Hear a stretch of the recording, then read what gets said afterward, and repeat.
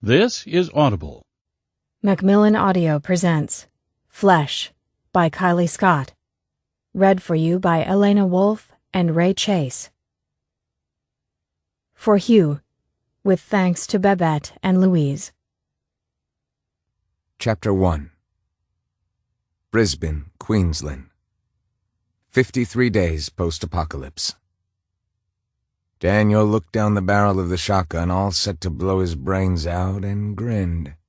These days, even a gun-toting, trigger-happy female was a delight to behold, and she was perfect. Sunlight streamed in through the kitchen window. She all but shone with it, like an angel or a princess or something. Something a little overdue for a bath and a lot on edge, but something very good just the same. The feeling of sweet relief rushing through him nearly buckled his knees. Tall and curvy, around 30 at a guess, and uninfected, she was by far the best thing he had ever seen in jeans and a t-shirt. Not even the dried blood splattered on the wall behind her could diminish the picture she made. Sadly, his girl did not appear to share his joy. Wary gray eyes devoid of even a hint of elation watched him down the barrel of the gun. He refused to be discouraged. His smile did not waver. "Hey." Gun on the floor. Slow. Her voice sounded dusty with disuse. He checked the clip. "Okay." Daniel did as told, keeping his happy face on her the whole time, hunching a little when he stood back up. He gave the old rucksack at his feet a nudge with the toe of his sneaker. It currently contained the sum total of his worldly goods, but she was welcome to it. "There are just a few cans of soup and Irish stew. Help yourself." Plush pink lips parted as though she might speak, but then she paused, as if she thought better of it. The grimy fingers squeezing the trigger shook some. It was good to know she wasn't completely okay with blowing his brains out right here and now. That was nice. Of course, if her nerves got any worse, they might be in trouble just the same. He softly cleared his throat, trying not to startle her. "You've, got the safety on? You see there?" Daniel nodded to the dangerous firearm pointed his way and waited for the confusion to cross her pretty face, for the golden moment of distraction to appear. It didn't happen. Her lips puckered, but not for kissing. The withering glare confirmed it. God bless her. She wasn't falling for any of his bullshit, which made it time for Plan C. Plan A would have had her falling into his arms, demanding immediate sexual gratification. He wished. And B was for the bullshit which had not gone down, thus leaving only C for clusterfuck. Then everything happened at once.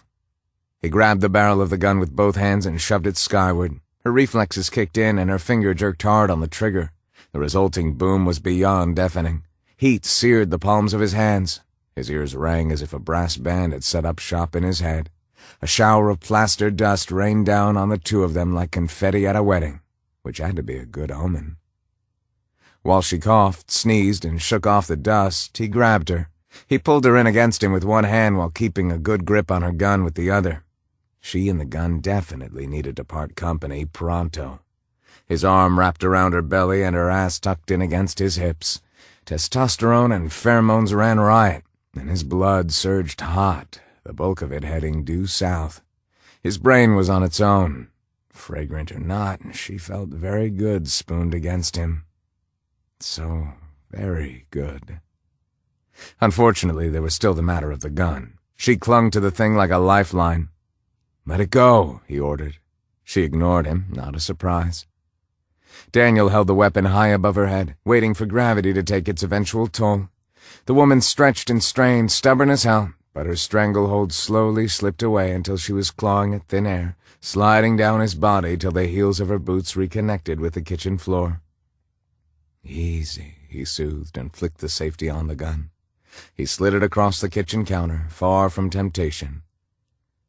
Her body trembled and her hands latched onto the arm around her waist.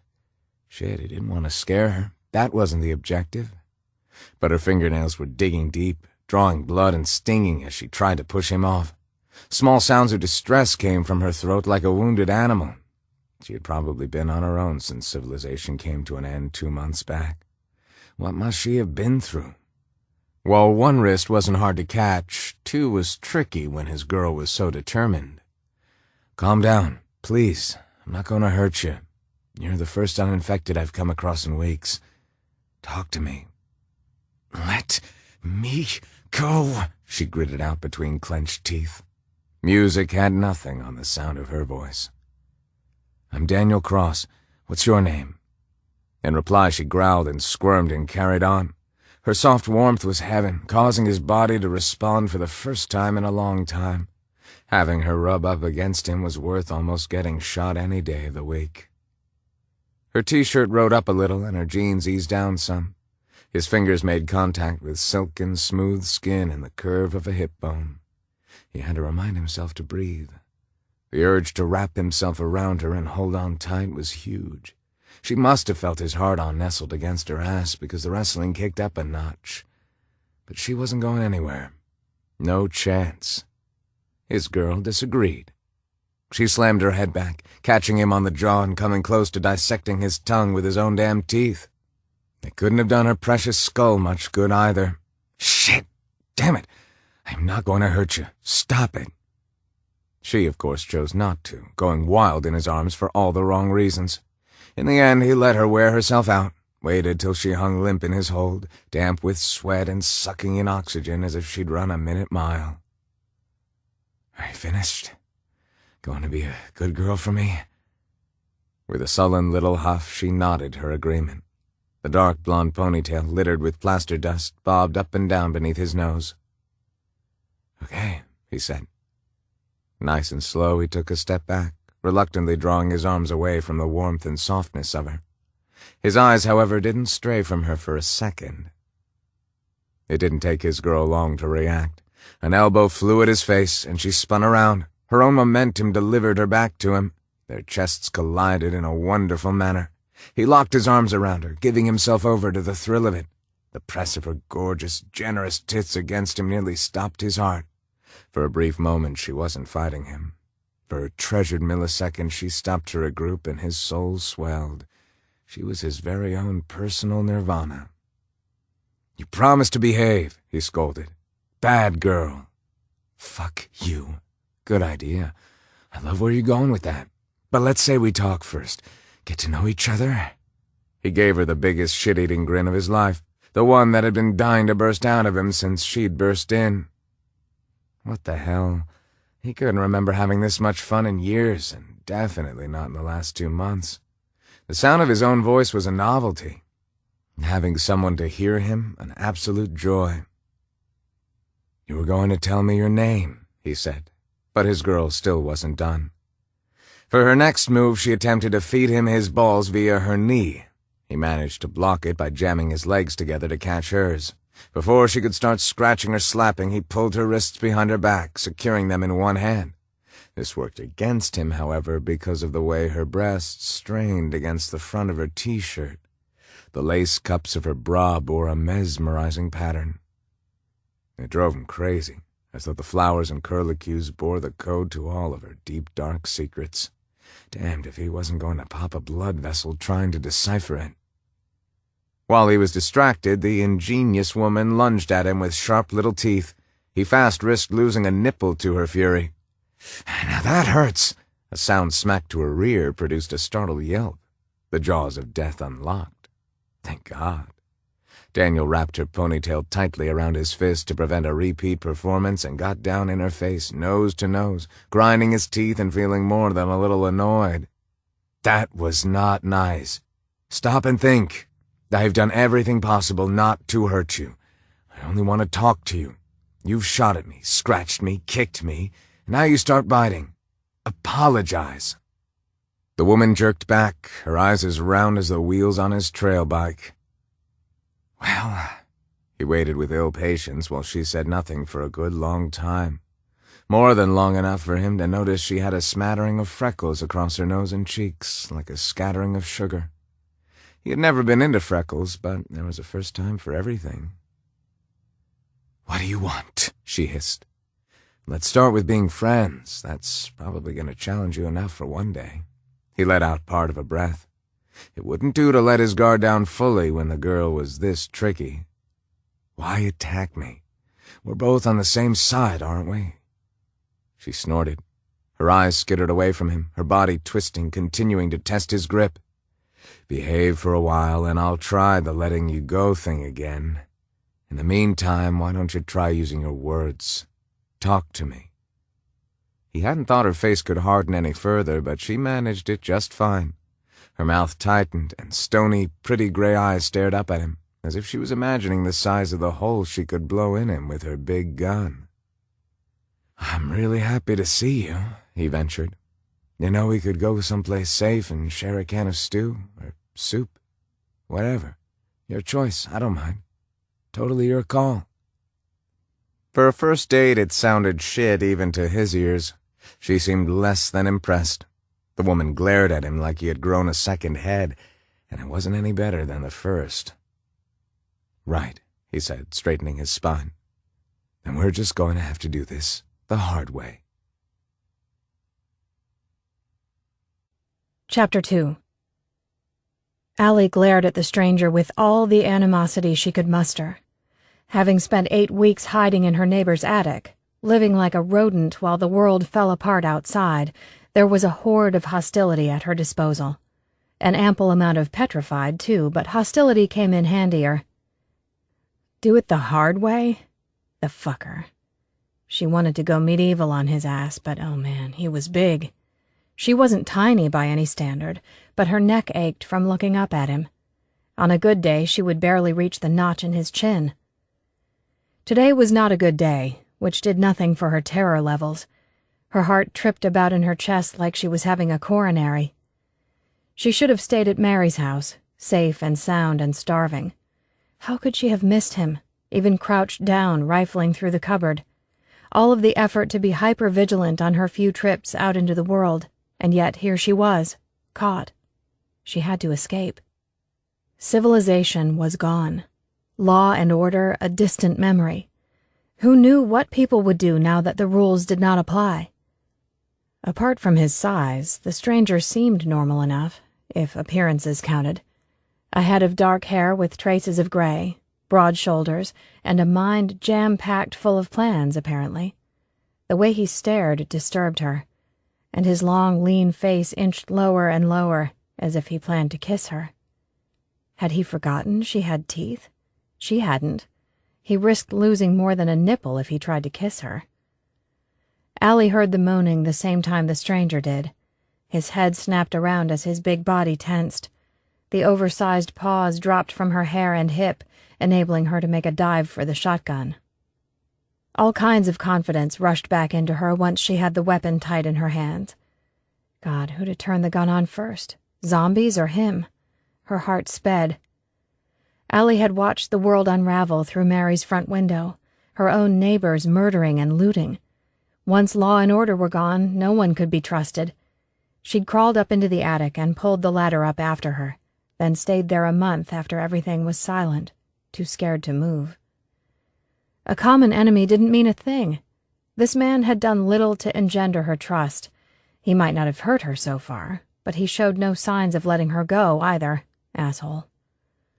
Meanwhile, the asshole was all business. One hand retrieved his pistol while the other reached for his pack and delved within. He emerged with a box of ammunition, which he proceeded to load, every move calm and efficient. The loony smile was long gone, just like she should be. It was better to be safe than sorry. The shotgun felt good and heavy in her hands. Survival was everything. She could only trust herself for that. She had to be alone. "Sounds like we've got a group of them," the man reported, his big hands still on the go, seemingly unconcerned about her gun. How could it not occur to him that she might be just as much of a threat as the infected? "They're coming from the street out front. Go out the back door, I'll be right behind you. Go." But she didn't move a muscle, just stood there, overwhelmed, trying not to empty the slight contents of her stomach onto the kitchen floor. This house wasn't secure. Escape meant going outside, where the infected were. The thought terrified her.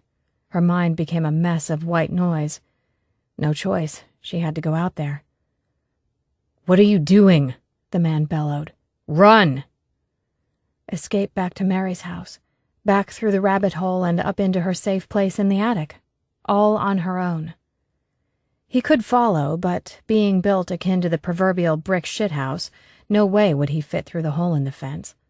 His surviving this long told her he could obviously handle himself and deal with the infected on his own. He would be fine. Allie ran like a rabbit, straight out the kitchen door and into the midday sun, her gun held before her in a grip that could choke. It was safer alone. Alone was best. If her own neighbors had gone nuts, then strangers certainly couldn't be trusted, and this guy was the quintessential definition of strange. No need to feel guilt over leaving him. She didn't even know him. So why were her feet faltering? Why look back? They were there, the infected, spilling around the sides of the house and into the suburban backyard, lurching forward in their fucked-up fashion. Far too close for comfort and far too many to fight. She broke out in a cold sweat. The tattered, bloody remains of clothing hung from their putrid flesh, rank in the summer air. No humanity left, walking nightmares. Hungry, yawning mouths stretched wide. The acid burn of bile hit the back of her throat. Allie turned away, clutched her gun tighter, pushed her legs harder, feeling the fire in her calves.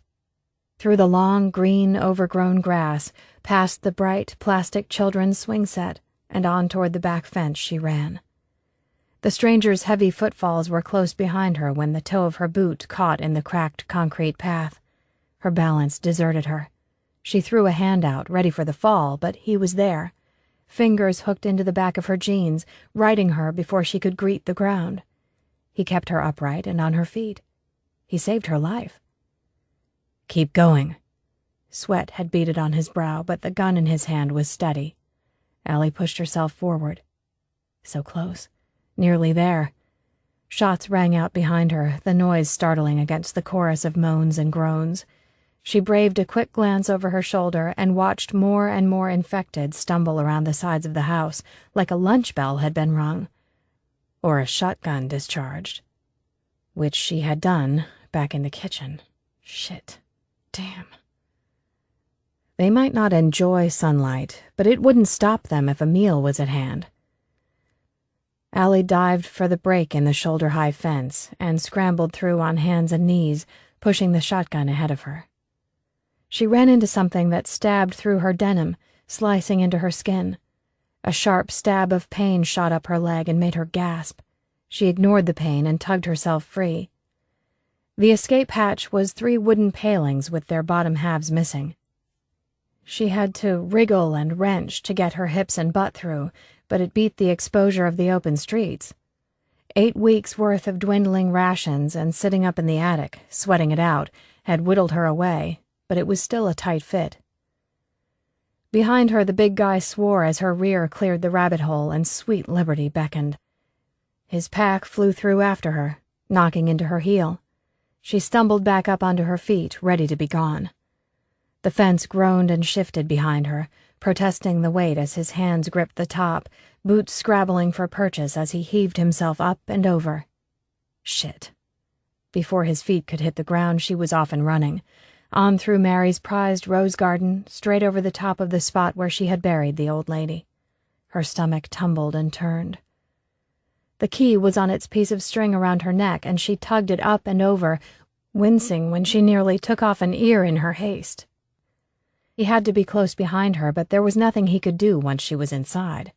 Mary's house was Fort fucking Knox, bars on every window, deadlocks on every door. Not that it had helped.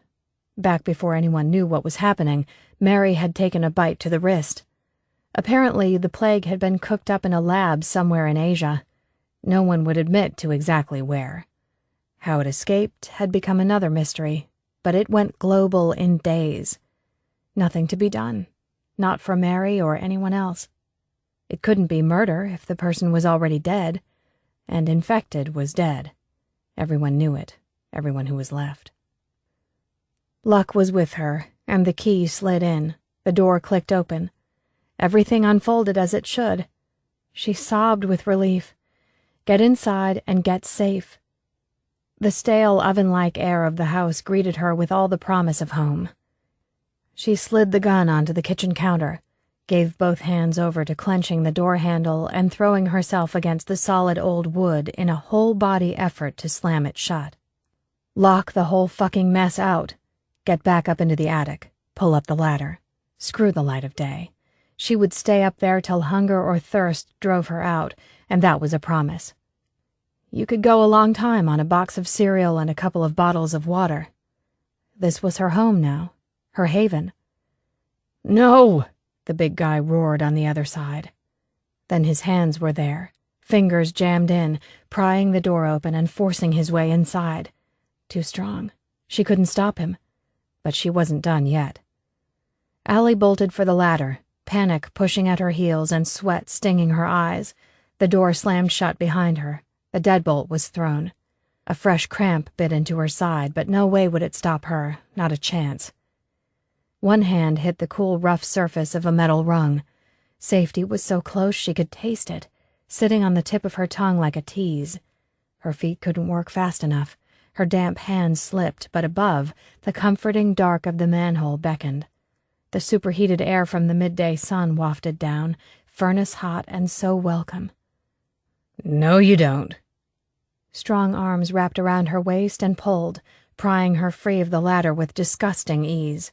She shrieked every insult known to woman and man, fighting him off with all she had. "You fucker! You motherfucking cocksucking asshole! Get your fucking hands off me! Get off me!" She kicked, punched, and flailed. His hard chest stopped her fist short, jarring her wrist. Pain shot up her blood-smeared leg as she kicked. She wasn't getting anywhere, but she wasn't giving up either. Whatever the fuck he wanted, he couldn't have it. She'd fight till her last breath. The big bastard took her down with ease, pinning her to the floor, not crushing her, but giving no leeway. Hot tears of frustration scalded her cheeks as she screamed words of abuse at her captor. They were a torrent, jumbled and nonsensical. She screamed till she choked. Then her cries morphed into gulping pleas for him to listen, to let her up and let her go, to leave her alone. Why the hell wouldn't he listen to her anyway? What the fuck was wrong with him? This man was every bit as good at the silent treatment as she was. In truth, he was better. Eventually, she stopped. The tears, the words, all of it. They lay on the pastel linoleum floor in a mess of sweaty limbs. She could barely move with the big bastard on top of her, holding her down. Her arms were pinned by his hands and her legs trapped beneath his. Effortlessly, he contained her. Allie shut her eyes tight, blocking out his determined gaze. Now he'd take what he wanted, and all she could do was survive. A cry caught in her throat. She'd seen a woman dragged out of her car and raped on the Nielsen's front lawn not long after the infection hit, when the police first abandoned the streets and chaos took over. But the man on top of her made no move. Apart from his breathing, he remained immobile. Waiting was the worst part. She'd suffocate on the scent of him before long. The house was oppressive, humid, with every door and window locked tight. Claustrophobia dug into her, its razor-sharp fingers sinking through her neck, clawing at her throat. Everything was locked out. She was locked in, with this stranger, with no escape. She was cornered. The man said something, chanting it over and over. His breath was hot on her ear, and his body hovered above her, caging her in even though he carried his weight on his arms.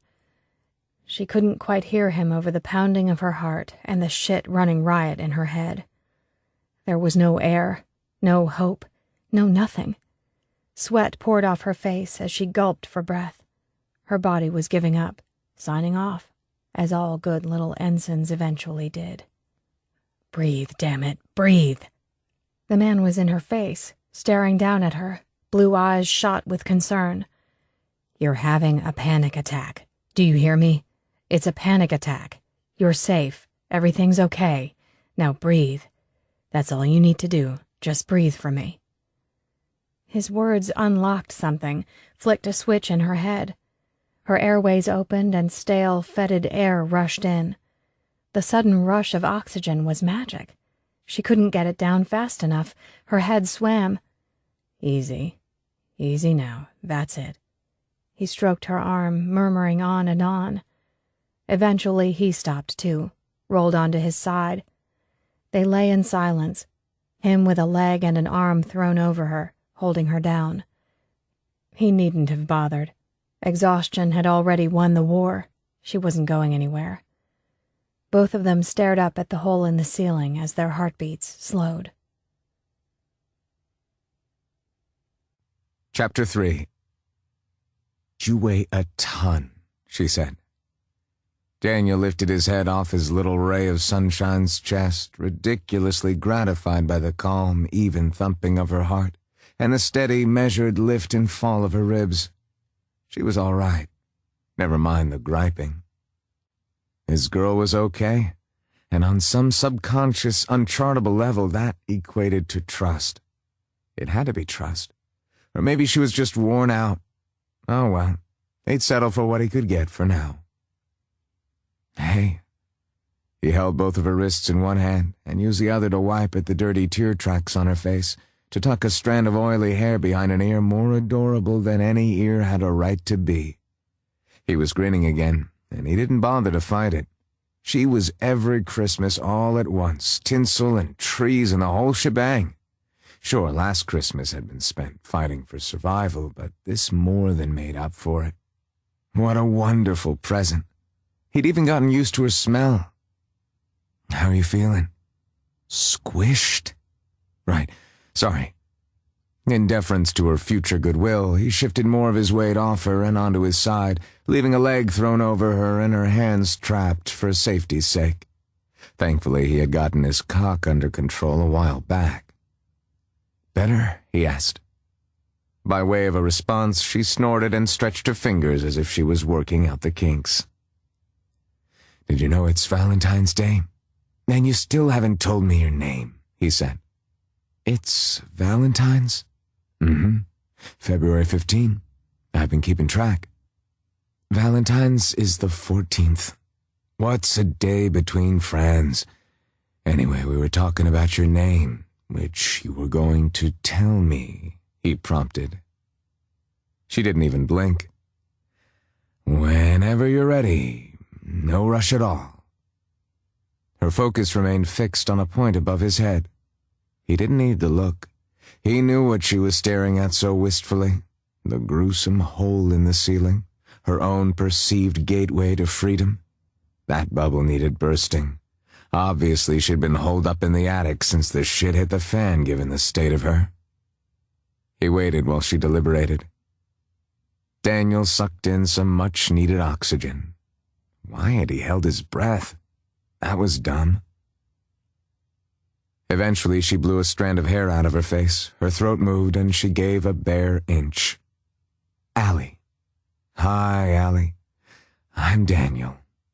He smiled, and like the turning of the tide, about an ocean's worth of tension eased out of him. Well, I have a feeling this is the beginning of a beautiful friendship. She gave a brief bark of laughter, or perhaps a cough. The house was dusty. It made it hard to tell. Friends don't hold friends hostage, generally speaking. He nodded. Friends also don't let friends live out their days in a stinking, dark, dusty hole, or so I've heard. She pinned her lips tight and turned her head away, making him feel 10 types of asshole. Too bad. There was a message to be delivered here, and he could not afford to fail. He couldn't face going back to being alone, could not do it. Boy, didn't that mess with his whole man-as-an-island theory of a lifetime's making. Allie, I know things are scary, but barricading yourself in here alone isn't the answer. Really? She glared at him. It was a queenly glare. His girl pulled it off with aplomb, no matter the grime. Living in a dark, stinking hole got me this far. Granted, but the worst is over. I'm not saying things are a party out there, but they have calmed down. Are you serious? She asked, her voice highly skeptical. Hear me out. Her brow flinched for a moment, but at least he had her attention. Until she craned her neck and frowned at what his finger was up to mid-torso, the torso in question being hers. His digit was drawing circles around the dip of her belly button. Endless circles. They both watched his finger go round and round, dawdling over soft skin in a lingering caress. He could have sworn the thing had a mind of its own. "Get your hand off me." Which, he had to admit, was fair enough. Maybe enough boundaries had been messed with on their first day together. "Sure, sorry. Didn't even realize it was... Yeah, never mind." He moved the hand back to his leg and let his fingers fidget on safer ground. They wouldn't stop moving, a sure sign of nerves. "So, life outside," he began. A sore subject, to be sure, but he had to sell it. "You realize situated on the edge of the city is a bad place to be? Inner city is thick with infected, but further out here in the burbs you're going to cross paths with other survivors." "Oh, you think?" "Be nice," he said. "Now I'm guessing the people left over are going to be a mix of the lucky, like you and me, and the odd bastard handy with a weapon and happy to do what they need to get by. I'm guessing by now food and water are getting scarce for you. You can't stay hidden, can you? Not if you don't want to starve. You also know it's too dangerous to go out on your own." "I've done okay." "You need someone to watch your back. Can't do that on your own." She tucked in her chin and said nothing. "I'm not saying you didn't do good getting in here and staying put through the whole meltdown, but it's time to move on, Allie. I was thinking of heading southwest, find a nice rural area, and set myself up. Be self-sufficient." He would be self-sufficient, all right, him and his hand, if she shot him down. More important things were at play here, though, because eventually she would mess up and be dinner for the hungry horde. The thought made his heart kick over painfully. The infected were growing restless as pickings grew slim, branching out from the thick of the cities. Soon enough, her little corner of suburbia would be overrun, if her own lack of food and water hadn't since made her flee. "I'll grow my own fruit and vegetables, use solar panels for power. I was a mechanic, so I've got a good basic knowledge of all sorts of things. Sky's the limit." Daniel nodded, pleased with the sound of it. Plausible, warm, and friendly. Please, God, he had to have won her over. Instead, she sighed, and it was a long, drawn-out, and mighty fucking irritated. When women sighed like that, it never boded well for anyone involved. "We discussed this?" "Huh?" He propped himself up on an elbow, bewildered. "No, he didn't." "Fingers." Allie jerked her chin at the hand currently stroking her thigh, toying with the inner seam of her jeans, generally making itself right at home. "Sorry, my bad." He jerked his hand up, then paused. Amongst the dirt and dry stains on her jeans, something caught his attention. Dread slammed through him. The damage sat directly above her knee, and it was fresh. "You're bleeding." "I'm fine." "No, you're not." Daniel clenched his teeth and ignored the sick feeling building in his belly. "How did you get it?"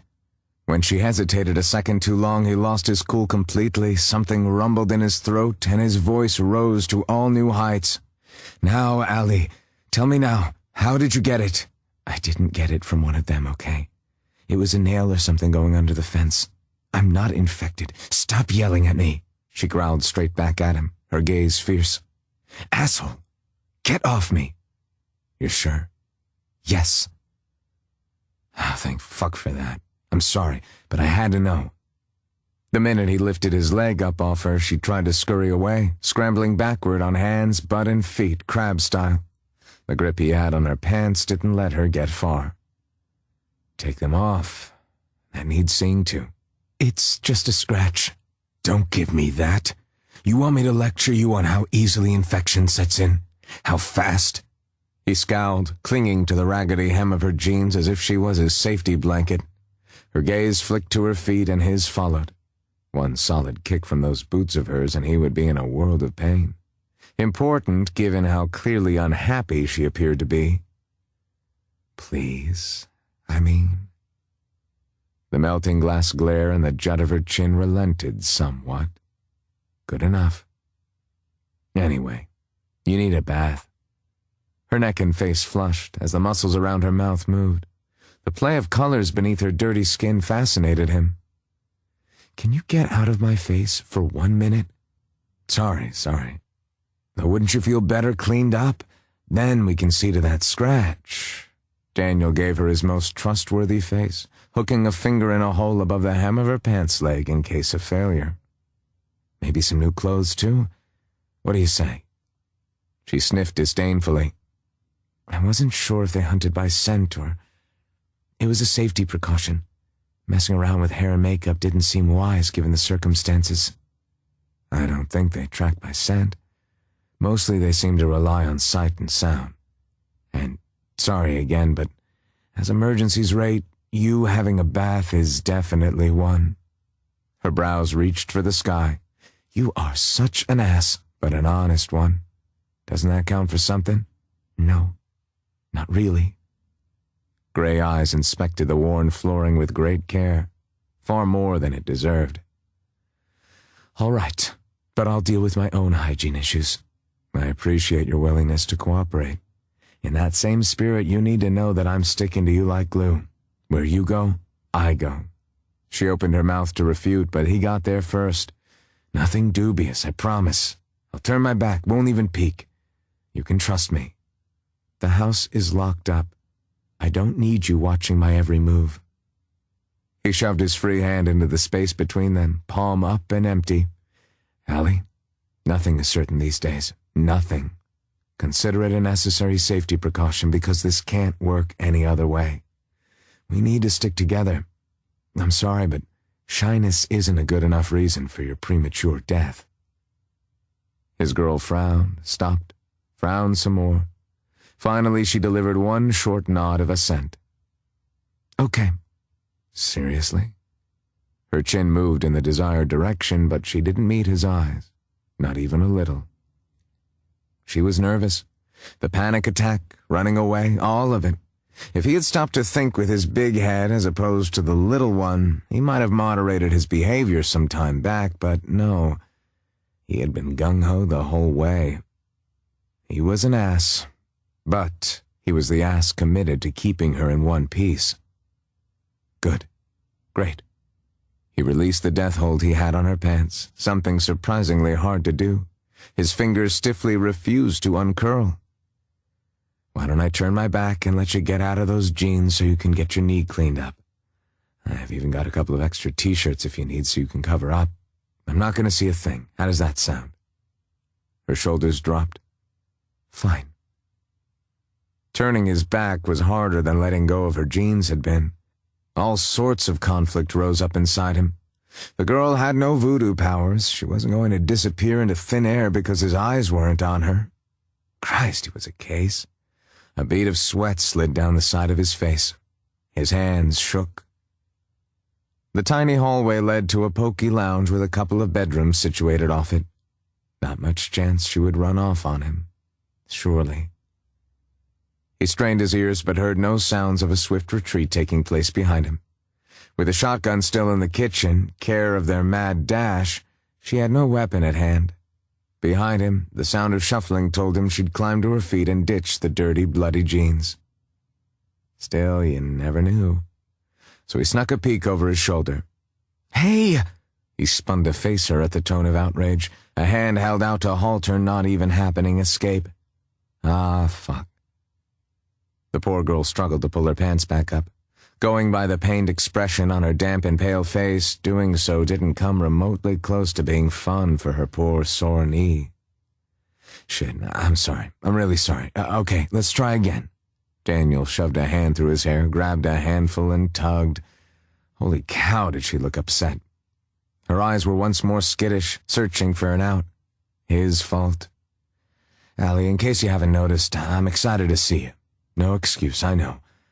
I also seem to be a tad bit terrified that you're going to disappear on me. So I'm sorry, I shouldn't have cheated." She showed him her teeth. "I know, I deserve that. But still." She hesitated, and he smothered his own snarl of frustration, buried it down deep in his belly where she couldn't possibly hear it and use it against him. "Allie, play fair. Give me a chance here." "Why should I?" Allie sank back down onto the floor. She set her hands on the linoleum behind her, leant back, sort of Playboy Bunny style, minus the thrusting out of her breasts. That was just his dirty mind filling the gaps. Mostly she appeared tired, cranky, run down. But it didn't matter. He stared at her, stunned, poleaxed all over again by the pale, dirty woman who had shoved a gun in his face. Ah, man. 41 was far too fucking old for love at first sight. He might as well throw himself at her feet and be done with it. Except he'd pretty much already done that. It hadn't gotten him anywhere. She definitely looked twitchy again, like she would be making for the nearest exit at the first opportunity, sans him. Allie, if I break your trust again, I'll go fetch the shotgun for you myself. What do you say? I say you're full of it. It took some time, but eventually she met his gaze. There was a lot going on behind those gray eyes. Too much. He stood in the proverbial cold, coming close to having the door to her heart and mind slammed shut in his face. Talk to me, he said. Please. Her body sagged and her head hung low. And say what? I was fine on my own. I know. But for how long? Nothing. All I want. He dropped to his knees before her. She hustled back on her butt till she hit the wall. Those wide eyes so full of fear made his heart hurt. Without her trust, he had nothing. All I want is to keep you safe. For what? A long time. A very, very long time. Right. She partly turned her head, putting him in the corner of her vision. You want a lot more than that. Daniel held up a hand, stopping the notion right then and there. But, listen to me here, because this is important. Not without your permission, Allie. That's the crux of it. She watched him like he was a barely chained beast for several long moments, probably weighing his intrinsic value or who the fuck knew what. He sat silent, out of tricks for now, worn down to his last argument. He held his peace. Okay, I promise I won't run. For now. Not that I'm committing to anything. The last she tacked on hastily to the end. Absolutely. His heart turned giddy cartwheels inside his chest. Clapping would probably be going too far. God forbid. Up to and including agreeing to play Adam and Eve with you. Uh-huh. Got it. He nodded eagerly but kept his face bland. But you just put the visual of you wearing nothing but fig leaves in my head. She blinked. Sorry. Allie carefully pushed herself up the wall, got to her feet. He followed, not licking his lips. Where's the bathroom? He inquired. Gray eyes darted to a door down the hallway, but her hand pointed to another. There. He gave the door indicated a nod, but kept the other in mind for later. It and whatever lay behind it. Okay, let's have a bath. He paused. I meant that in the singular, by the way. Chapter 4. How are you doing? Allie rushed the razor over the back of her calf, swallowing past the lump in her throat, feeling stupid and self-conscious. Gussying herself up because of the idiot, because his jibes had hit home. She had actually let him get to her. Stupid. And her hands were shaking again. The combined effect of the oversized male lounging against the doorframe with his back turned and the infected banging around outside set her nerves to highly strung. Both made her jumpy. Eventually, the infected would lose interest and seek out other prey. Eventually, so too would the oversized male. I could give you a hand, he said, not for the first time. She didn't bother to reply. You're killing me. I don't have my shotgun. If I was killing you, I'd probably want that, she pointed out, in a voice so tight it wavered. Being without her shotgun sucked even more of the courage from her. Where is it? His head turned far enough for her to sight his chin, but he stopped short of looking at her. Lucky for him. She had wrapped a towel around herself just in case his curiosity got the better of him. Allie rolled her shoulders back, gave her armpit a quick sniff. Soap, not sweat. She smelled fresh.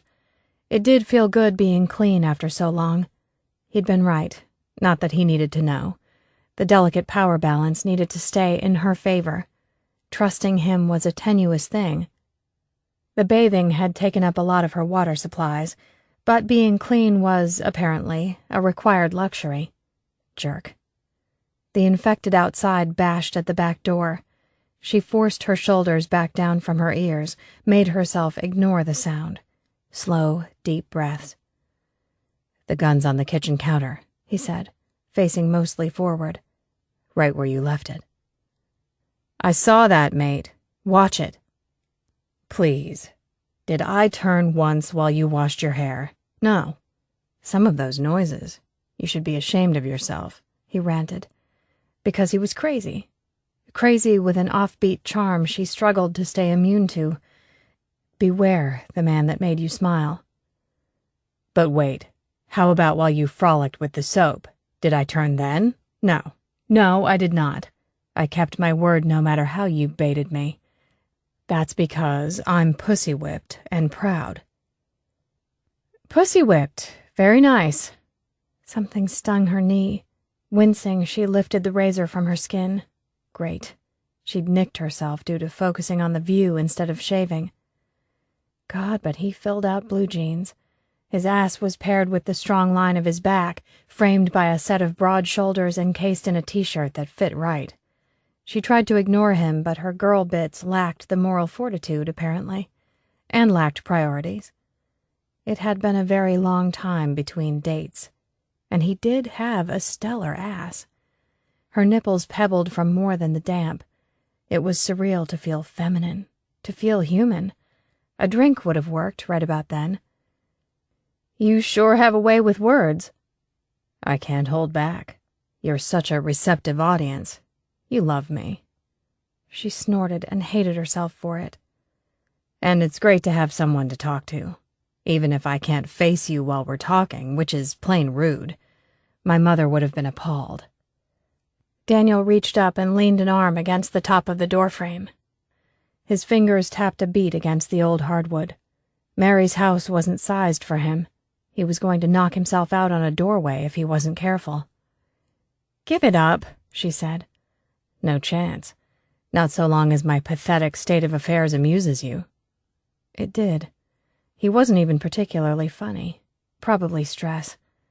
Then the thing at the back door went thump. Allie jumped, slicing the side of her ankle, proving the stress theory right. Shit. "What?" Daniel spun and his face screwed up tight in disbelief, brows drawing together. "You were wearing a towel? For how long?" He snatched a face cloth from the counter and dropped to his knees, dabbing at the small cut oozing blood. "And you call me untrustworthy." "You were fine where you were." Her hands clutched the top of her towel. "Going from being alone to having you around is an adjustment." Daniel grunted. "Question. Have you even fired that gun before today? Not that I'm worried you'll kill me in my sleep or something." "No. Today was the first time." She held still and watched him tending to the cut. In truth, she had survived more by cowardice, hiding in her attic hole, than cunning. "I probably couldn't hit a house." "You did hit a house. You would have hit me just fine." Daniel smiled up at her. There were creases at the edges of his baby blues, faint, paler lines against the tan of his skin. He was maybe 40. He wore it well. Lovely, faded denim blue eyes that held her rapt for a time. If in days gone by he had smiled at her from across a crowded room, she would have smiled back. That much was true. "I nearly did shoot you," she said. "Why would you smile at that?" "Because you didn't shoot me. Also because you're willing to defend yourself.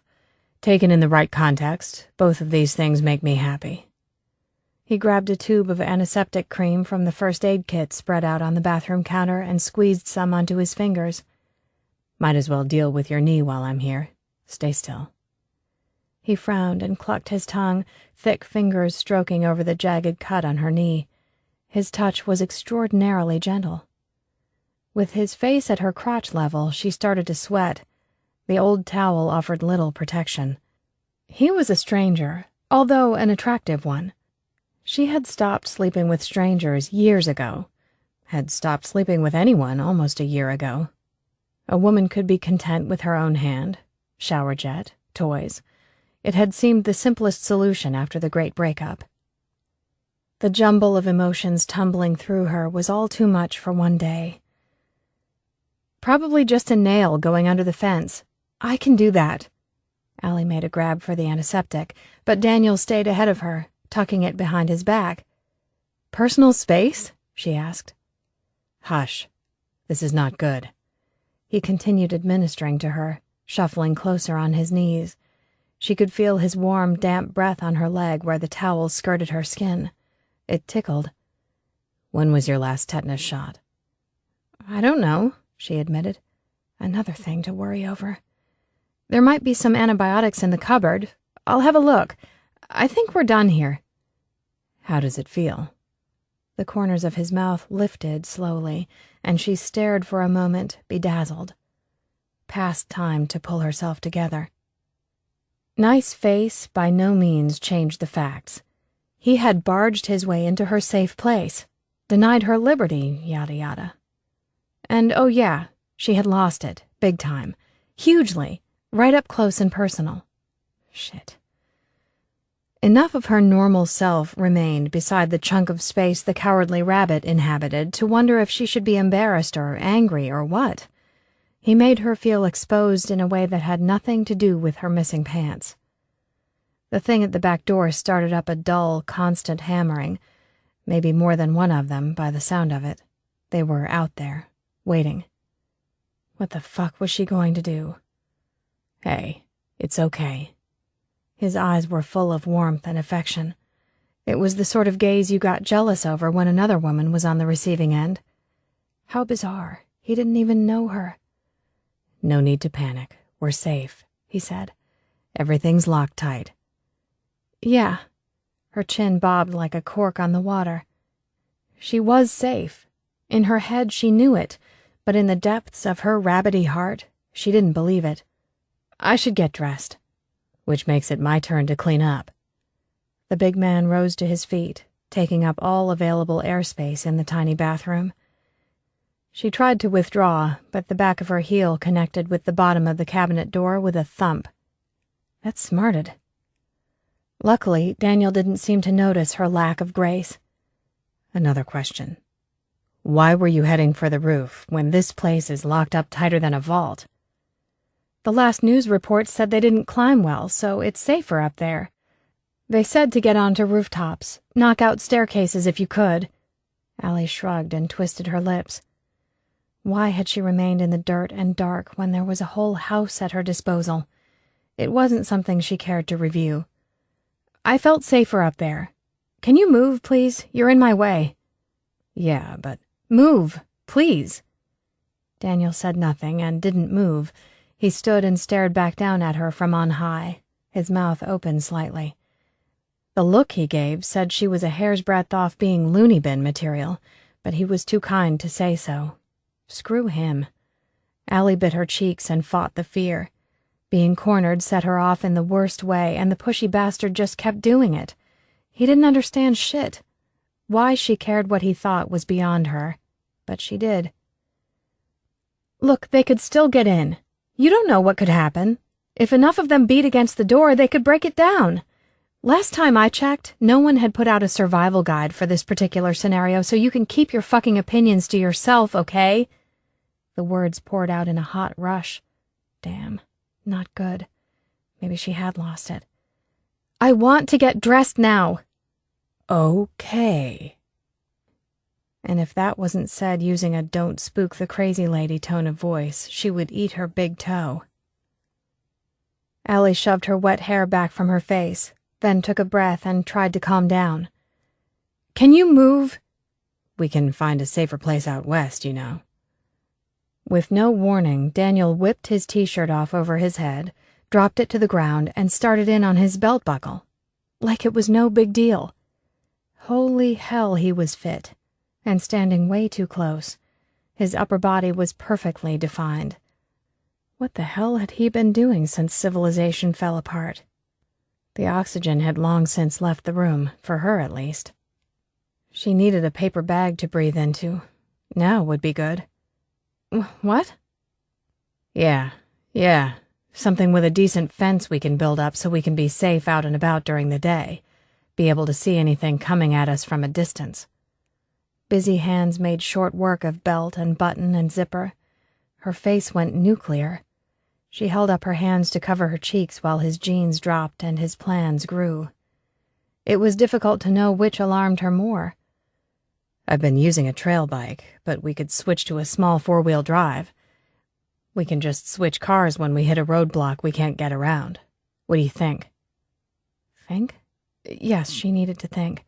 To do that, he had to stop. All of it. He had to stop pushing. Wait! I say we head out tomorrow. You can get packed up by then, yeah? He propped his hands on lean hips, thumbs tucked beneath the waistband of his black cotton boxers like a threat or a promise. She wasn't sure which. His big hands framed the ridges and planes of muscle from abdomen up to his chest, fancy tattoos sitting atop each big buff shoulder, done in shades of green and gray and blue. He was a work of art. Her knees wobbled.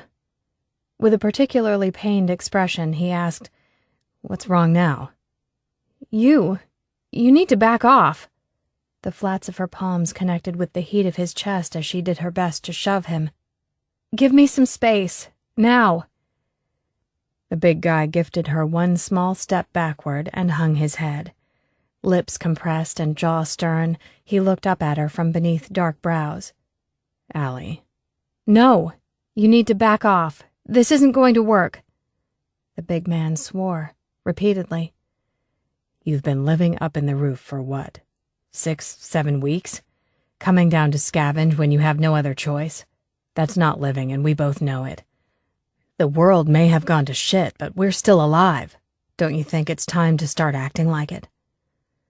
Her face must have conveyed her doubt over the pep talk, because he groaned and ran a hand over the choppy, badly cut, short, dark head of hair. He seemed beyond irate, with his eyes narrowed. It wasn't her damn fault he barged in and took over without a thought. Various muscles around his mouth tightened as if he wanted to yell at her but held it in. She could relate. It was going around. Finally, he rolled his shoulders, like a fighter getting ready to head back into the ring. He gave her a long, hard stare, and she did her best not to blink. Her frightened inner rabbit wanted to scamper as escape scenarios raced through her mind. Daniel noticed her reaction, and the growl amped up a notch as he took yet another step back. This one was sizably bigger than the last. He was almost back to standing in the doorway. "Better?" She nodded. "Fuck's sake." His mouth opened, then shut, as if he too had just noticed the lack of oxygen in the room. "Fine. Maybe you don't need me. Truth is, I need you." She stopped. Daniel crossed thick arms over his chest and glared back at her. A purely defensive stance, she knew it well. Her own arms were crossed and bolted down over her breasts, which might have been his point. She was the one locked down. He simply mirrored her tight-ass ways. And he looked downright stupid in Mary's flowery feminine house. He was so big and intimidating, no wonder she had run like a rabbit. She winced at the angry red lines crisscrossing his tanned skin. Her work. But struggling had gotten her nowhere. He stood there barefoot, waiting on her in his underwear. She focused on his toes because they were easier to fix on than his face or the rest of his stupendous body. What the hell was she going to do with him? Suddenly, he stuck his hand out. "Shake. We're starting over. Clean slate. Pretend we just met like it's our first date or something." "Our first date?" He gave a one-shoulder shrug, face carefully bland, but the lines around his eyes remained tight, sharply embedded. "You get the drift." His big hand hung there in the space between them. In many ways, she would be trusting her life to that handshake. Not a throw caution to the wind, idle sort of undertaking. All of this felt weighty, and she had no crystal ball to tell if he was good or bad, right or wrong. She had no way of knowing since the world had gone so spectacularly to shit. Moments passed, and the hand did not so much as waver. He waited her out with absolute patience. As signs went, it wasn't bad. "All right." She held her hand out, and he covered it with both of his. "Daniel Cross, 41, single." He paused and gave her a wary glance, turned his face aside. "Divorced, actually, a long time ago. Let's not discuss it. I'm a mechanic, or I was. I've been traveling down the coast for the last 6 weeks looking for survivors. Your turn." Okay. Allie Jameson, 32, was a secretary. I lived in one of the townhouses next door." Done. She shut her mouth and shuffled her feet, ignored the tingling going up her arm entirely. "Single." She gave another nod. "Keep going," he encouraged. Well, what to say? Thinking back on it, her accomplishments were few.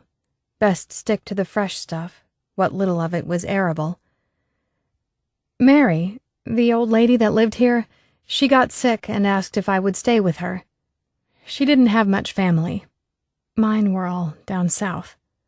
Her voice wound down to a whisper, and he nodded in understanding. "There was no way out. Things went bad fast. People just—" "Yeah, I know. There wasn't as much military up north, and what there was spread thin. But still, the streets were insane. You did the right thing keeping your head down." She said nothing. His smile widened, all enthused once more. It made her stomach flip with nerves. "Okay, this is good. We're getting somewhere. Tell me, Allie, did you have time to turn and run when you first saw me? You know the neighborhood well, don't you? You're one cunning babe. With a decent head start, you could have lost me easily, I think. So why am I here?" Allie's breath stopped, stuck somewhere in her throat. She hadn't seen it coming. She tugged on her captured hand, and his fingers tightened infinitesimally. "I did try to get away. It didn't work. You're very determined," she muttered hoarsely. Daniel skewed his lips, took his time. "I know you tried. You were scared. Here's the thing, though. I don't think you want to be alone any more than I do. Some part of you chose to face me, to take a chance that I would be a good guy, that I wouldn't hurt you." "Are you a good guy?" "Mostly. Define good." The side of his mouth curled up and his gaze slid over her, making all of her tingle this time. Not good. First dates always made her feel awkward, stupid. This one blew them all to smithereens. "For instance, do you mean, am I good at certain things or am I a good person? Because both are valid in their own way," he said. "And as for being a good person, just because my thoughts are impure doesn't mean my actions would be. Mostly, I manage to keep myself in check. But with you, I'm a little overexcited. You might have noticed. You have, haven't you? I think I'd given up on finding anyone alive, and you exceed my wildest dreams." He paused, stared at her for a moment, eyes intent. Such blue eyes. "But back to the question, I've been told I'm quite good at some things. I can give a demonstration if you like, of things I might be good at. You could judge for yourself if you like. Do you like?" he asked. She blinked. "I'm babbling, aren't I?" "Somewhat." "You're very kind." They smiled at each other. He had a nice smile. It occurred to her then that, for a brief time, she had been okay. Fear had not ruled her mind. Panic had not owned her body.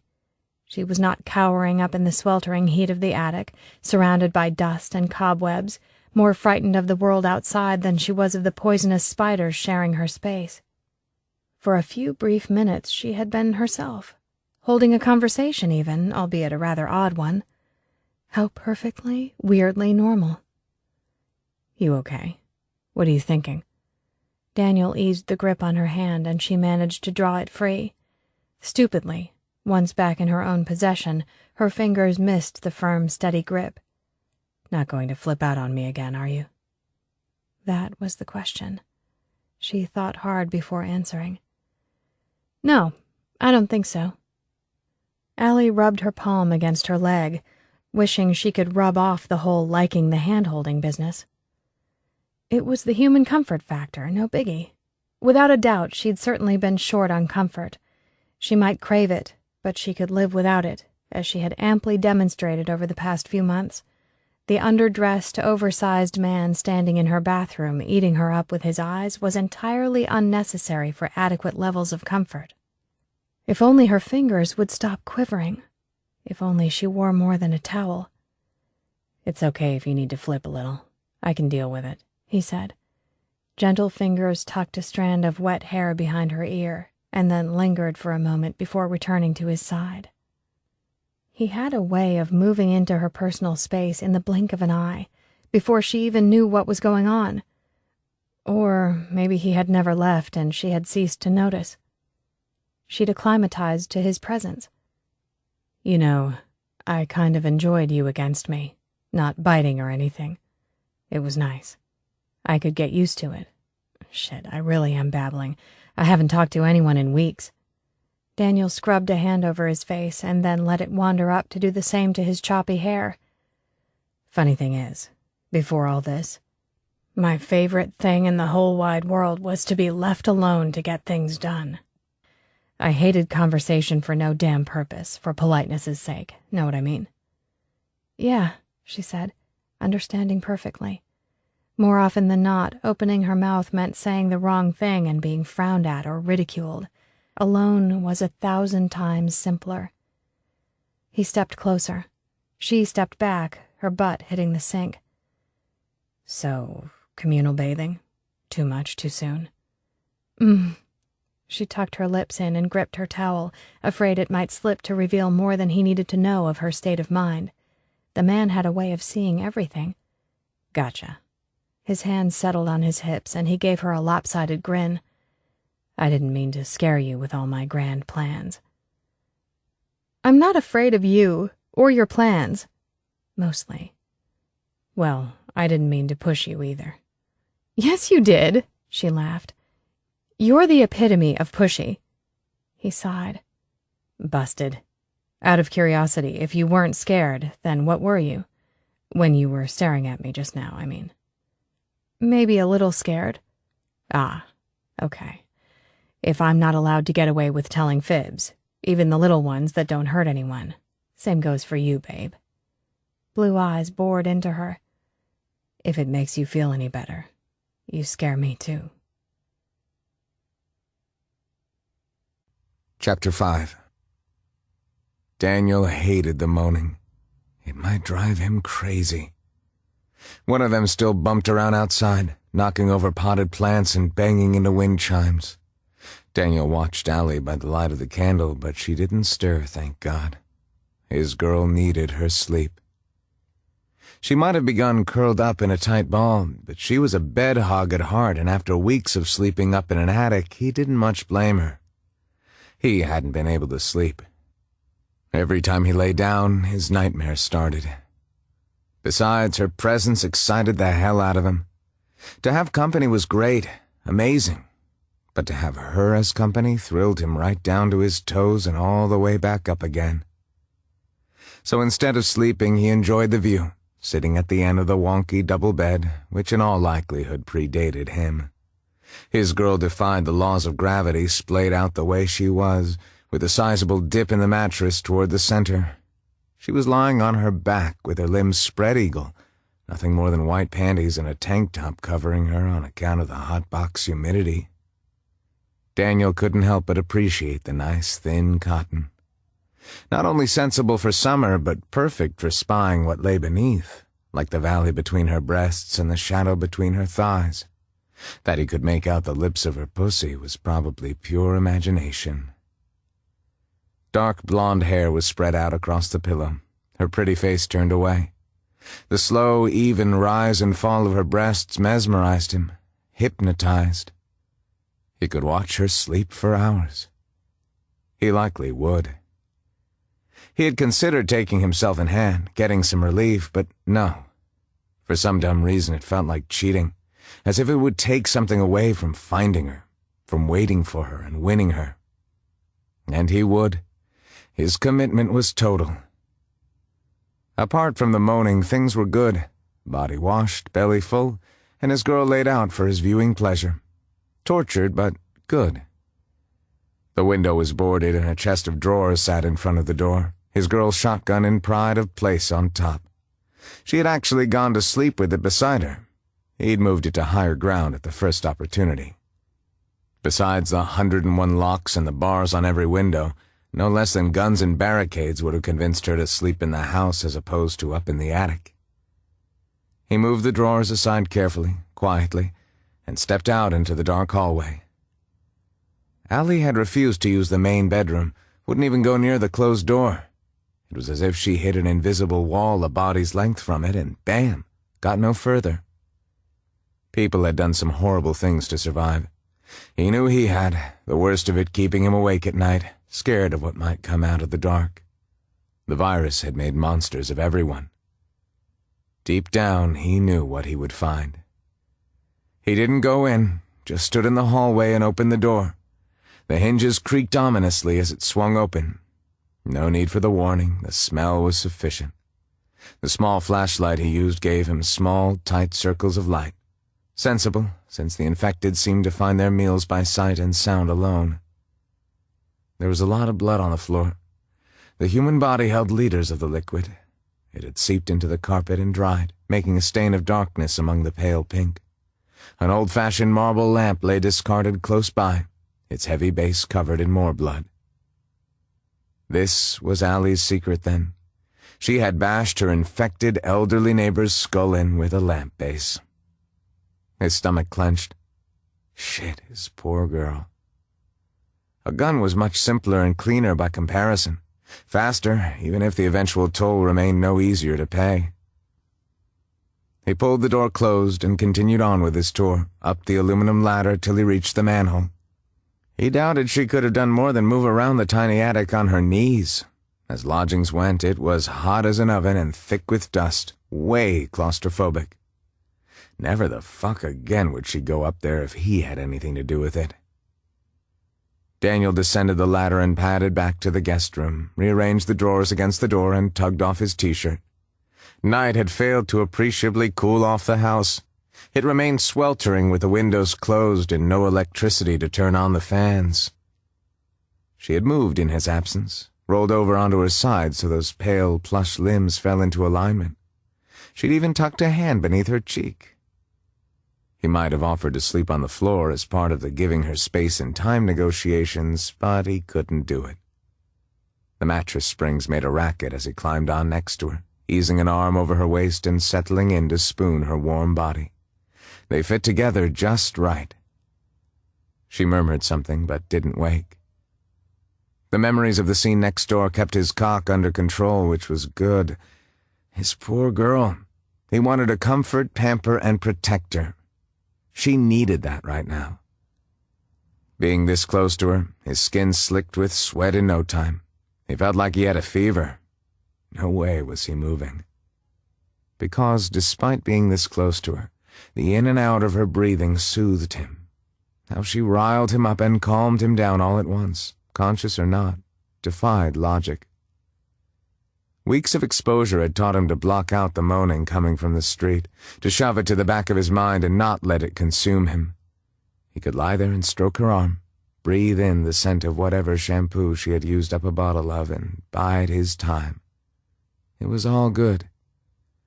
For the first time in ages, he had hope. Chapter 6. Allie woke with a gasp, taking a moment to get her bearings. The morning sun hadn't woken her. Daniel's wandering hand had. His hand and the whole body ache his touch generated. Her skin felt prickly, disturbingly alive and alert. The hand cupping her breast would have been cause for castration, except for the fact that her hand was shoved down the front of his boxers. Her fingers curled around a hip like she owned it, with her wrist resting beside a sizable appendage greeting the day in the usual way. Whoa, boy. The head of his cock came close to peeking out from beneath the waistband of his boxer briefs. His member matched the rest of him in size. Wicked thoughts drove her silly. She needed to calm down. Do the deep breathing, which was a mistake because he smelled good, warm skin and clean male sweat. She inhaled him just to double-check. He smelled amazing. A girl could get high on him. She wanted him. She did. Wanted to feel him inside her, wanted this ache to end. Desire owned her, and it was leaving her a big, wet mess. What a terrible power to hold over someone. He didn't even have to do anything to turn her to shivers. Her own mind and body could run riot just fine. But it was a natural urge, nothing to worry about. It had been a while, and a stressful situation and curiosity being what they were, blah, blah, blah. All the old cliches. Curiosity. What a lame-ass excuse. She could do better. Thank God he wasn't watching her now. Her cheek rested on one sun-burnished peck, and God help her if she had drooled on him in her sleep or something. How special would that be? Someone so hard-bodied shouldn't have made such a comfortable mattress. She needed to get the hell off him. Allie averted her gaze, pulled her mind out of his pants, then extricated her hand from his boxers 1 cautious millimeter at a time. "You awake?" he murmured. She whipped her hand from his underwear like her fingers were singed. He chuckled, chest shuddering beneath her cheek. "I'll take that as a yes." "I'll have my breast back now." His fingers uncurled ever so slowly, but his other hand, the one resting on her lower back, moved not at all. "Heard a motorbike close by earlier." "What?" She scrambled up into a sitting position, startled wide awake, as if he had doused her in coffee. Her heart pounded, and every hair on her body stood erect. "When?" "Hour or so back. Nothing since." He stretched both hands up, tucked them behind his head. How the hell could he be so relaxed? "Be calm," he said. She shook her head in wonder. "Be calm? I haven't seen any uninfected around here in over a month. Bit of a coincidence, them turning up the day after I fire the shotgun. They were searching for us." "Maybe. Maybe not. Might be you're just feeling a bit paranoid, babe. Which, I would add before you rip my head off, is fair enough. Either way, unless you've put out a welcome mat, they're not going to find us." "Have you?" he asked, mouth twitching. "Is there some sign out there that you're in residence? No spray-painted announcement on the door? Another pair of these cute cotton panties left hanging from the mailbox, perhaps?" Her face heated. The asshole. "No, of course not." He yawned and scratched at the short, spiky, dark hair pointing every which way. He was all over the morning appeal. In comparison, she probably looked like she had been tumble-dried. But he had a whole charmingly disheveled thing going on with his bed hair. If she hadn't been balancing scared shitless and embarrassed, there might have been time to stop and appreciate it. "Then be calm," he said. "We're okay." Allie bit at the inside of her cheeks, gave the small bedroom a detailed once-over. The old chest of drawers still barricaded the door. The windows were still boarded, and the shades still drawn. Everything was where it should be. The filtered light gave no clue as to the time of day or how long she had slept with him beside her. Beneath her. Bloody hell. Things were heating up. Her skin was sticky, no matter the water wasted last night. Sticky and sweaty, and she had been spread all over Daniel like honey on toast. Her fingers knotted themselves up in the top sheet, over and over. Alex had hated her clinging. Clinging being his term for any touching taking place outside of sexual congress. Oh no, Alex had preferred to be adored from afar. Made it much simpler for her sister to slip on in and have him. What a beautiful moment their wedding was. It had truly brought new lows to family awkwardness. Ouch. A year on and she still felt the sting. And why that old wound had chosen to pop up and nip her on the ass here and now, she couldn't say. It fit with her flurried, messy state of mind. Hell, she didn't even know if any of her family were alive. Being betrayed dwindled in importance in the face of cold, hard death. Her insides felt strangely empty, as they always did when she thought of her family. She'd well and truly been left alone. Alone except for the giant in her bed. Daniel yawned again, cracked his neck, and watched her. The other people out there wanting who knew what didn't seem to concern him. That made her want to thump him, hard. Right on his big, fat, pretty, patient head. "Talk to me, babe," he said gently. When she didn't reply, he raised an arm, pointed a lazy finger toward the chest of drawers. "Your gun's up there. I didn't want you accidentally blowing my head off during the night, because that would be sad, right?" She smiled and rubbed the sleep from her eyes. "Right, sad." "I get the need to be cautious, Allie. I do. But you're assuming everyone's out to do you harm before you have proof. Shoot first and ask questions later."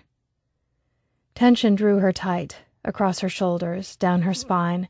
She was a puppet at its mercy. "You've been on the road for 6 weeks and you think otherwise?" "Yes. Though, frankly, on the roads I used, I didn't see anyone," he said with the same cool, calm expression. "We have a decision to make. We can stay here, hold up for a while, or we can sneak out. Avoid whoever the hell is out there, and the infected, hopefully." Daniel rolled onto his side and put his head in his hand. The bed wasn't big enough for him. His feet dangled off the edge. "You know what I want. This decision is yours. I'm not going to push you into anything." Which was a nice change from his high-handed pushy bullshit of yesterday. She kept her mouth shut, but her whole body leaned forward, toward him. It was more than the dip in the mattress. Something about him drew her in, slowly but surely. A weakness in her armor needing remedy. Caring for someone else, given the state of the world, was crazy. She might as well just press the self-destruct button now and be done with it. "We can give it some time. Wait till you're ready. We do, however, need to make a move sometime, babe. You see that, don't you? Staying here, it's not good." The thought of leaving her hidey hole had those rabbity instincts rising to the fore. Hide, hunker down, and hurry up about it. But where? Back up to the roof? For once, it wasn't the answer. Not after cleaning up, sleeping in a real bed, talking and interacting with someone as if she were a normal person. Whatever normal was now. Moving on would involve trusting this man. Sprung so tight, she barely trusted herself. "You think I'm going to get cornered staying here?" "Yes," he said. The rabbit kicked hard in protest. She rubbed her breastbone with the side of her hand. "Supplies they're getting hard to find." He nodded. "Yeah." Her stomach dropped away, and she shut her lips tight to hold in the words for a moment longer. When she forced her mouth open, her jaw clicked in protest. "You're right. We should go." He blinked, stunned. "Really?" "Yes." The big man whooped like a kid let loose in a toy shop. She sat in his lap, his arms wrapped around her, kisses peppering the top of her head before she even registered he had moved. "You won't regret it. It'll be great. Promise." "Okay, put me back." She swatted at his arms, a half-hearted protest at best. All the warm male skin surrounding her, the heat and scent of him, created a heady combination. The impulse to grab him back and hold on tight startled the crap out of her. "Enough." "Never. Or not yet. We'll pack up what you want to take and make for the highway.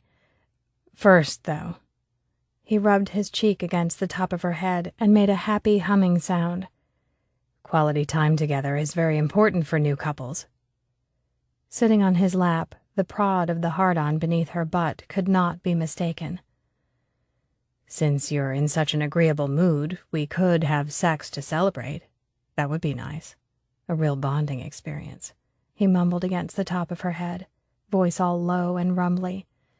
Highly sexed and self-assured, the arrogant ass. "What do you say, babe?" She could hear the grin in his words, the amusement at her reaction. Her elbow caught his unprotected ribs. He laughed outright at her then. "Ouch. Beat me, I don't care. This is worth it. Tell me I'm right again. Slowly, this time.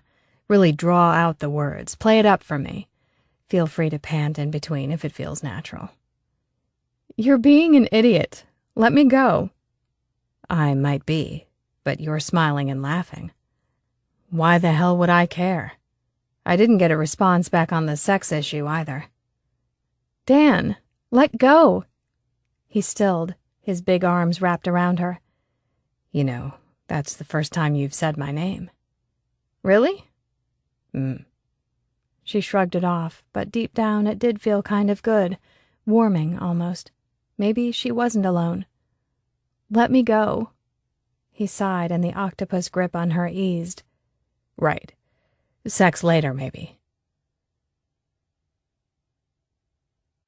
Chapter 7. Unfucking believable. They were arguing again. Finn lay flat atop a cargo truck and watched through the scope of his rifle, rapt, as half a kilometer ahead the pair had it out in the middle of a 4-lane highway. These people defied logic. They were an hour out of the city, with nothing but deserted cars scattered about and bushland on either side. No movement as far as the eye could see, and Finn was making sure he could see far and well. Those two made quite the target, hashing out their issues beneath the glaringly white, hot summer sky. The woman had a shotgun nursed in her arms, and the big guy had a pistol at his side. Neither kept watch. How they had survived this long he did not know. The whole scene made the back of his neck itch. He'd heard gunshots yesterday around noon, but arrived too late to find anything but a mass of infected loitering around a suburban street. Otherwise, everything still. No telling whether the shooter had gone to ground or been killed, though he hoped not the latter. Enough had died in the past 2 months. He had climbed up onto the roof of a 2-story place nearby, reluctant to give up on the possibility of real, live, uninfected company.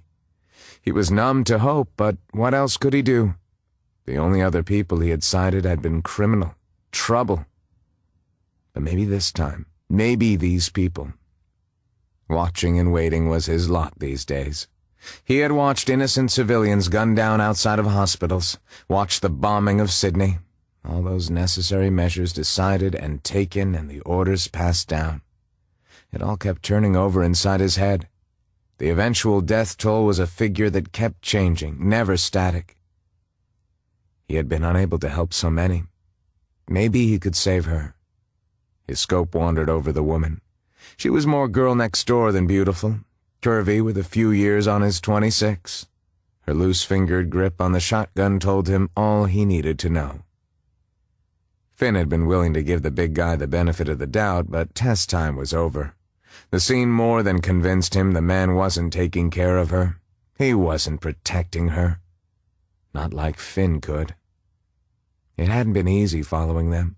He had hung back far enough that the purr of his motorbike remained undetected, close enough not to lose them. A time or two he had been forced to stop and wait, listening, tracking.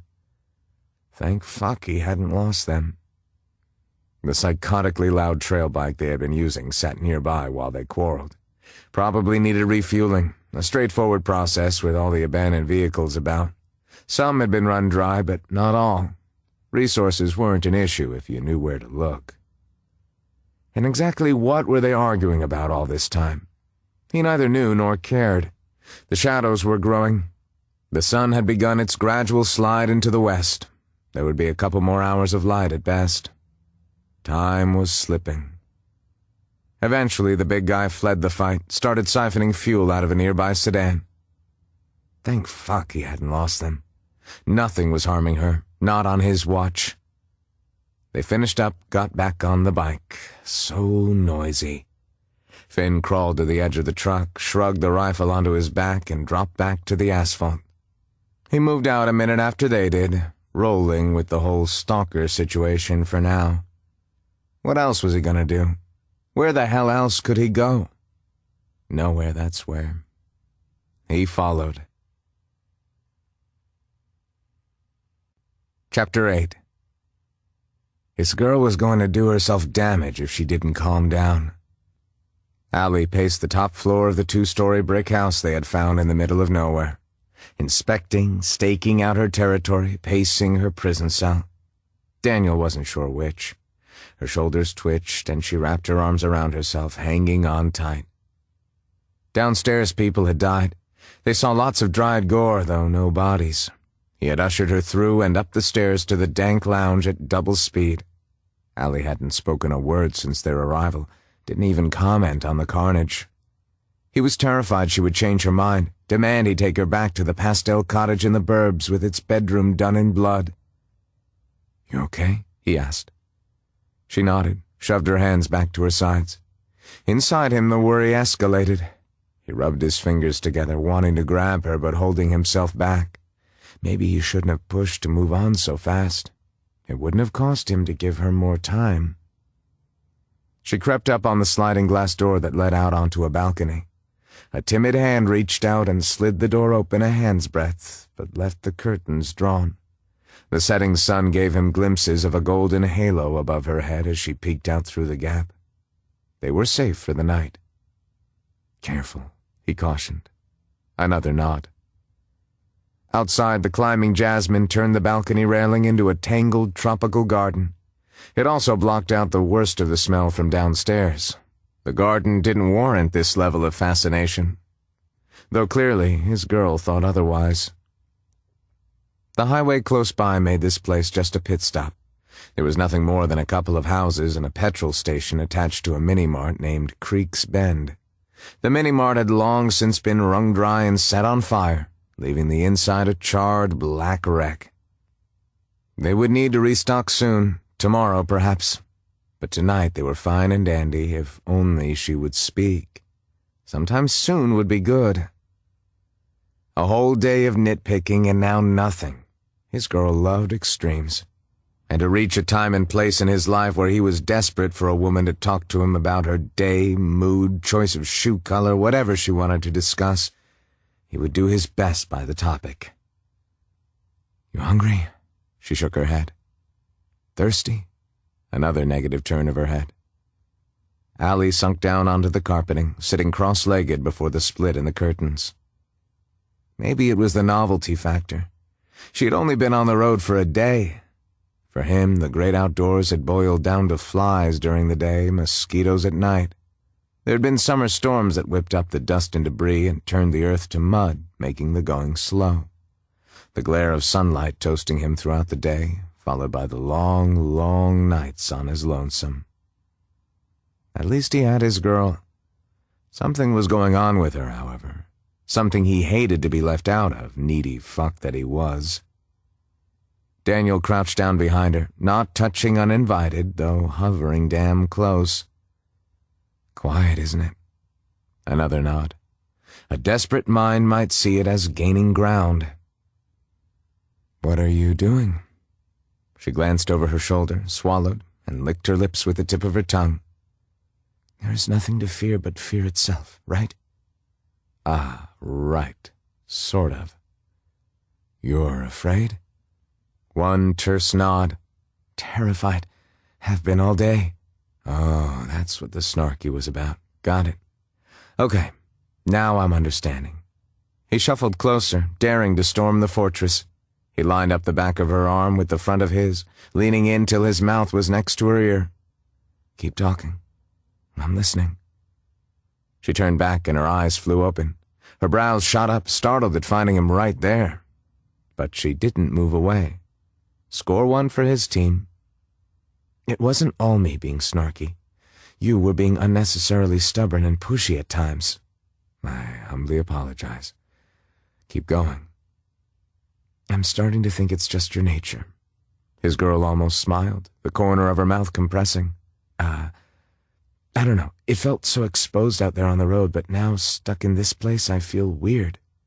This was someone's home, and they probably died here. It's also messed up now, isn't it? The whole world, or what's left of it." He nodded and smiled. The brows descended further than necessary. "Why are you smiling?" "Because for the first time in my adult life, I'm getting where an equally adult female is coming from without bursting a blood vessel or something. It feels like a breakthrough. You're talking to me. I love it." Daniel ignored the scrunched-up face as Honey dealt him. He dropped his shoulders with a sigh and smiled some more, relaxing into the conversation. Yes, it's all messed up. And no, my nature is delightful. More importantly, however, this place has a flat roof. Once the sun sets, we could climb up there, star watch, get a different perspective. What'd he say? The roof? Her throat worked and her eyes searched the floor. Ah, wow. I don't think I could do that. Be out in the open again. Shit. Okay. Uninfected stumbled onto the street outside. A long, low groan echoed across the empty landscape. A shiver slid down her back. Her hand, fingers trembling, fished for the shotgun sitting by her side. Allie, it's okay, he said, earning another nod. Actually, it was closer to a jerk and far from convinced. He had searched the place thoroughly, barricaded the door downstairs and the stairwell both. He junked them up with furniture. Nothing was getting near. You really think we could go up on the roof? Her plush mouth was set in a super straight line of disbelief. She stirred up all sorts of tender in him. It shouldn't have been a surprise. It had been a long day, and apart from riding him on each and every decision made, she had been a trooper. She questioned, but she didn't whine. A delicate line to tread, but one he'd begun to appreciate. Especially since she kept checking him out when she thought he wasn't looking. Talk about life-affirming. Turning around to find her focusing on a lower level, say, where his ass had been. It made everything much more than all right. He loved it. The hitch in her breath and the telltale spike of those nipples through her t-shirt made life superb. On the bike, she had settled against him more with each passing kilometer. She held on good and tight, leaning into his back as they wound through build-ups of once-upon-a-time traffic. He doubted the cuddling was conscious on her part, but it meant she was relaxing. We can definitely go up on the roof, he said. It would even be safer than staying down here when you think about it. She paused, cocked her head. You're smiling again. You make me so happy. She snorted a laugh, which was quite possibly the cutest thing he'd ever heard. You know, I think you ran out of words, he said, earning another small smile. You certainly used up a lot on me today with all the constructive feedback, which I appreciated very much. You think? Happens to guys all the time. We have less words per day than women. I know this for a fact. Saw it on TV once. Allie darted the tip of her tongue across her lips, eyes flitting between him and the world outside, like anything was happening out there. I don't have a penis, in case you hadn't noticed. I had. I'm very grateful, in case you hadn't noticed. Actually, I had. He nodded, shuffled a little closer. Close enough so he could see the goose pimples on the side of her neck rise when she felt his breath there, and she still didn't move away. Thought you might have. Outside the sun sank, slowly turning the world to gold, then gray, then black. A solid black these days, being minus electricity. The kind of darkness you only used to get out in the middle of nowhere. The first star twinkled hopefully through the slice of life the curtains afforded. Make a wish, he said. Okay. Daniel dragged over his backpack and cracked a can of soup. She had to be hungry by now, no matter how taken she was by the scenery. He fished out a clean spoon and filled it up with the cold and gelatinous but nutritional goop. With all due ceremony, he held it in front of her pretty pink mouth. Time to eat. Open, he said, and she did, making him feel all sorts of good. Purring in her ear and rubbing up against her wasn't out of the question, though he doubted she'd appreciate it. He alternated spoonfuls, one for her, one for him. It satisfied some primal caveman thing in him to feed her. He wanted to do all sorts of things for her, but for now he was stuck with what she would allow. The whole quiet, meditative state seeped into him, and everything was good and mellow. He could roll with this. His girl sat, frowning out at the horizon. Little lines set between her brows, and her concentration was absolute. It seemed like she was daring herself not to blink or turn away. forcing herself to face up to the world. During the day there had been distractions, but not so now. She struggled, but didn't back down. The least he could do was to be there for her. When her hand strayed back to rest on his knee, he stayed perfectly still and just let her. He doubted she knew she had reached out to him, that she touched him. His dick more than realized, the hair trigger her presence inspired kicking in. He thought about cold water, ice-cold water. It almost worked. Soup gave way to bottled water. Then he cracked open a bottle of 15-year-old scotch he had been saving up for just such an occasion. A celebration of being alive, drawing breath, being together. A celebration of her hand on his knee. Drink. She put her lips to the bottle, and he tipped, sending the very fine amber liquor straight down her throat. Big mistake. Allie sputtered and grabbed at the bottle, shoving it away before covering her mouth with a hasty hand. Damn it, sorry, I didn't think. Daniel set the precious bottle aside and rose up on his knees, pried her hands from her face. Hard to see much in the darkness, but her eyes were glossy. She choked and laughed in equal amounts. At least he made her laugh. I should have warned you it wasn't water. Holy shit, Dan. It sure wasn't. I'm sorry. I was trying not to ruin your Zen silence overcoming fear thing. I thought we could have a drink, you know? He settled back on his haunches, carefully wiped away the shining trail of tears on her cheeks. Second day in a row he had made her cry. At least this time it was due to well-aged scotch firing up her throat and not a panic attack. Or he hoped it wasn't a panic attack. Fuck it, the thought made him panic. You're okay, right? You tell me if you weren't. I mean, I know you're spooked, but you're not too bad, are you? I'm fine. Be calm. There was a smirk in her voice. He could taste it. A low chuckle escaped her, and her hands patted down her t-shirt, most likely an attempt to brush off the spilled scotch. He did his best not to get distracted by the lure of her jiggling tits. He was so easy for her, so head over heels it was ridiculous. Be calm, he growled. Don't quote me to me, Missy. I'm fine, Dan. She smiled, the white of her teeth cueing him into the fact in the dim light. You don't have to worry about me. I can keep myself together, despite earlier demonstrations to the contrary. I know. You're strong, self-sufficient. I get that, he murmured, and she looked back to him. She was close enough to kiss, and he wanted her mouth. Dan. His gaze lingered on her lips, waiting. After an eon, he had to admit to himself it wasn't happening here and now. Okay, all right. Still, there had been ground gained today. He could feel it. Dark enough now we can climb up onto the roof if you're game, he challenged, pushing to his feet. Nothing to fear, remember? I'll grab the bedroll. Chapter 9. Her hands finally stopped shaking. Allie watched as Daniel strode through the house. He was all easy grace, with his long legs eating up the hallway until the shadow of him disappeared into a room. So dark, she couldn't see for shit. But wow, could she feel. What she felt was jumbled, complicated. It trumped the fear hands down. She was so tired of being afraid, tired of living the rabbit. But the rabbit had kept her alive. There was no sight of him in the dark hallway. Daniel was gone.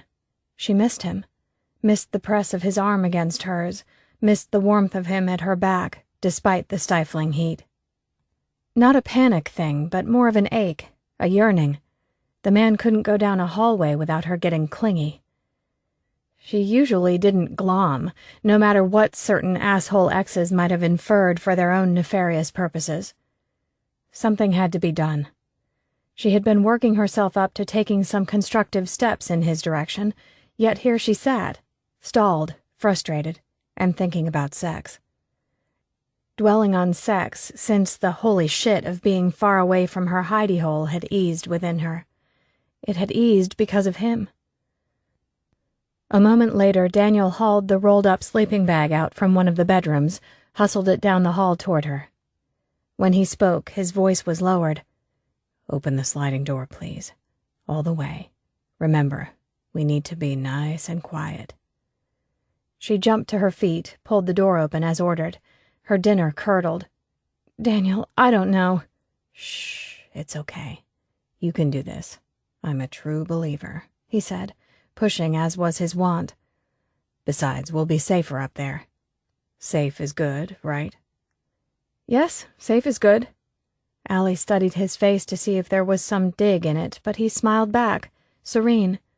Maybe a touch arrogant, but hey, that was him. "All right." The roof didn't extend far over the balcony. Daniel positioned a chair below the roof edge, put a foot up on it, and tested it with his weight. Once satisfied, he motioned to her with a finger.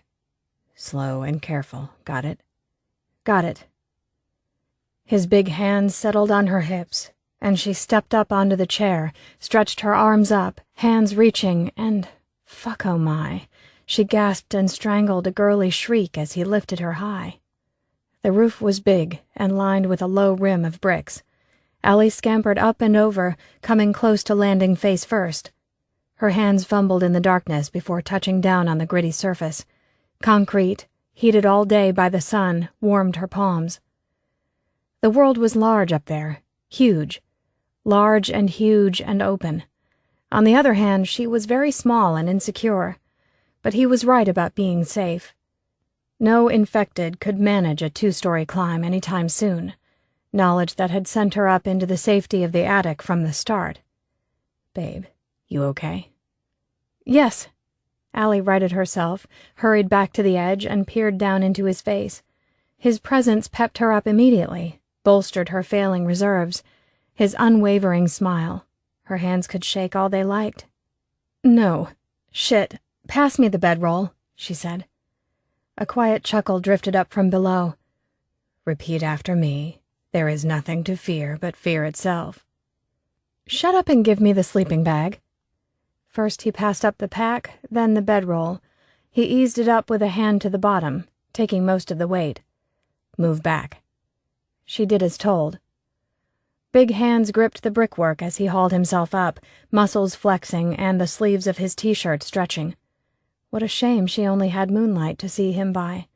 He was a whole display of delicious, packed full of win.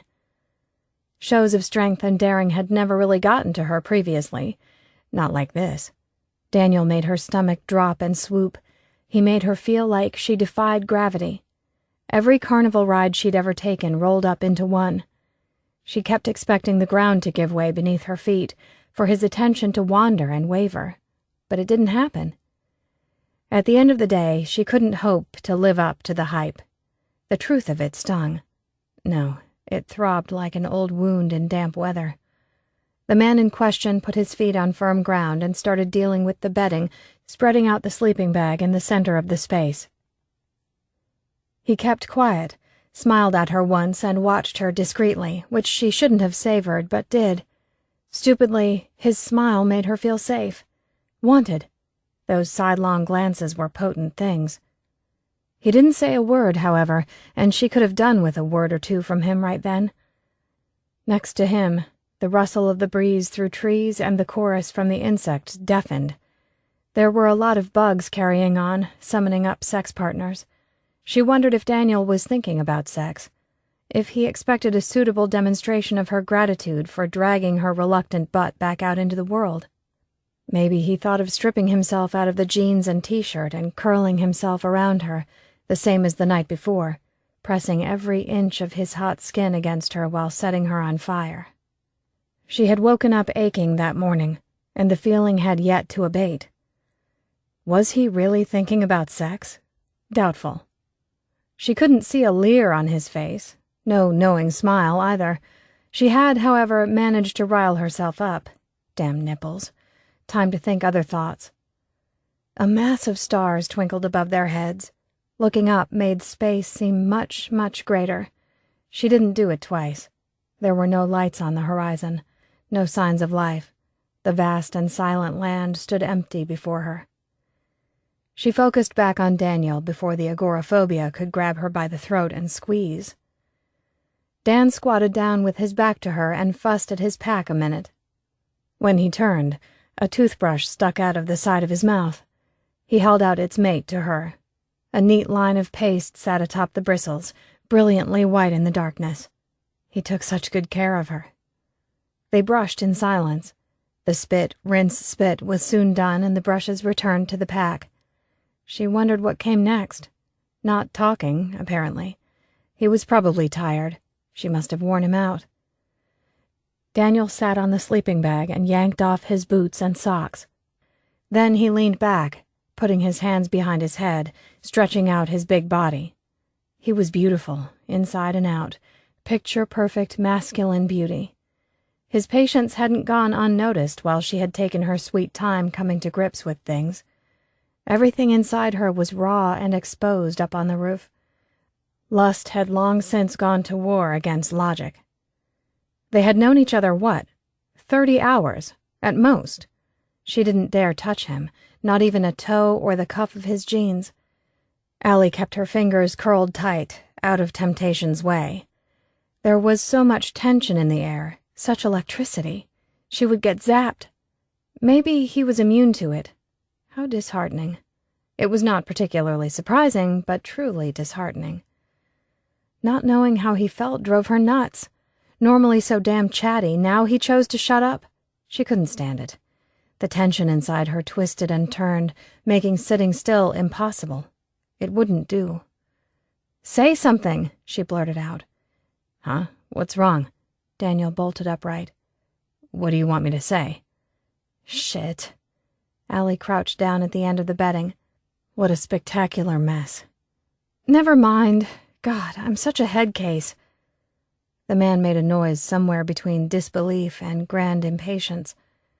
"Light of my life, come here, talk to me. What the hell have you been telling yourself for the past 2 hours, huh?" She waved off the beckoning hand, settled her butt back onto her heels. Her own stupidity knocked her on her ass. "I'm sorry. Really, it doesn't matter." The hand fell and tucked back behind his head. "If it didn't matter, we wouldn't be having this deeply confusing conversation. Now, tell me what I'm supposed to say." She didn't answer, but felt the words like a tangled, festering knot inside her. Hanging her insecurities out to air would not help. "I like you, Cranky," he said. "I like you, Cuddly." "Are you trying to be Dr. Seuss?" "Only if you find his works sexually arousing." She snorted. "No, not really." "Probably for the best." His hand beckoned once more. "Come on, babe. Come lie down. You're safe with me." "I'm safe with you?" she scoffed. Allie climbed over to him and the mattress on hands and knees. Sick of not being able to see him properly, not being able to read him.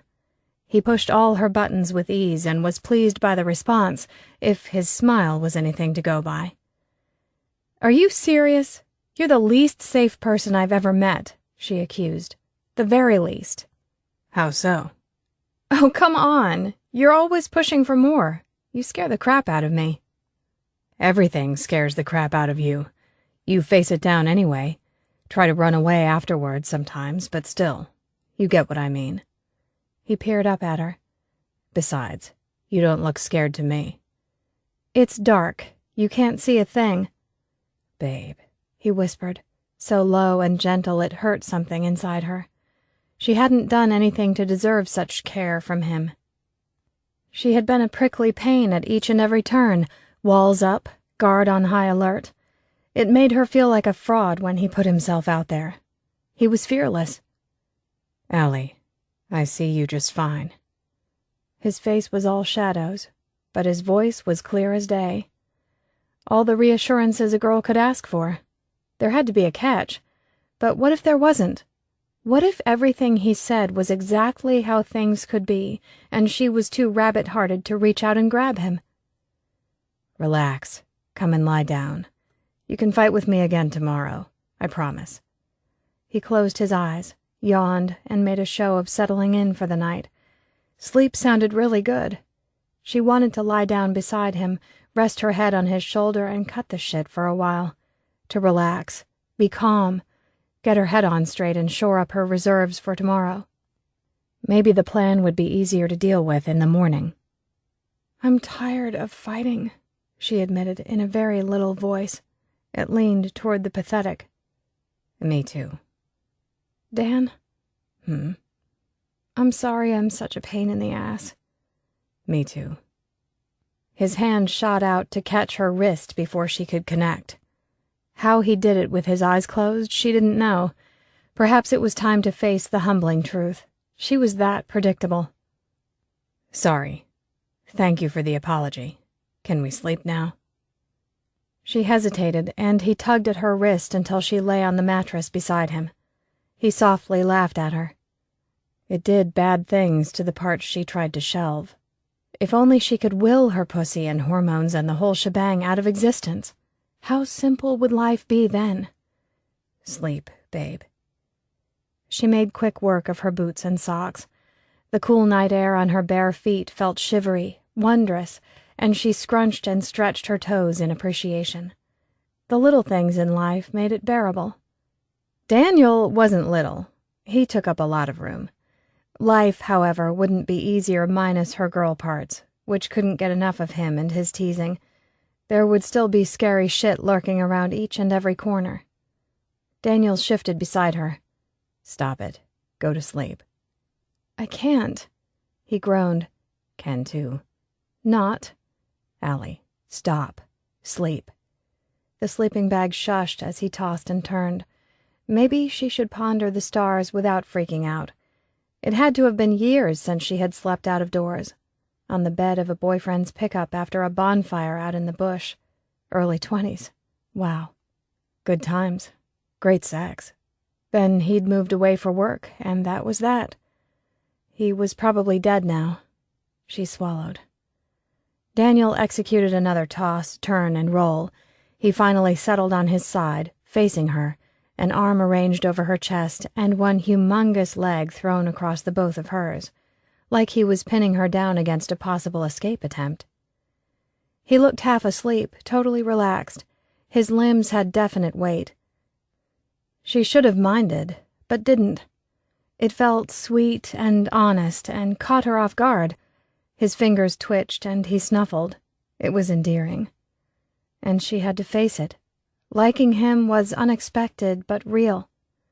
His breathing was slow and regular, and the stars kept twinkling overhead. She dared herself to keep watching them. Made herself. None were falling. There was a moan off in the distance, low and grating, but she ignored it and concentrated on the rest of what the world had to offer. Stars were far and away prettier to contemplate than whatever roamed out there, rotting and festering. She needed to find her happy place. His leg really did weigh half a ton, at least, maybe more. She didn't want to disturb him, but she was losing sensation in her toes. Pins and needles started up in her feet. Allie pushed against his thigh with both hands, wiggling out from beneath it. A hand closed firmly around her shoulder, holding her in place. "Huh? What?" Daniel's eyes flew open and found her, and then his face relaxed. "What's wrong?" "Hey, it's okay." She changed tactics, pushing against his shoulder until he relented and rolled onto his back, letting her go, reclosing his eyes. He was clearly exhausted. She wondered if he had gotten any sleep the night before. Still, he remained full of tricks. She had no sooner stretched out, unencumbered, than he rolled back onto his side and grabbed her with both arms before returning to his back, taking her with him this time. "Hey," she hissed. "Shh, sleeping."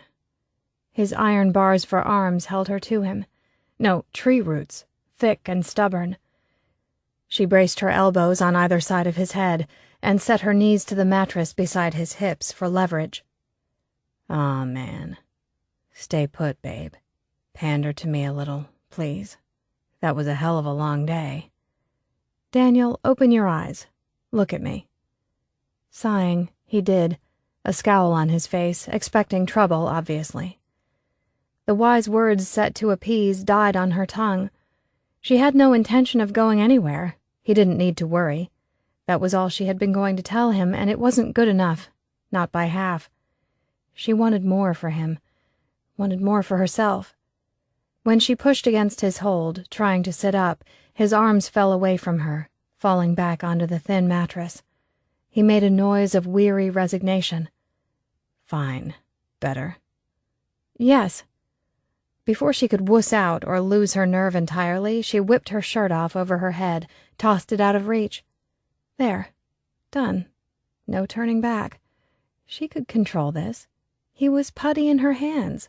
The ultimate power of whipping out your tits, it got them every time. As ancient as Adam and Eve with her dropping the fig leaf. Absolutely perfect. There would be no heartbreak, no losses. She felt powerful sitting astride him, safe. Shoulders back, breasts thrust forth. Perfect. And Daniel's eyes bugged out of his head in a most gratifying way.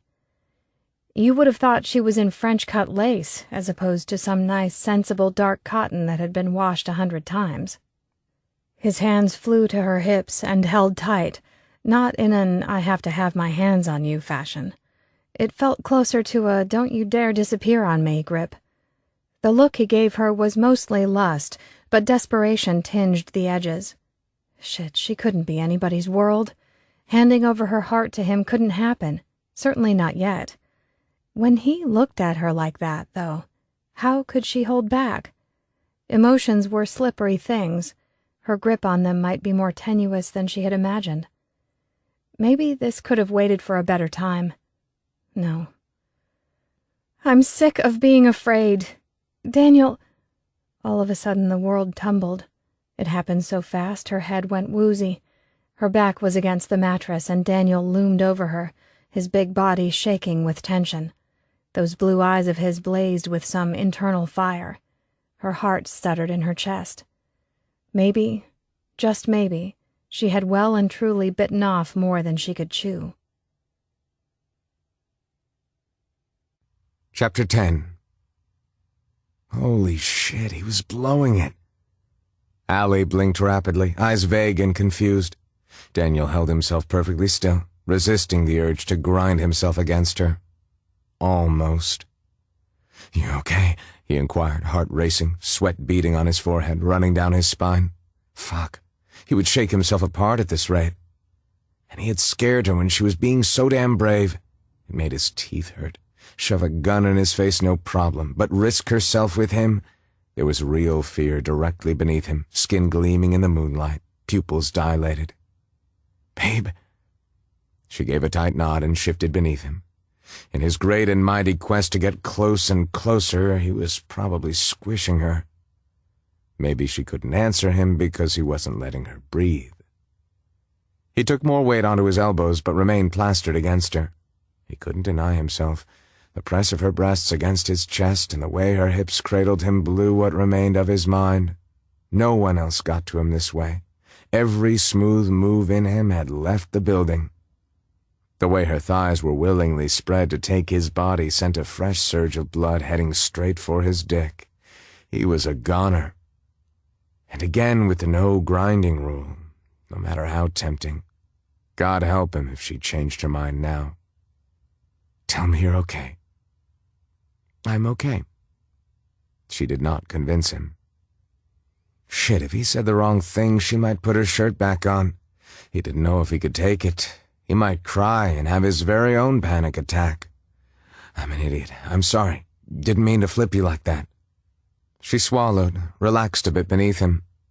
You, kind of took me by surprise. Yeah, I know. Sorry. I only took off my shirt, Daniel. The bra isn't even all that revealing, she replied, cool as can be, plush mouth set all prim and proper. If all it takes for you to lose your cool is the hint of hard nipples, then I'm concerned on your behalf. Shit. Say hard nipples again. Her body vibrated beneath him with soft laughter. No. He groaned, lowered his face so they were nose to nose, staring at each other. Each perhaps a little freaked out. Her hair had escaped the ponytail and lay spread across his sleeping bag. He rubbed a strand between his fingers, soft and silken. God, you are so beautiful. Allie's eyes skittered off, nervous with his praise. "Say thank you," he prompted. "Thank you. Say, kiss me." A smile curved her perfect mouth. He saw stars, dots dancing through his field of vision. This woman made his knees weak. Thank God he wasn't standing. "Kiss me," she said.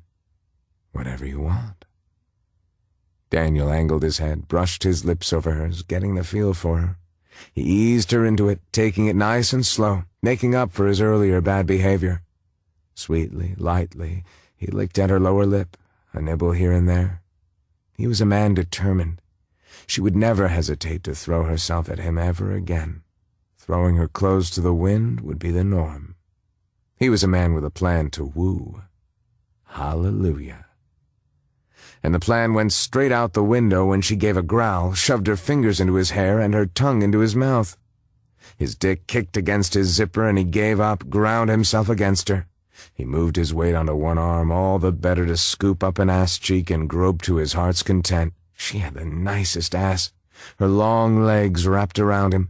He could spend hours with her doing just this, days, sucking on her tongue, drawing her in, giving her absolute access to him, then taking the same, and oh yes, she gave. And then some. Kissing her was something he could see himself doing for a good, long time. Daniel licked at her, stroking her tongue with his own. He explored. Her hands trailed down his back, pulled at his t-shirt. She broke off the hot and heavy kiss to drag it over his head. "Daniel," she panted, palms smoothing over his ribs. Her nipples poked at his chest through the thin material of her bra. "Your body's beautiful." "Glad you approve. Let's lose the bra." He rolled them onto their sides, then attacked the clasp on her back and peeled the straps down her shoulders. She shrugged it off, tossing it to the wild blue yonder. Sweet heavens, her breasts were gorgeous, generous. They filled his hands like a dream. Alabaster pale against the tan of his fingers, nipples beaded hard against his palms. She was a fucking feast. "Pants," she said. "Hurry." Daniel dragged his gaze back up to her face. It was a very determined face, mouth set and eyes serious. "What?" "Get your pants off." "Right." He reared back on his knees and made quick work of the button and fly, getting his pants and boxers off while his girl did likewise. Holy shit, the wriggling and wrestling. He couldn't watch or he'd blow. His dick tapped his belly as it was, but he couldn't look away. Ready, willing, and peeling off her jeans, kicking them off, hooking her thumbs in a black pair of panties and shimmying them down. Dan. Big eyes blinked at him. The panties went down. His mind going, gone. Because, oh yes, a dark tuft of pubic hair and not much else visible in this dark, but he could feel his way just fine. And hell, he wanted to take his time. Yeah. His face belonged between those thighs. He needed to nuzzle the glossy wet lips of her sex. Licking and laving and breathing her in were all that mattered now. Hell, he would imprint himself on her if he could figure out how. "Why are you waiting?" His girl tilted her head, mystified, reached up and grabbed his hand. "I want you in me." So when it came to talking, he said the only thing he could possibly bring himself to say. Yes. He collapsed back down on top of her, taking his weight on a hand at the last. Allie grinned, planted a kiss on his mouth, and pressed his hand to her hot, wet sex.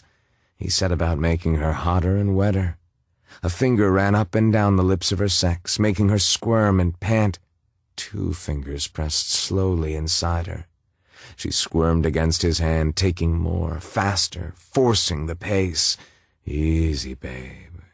His thumb stroked her clit, working it side to side till her back arched, offering up her breasts to him. He hunched down to suck a sweet, stiff nipple into his mouth and worked it with his tongue. Her noises were perfect, all the moans and gasps building him to a fever pitch. He was already barely hanging on. "Dan, please, hurry." "Soon, babe, very soon. Come for me first." The need to be in her was driving him mad, but there was no way in hell he was going to give in and mess this up.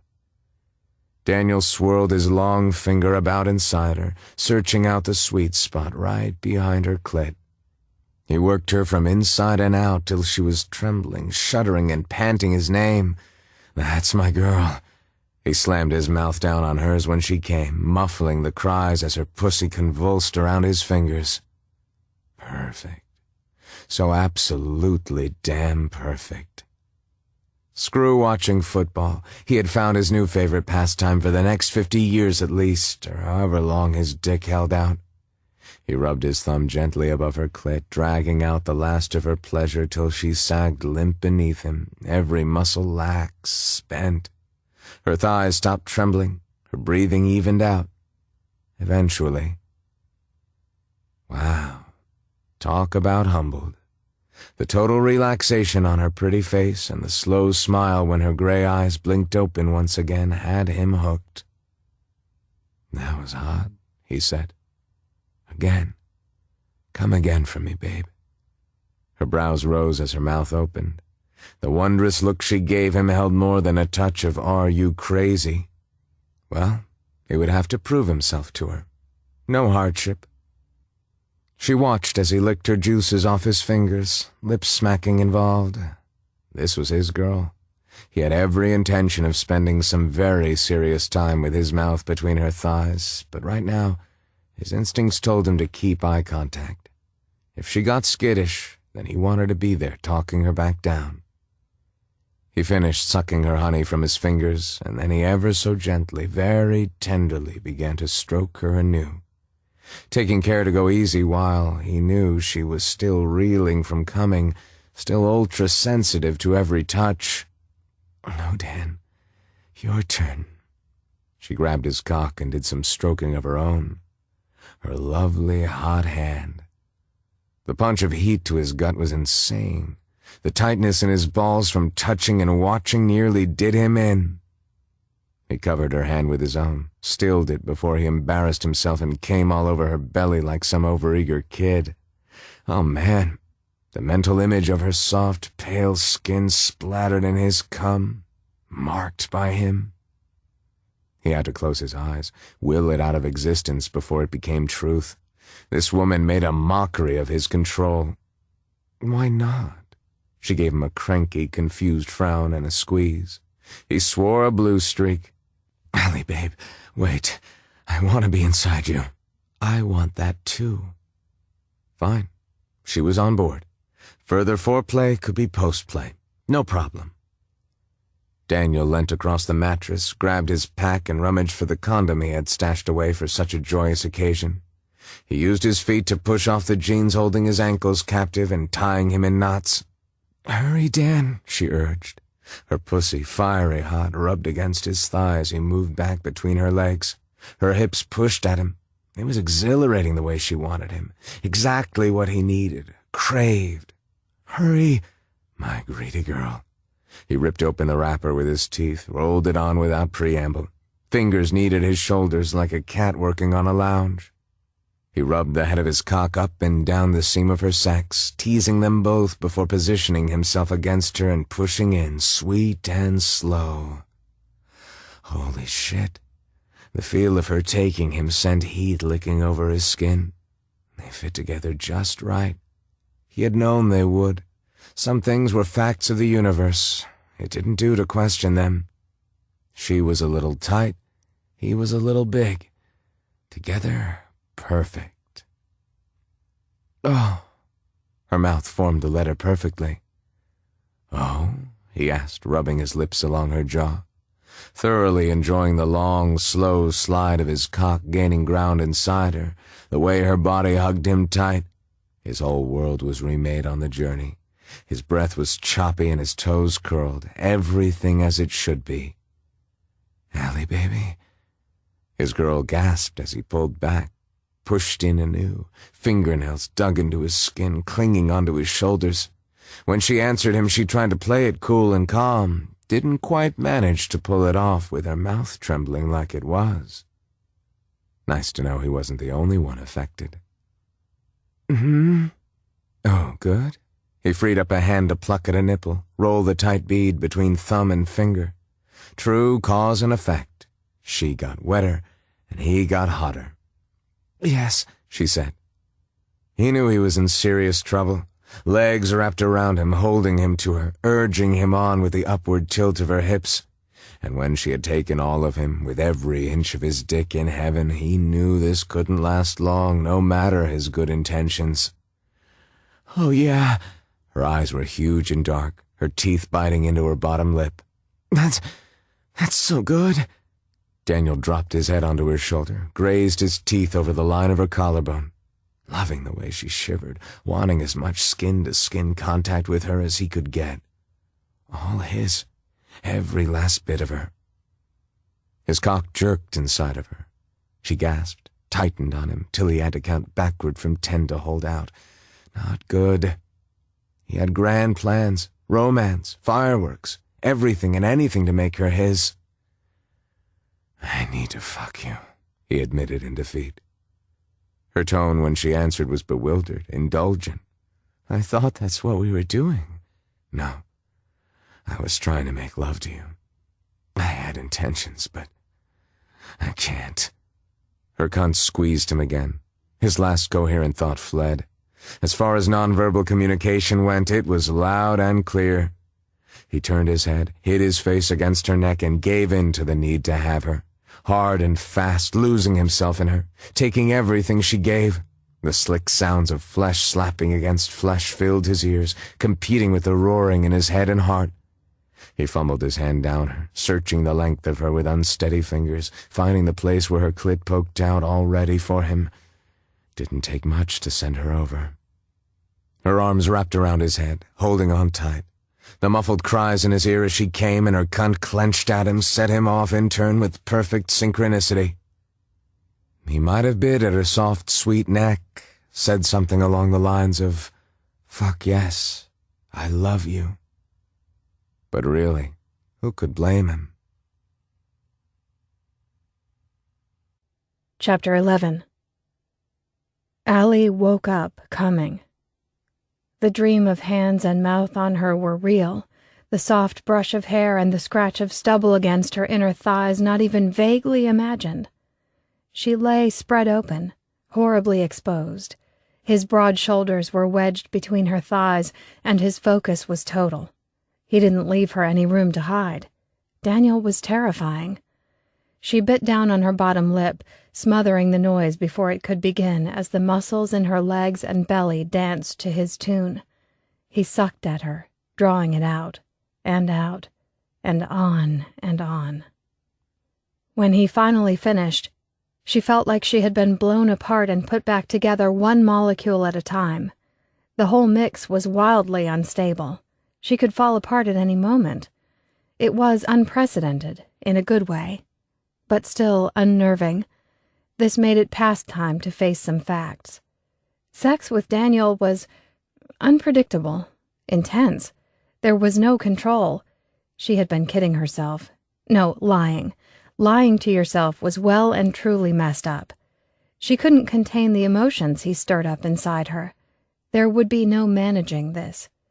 Daniel swiped his tongue gently up her center, dragging a needy whimper from her. Her hips twitched as he placed a ticklish kiss above her mound. Then he wiped his mouth with the back of his hand and grinned up at her, obviously well pleased with himself. "Breakfast of champions."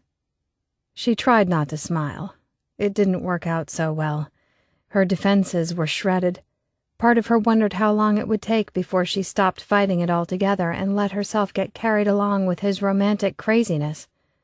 That was a sneak attack. "You're welcome." Her feet rested on his back, his shoulders and arms holding her open. His two big hands spread across her stomach.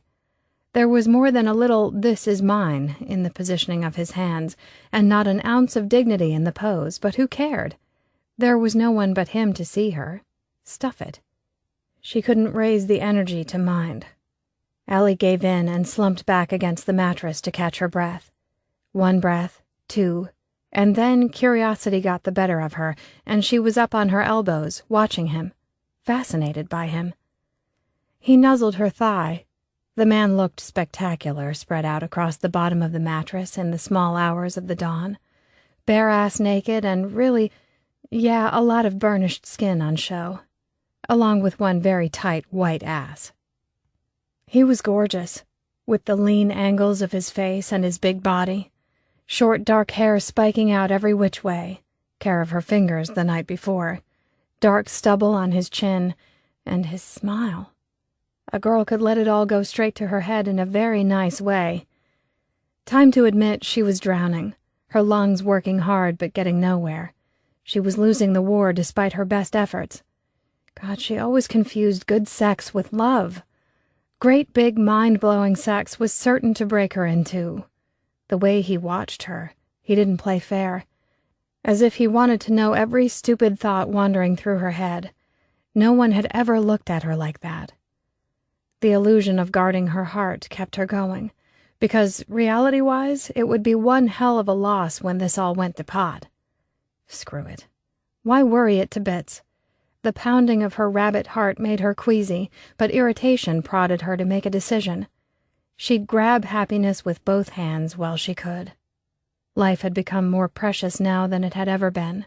She needed to make the most of it. Decision made. Allie turned away from him, studying the gorgeous dawn. The beauty removed the scariness, gave her a chance to calm down and quiet the panic attack in the making. Already sweat dripped between her breasts. It would be an absolutely sweltering summer's day.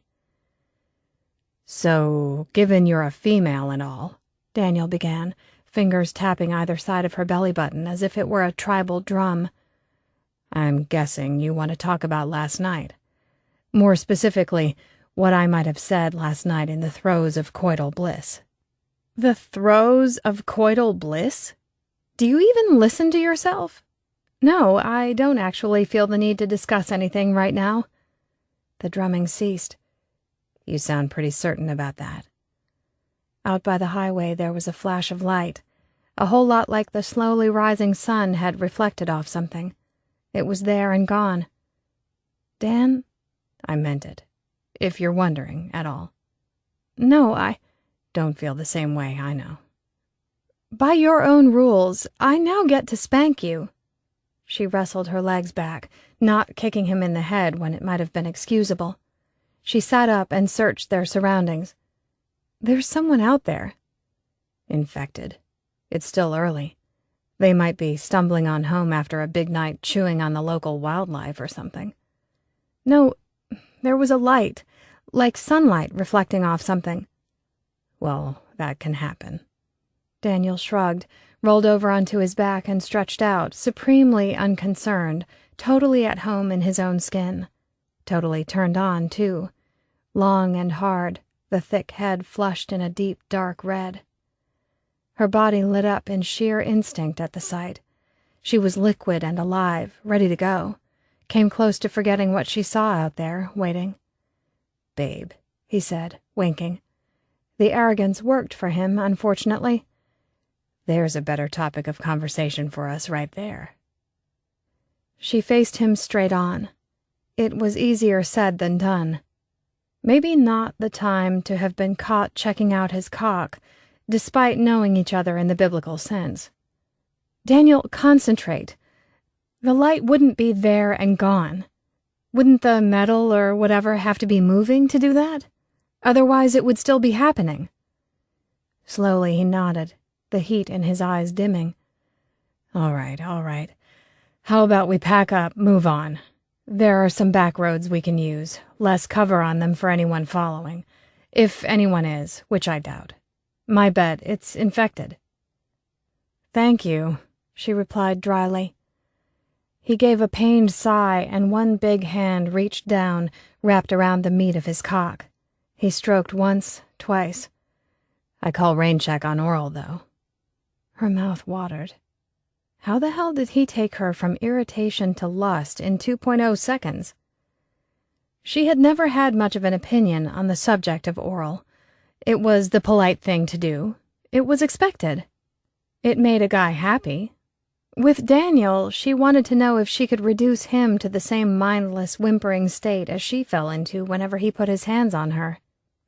She wanted to know what he tasted like, what he felt like. Would he pant and plead? She wanted to please him and show him without words what he was starting to mean to her. She could imagine herself on her knees for him, sucking him off. It was no great stretch of the imagination. Her mind leapt at the idea, and her pulse thumped hard down low. The strong, sure way he handled himself held her captivated. A muscle jumped in his jaw and his stomach tensed. With lips parted, he watched her watching him. He really was beautiful. Her body heated further every time she met his gaze. But the light she'd seen, it hadn't been her imagination. She tensed as the old familiar stress slid through her. They weren't alone. This wasn't safe. Dan, she whispered harshly, torn in two. She'd love to watch him make himself come. This isn't safe. I love that expression on your face, all hungry and curious. And there it goes. The man gave up stroking his still hard cock with a truly agonized groan. Surprisingly, she was disappointed. Disappointed that he had stopped. Disappointed that she had shut down on him, her and her rabbit heart. Oh well, we are making progress, babe. I can feel it. It was on the tip of her tongue to deny or retract, but she held the old standard in. Allie reached for her clothes, liking the ache between her legs. She gave him a long look over her shoulder, a playful look, impressed that she remembered how to flirt. He gazed back at her in rapture. Maybe her skills weren't so rusty. I might be willing to honor that rain check, he said. Later. That's so. Daniel came to his knees behind her, pressed his front to her back, and took the weight of her breasts in his big hands. A shiver ran straight down her spine. A baby jolt of lightning. You're gonna mess with me all day, aren't you, mean woman? He said. Probably. She didn't stutter too much as he rubbed himself against her ass. The hot length of him was melting her down. We can discuss it once we've found somewhere safe tonight. Oh, I guarantee we'll be discussing it. He whispered the most terrible things in her ear, half of them unintelligible. Her surprisingly dirty mind filled in the gaps. Still, the feeling lingered. They weren't alone. Someone was watching. Daniel, the light, remember? His breath sounded choppy against her ear, his groan loud. We may need to up the ante from oral. Be warned. Chapter 12. Daniel knew she would be the death of him, but he couldn't keep his eyes off her. Allie wedged her upper body beneath a line of supermarket shelving as she stretched and strained to reach wayward cans of caramel goo. The words pouring out of her sweet, sweet mouth were gutter talk by any standards. Daniel wouldn't have gone anywhere near her had he been the subject of that particular discourse. What a lie. He was a total sucker for her, fair weather or foul. Ideally, he should help her reach the cans of goo. He really, honest to God, should get down and lend her some assistance, only her butt was wriggling in the most intriguing way. He couldn't move to save himself. The sight held him transfixed. A few hours previous, he had lined the length of his painfully hard cock up the crack of her very sweet ass. Awfully close to heaven on earth as he knew it. It made a man wonder what he could talk her into, given a little time and plenty of patience. And he had both. The possibilities were endless. But back to the present. Yes, Eureka! Said butt wiggled back and several cans rolled forth. He really wanted to cup her ass, take it in hand and call it his, lick it, bite it, and own it completely. It would so make his day. Well done, brave young hunter.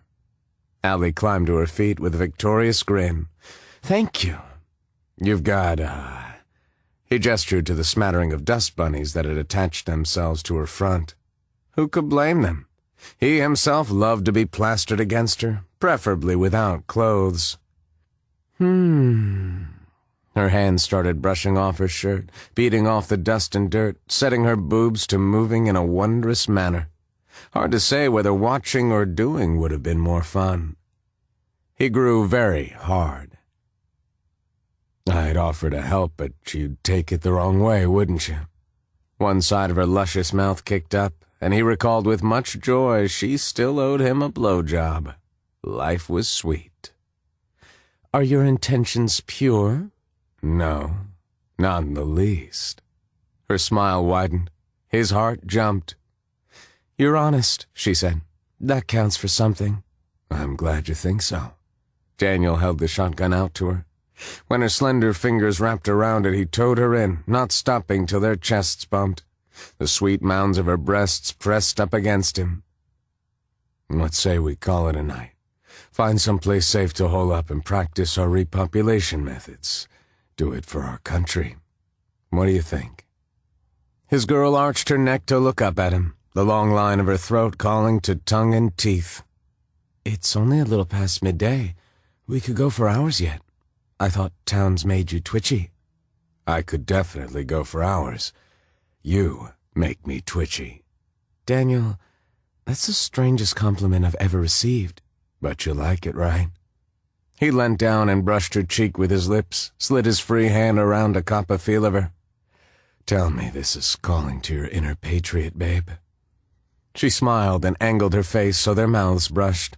Lips soon locked with everything hot and wet and good. Kissing Allie was so divine he forgot to breathe. Her kisses made him giddy. The way she opened her mouth to him was exactly what he needed. Her hand moved up his chest hesitantly, turning him rock hard. He oh so welcomed her touch. Far less welcome was the shrill wolf whistle from the end of the aisle. Daniel shoved her against the shelving behind him. He kept the shotgun in hand as he faced the strangers. 5 of them, all wearing the remnants of military uniform with a dash of fuck you thrown in for good measure. Harley t-shirts and shit-kickers, mirrored sunglasses and backward ball caps. It was a wonder they could stand, they were so heavily armed. He had failed her. We'll have the woman, one large and ugly specimen informed him. Daniel could smell the scotch and marijuana perfuming the bastard from meters away. Bad idea, seriously. She's very mouthy, difficult. I won't even start in on her trust issues. And yet... The big bastard licked his chops and ran his fingers up the barrel of his machine gun. Clearly, the gun overcompensated for something. The bastard resembled an ape, hairy shoulders displayed by an undershirt that had to come back as something less tortured in its next life, if fairness counted at all. Knuckles slid against his skin, and her hand gripped the pistol tucked into the back of his belt. The gun slid out, and his heart hit the bottom of his chest and broke in two. The pain was shattering. I'm sorry, baby, he whispered hoarsely. She was mushed up against his back, caught between him and the shelving. Her frantic breath made a damp spot on his t-shirt. His sweet girl. What the hell had he done dragging her out into this? He had failed her. So angry he was shaking, Daniel bit down on his tongue, focusing on the pain. He wanted to rage at them, but she couldn't afford for him to lose it. Not now. Drop the gun, asshole, and step away from her, snarled the behemoth. Allie's fingers dug into his hip in response, holding him in place. She had obviously connected the dots as he had. They only wanted her. He was expendable. Now! Bastard screamed, his 4 mates making menacing motions with the weaponry at hand. Allie pressed a hot kiss against his back. She had a gun. He knew exactly how she planned for this to go down, and while it broke him inside, he had to agree. Leaving her alive at the mercy of these bastards was out of the question. Pity he had the shotgun instead of his pistol. But he would... A bright blossom of red erupted dead center in Bastard's forehead. Daniel's heart caught. They were in play. Whoever they were. Machine gun fire tore into the roof as Bastard fell, his finger caught on the trigger. Daniel turned and took Allie to the floor, covering her with his body. Noise and color lit up the supermarket aisle. It had turned into the OK Corral. He emptied his shotgun at the bad guys, trying to keep his head low. The remaining 4 fell back fast. They sheltered behind the shelves, one full of soup cans. Liquid was flooding the floor, surrounding the dead in a pool of blood and French onion soup. At the other end of the showdown was one man, one lone guy. Blonde, 20-something, and serious as shit. He had a pistol in each hand when he ducked out from behind a diaper display, squeezing off rounds at Bastard's mates. "Move!" their new best friend roared. Daniel shoved a hand beneath Allie's waist and scooped her up. He dropped the spent shotgun and snagged his pistol from her grip. The bastards didn't want to kill her, yet bullets filled the air. It was pandemonium. Daniel sheltered her with his body, threw a hand back and emptied his clip helter-skelter. Hauling his girl to her feet, they ran toward their Lone Ranger. "Back exit, go!" The blonde guy nodded toward a staff-only hallway, and Daniel dragged Allie toward it, past a row of fridges full of rotting food. "Gun. Give me a gun." Her words were rough, but she had found her own feet. "Can't. We've lost the pack. Go." He let her pull free of him and followed her into the dank hallway. The guy wasn't far behind. Daniel heard cursing and gunshots following them. A body held the exit door propped open, army boots lying in blood. Throat gone. Allie hesitated at the gruesome sight. He tugged at her arm. "Don't stop." "Gun." Without flinching, she scooped up the dead guy's handgun smothered in thick, congealing blood. Her face blanched and her throat worked, but she kept it together. Of course, she hadn't yet seen the second body, dispatched same as the first. The blonde guy sprinted through the hallway after them, moving like 6 feet worth of athlete. He crammed a fresh clip into one of his pistols without slowing. He was pretty fucking impressive. The hallway led to a loading bay, roller door pushed up. Heavy gray clouds covered the area. Nothing moved in the parking lot. A delivery truck sat idle, stripped down, and a large gas tank lay nearby. Daniel faced the stranger, heaving in breaths. "Getaway plan?" "I'm going to blow the tank," the stranger announced without preamble. "Run!" Chapter 13. They ran. Along the back of the supermarket, behind a couple of refrigeration trucks, and on to Forever. Forever these days being not so impressive. They ran down a line of specialty shops, through parking spaces and a row of storage sheds. Debris covered the area. And damn, she hurt. The side of her face felt fit to explode where it had connected with the supermarket floor. Her head spun and pounded until she couldn't have found the ground. The tang of blood lingered, thick and cloying, but the gun stayed in her hand. She was done with being a dead weight, done with panic attacks. The gas tank exploded behind them, splitting the early afternoon in half. The ground buckled beneath her feet, and she nearly hit the ground with her wits cracked and scrambled. Daniel caught her, dragged her on. He pulled her into one of the sheds as the smoke and haze hit the overcast sky. It had looked like rain. Now it looked like hell. The cool brick wall felt good against her back. The shady inside of the shed was a welcome change from the weak sunlight. Fuck, her head hurt. Every little last part of it. It spun and pounded and throbbed all at once. Her stomach churned, and she swallowed hard, trying to keep its contents down. So damn not good. Allie rubbed the pilfered handgun against her jeans. What a mess. Some bastard's lifeblood smeared down her side. Shit. Some bastard had wanted to make her a personal fuck toy. Someone who was willing to kill Daniel to do so. Bloody hell. She had been in the middle of her very first gun battle. Her ears still rang, though it might have been the head wound. The stranger slipped into the shed like a shadow, calm, with his gun still in hand, everything about him at the ready. "Hey," he said with a nice, deep voice, serene despite all the bloodshed and crazy in the supermarket. Her eyesight blurred, and he was just a shape, crouching down before her. Everything around her was a painful gray haze. She had no recollection of sliding down the wall, but it was probably all for the best. "Hey." Allie frowned, concentrating till things swam into focus. It took some time. The stranger frowned too, which was fair enough. She didn't sound so great to her own ears, probably looked awful. Stupid thing to worry about, but the man watching her, he was pretty. Take a picture pretty. A few years younger than her 32, blonde hair on the longish side, with pale green eyes staring back at her, still frowning. Her focus wavered as the pounding in her skull kicked in anew. Curling up into a ball in the corner would be for the best, but she couldn't. If she fell apart now, they were fucked. Those people were still out there, ready to murder and God knows what else. "Put your head between your knees." The stranger used that voice again, smooth and authoritative. He controlled the situation. Exactly what was required. She did as told and hung her head. "That's it." She nodded, or tried to. "Hey, you," he said, referring to Daniel. "There's water in my pack there." Fingers rubbed at the back of her neck. The stranger's fingers. Nice of him. "Thank you," she mumbled. There came the sound of footsteps and ruffling, then more footsteps headed straight for her. Daniel. Daniel was close. Good. Everything was better already. "Babe?"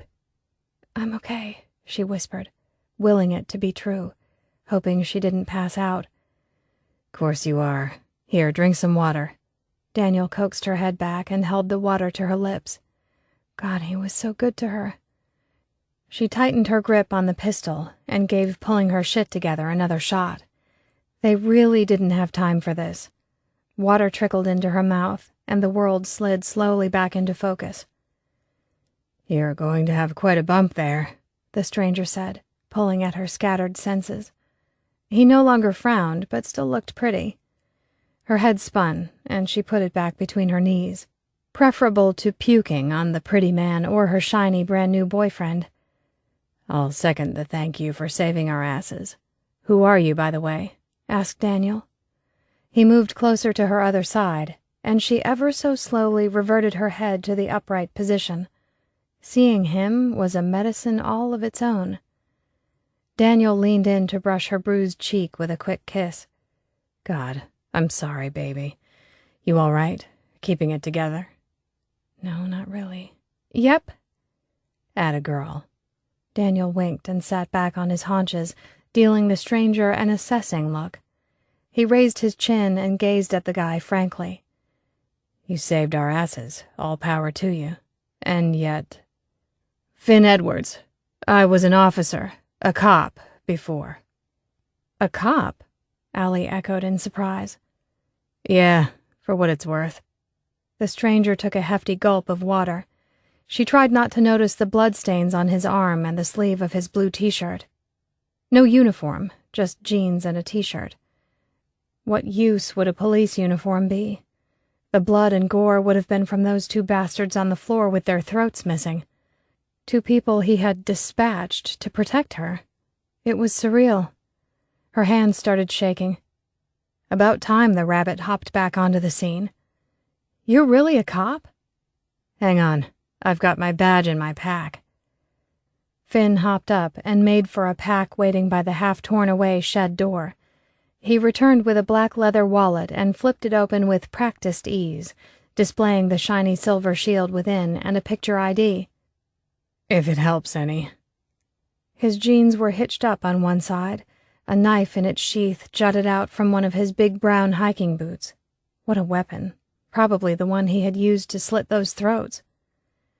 "You haven't told me your name." Finn bent down, putting himself back into her line of vision.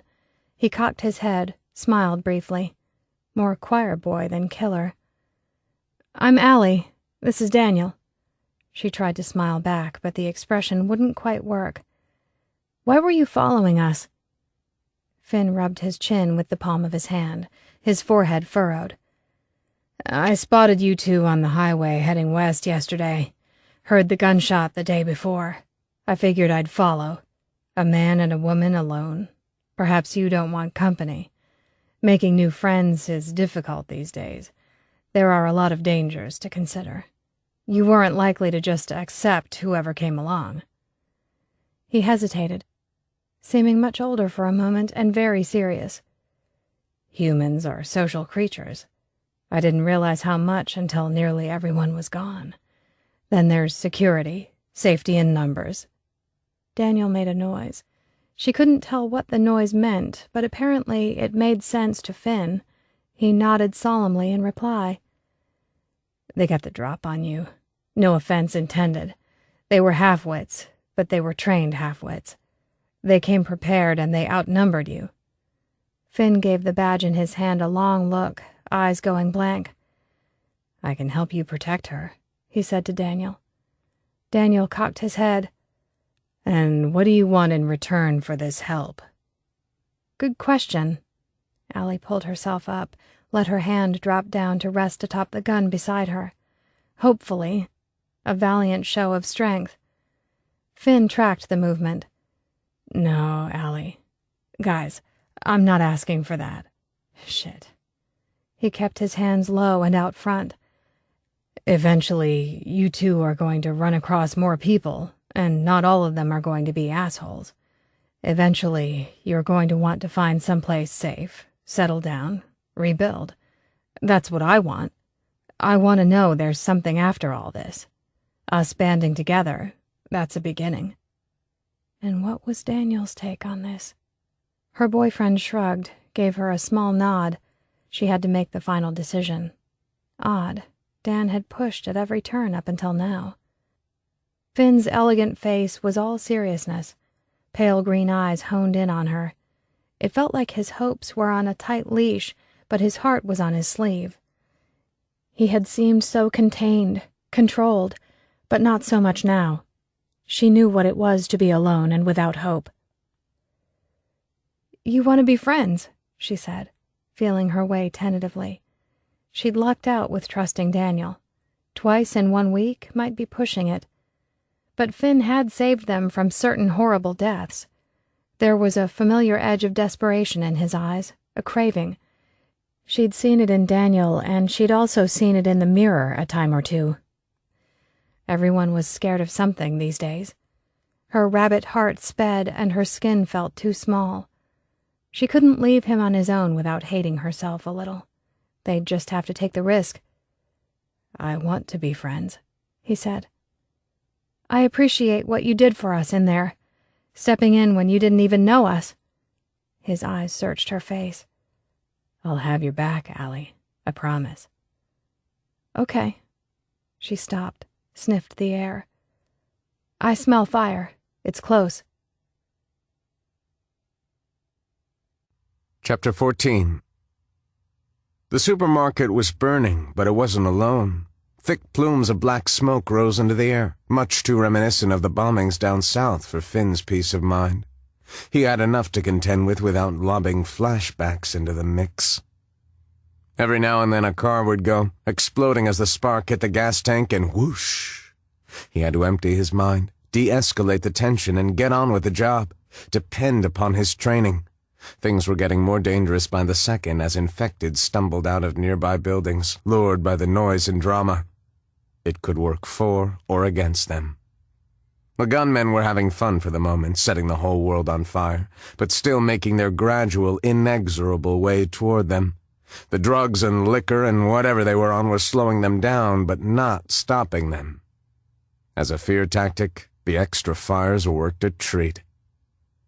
They're helping the blaze along. The big guy, the civilian, Daniel, scowled in the direction of the bonfire. It was far too fucking close for comfort, in Finn's professional opinion. Let's get moving. Daniel helped Al to her feet, tucked a strand of hair carefully behind her ear. It was a tender moment that spoke volumes. The way the big guy could step into her personal space without her blinking. The way he could touch her. Finn watched while Daniel melded his hands to the curves of her hips. Al fit the length of her body against him. It hadn't even occurred to Finn that he wanted that. Not until right then. A thorn caught in his throat. Okay, it had occurred to him. Of course it had. The usual hot, sweaty thoughts passed through his mind. But this was specific, wanting to fit her against him. Just like that. Baby, good to go? Daniel asked. We need some distance from these dickheads. Al didn't look good. She was dazed. The bruise on the side of her face bloomed in dark gray and blue. The gun was still in her hand and at the ready. What were the odds of her shooting straight with a concussion to guide her? Shit. What about a car? She whispered. Finn cleared his throat, and her eyes darted to him nervously. Allie, there's still 4 of them that we know of. Going further into the center of town would be a bad idea. Probably we'd be flanked with more infected around to manage. Plus, they came from that direction. They'll know the area. There's only one road heading back to the highway from here, then it's a mess.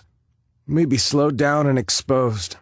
If we made it to the highway, there's too much open space. They would run us to ground." Al's arms tightened around Daniel. She opened her mouth and nodded slowly, her gaze at her feet. Finn didn't blame her in the least. While he might not like the report, he would give it fully. "I didn't think of that," she said. Finn settled his pack over his shoulders. He picked up a pistol, double-checking the clip, from habit more than necessity. It was full. "To sum up, a car or a bike would be bad. Stealth is more important right now." "What's your plan, then?" Daniel asked. He deferred without antagonism. This time, at least. They didn't have time to butt heads and clash antlers. The man ran a hand down Al's back, part territorial, part reassuring himself, maybe. It had to be killing him what had gone down in the supermarket, her getting hurt because of him, no matter the circumstances. Finn knew he'd been right. All-around nice guy or not, Daniel could not keep her safe. Not like Finn could. Not like Finn would if it came down to it, when it came down to it. Daniel could fend for himself. "There's a river about 1 kilometer west. I say we make for—" An almighty explosion shook him, the ground trembling beneath his feet. It was soon followed by a second. No time for talk. "They're getting closer. Let's go." They ran, keeping careful and low. They dashed from shed to shed, then along a line of dumpsters. Allie did well to keep up, sequestered between them. Daniel led. Finn found it easier on his concentration if he could keep her in sight. She was less of a distraction right in front of him than she would have been behind. Plus, the assholes were back there. Flames roared in the distance, but they could still hear the pack of gunmen over the fiery cacophony. They yelled and fired their guns into the air. The assholes were doing their best to round them up and hunt them down. Suburbia surrounded the shopping precinct, older-style wooden buildings mixed in with newer brick and tile. They moved as fast as they could. Daniel helped Al scale a chest-high wire fence while Finn stood guard. A few feet from the ground, she lost her footing and tumbled down, landing hard. The big guy hurried down there in a flurry of action. He landed deftly beside her while she stood and rubbed at her fine ass. I'm okay." Daniel cupped her chin and gave her a good long look. "Hurt anything?" "My butt, my pride. Otherwise, no." The big man gave a tight nod, walked her back from the fence so there was room for Finn amongst the shrubbery. "Come on over. We better keep moving." Finn got up and over while the big guy watched their back trail, gun in one hand, Allie in the other. Moaning drifted up from within some of the houses where the infected had been sheltering from the daylight. The situation grew worse. "This is going to get ugly fast," Finn reported. The big man grunted, keeping his eyes on his woman. She barely stood her ground, swaying like a wind buffeted her. Daniel didn't wait for her to throw a leg over the next fence. The man grabbed her about the waist and lifted her over the hip-high wooden palings. Setting her down, he kept a hand on her while following her over, doing his best by her.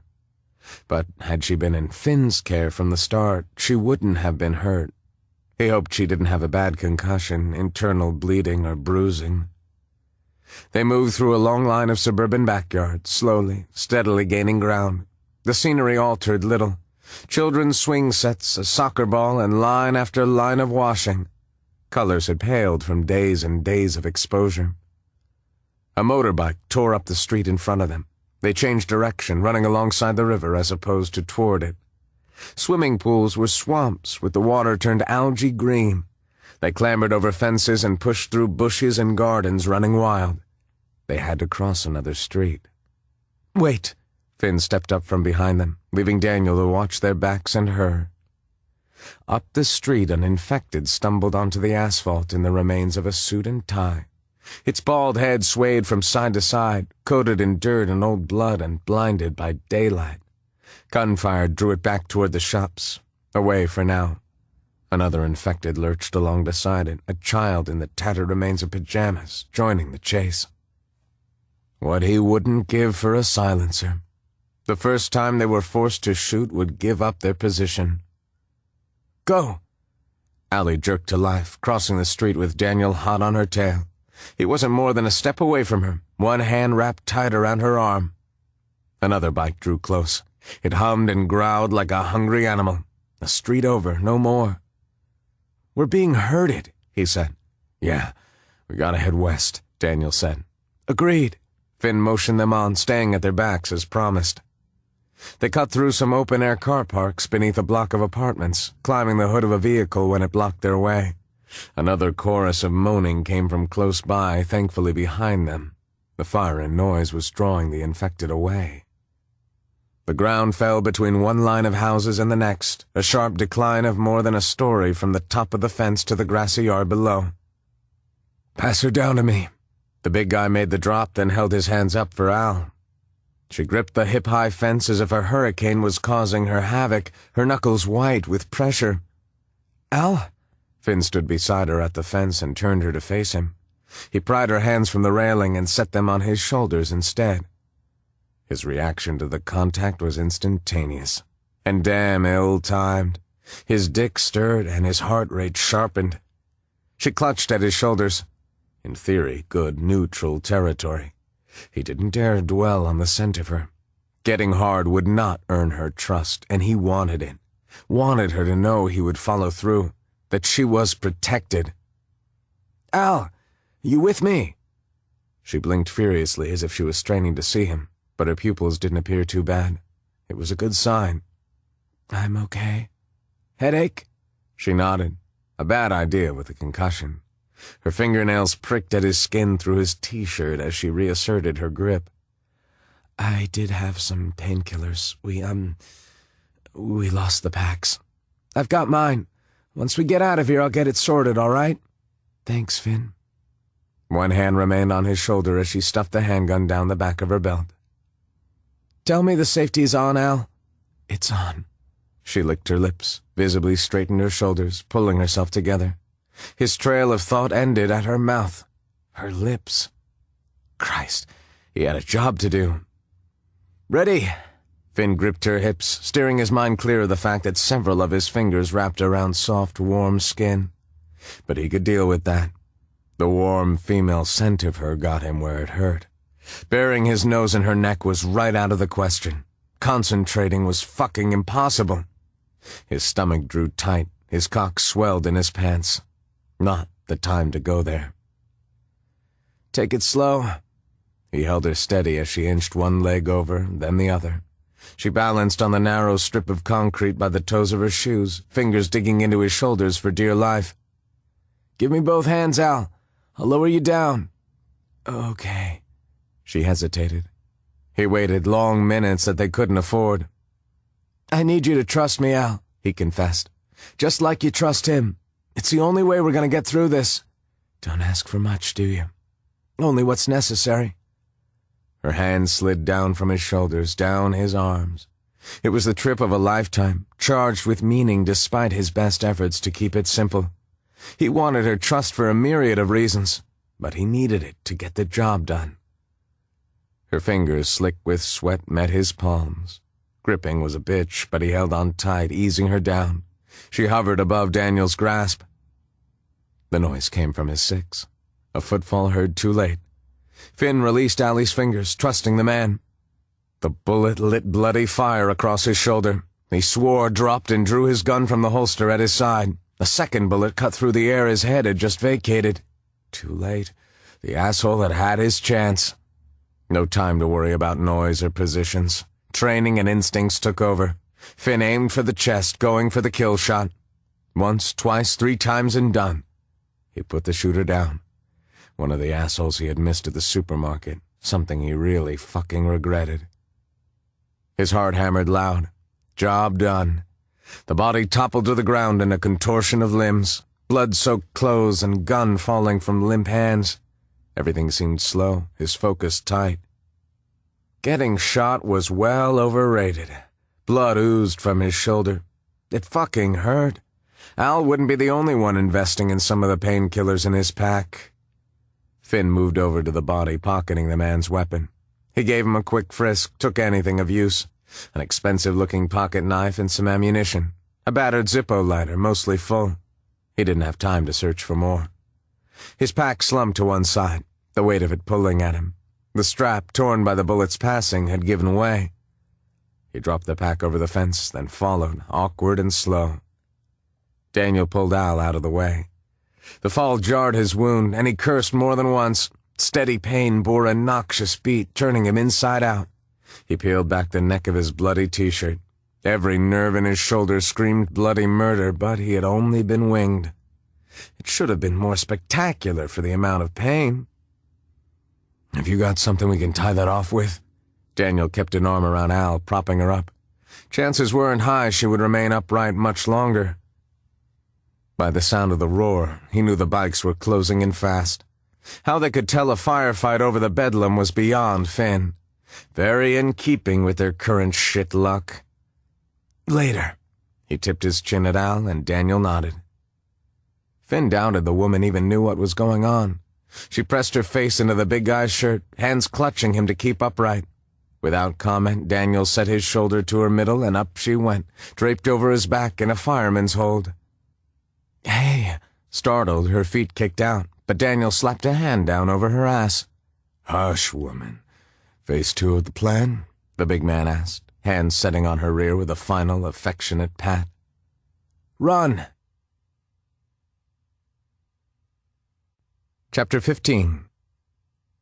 They had found a hovel to hide beneath for the night. Daniel knew it was a hovel, bone deep. No debate. He lay on his back in the dirt, staring at the shadowy wooden floorboards a bare meter above his head. When he was a kid, they'd lived in a similar place, a small 2-bedroom cottage with walls so thin they'd shake. His father would stomp about, rattling the panes of glass in the window frames. The old man loved to intimidate with his size. Prime, perfect example of everything Daniel never wanted to be. No, he'd only wanted to protect Allie, and he'd ballsed that up royally. Guilt smothered him like lead lining. It was amazing he could breathe. He saw Finn crawling around in the near darkness, patrolling, watching the street. The machine had nothing on the kid as he went about his duty. Daniel didn't know whether to be jealous or grateful or what. Mostly he just felt tired. He could feel himself sinking into the ground, wanting to give into it. A yawn cracked his jaw, and he opened his eyes wide, trying to stay with it. They needed to be on the alert. Ramshackle fence palings hung on all sides of the cottage, little protection against anything should anything manage to find them. The situation was well and truly fucked. His girl was out cold. A lovely load strewn across his chest because he beat the dirt floor comfort-wise, and because he needed her close. If he were some cynical, sorry son of a bitch, he might have had a moment. He might have figured playing mattress was the most he was good for. There was no sugarcoating it. He had failed her. He had lured her out of her hidey-hole, and then been too high on life and love to protect her. It couldn't happen again. For the last couple of hours he'd been picking their problems apart, trying to come up with a solution. If Finn hadn't turned up, then he or both of them would be dead. Or worse, because there was worse. Her trust issues began to make sense. What those fuckers wanted her for would be a living nightmare, guaranteed. His stomach roiled at the thought of them hurting his girl. Scrubbing the inside of his head out to purge those pictures would be a mercy. There weren't any limits to how far he'd go to keep her from such a fate. He'd do anything. The bastards riding up and down the streets intermittently blocked off their lone escape route, a rickety old railway bridge. It didn't seem to bother them that infected roamed the night. Because of their patrols, the only pissy footpath to freedom wasn't an option. No one was getting across the river tonight. Beautiful. Smoke remained thick, but the flames hadn't reached them yet. No more fires had been lit close by. Even the bastards had to have deduced they risked being caught between the fires and all the infected. Finn crawled over on hands and knees, favoring one side. His arm was tucked up against his chest. Daniel added that to his list of worries. But Finn could take care of himself. "There are less infected on the streets than there were a month back," the kid commented, dropping onto his belly with gritted teeth. "Notice that while you were out and about?" Daniel nodded, traced a hand over his girl's back. She slumbered on top of him. He slid his hand beneath her shirt, pressed his palm to her back. Feeling her breathe, taking in the warmth of her skin, soothed him. Yeah, they're running low on food. Fine. How is she? Woken her up recently? About an hour ago. She threatened me. Dan grinned, heart swelling with love. He was just beginning to understand the things a man would do for love. She has such a creative mind. Finn chuckled, casting an eye over his sleeping beauty. His gaze glommed onto the side of her breast where it pressed against Daniel's chest. After a hell of a long moment, wherein he was certain the guy had stopped breathing and quite possibly swallowed his own tongue, the kid's gaze shot back to Daniel's face. Hungry-looking eyes turned guilty in an instant. Shit. Sorry, man. Don't worry about it. I know what it's like. Yeah, he knew what it was like. He still wanted to hit the pretty asshole, but he did know what it was like. Therein lay the root of the problem.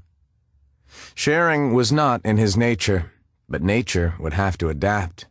Allie needed this kid. Finn was a modern-day gunslinger. Deep down he fucking hated it, but his girl needed this one nice and close, preferably wrapped around her finger and deeply concerned about her health and happiness. Every goddamn minute of every goddamn day would be best. Daniel did not want to share her. Not with the kid, not with anyone, not even a little. He knew it would work, this insane idea of going halves, but just didn't want it to. He had only recently found her and she was his. But he couldn't keep her safe on his own, a fact that bit deep and hard and hung on as a pit bull would. How the hell to convince her? What Allie wanted and what would keep her safe and alive would likely be at odds in this case. She'd accused him of being pushy a time or two. His girl had no real idea how far he'd go to protect her. The kid hung his head, shoulders rising awkwardly with a deep breath. I'll go do another lap. No. Daniel sealed his eyelids tight, then opened them. Belief that he was actually about to take this step was a long, long way off. You've been at it for hours. It's my turn at guard duty. You be the pillow. There was a moment of relief followed by a flash of what the fuck on the kid's face. What?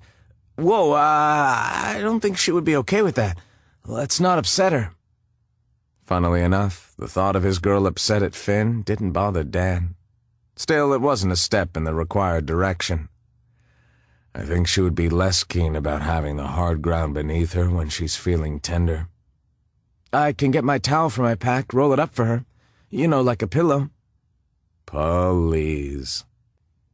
Even in the low light, he could see the emotion playing out over the kid's face, wary and want going to war.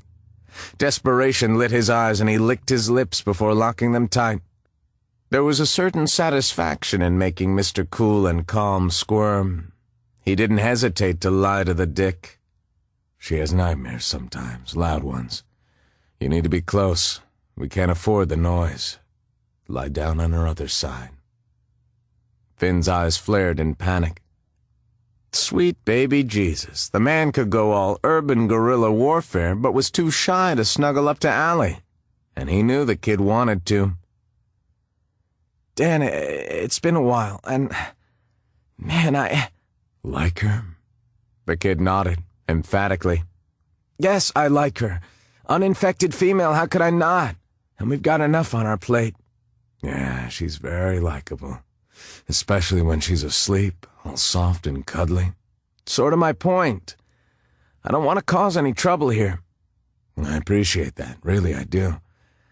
But take in the big picture here, buddy. World gone mad, chaos, carnage. We all nearly died today. That we've survived this long is pretty wild when you stop and think. The kid groaned. So you're saying you won't shoot me in the back if I'm jonesing for your girlfriend? Tempting, but no. Dan shook his head. Nah. You're more used to her alive than dead. Right. Thanks. I think. The kid shot him a wary glance, but lay down, setting his gun close by. Daniel rolled Allie over, shuffled and rearranged her so she splayed out across the kid instead of him. It hurt. His girl grumbled something beyond comprehension.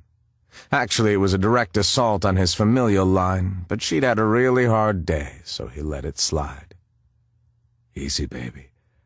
Go back to sleep. What's going on? Her eyes drifted open.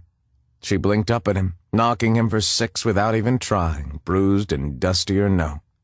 His girl. Are we making a move? No. I'm swapping guard duty with Finn. Go back to sleep. Finn? She raised her head and peered down at the face in question, rearing back in surprise when she registered his proximity. Oh, hey. Hi, Al. I'm your stand-in pillow, the kid explained, shrugging, then flinched when he remembered his shoulder too late. My pillow? Her voice sounded slurred from sleep. She couldn't be badly hurt. He wouldn't allow it. They'd dosed her up on some super-strength aspirin. Knocking her out for hours with something stronger was out of the question in case they needed to move. Is that okay? The kid's voice held a boatload of tension, like this girl could make him or break him. Daniel would have found her cute if it had been about any other girl than his. Or not. Your call. Sure. How's your wound? Fine, thanks. Good. She was fine. Finn was good. Hell, the kid had those lush breasts pressed nice and tight against him. Daniel wanted to gouge the jerk's heart out with his fingernails, bathe in his blood and howl at the moon, shit like that. But no. He forced himself to crawl away as Allie mumbled something to her brand-new very best friend. Something that made Finn chuckle all low and rough and reeking of sexual interest. Slutty bastard. It was like giving candy to a baby. He didn't hear any noise for a long time. Just as well. A man could only stomach so much in the name of true love and the survival of same. He peeked out front through the guardrail, watching the street for a while. Gunshots fractured the silence farther down the lane, and a couple more infected ambled past, drawn by the noise. Same old, same old. When the view from the front got dull, he meandered over to the side, followed soon thereafter by the back. He skulked about, not letting himself catch too much of the two bodies entwined. Yep, he didn't see Finn's hand kneading the muscles of his girl's neck. He also didn't see her sleeping like a baby, curled up and draped over him, out like a light. And he especially didn't need to see what the kid was packing behind his zipper, no matter how pronounced it might be. I hate you, man, Finn bitched, somehow making everything better. Daniel smiled. Chapter 16. Al, you have to wake up. Problem was, she didn't want to. Really, honest to God, did not want to. And they couldn't make her. Screw them. Her face pounded, and her brain ached like a rusty nail had been embedded deep. The worst of hangovers didn't measure up to this. Al. Despite it all, he had a really nice voice. Low, smooth, and earnest. That's what it was. Earnest was the word for the day. Earnest and sleep. Besides, her bed smelt nice. The sort of warm male scent her hormones cried out to curl up to. No way she'd move. Come on, Al. Time to make a move. Ernest turned edgy, not at all in keeping with her mellow, no-moving frame of mind. Best if she ignored it. But a hand gripped her chin, tilting it upward, and the voice went all hard-assed and demanding. Al, wake up. Now. She huffed, but did as directed. Pale green eyes set in a breathtaking face watched her determinedly in the pre-dawn light. Holy shit. Finn? The hows and wheres of her situation took a moment to hit home. When they did, the embarrassment floored her. She stopped breathing for a moment. No morning-after walk of shame could measure up to this. Hey, he said calmly. Hi, she croaked. You had me worried. I couldn't rouse you. Come on, we're making a move. He sat up, taking her with him on account of her being wrapped around him like melted plastic. We think they drank themselves unconscious. There hasn't been any noise for over an hour. The infected have dispersed with dawn coming. Streets are clear. Okay. Business, right. She could talk business and peel herself off him at the same time. Hurrah for multitasking. Could it be a trap? She asked, hand fumbling on the ground for her gun. Her gun. Shit. Her shotgun had been lost yesterday. She had loved her gun, stupidly enough. The rabbity heart squirmed in her chest. Here. Daniel pressed a pistol into her hand before planting a kiss on her forehead. Reading her right. He was magic. Good to go? Absolutely. She grabbed onto him. The human rock that he was, used his greater weight to pull herself onto her knees and off Finn, whom she had no business being plastered over. What's the plan? We run, Daniel informed her with all due sincerity. Huh. One day soon can the plan involve a touch more complexity? Not that I'm complaining or anything. Complain? You? Never. You're a constant delight.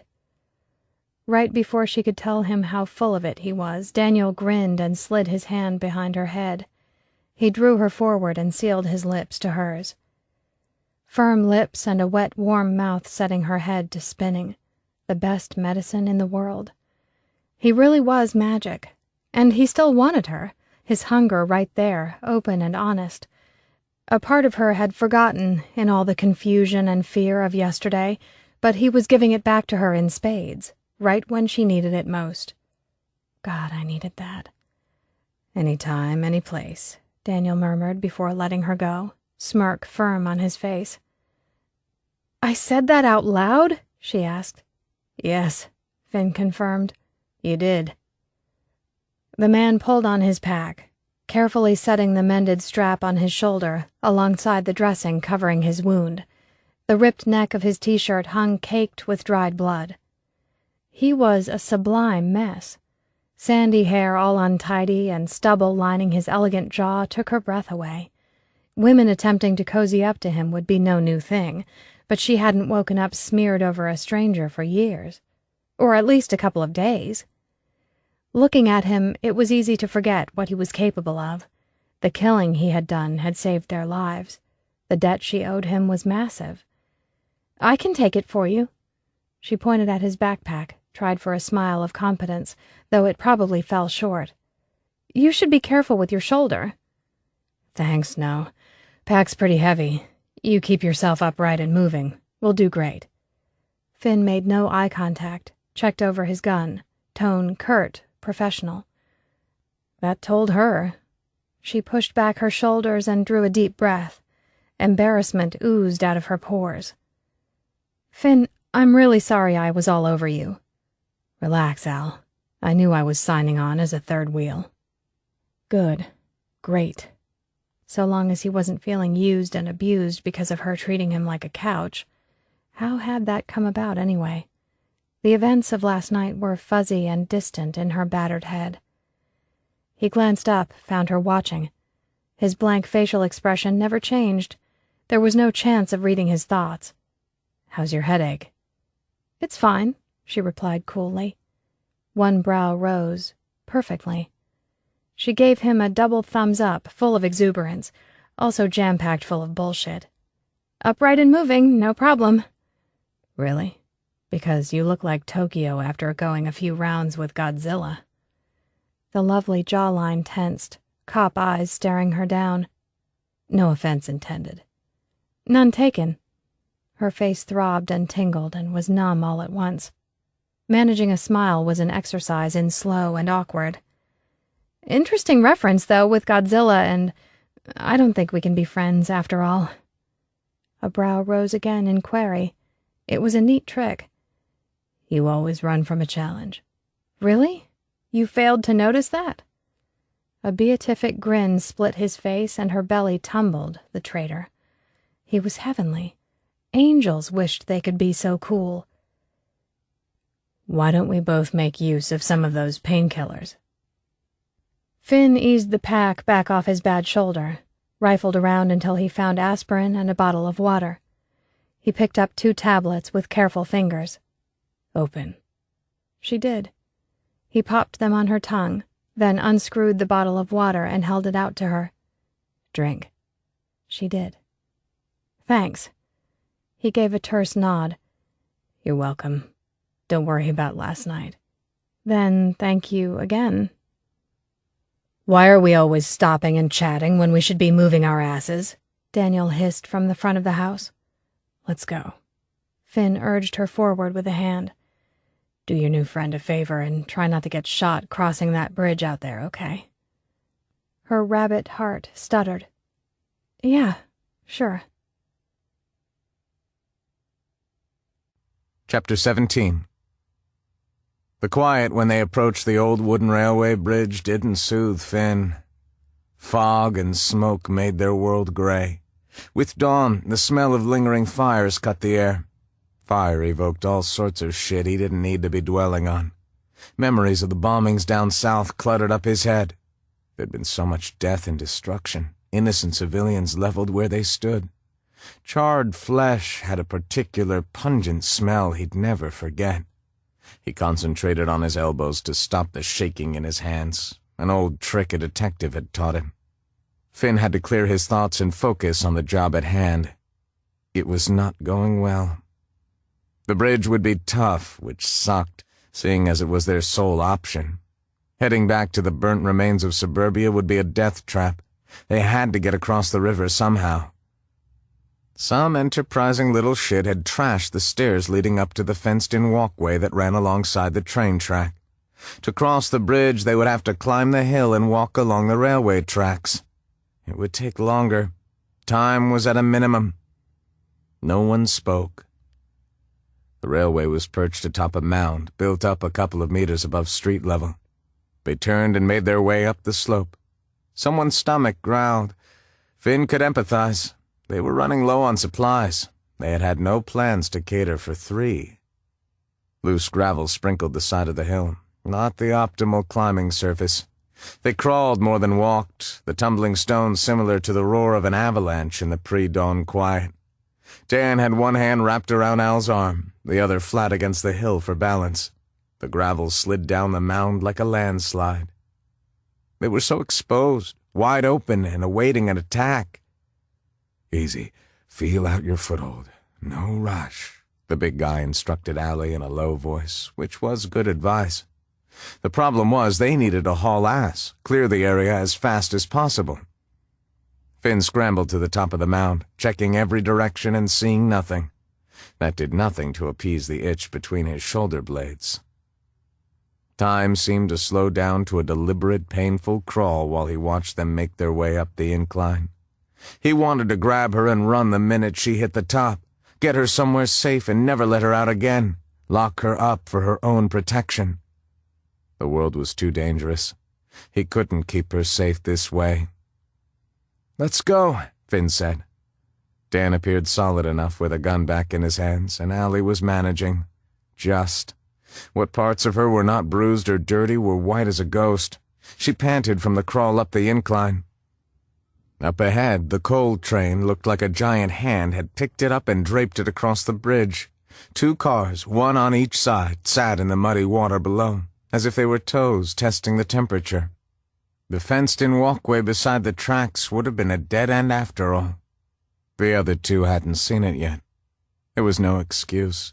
He was plain tired, and telling them versus waiting the minute or 2 at most that it would take. "Oh no," Allie saw it. Daniel groaned. "They're going to try to trap us up here." Daniel drew Allie in front of him with a hand to her hip. "No wonder they let us get this far." "So, where are they?" she asked, sneaking around the big guy's side as far as his grip allowed. "There's got to be a way around." Finn flashed them a smile, more teeth and determination than goodwill. He was feeling a little feral, all things given. "It'll slow us down, not stop us. How about we not accommodate them by standing around?" Daniel ushered Allie on, fingers fixed around her arm. "Solid notion." As the sun rose, long shadows crept out from everywhere, the trees lining the riverbank, the houses up and down the street. Color faded into shadows, providing plenty of cover for both sides. Their feet shuffled along the tracks, which were cluttered with coal spilled and scattered from the train wreck. The wreck they were heading straight toward, the same one they somehow had to magic their way past. Their only option lay beneath the iron beast. Maybe they should have tried the river, but with its swift current and so much debris in the water, the bridge had seemed the safer option. Finn tried to look everywhere at once, but the shadows and smoke prevented him from seeing much at all, which meant stumbling every other step. From the trickle of warm liquid down his back, he knew his shoulder had started bleeding. He could feel the wet bandage against the open wound. It was just another irritation to ignore. The assholes were out there. He knew it. His head quieted, the whole world shutting up, shutting down as he went to work. His mind took on a clarity he couldn't explain. Finn caught the flare of light on the edge of his field of vision as the bottle arced through the air. It struck the chain wire fence separating pedestrians from trains and then fell toward the bridge, 2-3 meters away at most. The Molotov dropped, smashed against the wooden boards of the walkway far too near to them. It lit up the old planks like tinder, the flames burning bright, hot, and close. The stench of the petrol filled his head and clogged his throat, making him gag. "Go! Get to the train!" Finn yelled, turning to watch at least 2 of the bastards struggle up the side of the hill not far from where they had just come. Daniel hustled Al along, keeping her between them. They were only halfway across the bridge. A solid head start, but no cause for celebrations yet. They still needed to slide beneath the wreck and escape into the maze of housing estates on the other side. Another 2 of the cocktails made their graceful descent. These ones cleared the fence to smash onto the train track, one of them exploding a bare few steps in front of Allie and Dan. It went up with a loud whoosh, black smoke rising into the air. They used it for cover even though it slowed them down. Allie pulled her arm out of the big guy's grasp and ducked down, gun in hand, searching behind them. Finn ground his teeth. 2 of the bastards were trying to follow in their footsteps by climbing up onto the tracks, but someone was also back on the riverbank. "Don't stop!" Finn fired a few shots at the top of the mound, forcing the 2 bastards to keep their heads down. "Ow!" She either ignored him or didn't hear, pausing to fire off a few rounds at the trees. Her bruised face the picture of concentration, but her shots going wild because her aim was shit. They might have ideally wanted her alive, but even these dickheads had their limits. Someone shot at her from the bank. "Fuck's sake!" Finn sprinted for her, heart jammed in his throat. He jumped boxes and rubbish and the thick steel train lines. He didn't turn at the smash of glass behind him, nor the rush of warmth from the resulting fireball hot on his tail, warming his back. The smoke started to dissipate around her. She fired again, and a bellow of outrage could be heard from the riverbank below. Al had managed to hit someone. Her face broke into a self-satisfied grin as Daniel's arms scooped her up and dragged her off. The 2 bastards had made good on the threat of clearing the top. Bullets flew wild, care of the smokescreen, but a breeze stirred, their cover dispersing. The big guy charged straight ahead with Allie tight against him, struggling to keep up. Her feet barely touched the ground. Whatever had derailed the train lay up ahead. Here the cars had buckled and tumbled, spilling their cargo of coal. The crash had wedged 2 big trucks together. Going over would leave them open and exposed. Going under was the only way. The others had apparently reached the same conclusion. Allie dropped to the ground and proceeded to burrow, pushing lumps of coal aside to make a tunnel between the wheels. "You're next." Finn ducked down on one knee beside Daniel, making for a smaller target. He took another shot at the 2 who had climbed the mound, kept them tucked behind a beam. "Nope. I win most likely to get jammed, so I go last," Dan answered. Allie's feet disappeared beneath the wagon, and the big guy reloaded and fired. "Keep her close, Finn. You hear me?" Finn nodded, then pushed his pack through the gap ahead of him. The clearance was abysmal, and the going slow. He got a grip on the far railway line, dragging himself through the tight space. His fingers fought to keep their hold on the metal bar, and his shoulder throbbed in time with his heart. Coal dust choked him, making him cough. He tried to spit it out, but it did no good. Everything in front of him was a dirty haze. The chances of Dan making it through were minimal to nil. "This side's clear." Al grabbed his pack and pushed it aside, took a step back as he squirmed low on his belly between the bridge and the wagon. Something hanging low scraped painfully along his spine. "Keep watch." His foot caught on a beam, and he pushed off hard with the other, sending himself surging forward. His bad shoulder rammed into the edge of a metal wheel. Fireworks exploded through him. The world flashed white for a long, tense moment. He was not passing out. "Oh, you motherfucker!" "Come on." Her hands wrapped around his good arm and tugged, prying him out. Finally, his torso cleared the truck and his knees came into play. "Finn, you're bleeding again. Take the shirt off. We'll tie it around your shoulder." "Yep, just a sec." He really wanted to refrain from crying in front of her. Easier said than done. He covered the wound with his hand and applied pressure. It didn't feel beneficial, but had to be better than bleeding out beside the train wreck. "Okay." "You two get moving," the big guy yelled from the other side. "Right now." Allie dropped onto hands and knees, gun clenched tight in her hand. "Come on, Daniel." "The kid barely fit. I'll need to go another way. Get moving, I'll catch up." "No, no!" Al screamed, skittered forward, then stopped as guns fired up on the other side. There was the sound of someone hitting the water, an almighty splash followed by shouting from the bastards left behind. "They jumped in the river!" a helpful soul called out. They heard the bastards shooting at the water, calling out to someone to come join them on the bridge. Then nothing. Allie didn't breathe. Her shoulders hunched over like she was drawing inward, protecting herself from harm. The woman grew smaller before Finn's eyes, and there wasn't shit he could do. "You heard the man. Let's move." He grabbed her shirt, dragging her back. There was the sound of an engine revving up on the other side. His heart beat harder, faster, rattling his rib cage. "He'll catch up. Move, Al. They're going to be searching for a way around." She stared at him with eyes blank as the dead. The material in his fist stretched and strained, ready to rip. The woman didn't move an inch. "Al, I need you to keep it together." Nothing. "Al!" Her gaze slid back to the wreck. A fine tremor worked through her, taking her over till she shook like she held a live wire in her hand. Finn grabbed her chin. Beneath the dirt, her cheekbones stood out starkly, as if the life was being sucked out of her. She bucked against him, trying to turn away. He got up in her face and prayed she understood. They didn't have time for this, not now. No time for pain in his shoulder making him dizzy. No time for her to mourn. "Listen to me. We have to go, now. Do you understand?" "No, now," he snapped. "Yes, all right." Her movements were sluggish, deliberate. She lugged his backpack up onto her shoulders, her back bowing beneath the weight, but her feet moving forward. He kept her in motion. People had survived worse. She would too.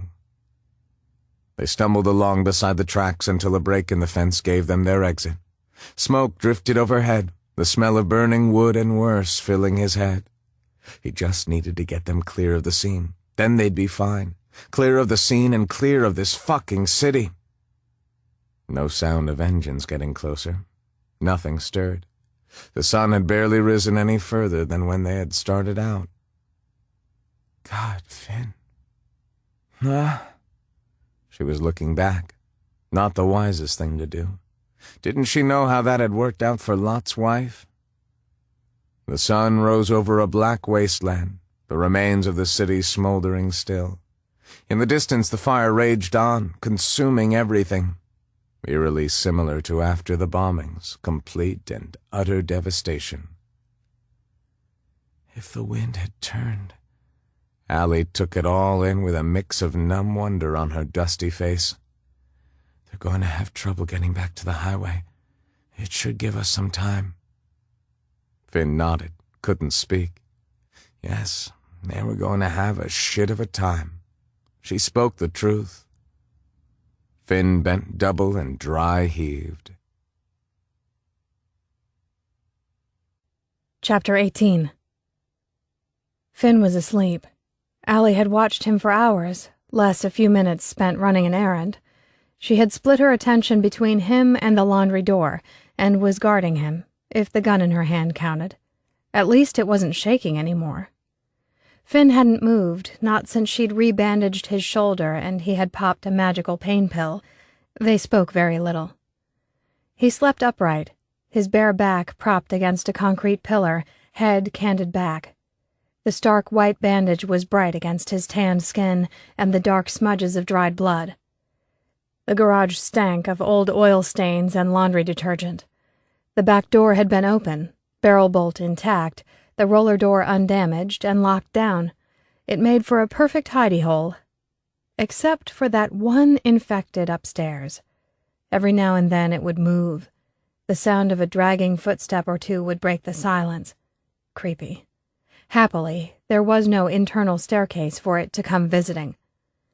Between the infected and the biker assholes, they could easily get trapped here, sitting and waiting.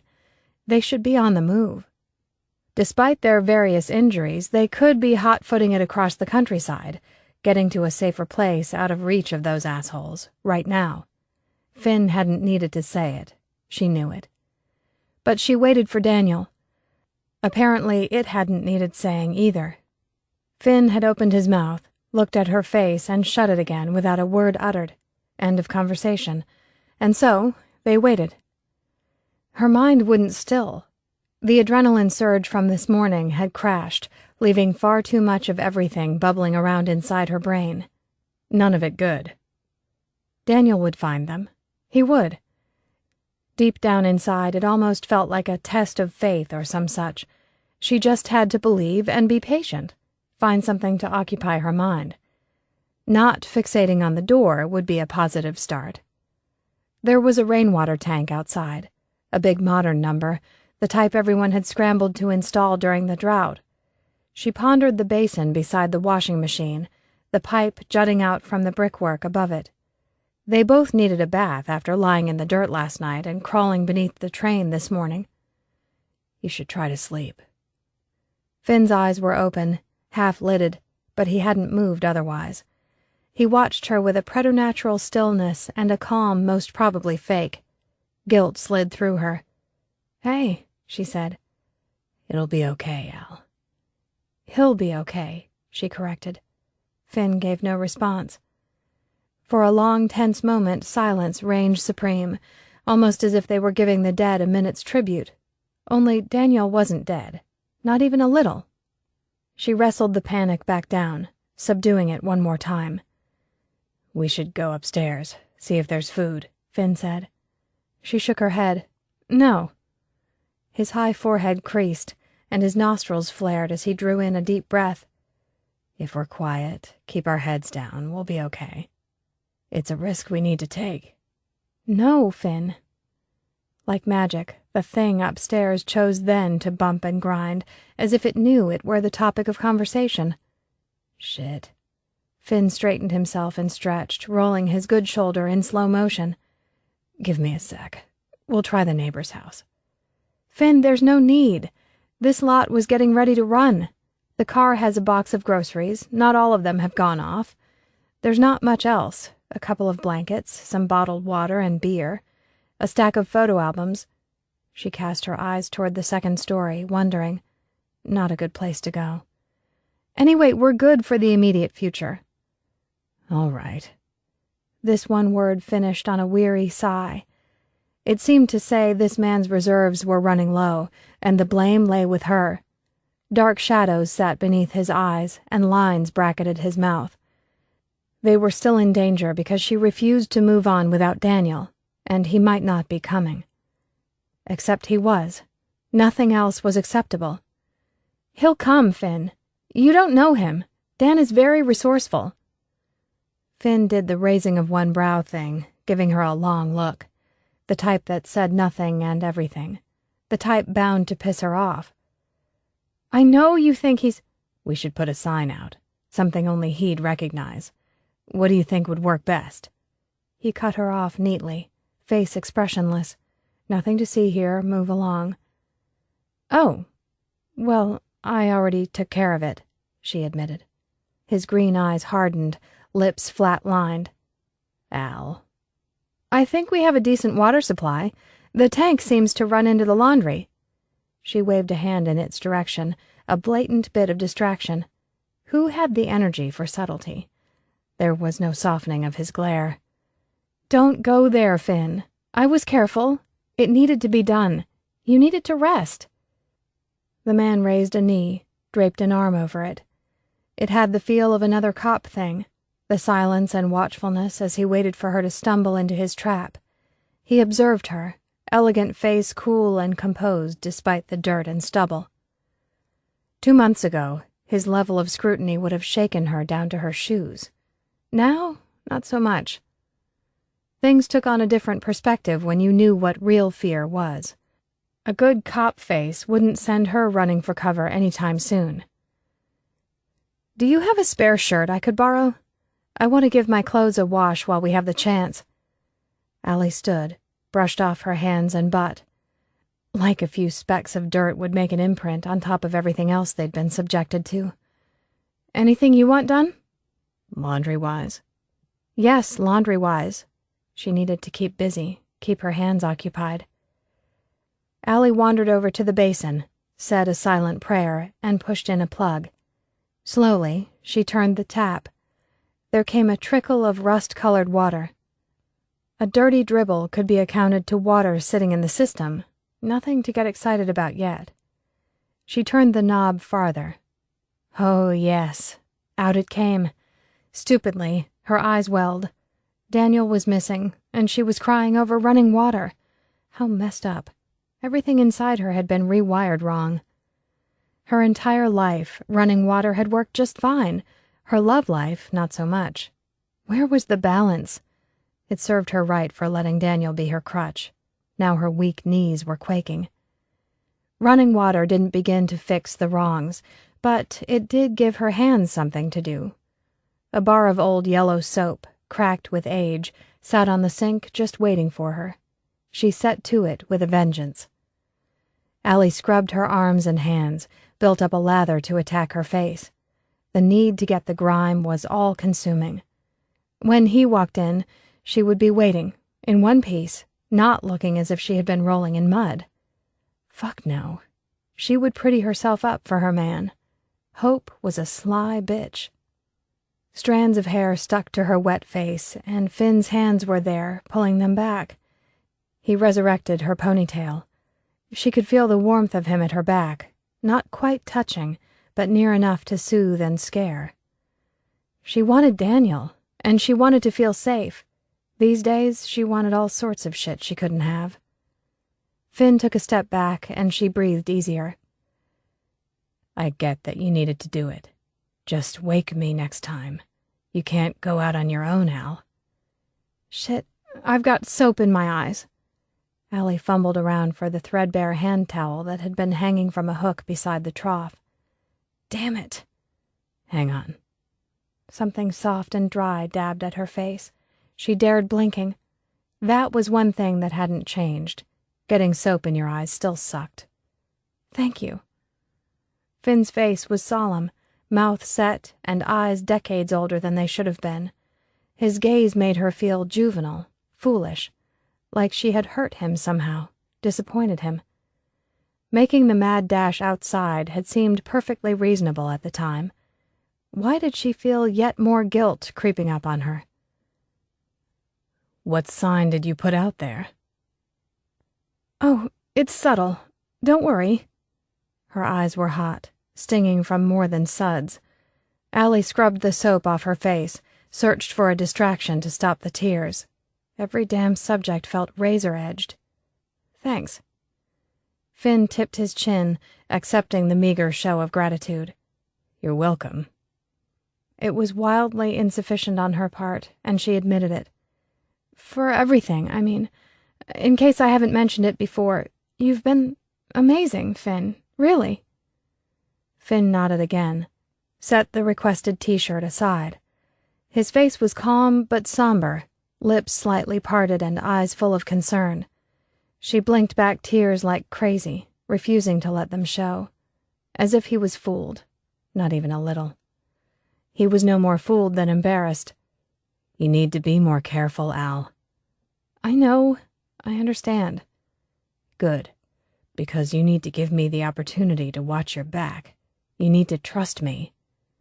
And then he turned his back, gave her a chance to shut down the waterworks.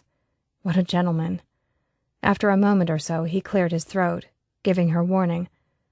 "How about you wash my back and I'll do yours? Deal?" "How about I clean yours up and help put on a new bandage? Deal?"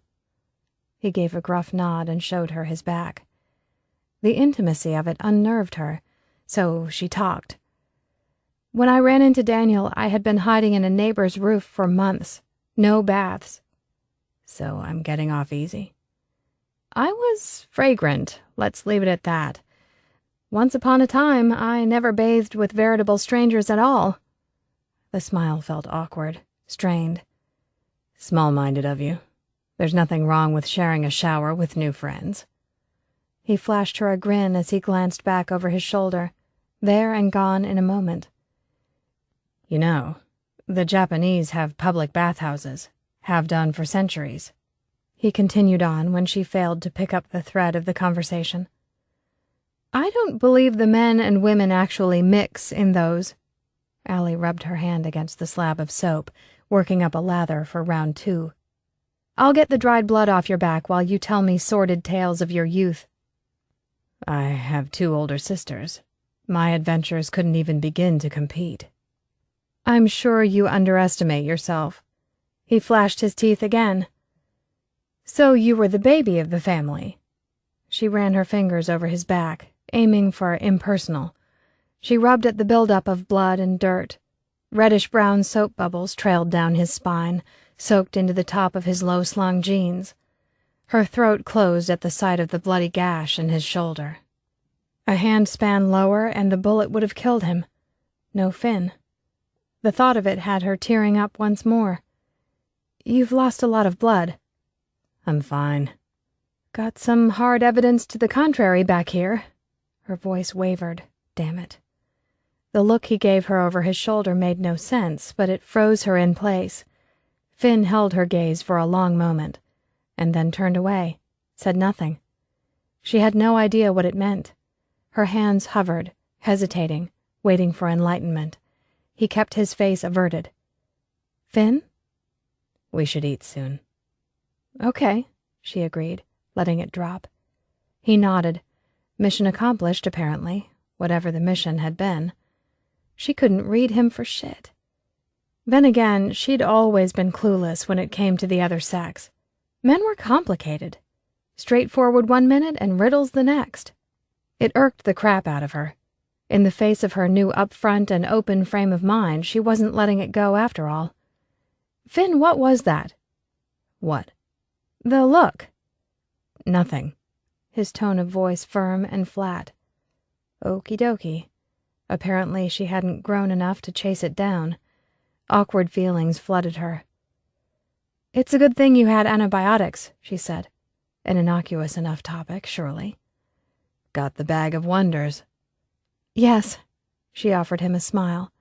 He looked over his shoulder and almost returned it. The corner of his mouth hesitated at the last. "Your bag of wonders rocks, I must say." "Personal preparedness. I was a scout." He braced his arms on the edge of the basin and dropped his head forward. She scrubbed at his back and neck, gently pushing her fingers into solid muscle. "Can you do it harder?" he asked. "Sure." She dug in, keeping a safe distance from his shoulder, wanting to soothe, not harm. From her, it was the least he deserved. "Where was your family?" "Down south. We grew up on one of the northern beaches, running wild half the time.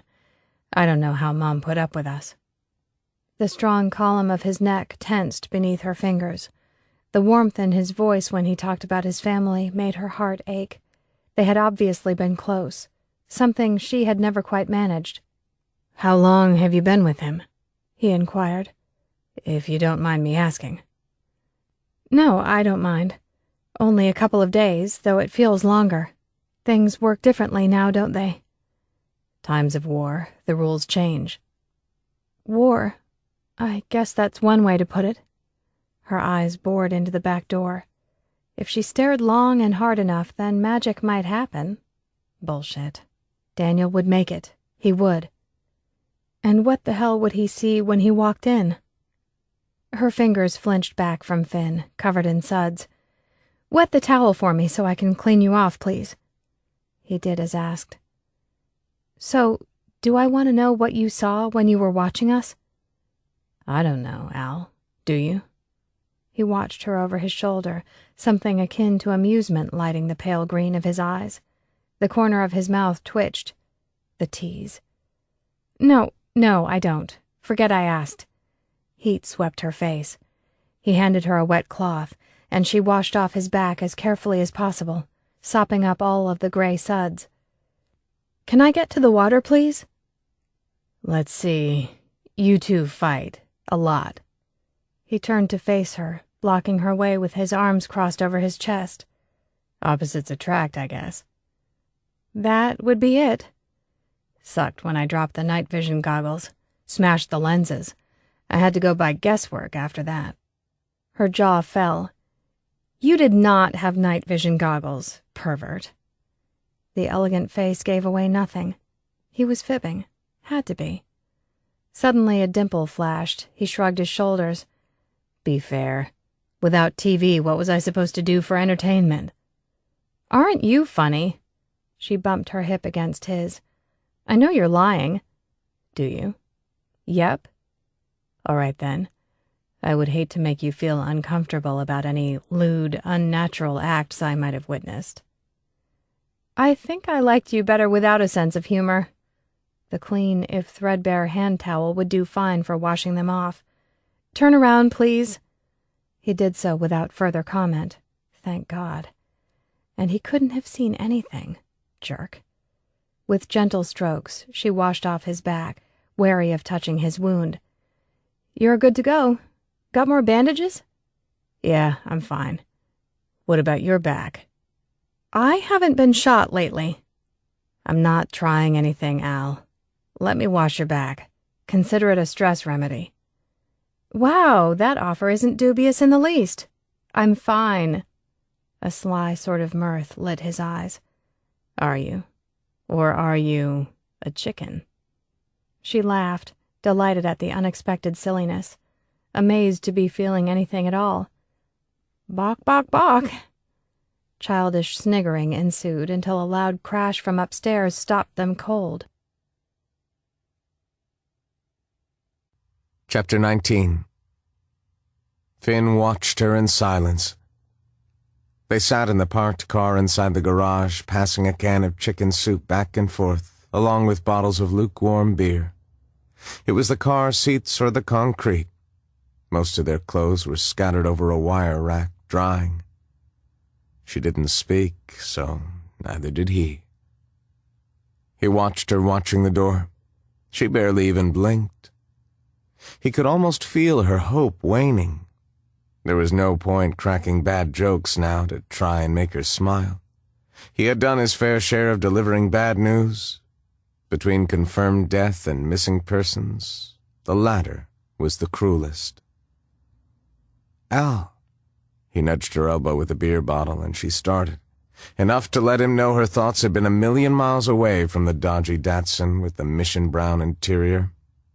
A billion miles away from him. Thanks. With an ever-present hand at the bottom of her t-shirt, the only item of clothing on her, Al accepted the bottle and took a swig.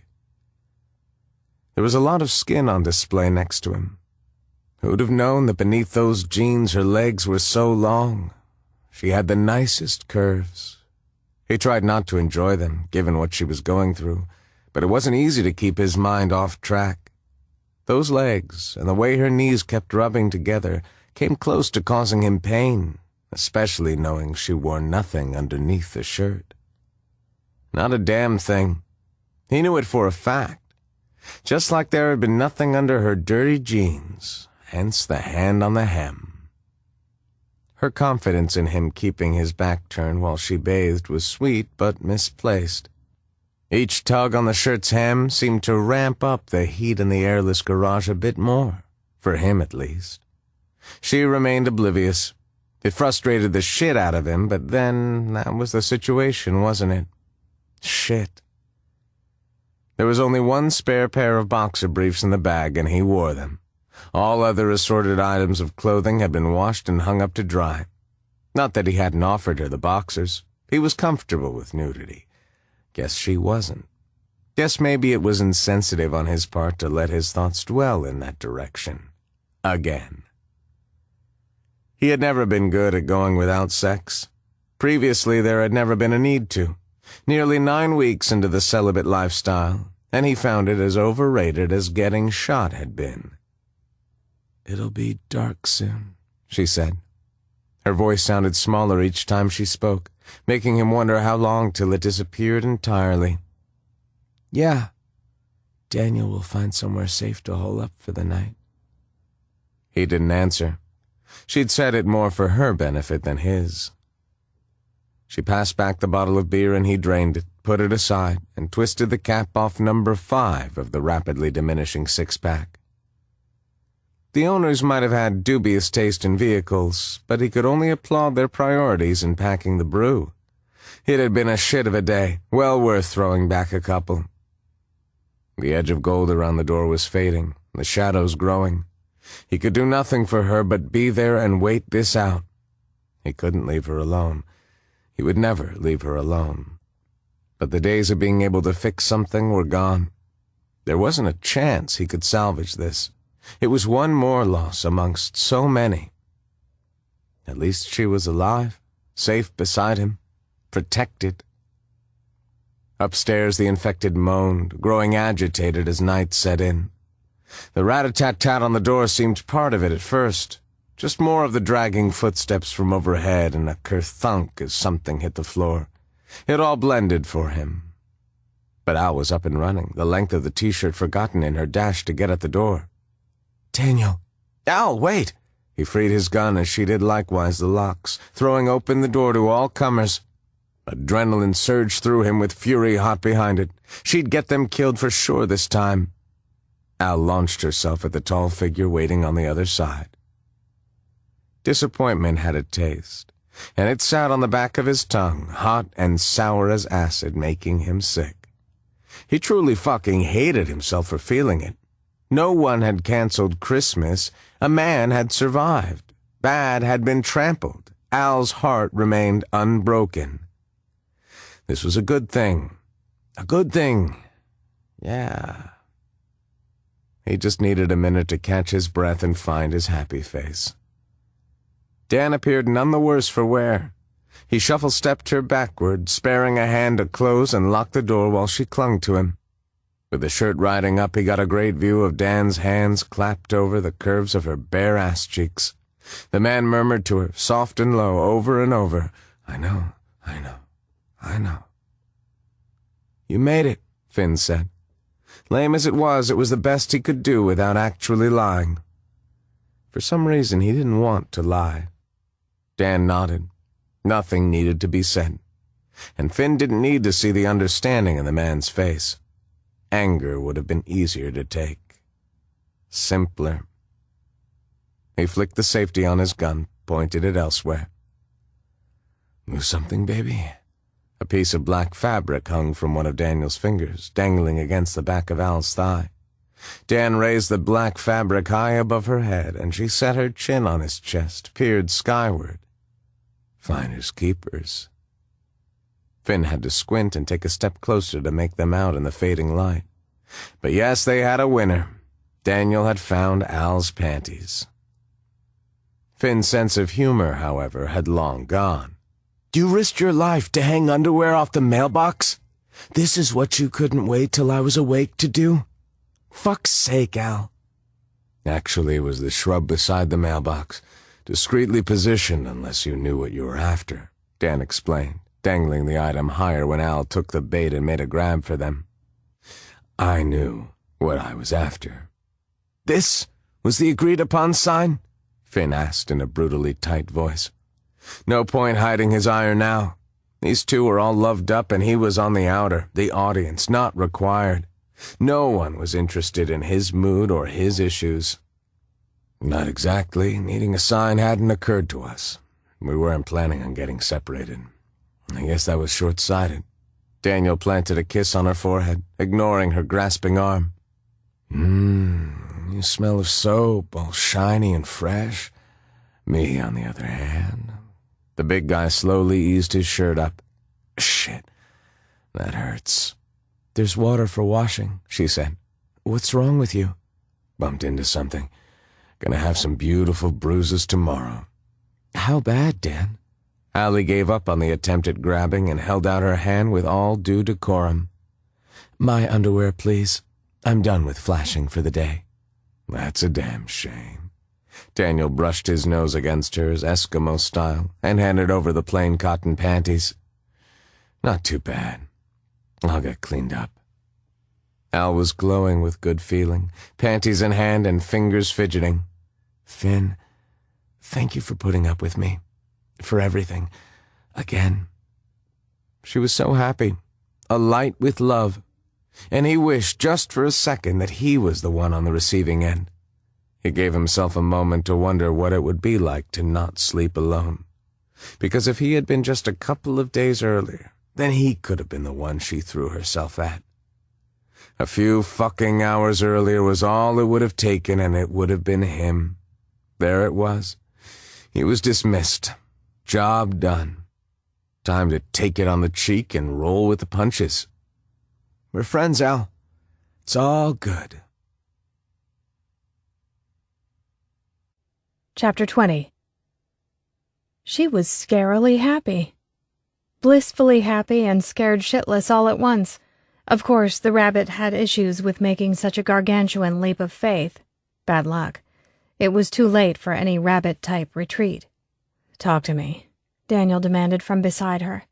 They lay on a nest she had concocted for their comfort out of old blankets and towels. Finn had bedded down on the far side of the room, behind the car and out of view. While Daniel washed up, Finn had made a small production out of plugging into a tiny MP3 player, affording them as much privacy as possible. What about? You've only been gone a few hours. She stared back at him, bewildered, full of joy, amazed he had returned to her. She hadn't lost him. Maybe there was a god of some description on high. Talk, he demanded again. I want to hear your voice. Okay. He was wonderful. Her stomach wouldn't quit somersaulting. The light from one lone candle flickered and fluttered over the planes and angles of his face, those blue eyes fixed on her, waiting. Well... Come here, babe. Daniel's impatient hands grabbed her. No, he grabbed at her one lone item of clothing. Soon enough, he'd ridded her of the t-shirt, and she lay bare, body and soul. He had total access without even trying. She had no idea how it had happened. Before she could worry about exposure, he was there, covering her, distracting her. He was a master at distraction. Her breasts filled his hands, thumbs stroking the tight peaks of her nipples, sending warmth flooding through her. The way he touched her lit her up from inside. I love these. So you got away okay? Everything was all right? Yes. His hands coaxed and teased. There was no chance of coherency. He was crazy to expect it, and it was well past time to return the favor.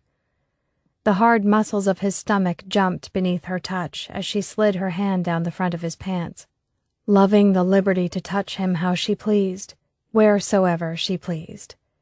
His cock was at the ready, hard and hot, perfect. Her fingers wrapped around him, stroked and caressed, all for her. What a gift he was, and she had nearly lost him. Good. That's good. Knew I could count on Finn. His lids dropped to half-mast, eyes glittering with a lust that thrilled her. I can take care of myself. There was no impact. The words came out more breathy than bold, hopeless. No chance to get angry when her heart and mind were melting. Course you can. You're my Uber girl. He moved, winced, abruptly stopped. With a pale face, he muttered something deeply profane. Right, that's it. On your back, buddy. Allie eased him over with careful hands, abandoning the hardness and heat of his cock for now. She hustled up his white t-shirt, revealing a spectacular black bruise the size of her hand. Her throat shut tight. The mark covered the entire right side of his ribcage. "You said you were fine. Holy shit, Daniel. This is not fine. This is a really long way from fine." And whoa, there went her voice. She screeched at him by the end of it. "Shh, don't go ballistic. I can explain." He lifted up, flinching all the while. Hands gripped her hips and rearranged her till she sat atop him, aligned with his groin. She stared down at him, careful to keep her knees back from the damage. Where was it even safe to touch him? Daniel sighed. "Actually, it's not worth explaining. But, okay, don't get mad. There was all sorts of crap in the water. I hit something when I went in. I lived to tell the tale. End of explaining. Feel free to rub yourself against me in a show of sympathy. Hang on. Up." His hands urged her to rise up sufficient to drag down his boxers. Going skin to skin with Daniel sent her out of her mind. The contact hot, hard, and soft and wet. He hissed as she let out a sharp shock of a breath. "Babe, you are so wet. Fuck, that's good." Daniel's hips pressed up, his hands on her pressed down. "Oh, yeah." "Dan, shit, stop." The grip on her shifted, moved up till her breasts were back in his hands. Her own hovered, uncertain where to land. Oh, whoa, that bruise. And who knew how to tell if he had cracked or broken something? Then again, surely a man with cracked or broken ribs didn't go around lifting women and positioning them where he wished. Surely. For the 400th time in 24 hours, she thought she might burst into tears. "I'm not hurt. Touch me," he implored. Fingers lightly pinched her nipples, and he toyed with her while his hard cock slid against her pussy. She became dizzy. The combination set her senses to reeling, so much sweet sensation. Her body rocked against his of its own volition, out of control. It was so good, so right. She wanted to cling to him, rub herself against him till they both got off in a spectacular fashion. Spectacular but without hurting him. The thought of him in pain undid her, poured cold water on the rocking and rolling and grinding herself against him. "Wait, how bad are your ribs? Are you hurt anywhere else?" Allie covered his hands with her own, stopped the action going on with her boobs. Necessary for straight thought, hard as it was. "We need to talk. I thought you wanted to talk." Daniel scoffed, drew her fingers down to his mouth, and kissed them. He rubbed his lips over her knuckles, the palms of her hands, making her feel treasured. "Please," he said. "With you sitting on top of me bare-ass naked? Are you kidding? Nah, no way. Come here. Let me get my mouth on you."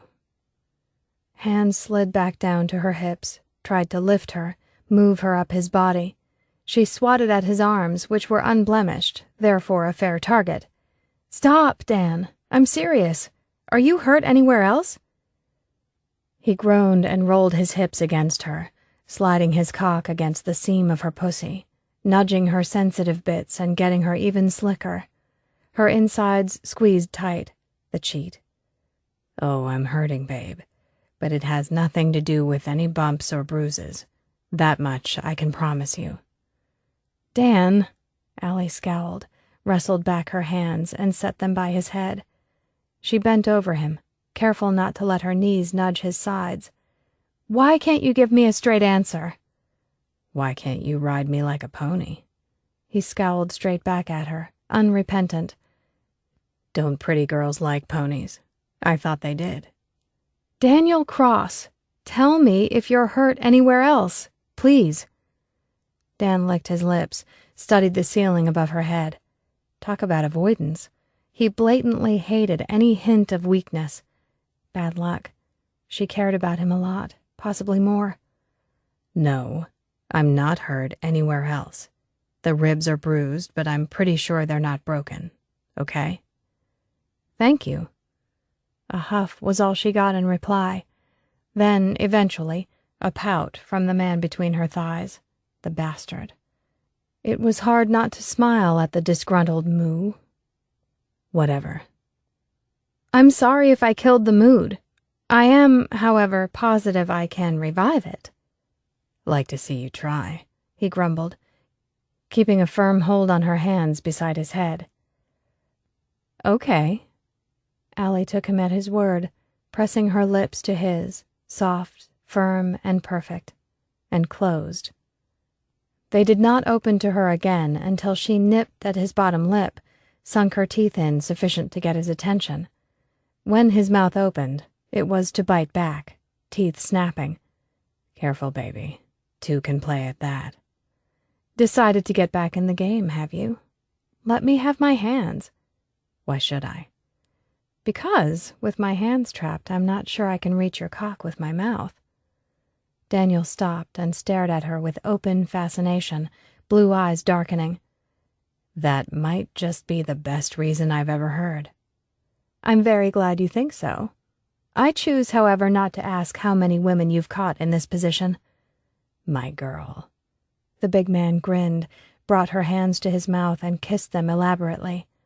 I love you. Her insides quivered alarmingly. Shut up. He winked, freed her hands with a flourish. I'm yours to command. Biting her tongue against further comment, she crawled down his body, everything in her feeling hypersensitive, totally in tune with him. Even the brush of his leg hairs against her nipples was a sensual thing. The whole of him worked her up to a fever pitch. Already half erect, he lay thick and proud against his belly, beautiful as sin. She lightly drew her lips down the length of his cock, turned her face and pressed her cheek against him. He smelled good, warm and male. And she had to be crazy about him to be thinking such things.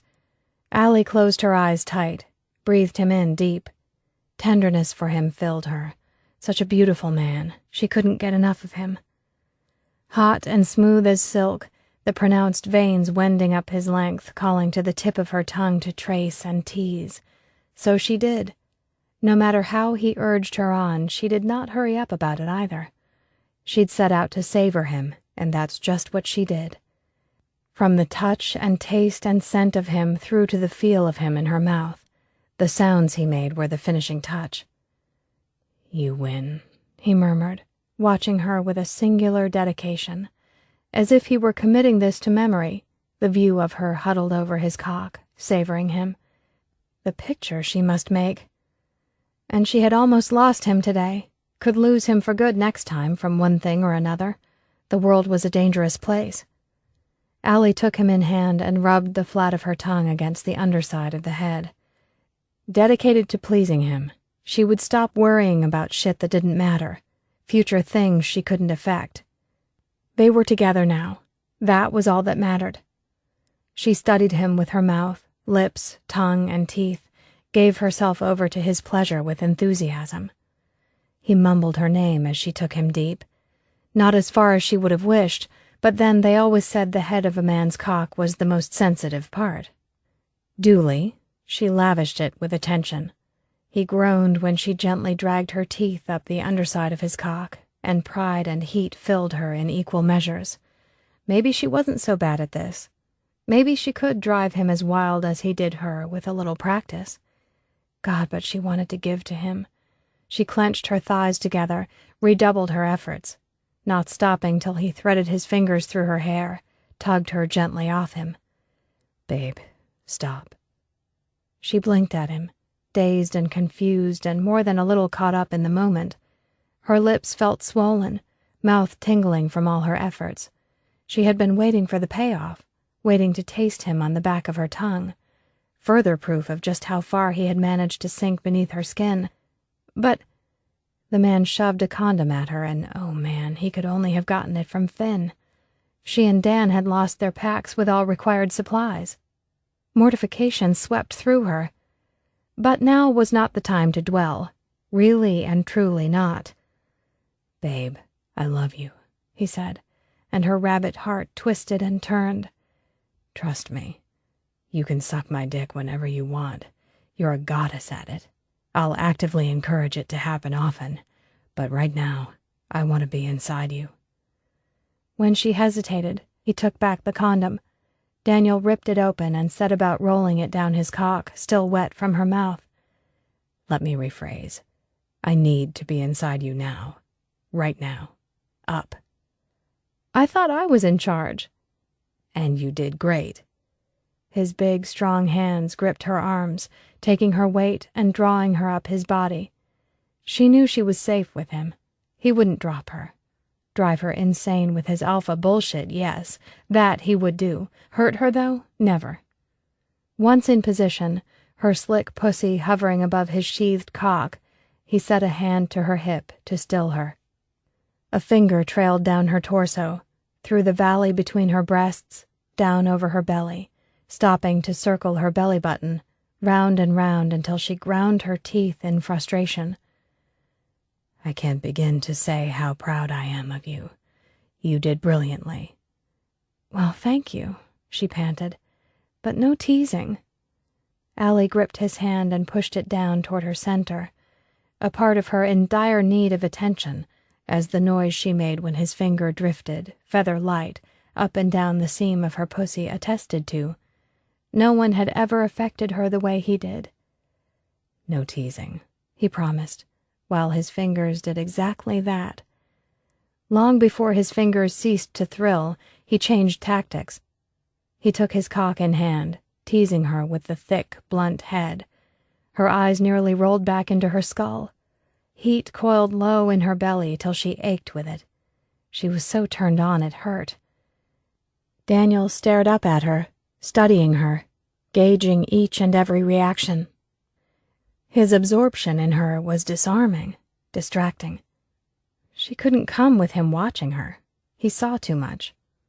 "No." He grabbed the hand she moved to cover his eyes with. "Let me see. You like this, don't you?" "Yes, but, Dan, enough. Let me—" He obligingly fell still beneath her. She let her body be her guide, his and hers both, gave up on the worry and gave in to the feel of him. It was all so simple, concentrating on the prod of his cockhead against her opening. The slow, steady push of him into her stole her breath, but the lust and love in his eyes stole her heart. It washed away the bitterness and fear of a lifetime's making. The raw feel of so much emotion stunned her. She didn't know whether to laugh or cry. Somewhere in between fit best.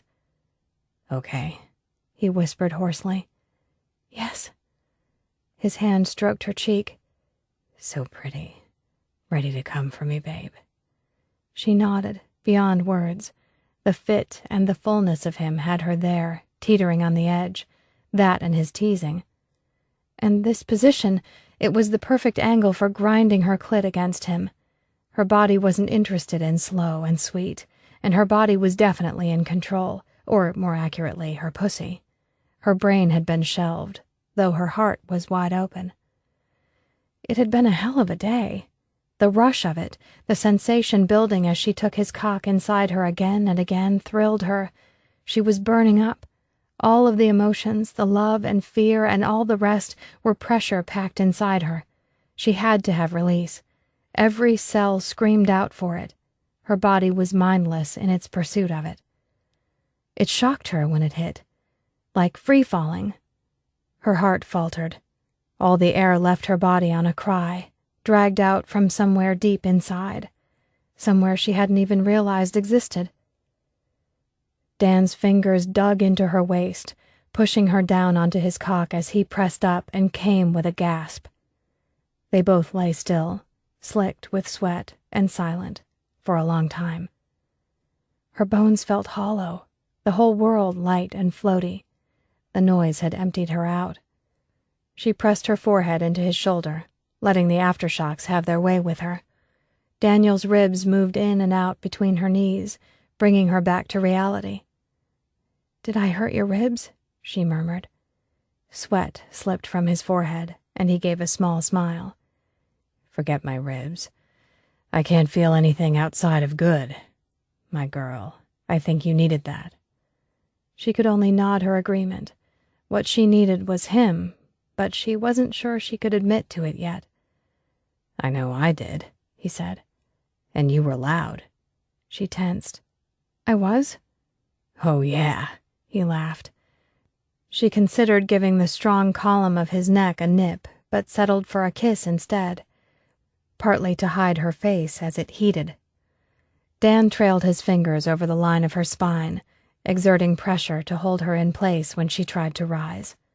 He brushed his lips against her ear, lulling her into a false sense of security as he mumbled, spectacularly loud. You're a security risk. Finn had to have heard you. I'll have to be more careful. Finn's listening to music. Bullshit. He's listening to you. No, he's not. She frowned, carefully rolled off him and settled in against his side as he dealt with the condom. You're just trying to mess with me. Daniel smirked. No way. Impossible. Aren't you? Whatever you say. He wriggled an arm beneath her neck and drew her in closer against the heat of his body. Summer nights be damned. No teasing. That's what I agreed to, he said. A world of doubt filled the sound. He turned his head toward her, stared her down. Dan, I don't want him.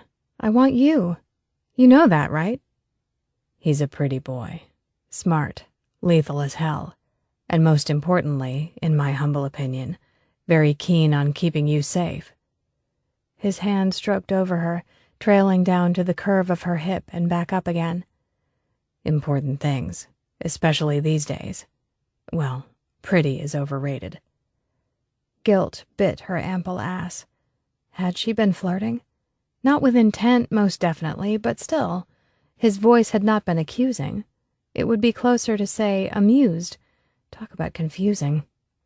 Allie wriggled out from her safe place against him, rose up on an elbow to better gauge the expression on his face. Where is this coming from? Are you tired of me or something? What? No, of course not, babe. All right, so you don't want to pass me on. She paused, listening for movement behind the parked car. No sign of life. That's nice, and yet... God, Daniel, do you think I'd cheat on you? No. Allie, look at me, he insisted, waiting her out till she did. No accusation, no judgment. So why was unease slicking over her skin? This was dangerous territory, but his face was calm and close. I trust you. I'm yours, babe, no matter what, okay? Okay. You don't need to worry about that. His hand cupped an ass cheek, thumb stroking the curve of her hip, not lighting her up, but placating. I'm just saying that the world has changed. The rules have changed. It might pay to have an open mind where this situation with the three of us is involved. What are you trying to push me into now? He cocked his head. My love, I would never try to push you into anything. You wound me. Relax. Right. Allie nestled back down next to him, hiding. Maybe. A little. She was just pulling it all together in her head, what to say and how to say it, when he preempted her again. He's attracted to you. I don't think you see how much. I get that things have changed, but... But... She said nothing, for all of a minute. But I'm probably the first female he's seen in a while, and his alternatives aren't great, Dan. Sex-wise, it's down to you, me, or his fists. His being attracted to me doesn't necessarily mean a whole lot. What the hell did he mean? Hold up. What if it wasn't about her? Are you attracted to him? I'm very attracted to you. I'm not letting you go. He brushed his lips over hers, reassuring, teasing.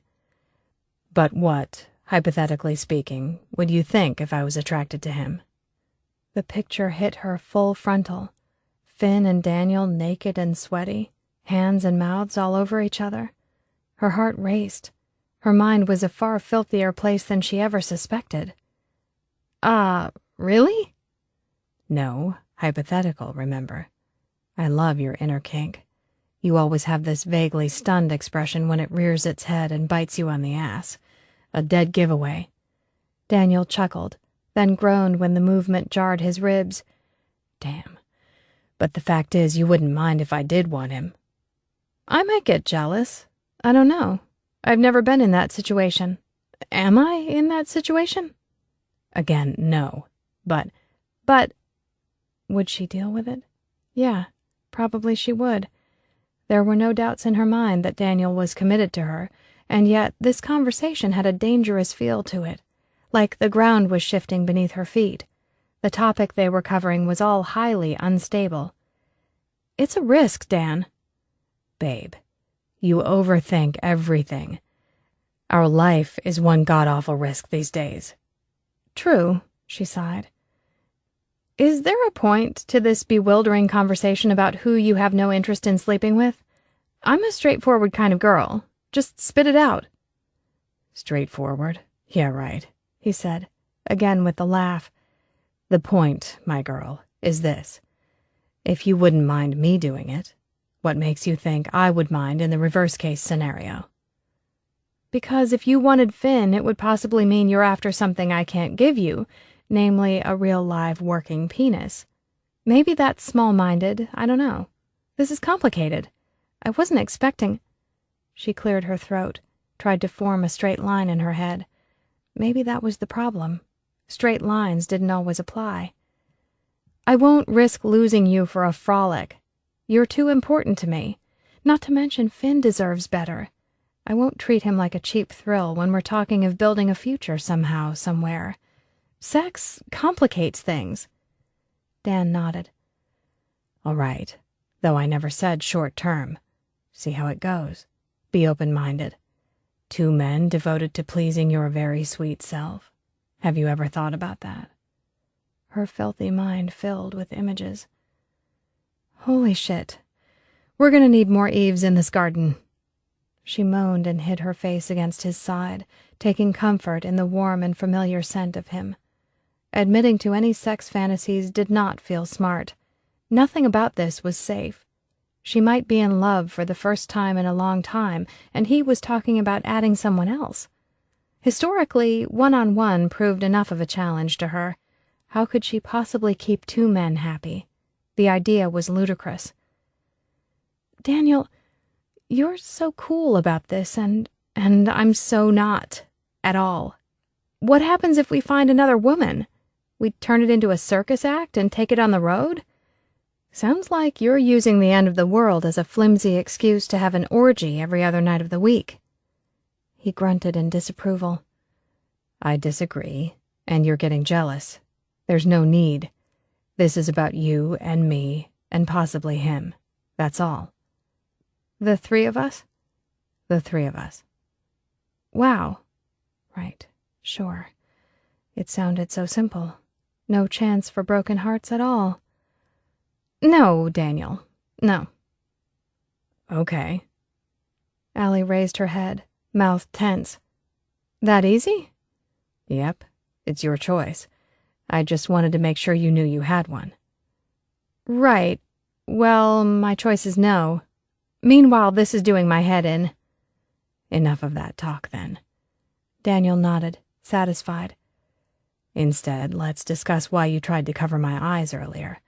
Because, baby, if it had been a kinky sex game, I would have been on board, but I'm thinking it was something else.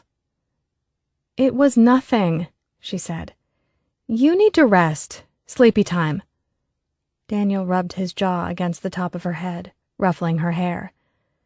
Nah, I'm fine, and so very much are you. Time for round 2, cowgirl, and this time we're going to take it nice and slow with our eyes wide open. Chapter 21. The criminals were back at it. Smoke lingered in the air at first light, making Finn's pulse spike and his brain snap to attention. Adrenaline had it over caffeine any day of the week, even after a shit night's sleep. He jumped to his feet, circumnavigating the Datsun to find the lovebirds tangled up and sleeping. We have a situation on our hands. Finn? Al asked in a husky voice. She blinked big gray eyes at him from where she lay wrapped up in Daniel. Her hair was all tousled, and there was a general well-fucked appeal to her. He was nowhere near as immune to it as he would have liked, which pissed him off. And she wore his t-shirt, having gasped words along the lines of God, yes, and Daniel before slipping into it. "What's wrong, Finn?" His shirt. He took a nice deep breath, focused on the essentials, things besides what was going on beneath his shirt and inside his head. "We've got trouble." Again, Finn agreed. She shook the big guy's arm. "Smoke. Wake up, Daniel. They're lighting more fires." "Oh, man." Daniel rolled onto his back and stretched. He really was big. Civilian or no, taking him on hand-to-hand for her was not the best idea. Tempting as it was. Better to woo her away. "We were out of beer anyway. It's time to move along, kids." Finn turned his back on the love nest to get his shit together. It also gave him a chance to get his temper back under control. Not that those two were messing around, not taking the threat seriously. The man donned his pants while Al made a dash to the spindly clothesline. "Finn, your stuff's dry too," she announced. He turned in time to catch the flash of ass as she stepped into black cotton panties. Oh yeah, the swift revelation of the long line of her back as she tugged his shirt off over her head. Breathing didn't matter, and blinking was right out. Anger slipped from his immediate reach in the face of this. Strangely enough, once removed, he wanted the shirt straight back on her. Allie fished about for her bra, found it, and slipped the straps up her arms. Dark blonde hair fell over her shoulders, sliding across bare skin. Porn had nothing on this. He needed to get laid. Pity about the chances. Great. He joined her by the laundry, started dragging on his own clothes before she noticed anything was up. Not that she ever did seem to notice. Living in close quarters with strangers brought politeness to an art form. The roar of a motorbike gunning up the street had them both jumping. He simply hit it better. "Fuckers," the big guy muttered, bending over the sink to drink from the tap. "Yep," said Finn. "So," Dan clapped his hands together, rubbed. "Who's up for playing another round of hide-and-seek?" Hours later, summer showers had messed with the bonfire tactics. Unfortunately, the vigilant bastards patrolled the streets, making it hard to move far or fast. The noise of the motorbikes kept the infected stirred up. They'd shamble out looking for action, and the bastards provided it. Whittling down the zombie population of the surrounding area kept the bastards distracted, at least. Important to note, petrol was plentiful, but their ammo had to be running low the way they went for maximum effect. Al, Dan, and Finn managed to waste the morning skulking 4 blocks through the ongoing drizzle. A patrol had them seeking cover inside a rusted garden shed. They rested amongst the garden tools and towers of empty plastic pots. The place smelt of damp earth and fertilizer. Dan shut his eyes, legs spread out in front of him, and his back to one rickety wall. There was nothing from him for a long time, care of the painkillers Al had all but stuffed down his throat. The man obviously needed the sleep after his busy night in war wounds. Yes, indeed. A very fucking busy night. Behind them lay the river, and before them suburbia soon petered out. Acres of sparse bushland and the occasional farm or homestead ahead. Acres of next to no cover with few roads, even if they could bypass the bastards. Options dwindled. It didn't help his pissy mood. Close to being cornered, Dan injured, still no sign of winning the woman. And the woman had been suspiciously quiet all day. Al rarely met his eyes. He had no idea what was going on, nor did they have time for it, given the situation. "Al," he turned his head sufficiently to put her in his line of vision. The pistol Dan had put in her hands the day before sat close by. A higher caliber than he would have preferred, but then again, a .22 wasn't going to get the job done. "Come over here and bring your gun." She blinked. "Why?" "Because you aren't as proficient with it as you should be. You need to practice." He crooked a finger and beckoned. "Come on." There followed a wary glance, but she did as directed. Al shuffled over on her knees, weapon in hand. no mind at all to where it pointed. Finn caught her wrist in one hand. Her smooth skin and fine bones felt perfect in his grip. Images of her restrained for their mutual pleasure flooded his mind. It took him a moment to remember the gun. "The safety had better be on. Turn around. I need to be behind you." "Sorry." Once she faced the wall, he knelt behind her, put his arms around her, and covered her hands with his own. Knowing it was bound to unnerve her, knowing part of this was just a good excuse to rub up against her. Pitiful, but true. The whites of her eyes flashed as she glanced at him over her shoulder. Her ponytail brushed against his face. It could have been his imagination, but she seemed to smell of laundry soap and sex, the most bizarre combination ever. It shouldn't have worked, but of course it did. She had his dick's total and immediate attention, proving he could wear his hand out all he wanted. Wouldn't help. "Relax." He lifted one of her hands off the butt of the pistol, checked the safety was on, then released the clip and set it aside. Tasks he could do in his sleep, perfect for keeping his mind occupied no matter how good she smelt. He couldn't stop breathing her in. It was all about sex, or the lack thereof, not her in particular. An important fact to remember. "Okay. Keep both hands on the gun. Grip it like you're holding a bird, firmly enough that it's not going to get away from you, loose enough that you're not going to hurt it." "All right." The frown line above her nose deepened. Her slender fingers realigned beneath his. "Like this?" "That's good." Finn held his hands up, made the peace sign, then stuck a finger in the middle. "This is what you're after. Line up your front sight center between the two at the back. Raise the muzzle. You're pointing low." Al adjusted her aim. Finn brushed aside a piece of her hair tickling his nose, tucked it behind her ear. He resisted the urge to rub it between his fingers, to feel it and sniff it. Yet his hand lingered. He breathed in deep. Again, finding words got hard. Good. Don't forget to breathe." She nodded, her face the picture of concentration. "Pull the trigger nice and slow. Squeeze it. The gun," he said, more for his benefit than hers. Sex and soap. Daniel slept on in the corner, or appeared to. His eyes were shut, shoulders rising and dropping with deep, even breaths. Finn felt no guilt, refused to. "Go on, Al. Do it," he urged, and she nodded hesitantly. Her finger tightened. So did her shoulders, her arms, her everything. By the time the gun clicked, her aim was once more shot to shit. She had held her breath throughout the entire process. "Okay?" "No, you're too tense. That's why you jerk the gun up when you fire and your shot gets wasted." "I hit someone yesterday." "You got lucky. Not something we can depend on. Go again. Relax. Breathe this time." He leant in close to the rim of her ear. She shivered, frowned, but whether over his proximity or the gun, he couldn't tell. Didn't want to know. It was nice to let his mind run wild. "Let your breath out slowly as you squeeze the trigger, okay?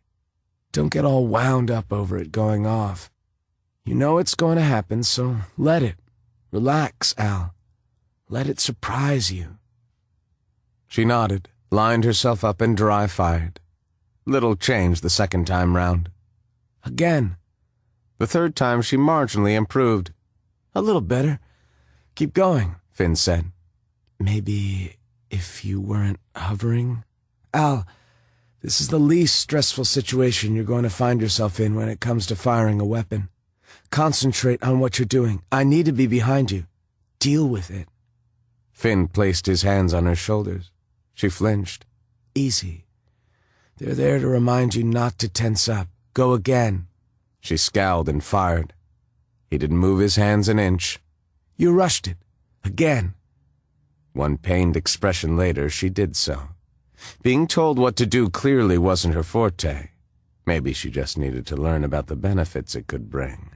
He'd certainly love to teach her. "Much better. You're focusing now. Maybe you don't mind me hovering after all," he said, and she snorted, lined her sights up on her imaginary target once more. "That's it." She nodded and the side of her mouth lifted. Then she relaxed the hair's breadth left between her ass and his dick, shoving against the front of his jeans. She stilled instantly. "Finn?" "It's a predictable reaction, Al. Ignore it. But go again." He squeezed her shoulder, returning her focus to the task at hand. "Concentrate on what you're doing." Her chin jerked, and she breathed nice and slow in a deliberate, steady motion, and fired. He would have felt proud if he could feel anything beyond the light press of her ass against his crotch. Direct contact couldn't have been better. "Good. You're getting the hang of it. Keep going." I held steady that time. The edge of her mouth tensed, muscles moving, and she glanced back over her shoulder. "Are you sure we don't need to talk about this?" He turned her further with gentle pressure on her shoulders and waited. Watched her watch him until she had some iota, some notion as to his thoughts. The way her face heated up satisfied him as nothing else could. "Are you offering to help me with this, Al?" Her lashes fluttered, a nervous reaction. "You know I'm with him." "Then we're not discussing it. We're doing necessary target practice so you have the required skills to help you stay alive. Understood?" In the end, he was the one who moved away. It was simpler. For now. "I'm sorry. I don't want to hurt you," she said, because she didn't understand a single thing. She turned on her knees to face him, and her gaze shifted to where Daniel lay in the corner, apparently oblivious. It took everything in him not to grab her, make her look at him. He shoved his hands in his pockets for safety's sake. "I'm not hurt. I'm horny," he explained. Maybe the tone edged toward patronizing, but bad luck. Two different things. "I'm aware of that." She gave a frustrated growl. He did his best to ignore it, him and his dick both. "Why are you trying to piss me off? Why can't we just have this conversation and clear the air?" "Because, Al, we are not fucking. Understand?" He resisted the urge to shove a hand through his hair, or hers. "Nothing is going on between us. Therefore, we don't need to have these kinds of discussions." She stared at him, her brow channeled and lips tight. "Okay? Can we just let it go for now, please?" He waited. "All right." Her gaze dropped to his groin, danced off him, and plummeted to the ground. There it steadfastly remained. "Thanks for the practice. It needs to be a regular thing." "Sure." Al turned away, concentrated on a huntsman spider making steady progress up the wall. She shook her head like she was shaking off an errant thought. "There are going to be other females out there, Finn." "Al." Other females weren't his problem. She was. He stared and her face blossomed into color. He almost felt bad for making her so uncomfortable. Then again, she did have a charming tendency to blush at next to nothing. Ridiculously, he welcomed any reaction from the woman. He couldn't take his eyes off her and those twin spots of red sitting high on her cheeks. They'd be warm to the touch, fiery hot and flushed with blood. He knew the feeling.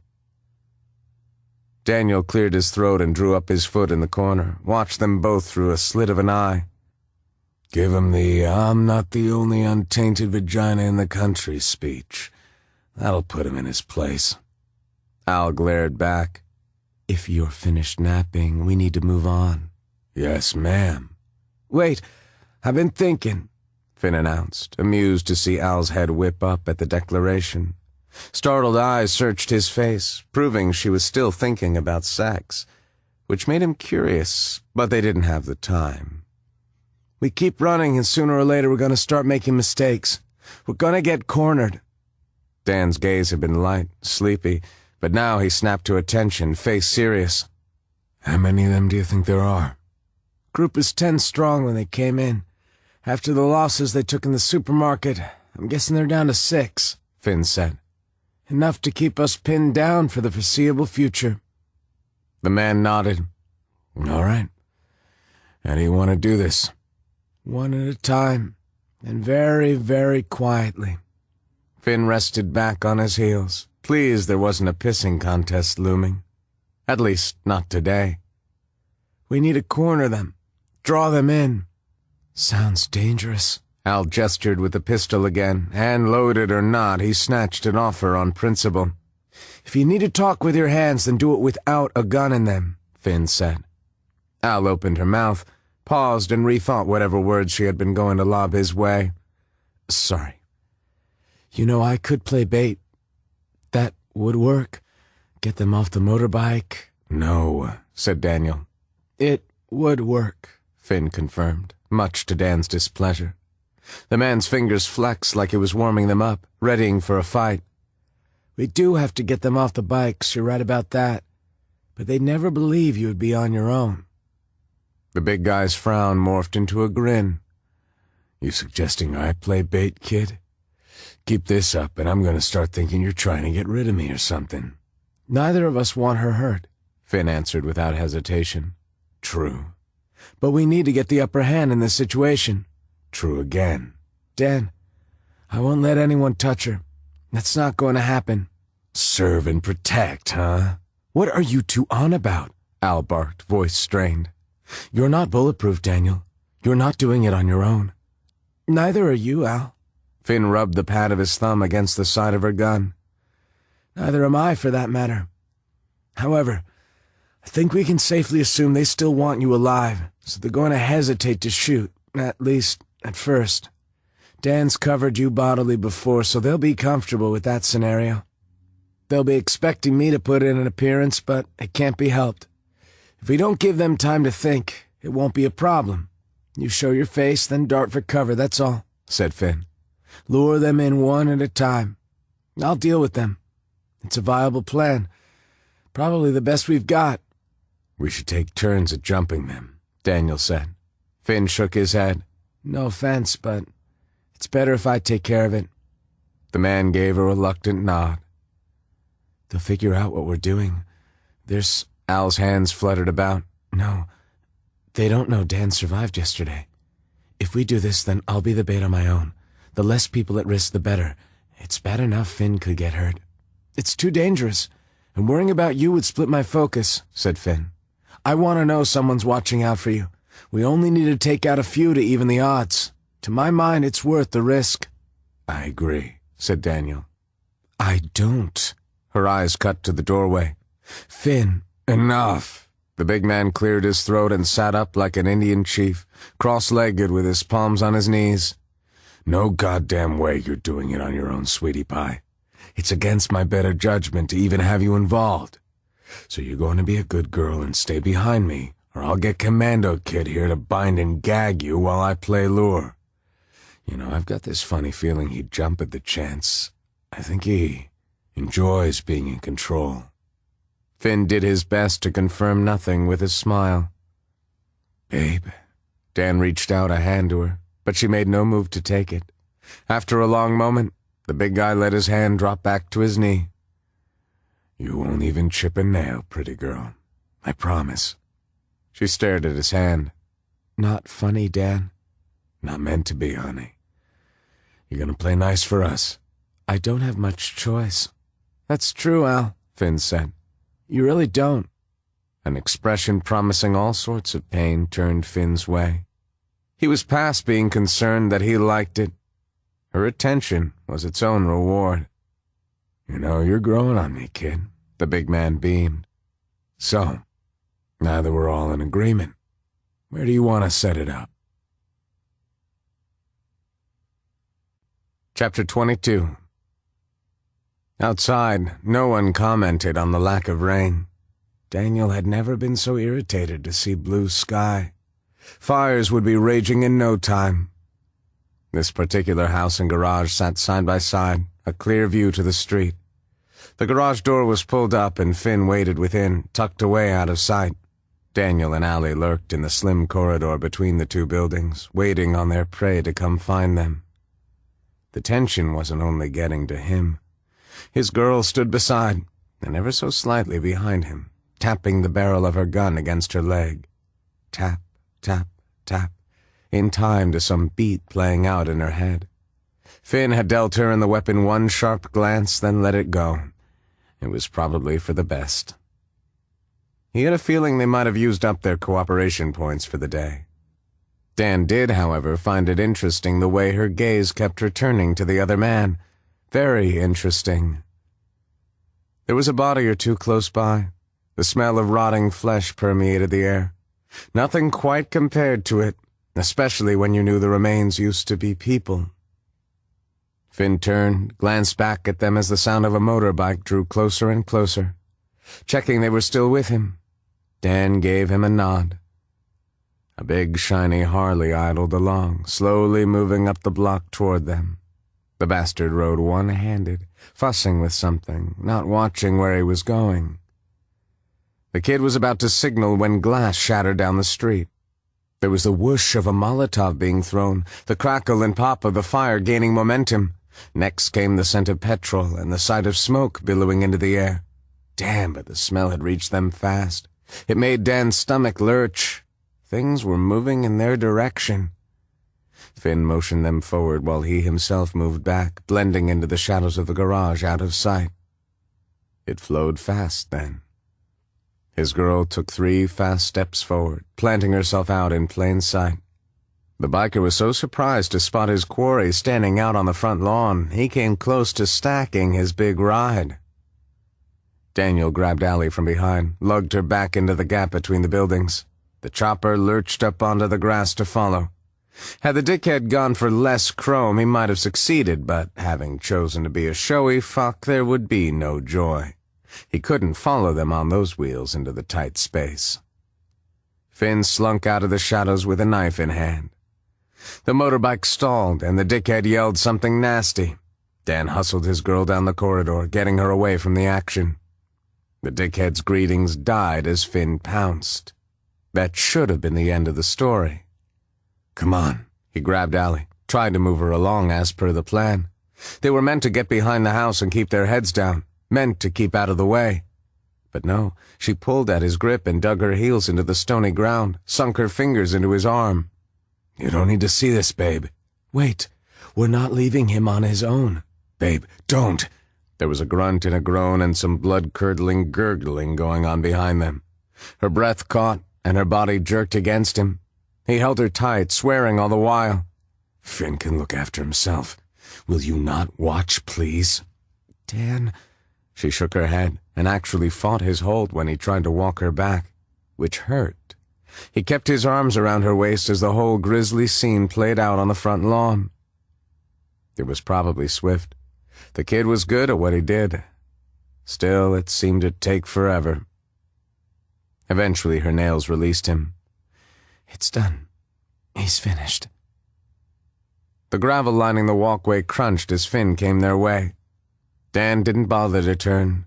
He had seen enough blood splatter, and Allie was doing enough watching for the two of them. What are you doing here? Finn asked, as well he might. Allie tensed, pressed herself into Daniel as if she needed shelter. Who knew what looks were being passed behind his back? Doubtless not good. Waiting for you, she said. We had a plan, the kid said. His girl said nothing. Is there a problem, Al? The kid asked in a quiet voice. There was a definite delay to her answer. No. A low moaning started up nearby, the kind of noise only an infected made. She pulled back and Dan let her go. And no, Finn was not happy. Features so strained his jaw looked disjointed. His girl's expression was of a similar ilk, but her eyes were 2 times wider, spooked, big time. Across the street a zombie crawled out from beneath a parked car, one leg mangled. Its fingers were no better than bloody stumps. It began to make its way across the street toward the fresh kill. Unlike his girl, he didn't mean to see the dickhead's remains. His throat gone, the surrounding grass glossy with blood. The kid was lethal, and there wasn't a drop of gore on the blonde-haired bastard outside of his hands, but they dripped with it. Allie took a step back from both Finn and the zombie. It was a move hard to miss. "We better go," she said. "I love you like the sun loves the soil," said Daniel. His girl turned her head toward him, eyes somber in the darkness, which worked. It was a somber kind of night. They had hidden in a house. Finn, crouched in the front room, kept watch through the remains of a front door. Someone had decided to rip the door off its hinges, and the gaping hole could be seen from the street. No one would settle down for the night in a place with no door. In turn, no foe, infected or otherwise, would come close without them knowing. Another canny idea from the kid. The second feature of the night's shelter was the body decomposing in the tub. Not infected, the kid had reported. The person had chosen to slit their wrists and bleed out. Morbid, but Daniel could almost understand. The place reeked of death. Infected wouldn't be able to easily detect their live, uninfected flesh. There'd be no bedding down for good times tonight. The dickheads were well and truly stirred up. Gunshots regularly scattered the quiet as they revved their big bikes up and down the streets. Finn had only managed to dispatch one of the gang, but it was sufficient to get their attention. Nearby, fires raged, filling the air with smoke. The idiots might yet end up toasting themselves along with their quarry. Outside, the wind was blowing like crazy, and there was an electric buzz in the air. Hopefully the storm would hit soon and douse the flames. God, Daniel hoped it would. Something had to go their way for once. "I love you like the moon loves the stars," he said. She cuddled in closer. "I love you like the fishes love the sea," he said. His girl gave a tired little smile, leant her head on his shoulder. "Do the fishes love the sea?" "They would be screwed if they didn't, my love." She sighed. "True. Where are you going with this, Daniel?" He smooched the top of her head, rubbed his cheek against it. The softest silk had nothing on his girl. "Well, because I have this great love for you, I feel compelled to confide in you when you are behaving like an ass." Her head fell back, and a hurt look flashed, then faded. If anything, she looked a little defeated. Lovely lips turned down at the corners, and sadness filled her eyes. "You mean Finn?" She didn't move away and didn't proceed to rip him a new one. It told Daniel much. "Yes, Finn. You're not being fair, baby." "I know." Allie huddled against him. "The way he he didn't even blink, just killed that guy." And as much as he would have wished to protect her from all sorts of stuff, protecting her from this would not be to her benefit. Not in the least. The brave new world required skills just like the kids. His girl needed Finn more than she needed her pride or her delicate sensibilities. Jealousy niggled at Daniel, but he pushed it aside. "Shit, Daniel," she said. "So you're worried someone you know and possibly have feelings for could kill like that?" he offered, finishing the sentence. "I guess. I don't know. Shit. There followed further heartfelt sighs. And he couldn't have fixed this one for her even if he wanted to. Which he didn't. "You should never have started up about the three of us," she grumbled. "I am not equipped to handle this crap." "I disagree." Her dark eyes honed in on him. "Why are you pushing for this? Really?" "I want you to be happy. Also, I want you to be safe." "You want him to protect me. That's using him, Daniel." He made a noise of disapproval despite her being spot the fuck on. Sometimes survival came first. Actually, always survival came first. "He's already protecting you. He chose to protect you. Be honest." "Babe, I'm open to the idea of sharing you, okay? And the fact is there's something between you and Finn. And there's a damn good chance the three of us are going to be sticking together for the long haul, so ignoring it is plain dumb. This is my reasoning." He patted her on the head and gave her a smile, one that he hoped conveyed more love than sales tactics. "But yes, his ability to protect you has been noted. With the world the way it is these days, how could it not be?" Al's mouth widened in a pained expression, her lips thinning. "I get why you might think this is a good idea, Dan. I do. Did it ever occur to you that pushing me in this direction might screw things up spectacularly between all of us?" Yes, it had occurred to him, and fuck, he hoped not, sincerely to the bottom of his soul. Dan set his chin on her crown, caught one of the hands fiddling with the seam of her jeans, and held on tight. "Okay, let's focus here. Finn acted today to protect you. He risked his life, and what he did was for you. He does not deserve to reap your shit for his efforts, babe, no matter where you are on the you and him getting together front, okay?" She said nothing. "Leave it for now. Why don't you sleep on it?" She snorted. "Right, sleep." There followed a long pause. He could almost hear the cogs turning in her overactive mind. "I know he killed for me, and I know I'm not being fair. I don't know how to do this." "Do what?" "Feel this way. Twisted, confused." He deposited another kiss on the crown of her head. "Let it go for now. Give yourself a chance to get your head around it. You know, I have every faith in your good judgment." "Right," his girl murmured. "You think fishes love the sea." Thus began one of the longest nights of his life. The fires crept closer until a reluctant drizzle arrived. The air filled with smoke and steam and the scent of damp ashes. The rain made listening to the night much harder. No one slept. Dawn was a curiously quiet thing. No birds, no bike engines, nothing. After all the chaos and commotion of the last few days, it was downright creepy.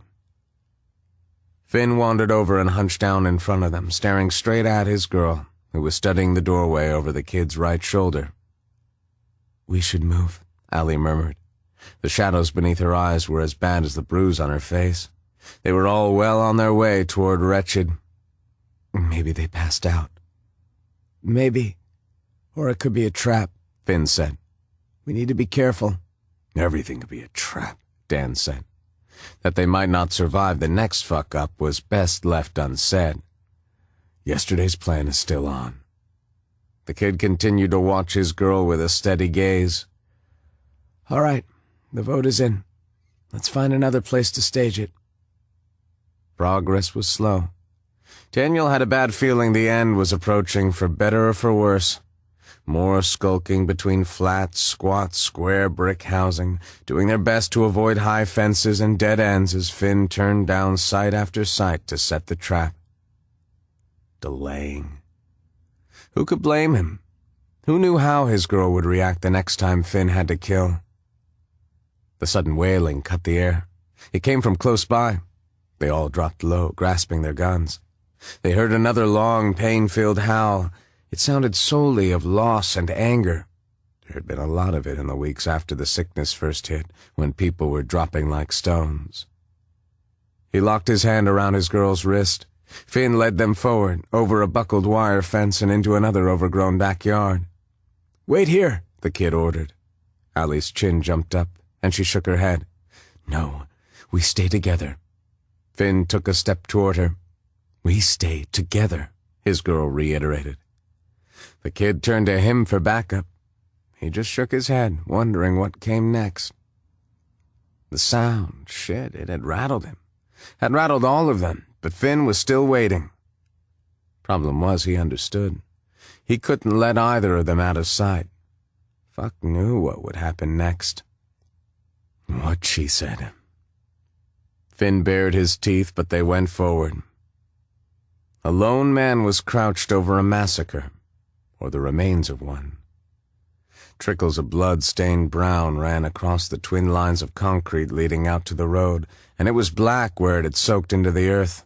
Shreds of bloody clothing lay scattered here and there. People had been torn apart every which way. There was the odd shard of white bone sticking out of drying chunks of flesh. Half a rib cage lay tossed aside. God knew how many people had been butchered. Breakfast tossed about in his belly, wanting out, but his throat had shut up shop. He could barely fucking breathe, A lot of blood and unidentifiable chunks of who knew what. There was a sick fascination to it. Even Finn seemed stunned, hovering on the edges. One of the dickheads was making the racket, identifiable by the leather biker vest he sported. A couple of choppers lay tipped over nearby, chrome shining bright in the morning sun. The man cried so loud he hadn't heard them coming, didn't notice them there. Yet.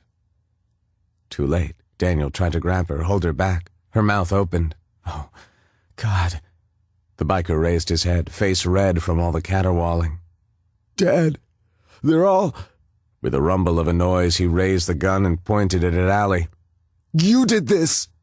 Finn's bullets hit him at the same time as Daniel's. They minced the man's chest, leather and blood and meat. The bastard toppled backward, his bullets flying wild over their heads. Daniel felt one trim his hair. He hadn't even thought to duck. He had, however, made his girl do so by pushing her down. Allie knelt on the grass beside him.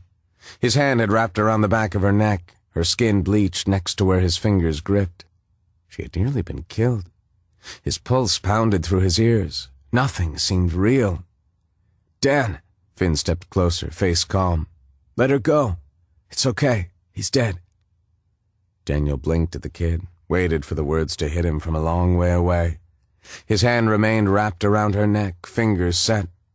He had given her more bruises. Shit. Dan looked up and the kid nodded. Slowly he pried his fingers loose. Sorry. It's okay. His girl put a hand to her neck, rubbing tentatively. The kid pulled her to her feet, dusted her off. It's fine, really. That was close. Her gaze found the dead body, the man's chest laid open. Babe. Allie held a hand up, tottered a couple of steps sideways. She turned, bent to the waist, and lost the half a muesli bar from breakfast. Dan's stomach pitched in empathy. The hand remained up, and she remained over. Impossible to tell how many bodies had been involved out of the few remains left. Finn hunkered down, inspected what had to be a part of someone's leg, going by the thickness of the bone. An animal did this, or a pack of them. Daniel swallowed back bile, stared into the sky till the shit in his head calmed down to a dull roar. Sure it wasn't infected. The kid cocked his head, inspecting the scene, doing his job. And he was so cool about it, so matter-of-fact. Dan could almost sympathize with his girl's freak-out over Finn. No, not with teeth marks like this, Finn said. Then his gaze moved to the figure behind Dan. He stood and reached for the bottle of water in his pack. She'll want this. We need to find a car, move on. What the hell could have done this? Chapter 23. Al and Daniel needed time alone. Finn knew this, understood it. Didn't mean he had to like it. Even with things the way they were between him and Al, he didn't want her out of his sight. It fucked with his head just a little. They had driven for hours, putting a good distance between them and that scene. Found a small country town to hole up in for the night. As exhausted as they were, they needed to shore up and stock up. Finn could have slept for a month. Yawning and rubbing his eyes became second nature, which went nowhere toward explaining why he was out doing the shopping while they played. Screwed around, fucked, frolicked, whatever. Poor him, left out in the cold on a hot summer's day, or afternoon as it was. Jealousy made a poor companion. The sun was sliding into the horizon, the light in the small general store growing dim. He should pay attention. Finn had left them to fortify the chosen abode, amongst other activities. He tried not to ponder those other activities. Sadly, he sucked at it. The place they had chosen was a detached concrete granny flat with one bedroom, one bathroom, and an attempt at a kitchen. Someone had hated Granny, but small windows and one door made it simple to lock down. Maybe they'd spend a few days, take the time to lick their wounds. Lick was a bad word, a word to steer clear of. Same went for suck, which rhymed with fuck and led nowhere good at all. He scrubbed his face with a hand, took a deep breath. Finn grabbed a spare shirt and a few other goodies. He set off for the flat as the sun sank low and the violet of evening set in. His heavy pack aggravated his shoulder, but it was full of the required supplies. Moaning started in the west. Something close answered the call. He picked up the pace, put his gun in hand. The first star twinkled overhead. Shit. Where the hell was his head at? He had taken too long, been careless. He was sprinting by the time he turned onto the rutted gravel lane leading toward home. The pack bounced around on his back, which the gunshot wound did not appreciate. He hadn't secured the pack properly, not for this. So careless. There were noises behind him, back at the corner. He kicked up dust as he pounded down the dirt driveway, along the side of the house and through a hastily thrown open doorway. Someone had been watching for him. What a feeling. Home. Safety. The door slammed shut and the lock was thrown behind him. Finn dropped to his knees, eased the pack off slowly. His shoulder throbbed in time with his heart. What the fuck were you doing? He glanced up to find Al towering, hands on hips. Hers was a flat, unhappy line. Fury radiated from her. It's nearly full dark. What were you thinking? Finn just blinked at her, stunned. Dan gave him a careless shrug. The big man lounged on the couch, feet crossed at the ankles. Not that Finn wouldn't do similar should their roles be reversed, but good God, what an asshole. Actually, what bullshit. Finn would have tried to talk her down and assured her everything was fine, when time and again it clearly wasn't. That was about when he realized this situation wasn't working. Not for him. And if it wasn't working, then it was time to fix it. I was worried about you. You were gone for hours. It's dark outside, Finn. You could have been hurt or killed. Did you even think of that? She stood taller than a tower, righteous indignation blazing in her eyes. What the fuck were you doing that was so important it was worth risking your life for? Well? Normally he would never have stuck around for shit like this, but from her, a large part of him loved it. Her going toe-to-toe with him, taking him on. She did the same with Daniel, and Finn wanted in. The fishwife tone was even worryingly endearing. All of this, however, did not mean she was getting away with it. I was getting supplies, Al, just like I said I would, he said lightly. What's the problem here? The woman slammed her lips shut and crossed her arms over her heaving breasts, the same ones he was developing a serious fixation on. He had found her a t-shirt a size too small, solely for the chance to magnify those babies. He'd feed her some bullshit about the lack of appropriate sizing, not much caring if she believed him. The shirt would be worn because the current one was trashed. Some things in life were simple, but this was not. I thought you'd appreciate some private time with Dan. Did I get that wrong? He continued, nice and calm, keeping everything off his face. Unlike her, frustration poured off her in waves. There were red spots high on her cheeks. She was flammable. What do you want? Her gaze fled to Daniel, her safety blanket. Of course, Finn almost groaned in frustration. But the odds were the man wasn't going to interfere, not with this. After a long moment, she reached the same conclusion. Her shoulders sloped and the gray of her eyes brightened as if in disbelief. What do you want from me, Al? She watched her boot toe at the carpet, rubbing at the gnarled pile. A large part of her bravado appeared to have fled. Finn. No excuses. What do you want? Her gaze lifted at his harsh tone. She looked stricken. Finn. He didn't know where she was going with pleading his name, but it didn't matter. He was done with it. No. He took the irrevocable step forward till they really were toe-to-toe, cradled her face in his hands, ignoring the flinch, the way her mouth snapped shut. No, Al. We're not doing this anymore. Finn brushed his mouth over hers, the barest whisper of contact. Not sure if she was even breathing, her body so tense. He slid his fingers down her arms, gripped her hands, and placed them right where he needed them. She shut her eyes tight, and her fingers fisted in his shirt, dragging at the bandage on his shoulder. He didn't mind. Their mouths were so close he could feel the warmth of her breath on his lips. He wanted to kiss her like he might die sometime soon. Which was the truth. He might. She might. Some random act could wipe them out any day now. Finn wasn't going out with having had her first, not even if he had to do some pleading himself. Say it. She said nothing. Not a single thing. Nothing. And then everything. Chapter 24.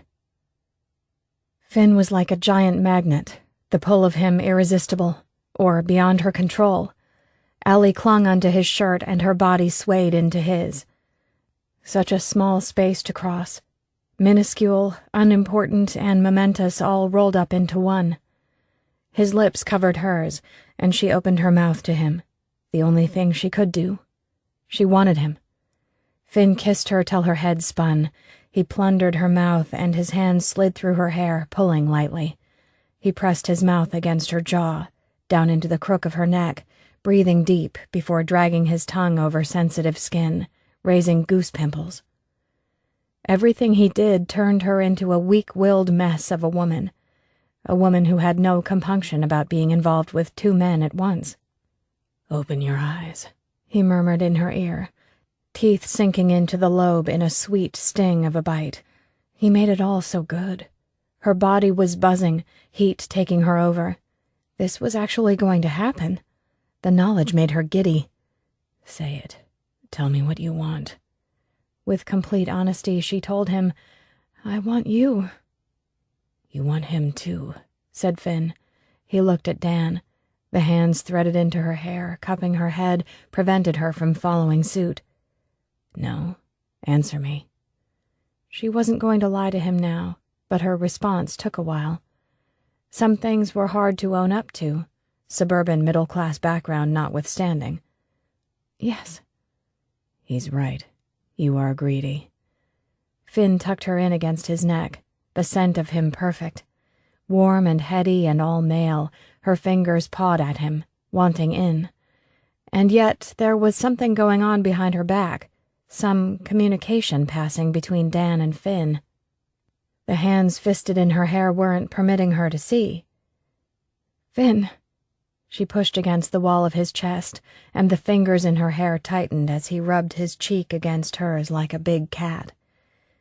The tenderness in direct contrast to the hold he had on her hair. The whole thing working far too well. "Finn, what's going on?" "I think our boy has a point to prove," Daniel provided when it became obvious Finn wasn't going to. "He shouldn't worry so much.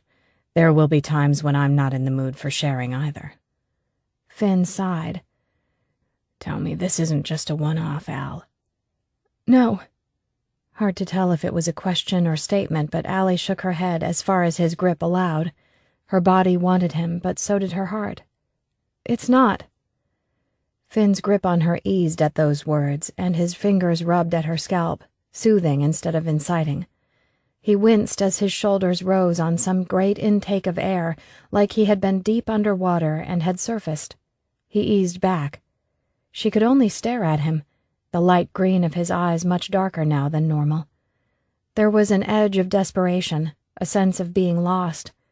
Two emotions she knew intimately. Her heart ached for him. "Good," he said.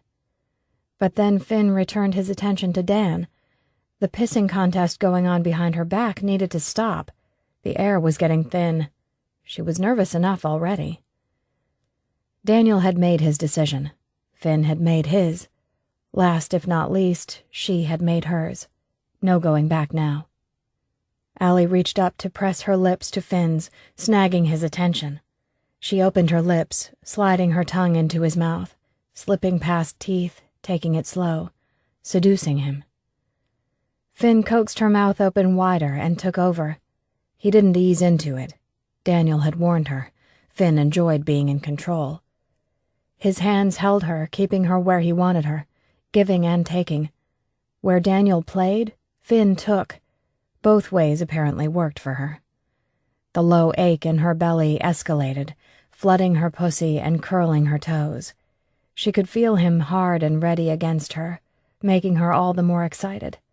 She wanted to climb him like a tree, wrap her body around him and not let go. Her legs trembled and every nerve in her seemed set alight. He kissed her long and deep, teasing her mouth with his own. He drugged her more effectively than any chemical. It was a little scary to react to him this strong and fast, the same way she did to Daniel. It proved all the worst things she had imagined about herself. Someone needed to run her out of town, pin a nice big red A on her chest. Pity the only two people around to see it seemed to be encouraging the behavior. Allie couldn't get close enough, fast enough. Her hands roamed far and wide over smooth, hot skin. It was hard to remember to be wary of his shoulder. His mouth slid over her jawline, nipped at her ear. The pinch of his teeth sent a shudder down her spine and a gasp from her mouth. Her cunt ached. There hadn't been any conscious thought about climbing him bodily, but she obviously had been, and he came to her aid. Come here. His hands cupped her ass and lifted, and her legs wrapped around his hips. Finn pushed off from the door, staggering toward the small bedroom with her wrapped around him, strangler vine style. She looked over his shoulder, holding on tight. On the couch, Daniel watched with his hands behind his head. Her boyfriend. Her man. Holy shit. He gave a small, self-satisfied smile right before Finn kicked the bedroom door closed behind them. What did that smile mean? Guilt slid over her like a second skin. Lust kicked hard in her belly, and it slipped straight off. Finn laid her out on the bed, loomed tall above her. A lantern she had found beneath the kitchen sink sat glowing on the bedside table. It was good not to be in the dark, very good to be able to see him. The shadows on his beautiful face made him appear all the more menacing as he scowled down at her. No going back, Finn warned in a voice she hadn't heard before. It sounded low, rough, and thrilling. He took hold of one of her boots, dealt with it swiftly before starting in on the other. Undo your jeans. Her fingers fumbled on the button and zipper. What about you? Soon. Finn put a knee on the mattress, leaned over, and sped up the process, peeling her jeans off her legs. He hooked his thumbs into the sides of her panties and pulled. The feral grin he gave as he stripped her underwear down had her heart tripping in her chest. These are wet. You have that effect. Good to know. Allie leaned back on her elbows. Finn folded her underwear and tucked them in his back jeans pocket. Those are the only pair I have, Finn. I'll get you more. He sunk down onto his knees on the carpet at the foot of the bed, pried her legs open with gentle hands. The reverence of his gaze as he stared at her sex caused her mouth to go dry. If he hadn't been holding her legs open, she'd have snapped them shut in a fit of nerves. Closer, he urged, wrapping his hands around her hips to drag her toward him. A bit more. Firm hands slid down. The rough tips of his fingers smoothed over her inner thighs, tracing lightly over her skin, getting goose pimples raging. His warm breath fevered her skin. She just about jumped when a fingertip traveled the seam between her pussy and thigh. Her shoulders shook and there was a noise in her throat, fighting for release. It all grew out of control the longer he studied her, the more he touched her. This was going to kill her. When Finn's mouth touched her sex, she sagged with relief. Her back hit the mattress and her whole body shook.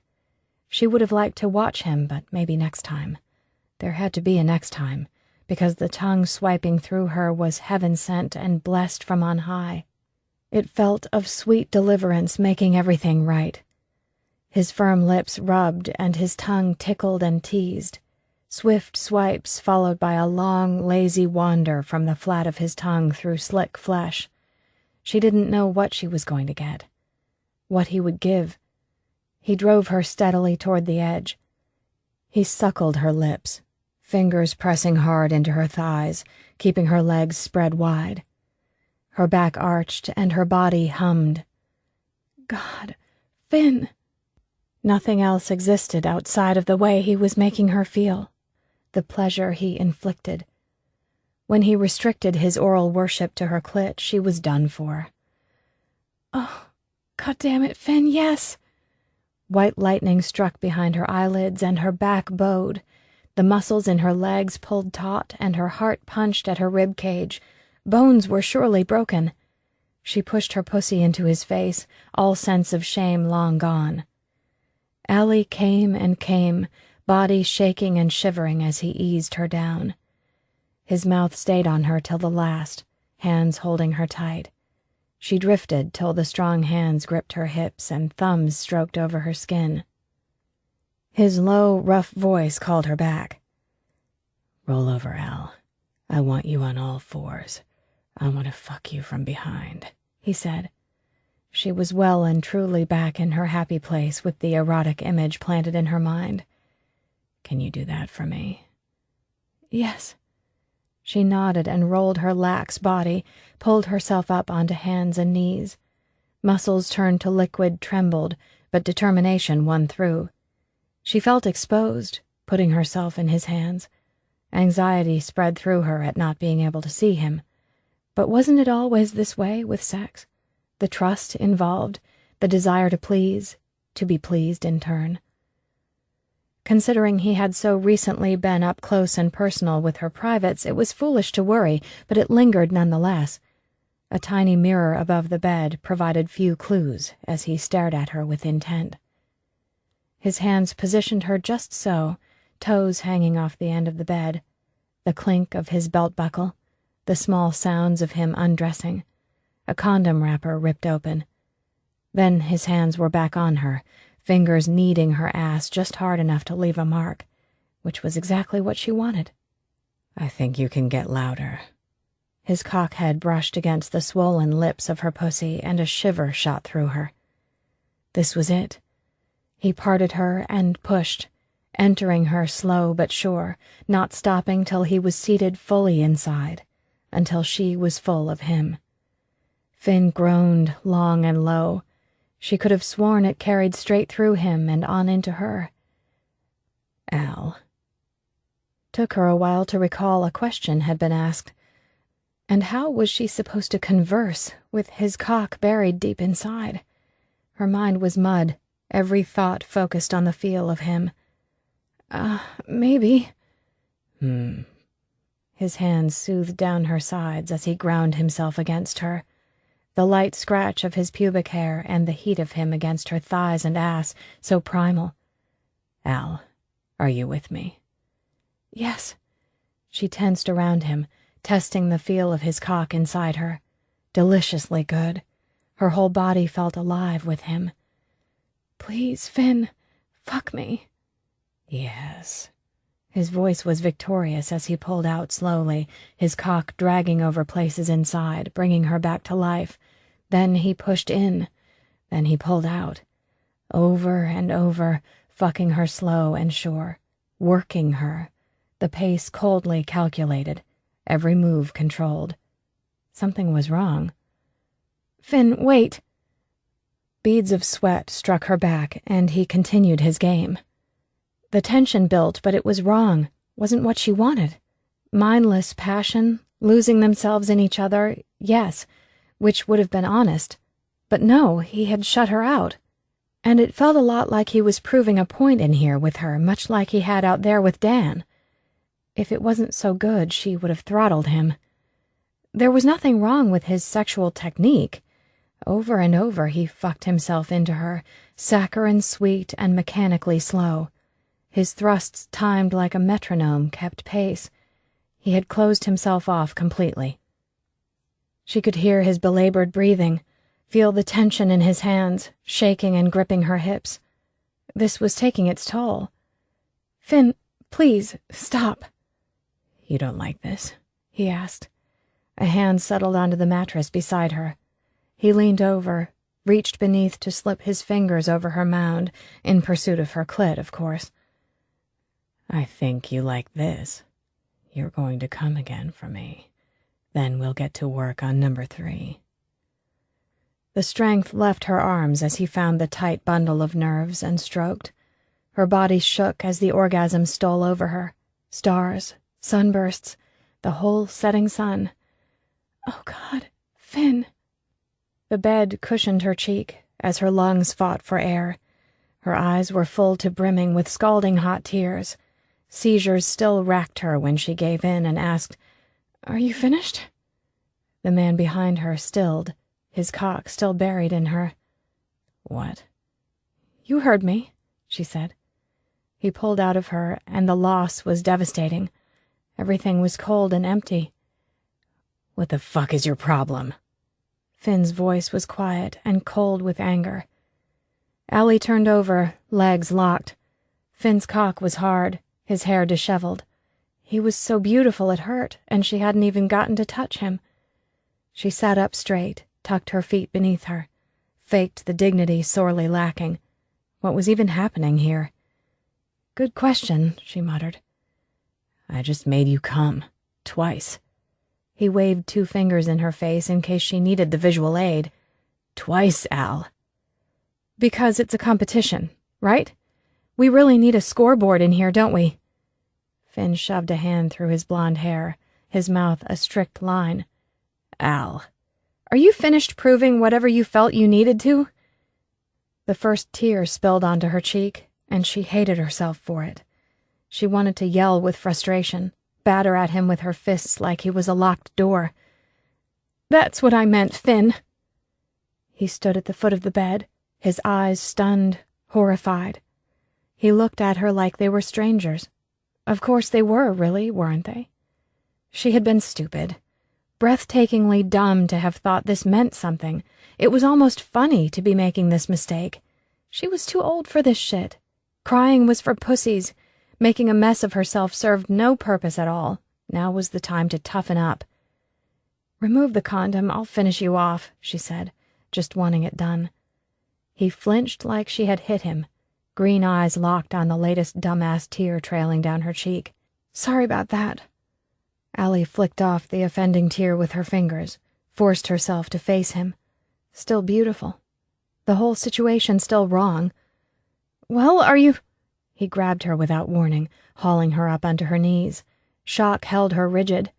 His mouth slammed down on hers, and his tongue forced its way inside, forced a reaction from her. She thought briefly about biting the bastard. There was no doubt he deserved it. But she couldn't, because she was stupid. Clearly.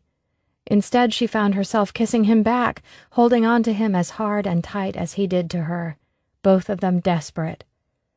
"I'm sorry, Al." Her name was an agonized groan as he dragged his mouth over her cheeks, his arms around her so tight her ribs creaked. "So sorry." "Okay, it's okay, Finn." "No." He wrapped an arm beneath her butt, one around her back, and lifted, taking her back down into the middle of the mattress with him above her. The weight of him pressed her down, and her legs wrapped around him, her hips cradling him. "No, it's not. I want you so much." "You have me." She slicked her fingers over his back, comforting him. "I'm right here." "With conditions." Face against her neck, his teeth sank into her. The sting of it had her body bucking beneath him, her pelvis pushing. He was still hard, amazingly enough. "Yes." And she wanted him worse than ever. She still wasn't going to lie. "With conditions." Finn drew back, up onto his elbows, and studied her hungrily. Her neck stung, her body ached, and she still couldn't read him for shit. Whatever was going on in his head, she remained out. It nearly started the tears again. "Don't," he said. "Don't what?" she asked. "Don't cry. Shit. Don't." His hand slid between their bodies as his mouth slid over hers, sweet and hungry and perfect. The press of his cock against her pussy seemed natural and right. She canted her hips, tightened the pull of her legs around his waist. The head of his cock nudged her entrance, and his hand guided it back into her. They both panted. Finn stared at her. She followed suit, watching the pleasure take him. the tongue swiping out over his lips and the clench of his teeth. He started slow, but it didn't last. Long, satisfying slides of his cock inside her made everything right. His strokes grew harder and faster. He held nothing back this time. Not performing. Blonde hair clung to his forehead, and the pale green of his eyes seemed swallowed by black. He was beautiful. So fucking beautiful, she didn't know what to do. He took possession of her hands, first one and then the other, pinned both of her wrists to the mattress above her head.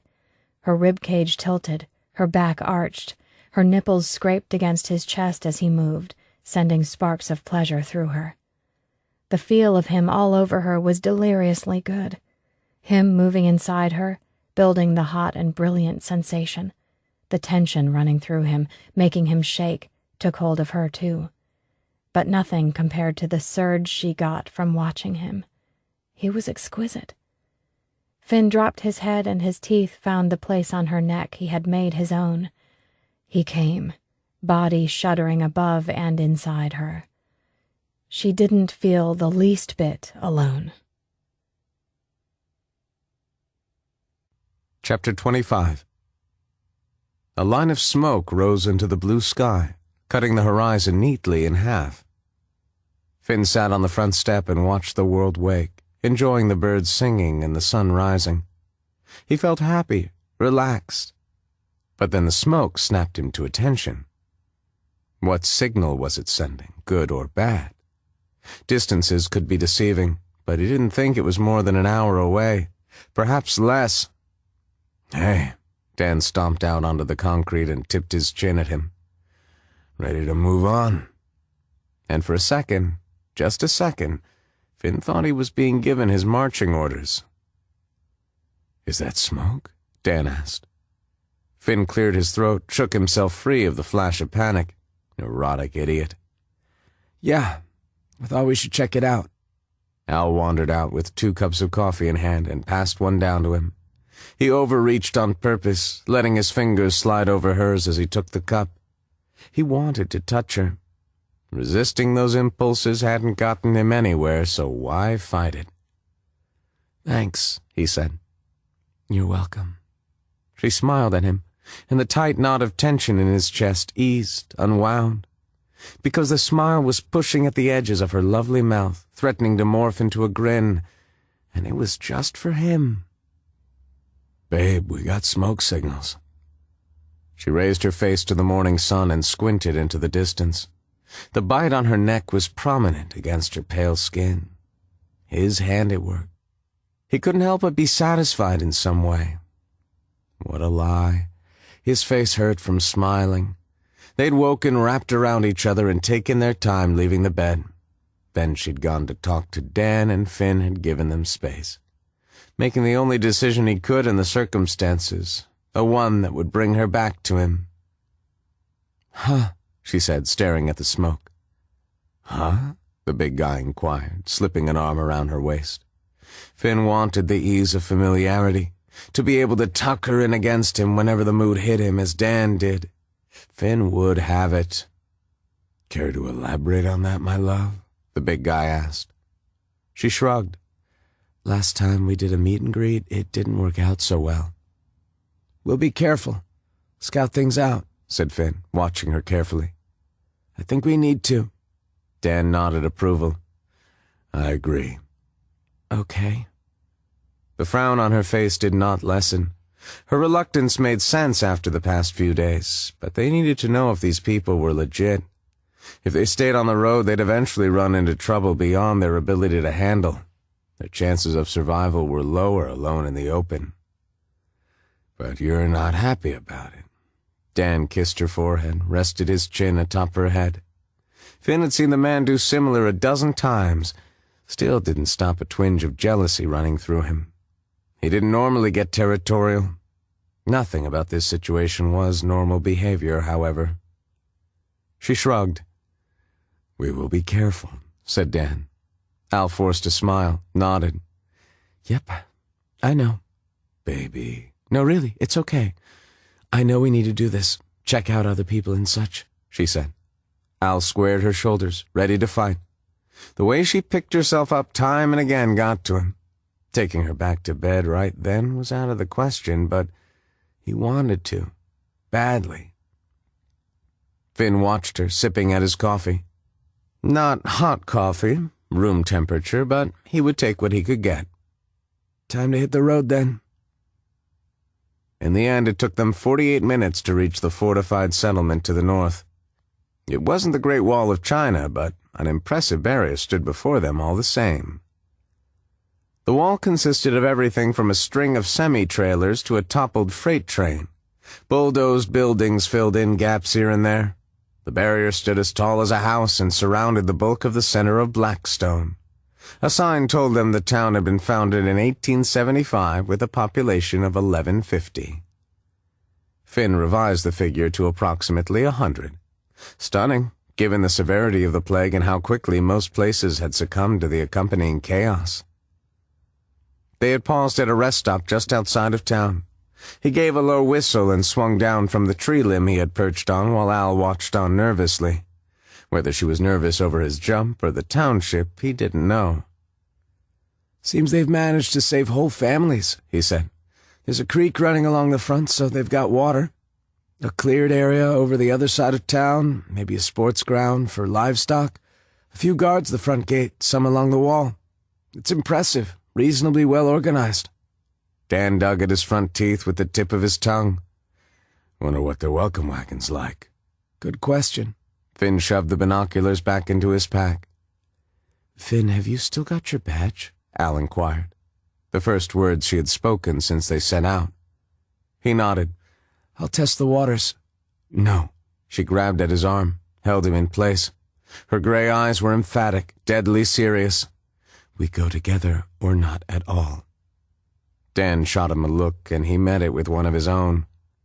"Al—" "No, again," she growled. "To the both of you." "Yeah, the big guy started, sighed, and stopped. "But it is 2 against 1, sweet. We do kind of have the majority here." Al let Finn loose, but appeared the antithesis of cooperation. Her hands rested on her hips, and her mouth tightened as she looked between the two of them.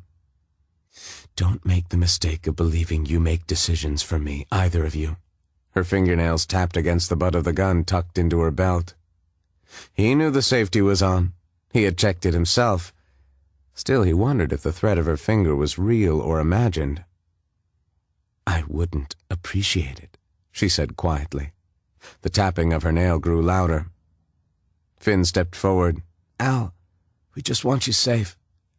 If we misrepresent ourselves to these people, they're going to mistrust us from the start.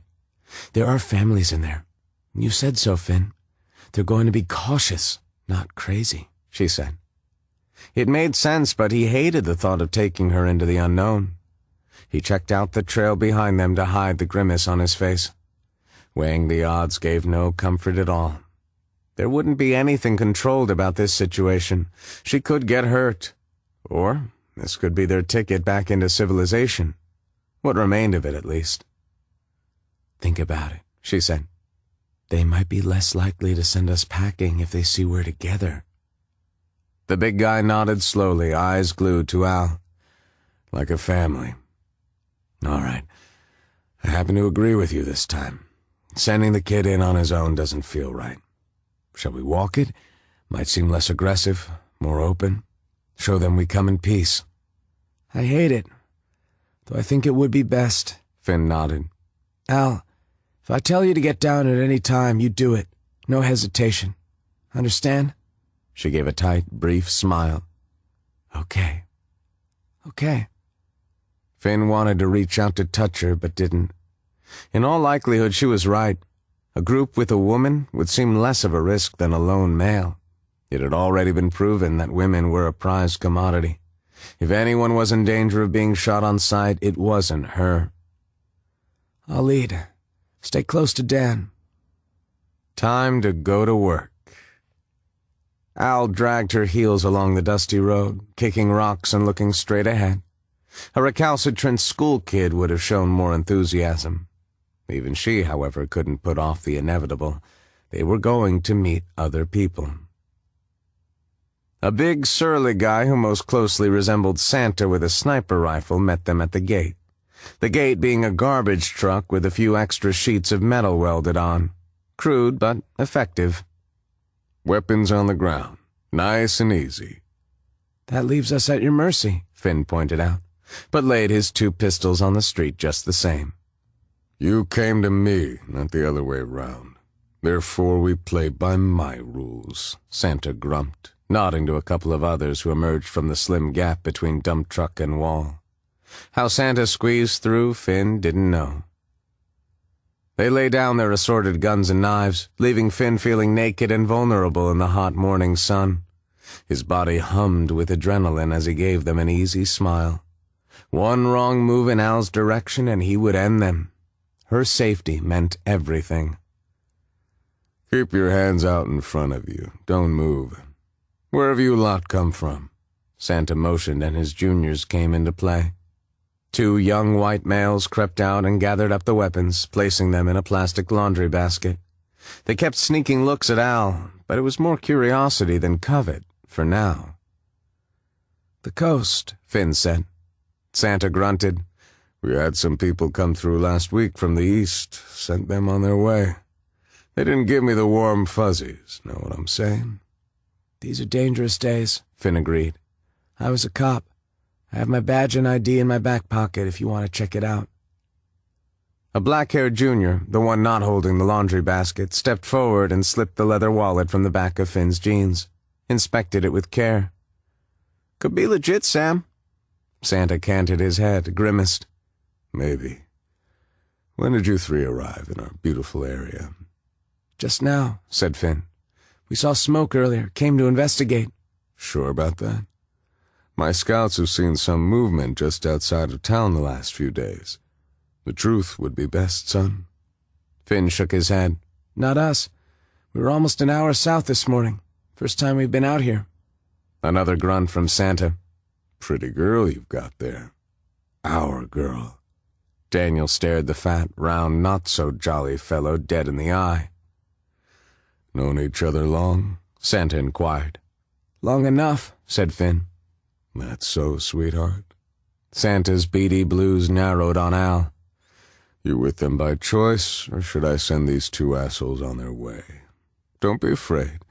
You can answer me honestly. Those bruises on your face are a concern. No one here will hurt you." Al's chin rose as she gave Santa a faint smile. "I go where they go, by choice. But thank you for asking." The old man nodded as if he had expected the answer. "Which one is your man?" There was a beat before she answered, a long, slow one, stopping his heart. Finn waited for her to deny him, fully expected it and braced himself for the rejection. They'd slept together once. One night didn't make a relationship by anyone's standards. God knows he'd walked away often enough without looking back. "Both." Her tone was firm, though her face pinked. Finn couldn't hide the look of relief. "Busy girl. That should raise a few eyebrows."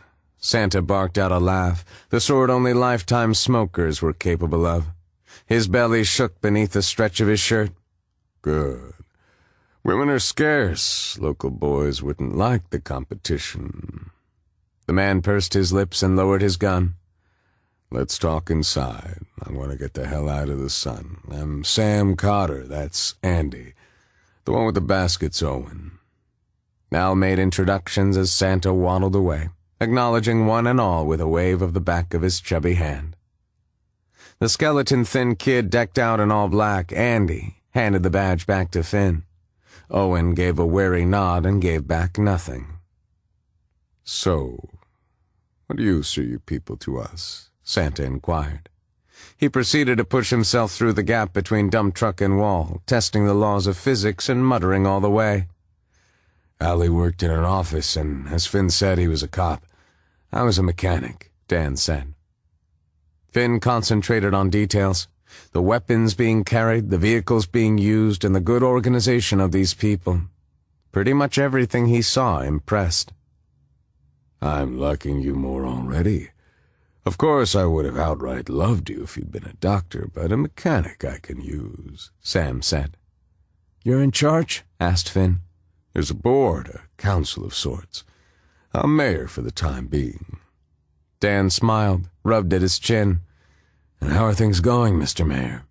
We're getting there, Sam hedged. It's not going to be easy. A lot of work to go around. Inside the wall was a graceful old country town in the grip of fierce change. Half of Main Street was being ripped up by a bulldozer. A flock of children watched the machinery in awe from beneath the shade of one of the grand old jacarandas occupying the median strip. Many of the trees stretched up to 2 stories high, their boughs covered in clumps of small purple flowers. The sweet scent filled the air. We'll use the space cleared for planting wheat and corn. People are growing the basics in their yards, but some things we need to make certain of. Santa waved to a couple chatting out in front of a petrol station. They eyed their group curiously. We're making daily supply runs to the outlying areas, gathering up anything useful. You 3 will be expected to pull your weight one way or another, same as everyone else. The fat guy never slowed, hustling them down Main Street as people emerged from every nook and cranny to gawk at the newcomers. On the whole, they looked clean and well-fed. All the domestic residences are at capacity. The motel's pretty much full as well. If you lot are staying, then we'll put you up above the real estate agent's old office. There's a small kitchen and bathroom. Plenty of room to move in a bed and whatever you need. Sounds fine, Dan answered. Finn tagged along behind with Al beside him, her arm brushing against his. Blackstone was perfect. She could be safe here. He smiled and nodded to one and all as they passed. These were ordinary people inside the walls, ordinary people in extraordinary circumstances. It was everything he had been hoping for, a way to start over with his woman beside him. On the other side of the street, beyond the noise and commotion of the bulldozer, was an old motel. There was an antique shop beside it, then a big hardware store stretching back the width of the block. The interior of the building was packed to the rafters. You're stockpiling like you're preparing for a siege, Finn said. Santa rounded on him, face grim. You never know, Finn. You never do know. There's been infected gathering along the fence line at nighttime. Pays to be prepared for anything. Now, why don't we discuss the checking you over physically requirement? Wouldn't do for anyone to be hiding a bite, would it? Chapter 26. Santa had a daughter named Erin. She showed them to their designated lodgings above the real estate office. Allie tagged along behind as Erin and Finn did the getting-to-know-you thing. Already Blackstone gave her a bad feeling, though that might have just been due to the company she was keeping. Erin was a pretty, sporty sort, around Finn's age, with shoulder-length brown hair. Womanly wise, Erin was on the smallish side and didn't require a bra.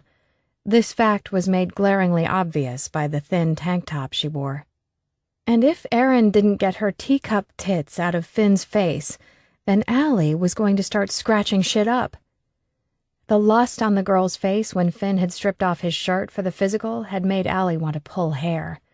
She had never gotten into a catfight in her life, but apparently there really was a first time for everything. There was only one small problem. Finn was flirting back. She had never seen him so happy. He was lapping up Erin's tales of daring deeds done on supply runs. How she must pale in comparison, sleeping with a gun under her pillow and fear in her heart. Bleh. Allie turned her back on their shenanigans and kept busy checking the place out.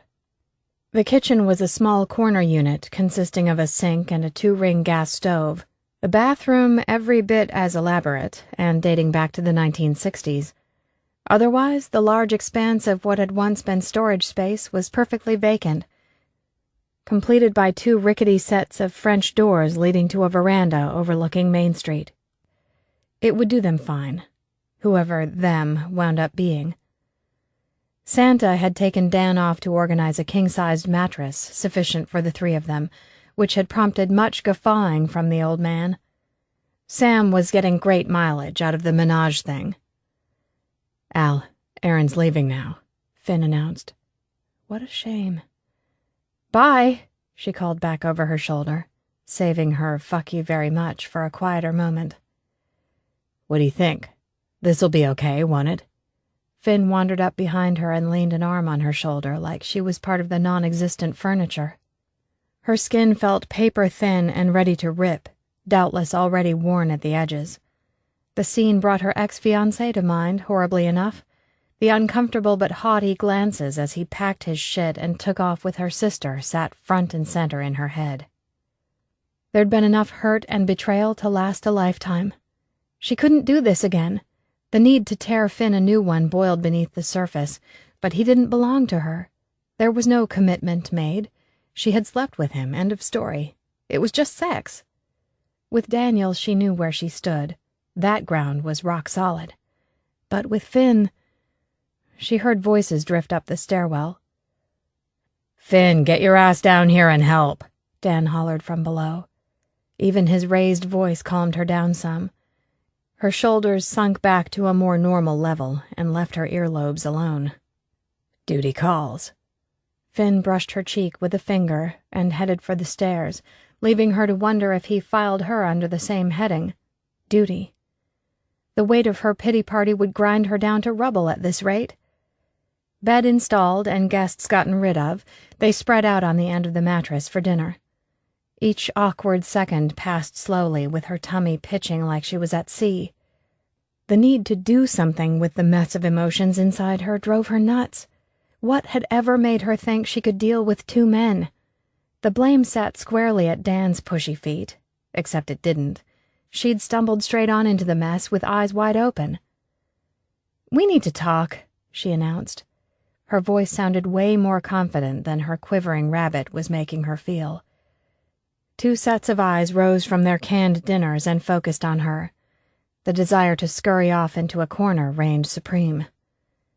"About?" asked Daniel. "This place." "You don't like it?" Dan gave the room the once-over and shrugged.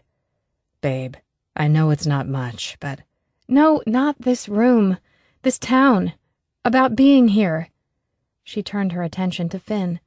His blonde hair fell into his eyes, brushed the tops of his shoulders. Maybe he would cut it now that they were back amongst society.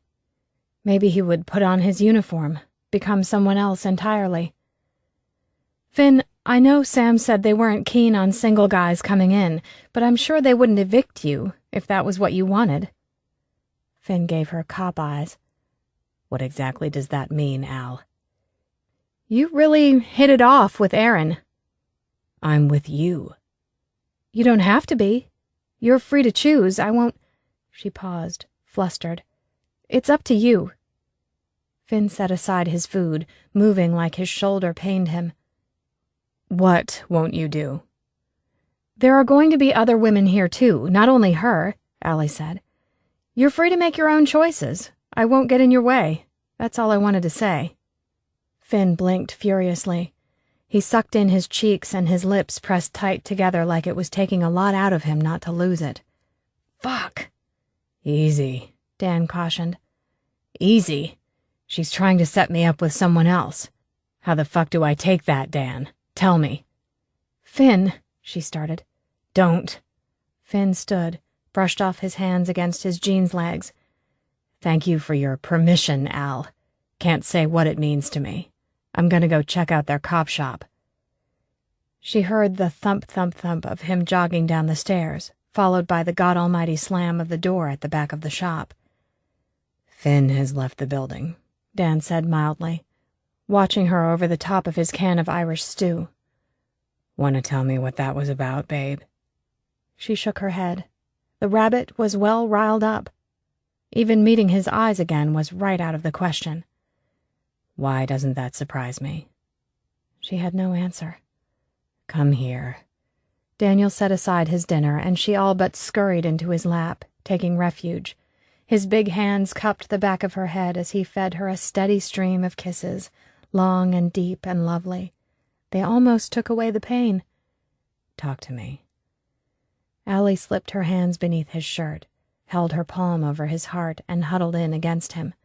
The scent of him was so warm and familiar, a balm to her jagged edges. "I need you." "I'm yours. But I don't think sex is going to solve this one. God help me. Why don't you talk to me for a minute instead?" "Dan!" He made a sharp, exasperated noise and pushed his nose into hers. "Please, Daniel." Her hand slid up to his shoulders, over his hard, hot skin. Allie climbed up and straddled his lap, covered his mouth in kisses. "I need to know you still want me." "Of course I want you." "Show me, please." "Babe," he groaned. His hand shredded her clothing while she worked at his. She needed him now, had to have that connection. The heat and strength of him could comfort her no end. They'd be okay. Nobody's heart was broken. Daniel got her naked faster than she'd imagined humanly possible. Her fingers clawed at him as she rubbed herself against him. Close enough wasn't good enough. She needed him inside of her. Desperation rode her hard, and he seemed to understand. Arms wrapped around her, squeezing her bones breakingly tight. He held her together and kept her in one piece, then took her down to the mattress.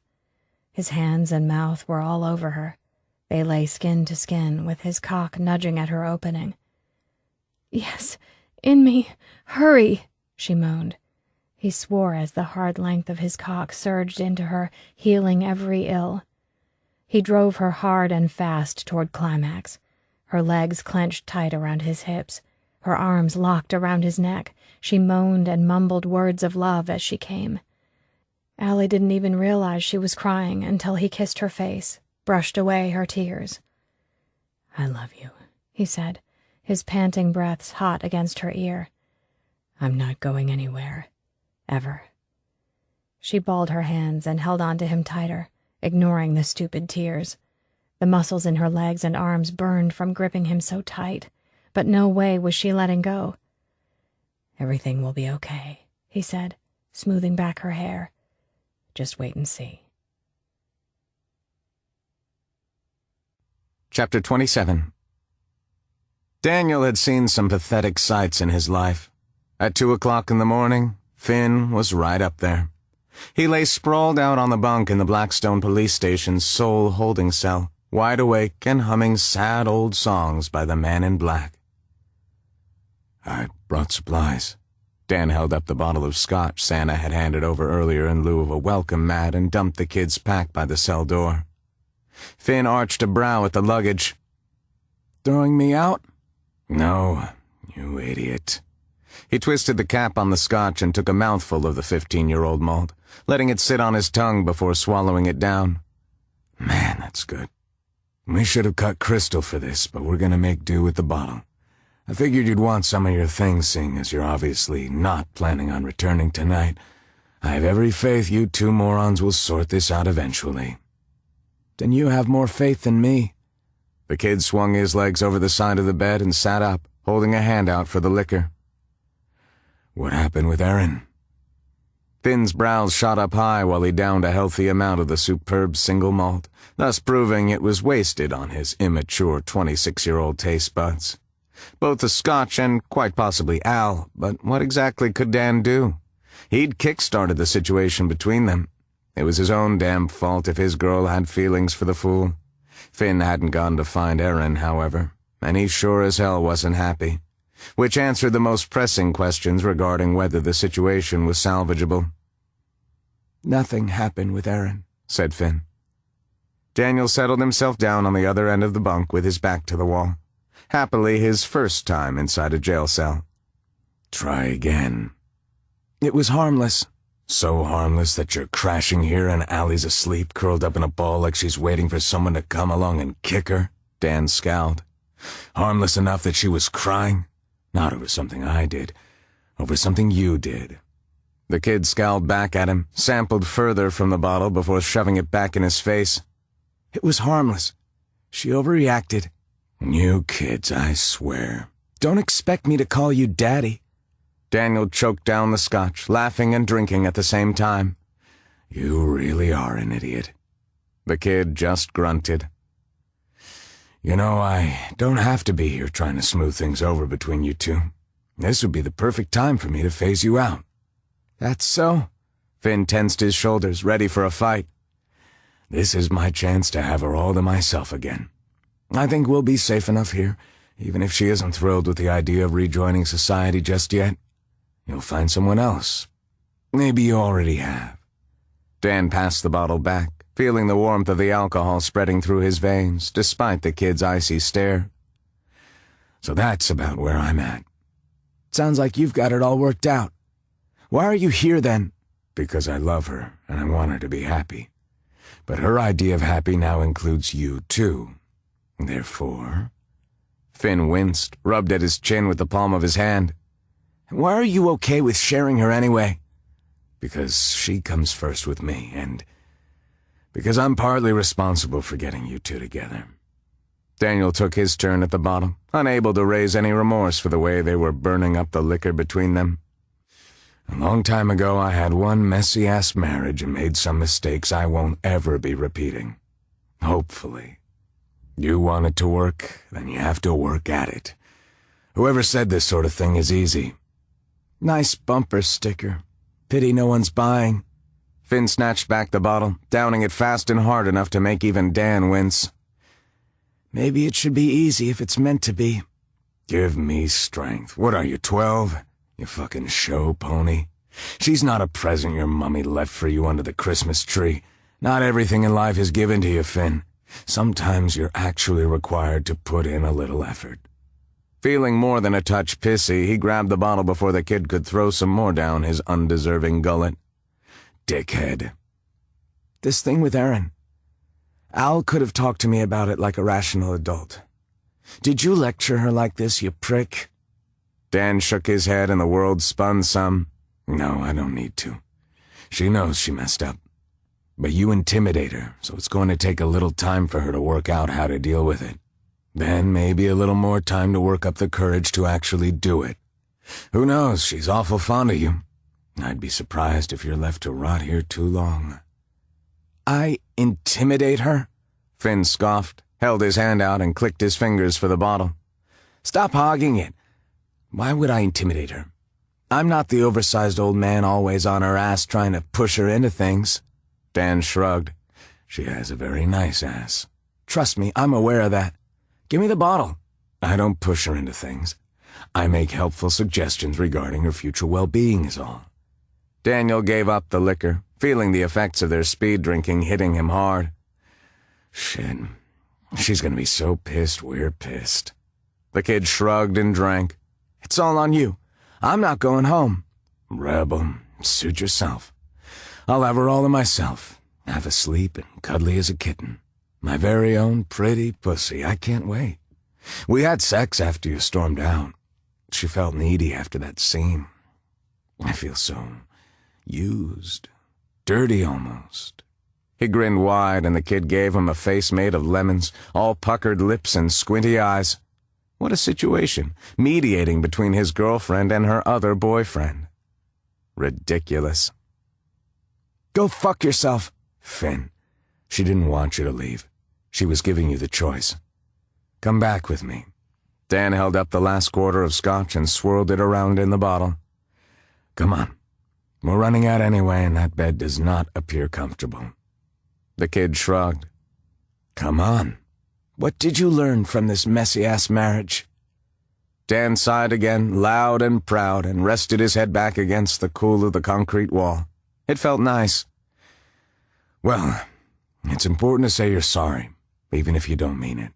Sometimes, especially if you don't mean it. Finn choked on a laugh. That's terrible. Terrible, but true. Sometimes you need to make the peace and work it all out later. Being together is what's important. This is your version of wisdom? I think I'll pass. The kid leant back on his elbows, laughed again, and shook his head. I'd better head back. Certain you're not coming? No. Chapter 28. Finn woke up alone just before dawn with a brain-splintering headache. A shave and a wash in the police station bathroom did nothing to alleviate it. People started dropping in shortly thereafter, small-town gossip having made the rounds. He greeted all comers, sunglasses firmly in place. The dark lenses were small protection against the glare of daylight bursting through the front windows, threatening to boil his eyeballs in their sockets. It seemed like everyone in town had come calling. Everyone except for the person he wanted to see. He ignored the pounding in his head, smiled and nodded, and said nothing.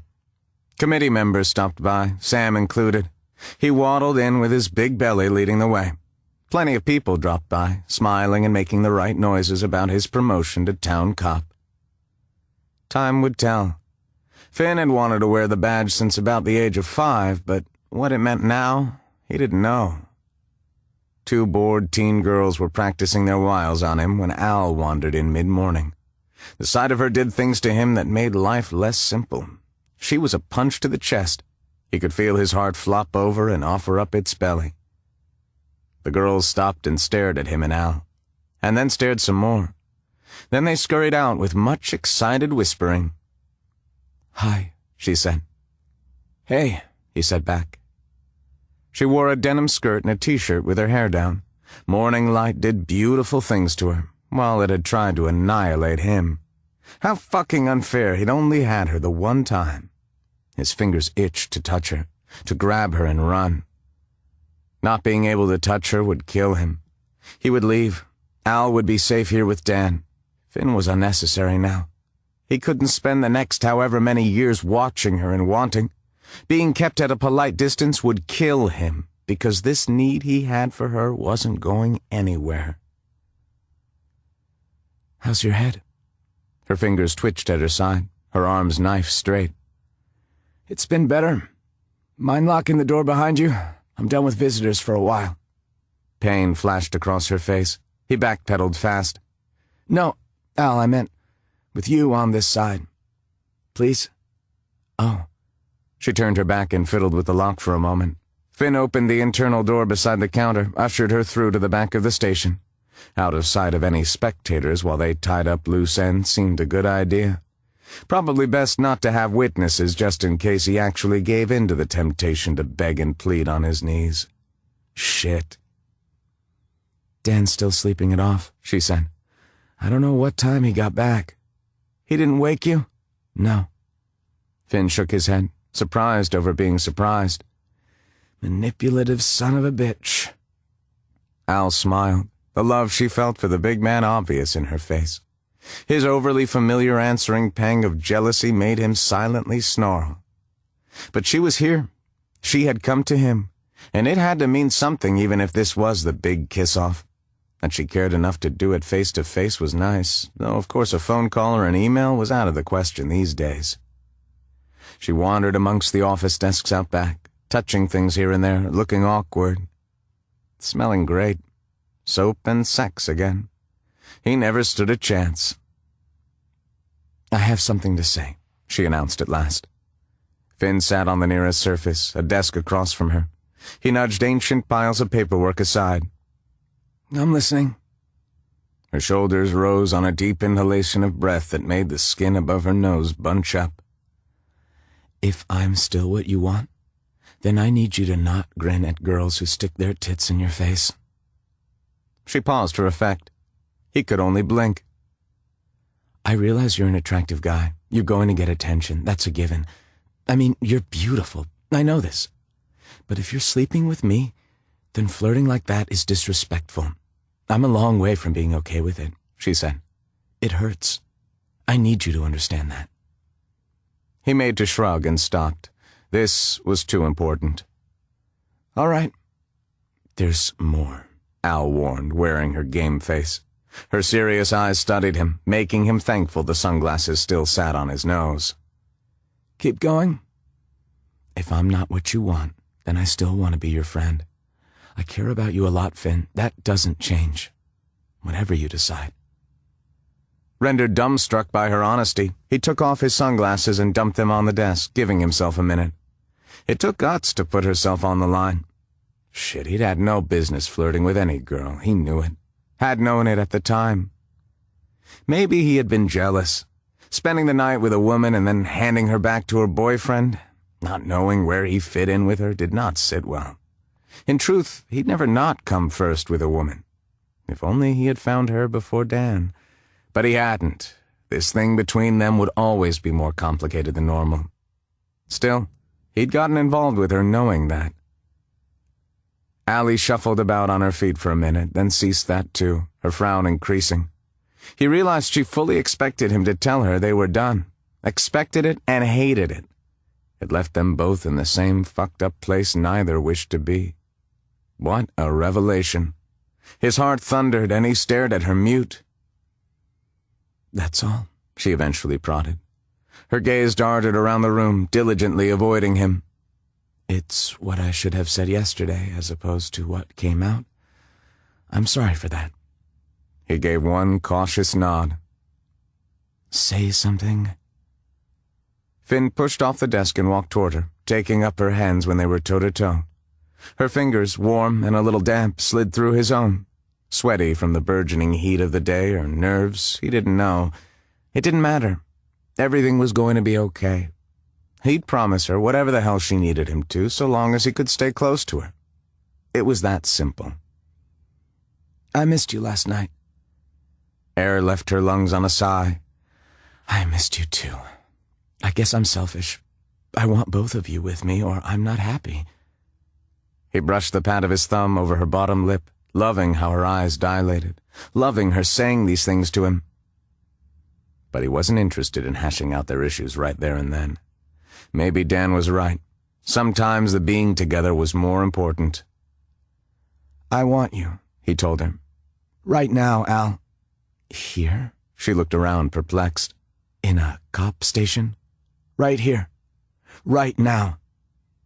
Her answer was the hitch in her breathing and the hunger on her face. It was enough.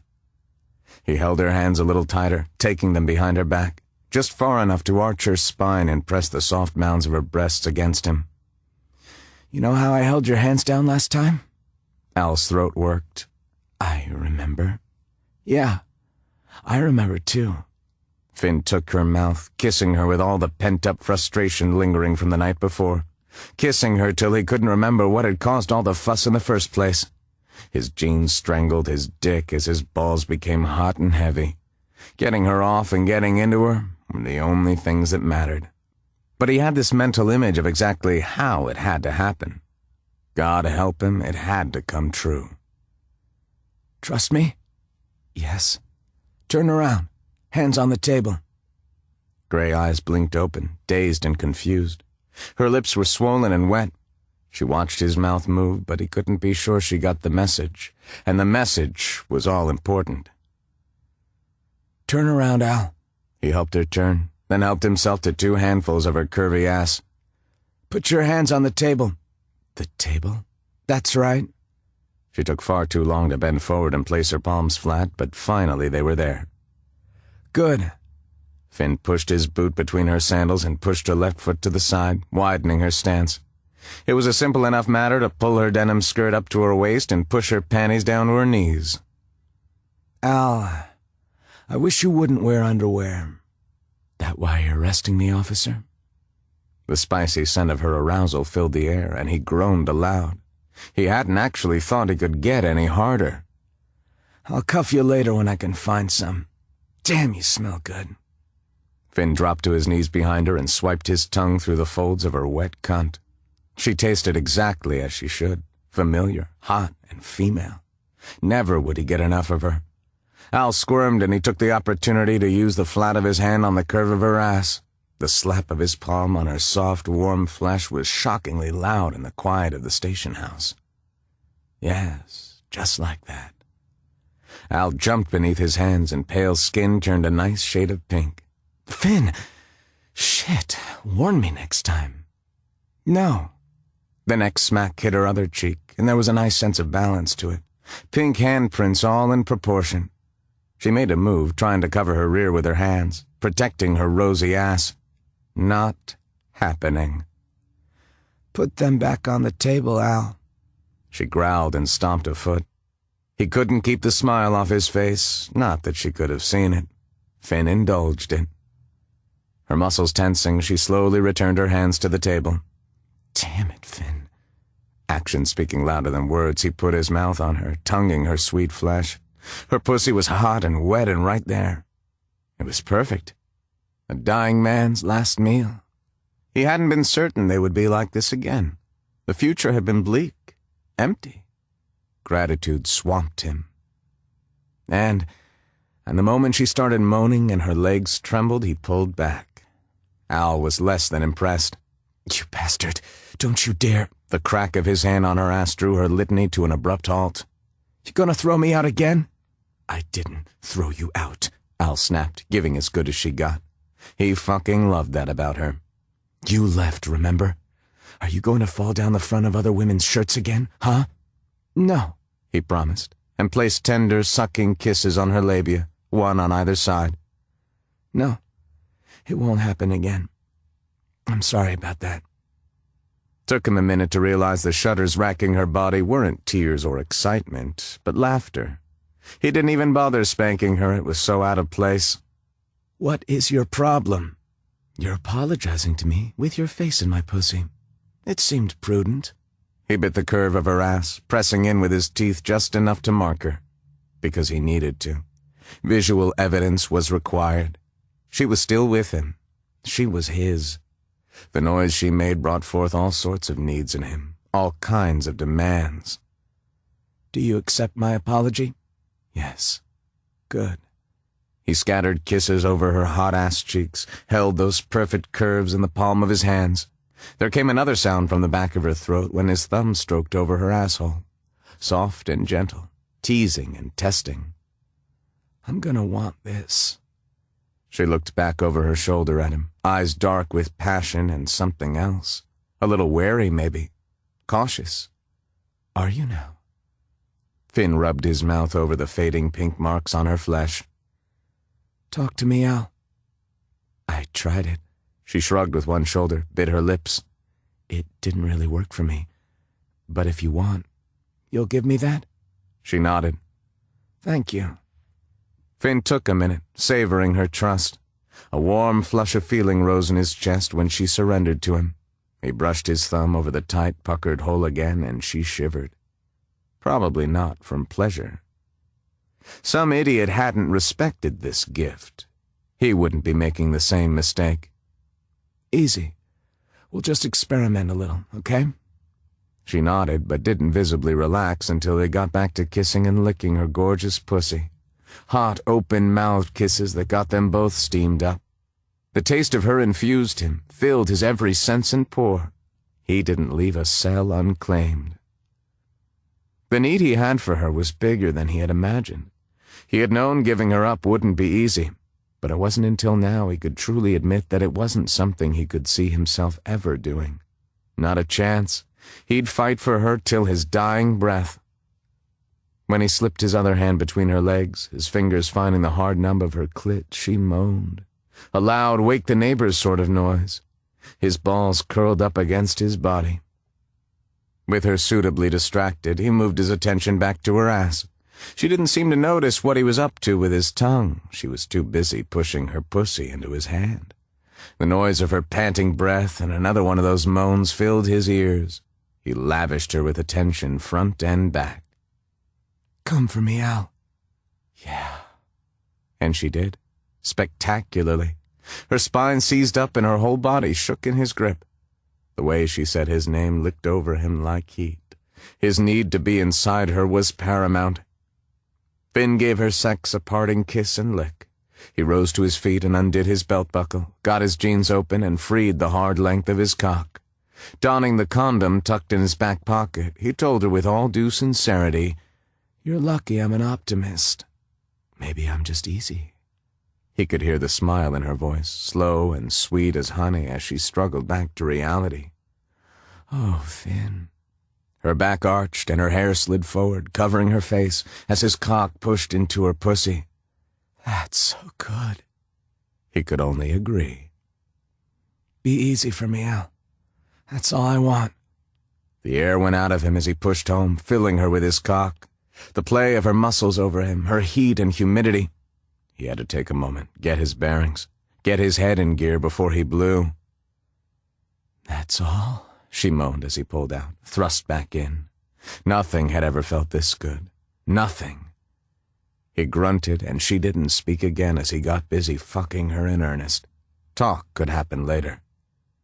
Finn bent over her, one hand beside hers on the desk, his other arm wrapping around her, holding her tight against him as she came on his cock with a surprised shout, saying his name. No way could he hold out. Chapter 29. There were 2 people waiting for her back at the apartment. Daniel appeared pained, and Aaron looked perky but subdued. Her boyfriend sat at a battered table opposite their visitor. He slouched down in a camping chair, a cup of coffee in hand. The slow smile he gave her lured her in, held her tight, letting her know without words everything was all right. "Erin just arrived. She wants to talk to you, baby." There were dark circles beneath his blue eyes, still bloodshot from the previous night. His hair was damp from the shower, and dark strands clung to his gorgeous thick neck. Everything about him called to her. He pushed himself out of the chair and came to her, as big and beautiful as ever. Without thought, she slipped her arms around his waist, cuddled in close enough to catch the scent of him. "Everything okay?" "Yeah." She looked up at him and smiled, pulled him down for a kiss because she wanted to, and she could. If there was some territorial display attached, then so be it. Erin could go screw herself, and Daniel didn't seem to mind. He kissed a path down her neck, stopping at a fresh bite from Finn.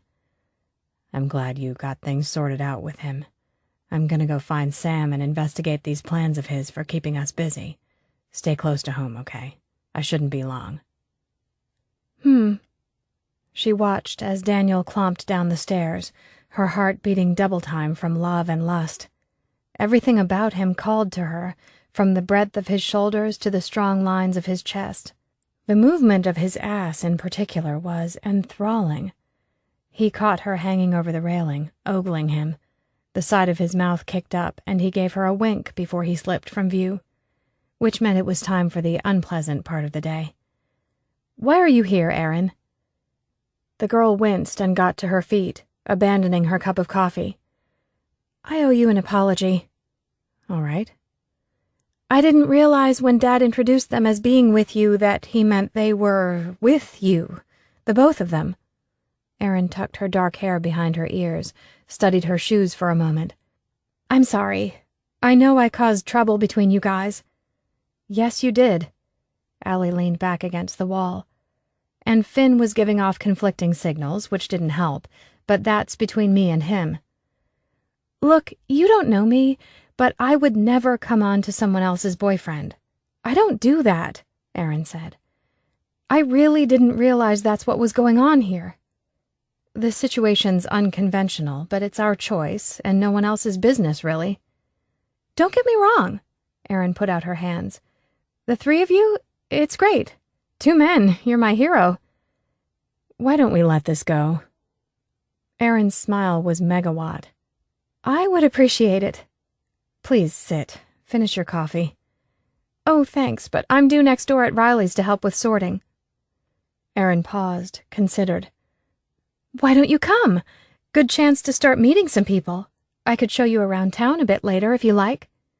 When Allie hovered, undecided, Erin took a step toward her with a tentative smile.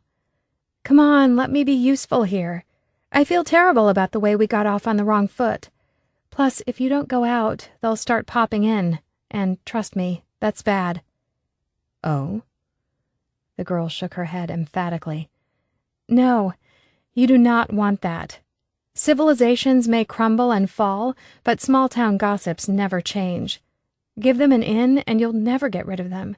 They'll be in here, searching for the satin sheets and mirrored ceiling, the candelabra you swing naked on, that sort of thing." Allie smiled despite herself. "Going out it is." A few minutes later, Allie stood on the sidewalk outside Riley's department store, proudly established in 1903. There were towers of boxes piled high. "You guys are serious about stockpiling," she said. The place was a hive of activity as people unloaded even more off the back of a pickup truck. These people were dropping off weapons, faces somber, obviously fresh back from a trip outside the town walls. "As Dad says, you never know." Aaron greeted the 2 men and 1 woman busy handing down boxes from the back of the truck. "This is Allie. She came in with the party yesterday." The 2 men nodded hello and got on with their work, faces tense. Made her wonder what they had seen out there. "Let me take that." She held her hands up for a box, and the woman smiled and passed it down. More helpers ambled out of the shop and got in line behind her. "Thanks." The woman was in her 40s, handsome rather than beautiful, with ash-blonde hair in a braid. Add the rifle slung on her back, and she looked eminently capable and all business. "Welcome to town." "Allie, this is Lindsay, my other personal hero." Aaron put her hand over her heart, and the woman smiled, snorted a laugh. "When the men tried to protect us poor weak women by taking us off watch and supply rotation, she led the charge to defend our rights." "They were being asses," the woman announced, loud enough to snag the attention of the 2 males nearby. Neither smiled in reply. "And now they're not. End of story." "They saw the error of their ways," sang Aaron. "Hallelujah." "Aaron, go do something useful for once," one of the men chided, earning himself a hastily flipped finger. It was Owen, the one who had been with the wire-thin goth at the front gate. "You shouldn't take the Lord's name in vain," a young, dark-haired woman hissed. Her hands clutched a well-worn Bible. Behind her, a gaggle of people held similar books and flocked close, as if they fully expected the young woman to protect them from the big bad world. "I didn't, Rachel. I said hallelujah, somewhat out of context. Get a grip." Aaron charged past the woman, who took a hasty step back to avoid colliding with the side of a box. "Move on." "It's disrespectful." Lindsay jumped down from the back of the fast-emptying flat tray. "I believe you were told to restrict your God-bothering to the hours after dusk, Rachel. It takes work to keep everyone fed, to keep the town running. Work needs to be shared equally. It's time you did your share instead of leaving it to others." "We're doing God's work." "Then I hope God will feed and protect you when they throw your lazy, self-righteous selves out of town." Lindsay gave the girl a long look, tiredness seeping into her eyes. "Go away, Rachel. Your father would have been appalled." Rachel's cheek twitched, her mouth dwindling into a tight little orifice. "Don't you talk about him." Lindsay walked off without further comment. A crowd had gathered to witness the confrontation, making it impossible to follow Aaron into the shop as the doorway was now clustered with curious folk. Allie balanced the box in her arms. It wasn't heavy, but it was sizable, long, and awkward. The Wicked Witch with the Bible spotted her balancing act and took a step closer, beady eyes narrowing in on her. "You must be the one who came in yesterday. The one with the 2 men. Whore." She had been worried about people's reactions, but funnily enough, this didn't hurt at all. "I prefer the term high maintenance." Several of those squished into the doorway tittered, and the woman sneered at one and all with a pantomime face. Her finger pointed skyward like she could summon thunder. God is not finished judging. "Oh, for fuck's sake, Rachel, take it elsewhere," Aaron snapped, elbowing her way through the crowd. "People, show's over." Andy, the goth from the gate, appeared beside Rachel. They argued in hushed tones. The young man looked genuinely pained as she shook her head furiously and stomped off down the street, her devotees rushing to keep up. Aaron sidled up to her. "Ignore Rachel. Her father was a minister, one of the first to die. He was eaten by one of his parishioners right in front of her. Safe to say it doesn't make for a healthy mental outlook. Just the same, somebody really does need to stick her head down a toilet." Allie could only nod her agreement. "I wonder if that would make the water holy." Aaron snickered and watched the group disappear around a corner. She wasn't the only one watching them, but Andy's face held no anger. The young man looked like his heart was breaking. "Dad put the snatch and grab expeditions on rotation. Everyone over 18 and able to fire a gun takes their turn.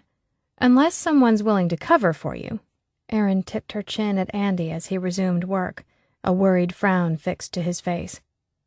He and Owen have been covering for her while she harasses everyone in town. It's bullshit. Everyone goes out? Allie asked, a familiar chill sliding beneath her skin.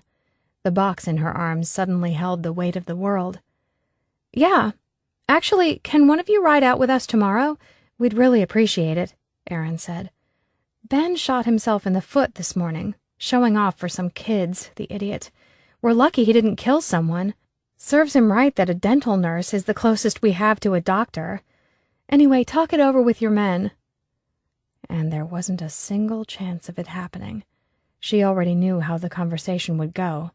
It wouldn't be her skin at risk. The thought of one of them out there. Allie nodded, clutched at the box before it slipped straight from her numb hands. They've already been given jobs, but I'll be here. No problem. The woman smiled. Good. We take a decent-sized group, post lookouts. It's not as dangerous as you'd think. Chapter 30. Daniel woke up not long past dawn with the sheets twisted around him, half a leg hanging off the side of the mattress. 3 in the bed made for cozy conditions, but right now there was just one. Him. Which was curious. Finn had been raring to get back to the cop shop, which accounted for his absence. But where was his girl? Because all being right in his world, she should have been in bed beside him, all sleepy and warm and ready to be ruffled. But she wasn't. Babe? Allie? No answer. The silent apartment felt empty. A bad feeling set in. She might have gone with Finn, or she might have been next door sorting supplies, despite their discussion regarding her not wandering off on her own. They barely knew these people. Security still mattered. Daniel vaulted out of bed, pulled on some cargos and a t-shirt, stuffed his feet into joggers, and pounded down the stairs. An overreaction, probably, but he'd gotten used to knowing her whereabouts. Her absence jangled his nerves. The world felt wrong, more off-kilter than usual. Outside, there were people out and about on the street, going about their day. A child shrieked and giggled, chased by an older sibling around one of the huge jacarandas filling the median strip. A tractor started up somewhere close, the engine coughing and spluttering to life. "Morning," someone called. Dan nodded back. He stuck his head into the department store, where a couple of people were gathered around a middle-aged man with a clipboard. "Hey, anyone seen Allie this morning?" They looked at him with blank faces. The guy with the clipboard answered, "No, sorry. We only just got here." "Thanks," he nodded, backed up. She had probably gone with Finn. That's where she was. An ache akin to fear poured through his chest. He broke into a jog. Down to the end of Main Street, hang a left, feet pounding against the pavement. He covered the half a block and stormed down the station's front path. His hand hit the heavy glass door, shoved it open. Finn was bent over the reception desk, looking at papers. Immediately he straightened, hand shifting to the gun at his hip. "What's wrong? Is she here?" "No." Finn frowned, shook his head. "You two were asleep when I left." "I woke up alone." The pain in his chest accelerated and the front door was thrown open once more. A boy stumbled through the opening, face ashen, dyed black hair sticking out every which way. One of the guards from the gate, if his memory served. Andy. The young man's red eyes fixed on Finn, and his thin shoulders caved. "You need to come. It's Lindsay. She killed herself. They found her hanging. Just—" Finn shot Dan a questioning look he could only return. The capable woman who went on raiding parties seemed the least likely person to check out in such a fashion. But these days, who the hell knew anymore? "Maybe I was there with Aaron or something," said Dan. "Maybe. Let's go." Finn headed for the door, and the sniffling young man scampered alongside. A crowd of people milled about outside a tiny weatherboard cottage 2 streets over. Despite the bright summer day, the mood was distinctly dour. People lined the concrete pavement and overflowed into the garden, crushing the lettuce and tomatoes growing there. Lots of weeping ladies and pale-faced men were present, but some kids played a game of football out in the street, apparently unaffected. Death happened so often these days that it could be regarded as mundane. Al didn't seem to be amongst the gathering, but she couldn't be far. Stupid of him to worry. Grown women could come and go as they pleased. Of course they could, without question and all that. Still, If she didn't turn up soon, he might take a jog around town. Finn strode up the path and straight into the shadowy house. Daniel followed. "What's going on?" Finn asked Santa. She was found about half an hour ago. The fat man huffed out a breath and frowned, his sunburnt face heavily lined. More people loitered inside, but Al wasn't among them. The place was packed and stank of death and decay. Piss and shit and all the things the body secreted at the end of its use. The combination turned his stomach. Lindsay's body was laid out on the dining room table with the length of rope beside her. The rope gleamed vibrant orange against the dark wood, the sole bright spot in the room. They'd drawn every curtain but let in half the town. It defied logic. Certainly Finn looked pissed, despite the professional face. His eyes were narrowed, taking everything in. "You shouldn't have moved the body." Finn motioned people back from the table and inspected the dead woman's bloated, blackened neck. "We couldn't leave her hanging out there," said Santa in an outraged tone. "Out where?" asked Finn. A chubby hand waved toward the back door, visible through a poky little kitchen. "There's a little back pergola. She used one of the beams in a kitchen chair." "Who found her?" Finn surveyed the crowd. "I did."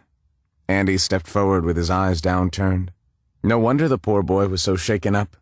Even after everything he had to have seen to survive this long, suicide would come as a shock.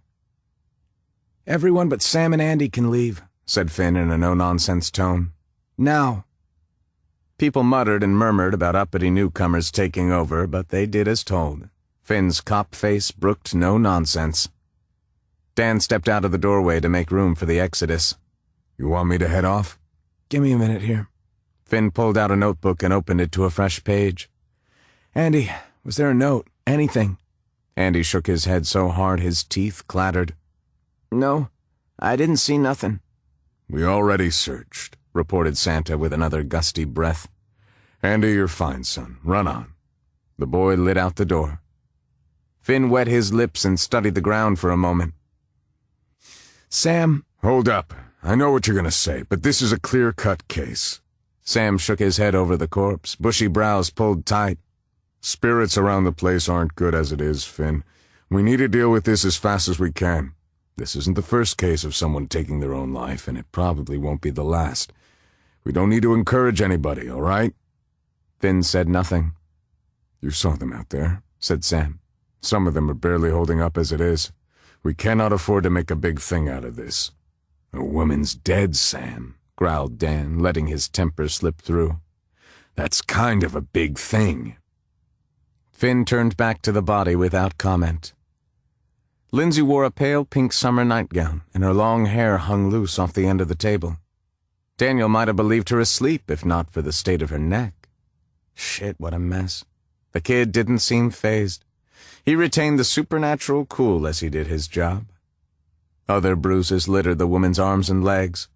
Of course, she'd gone out daily on supply runs.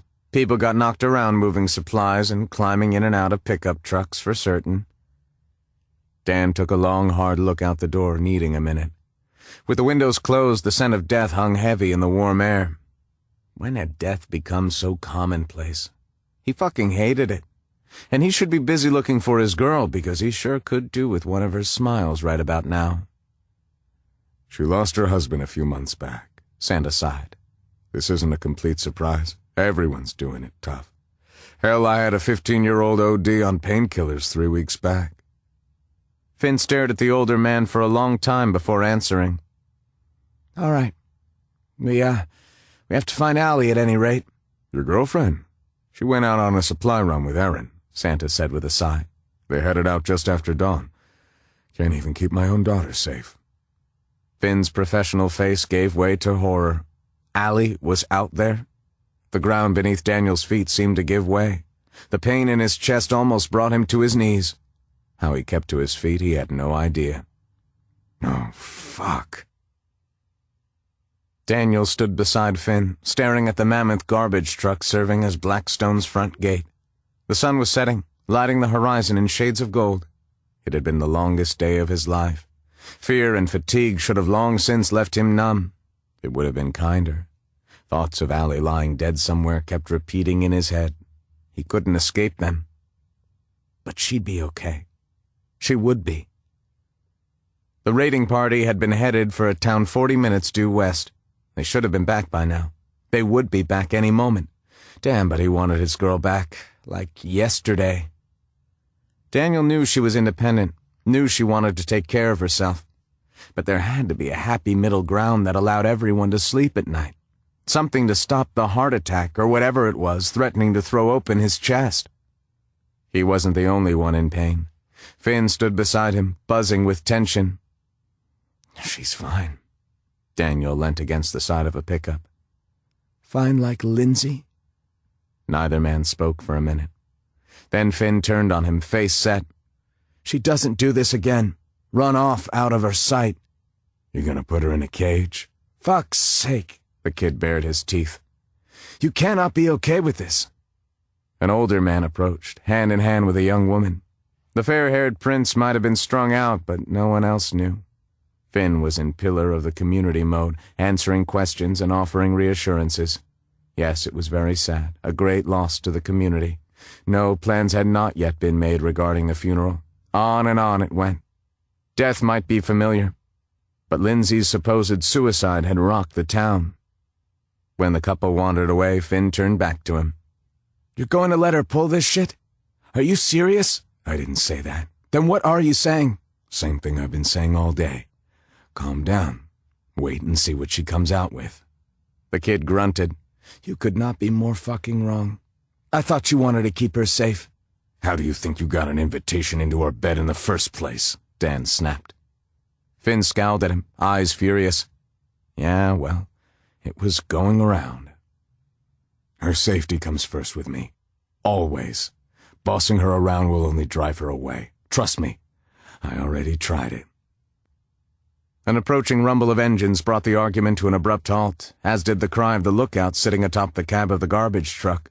The truck powered up and slowly reversed, clearing the entrance. A minute later, the first of the vehicles, piled high with supplies, cruised in.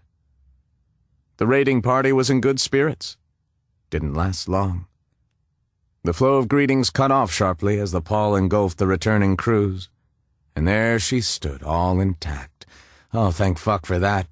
Seemed sensation returned where he'd been deaf, dumb, and blind before.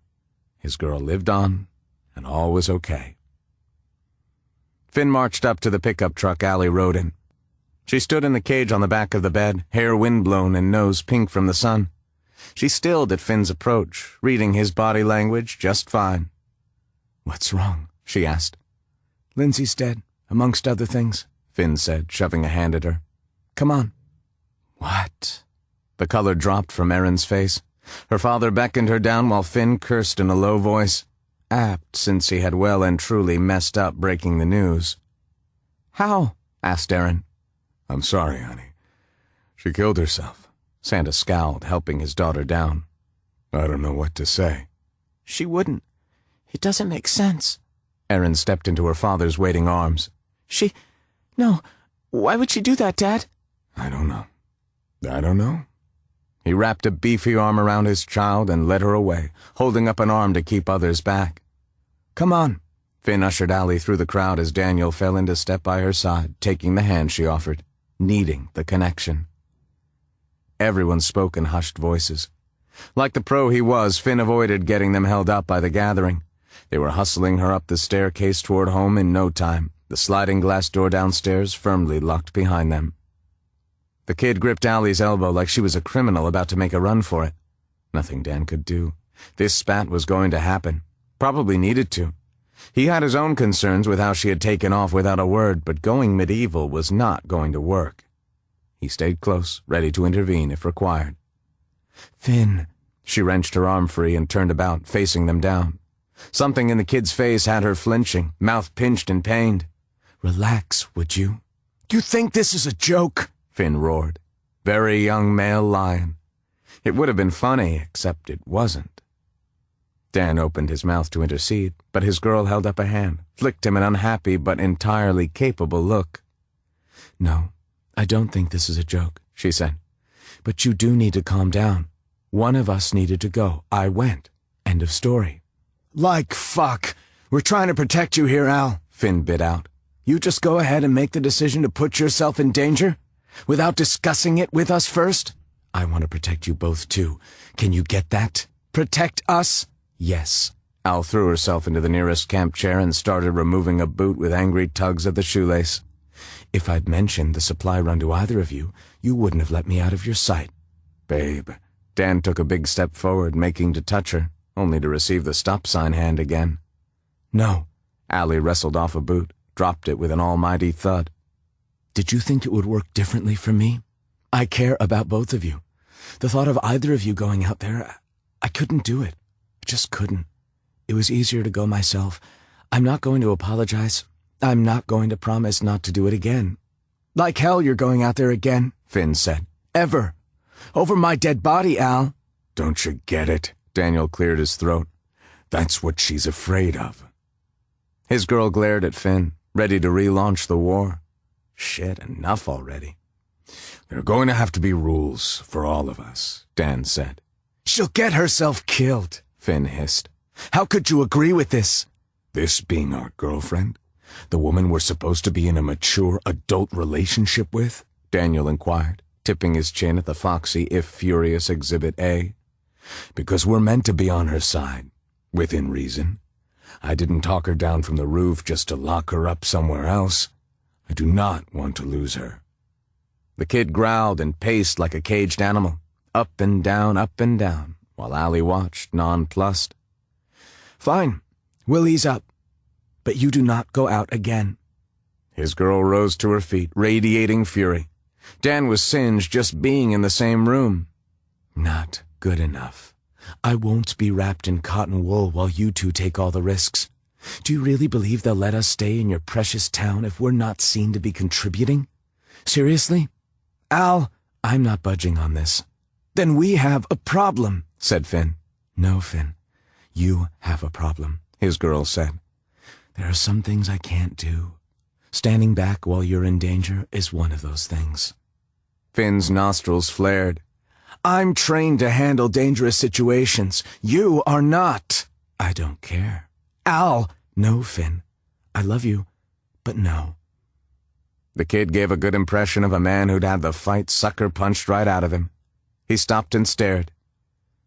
You love me? Yes, I love you, she said.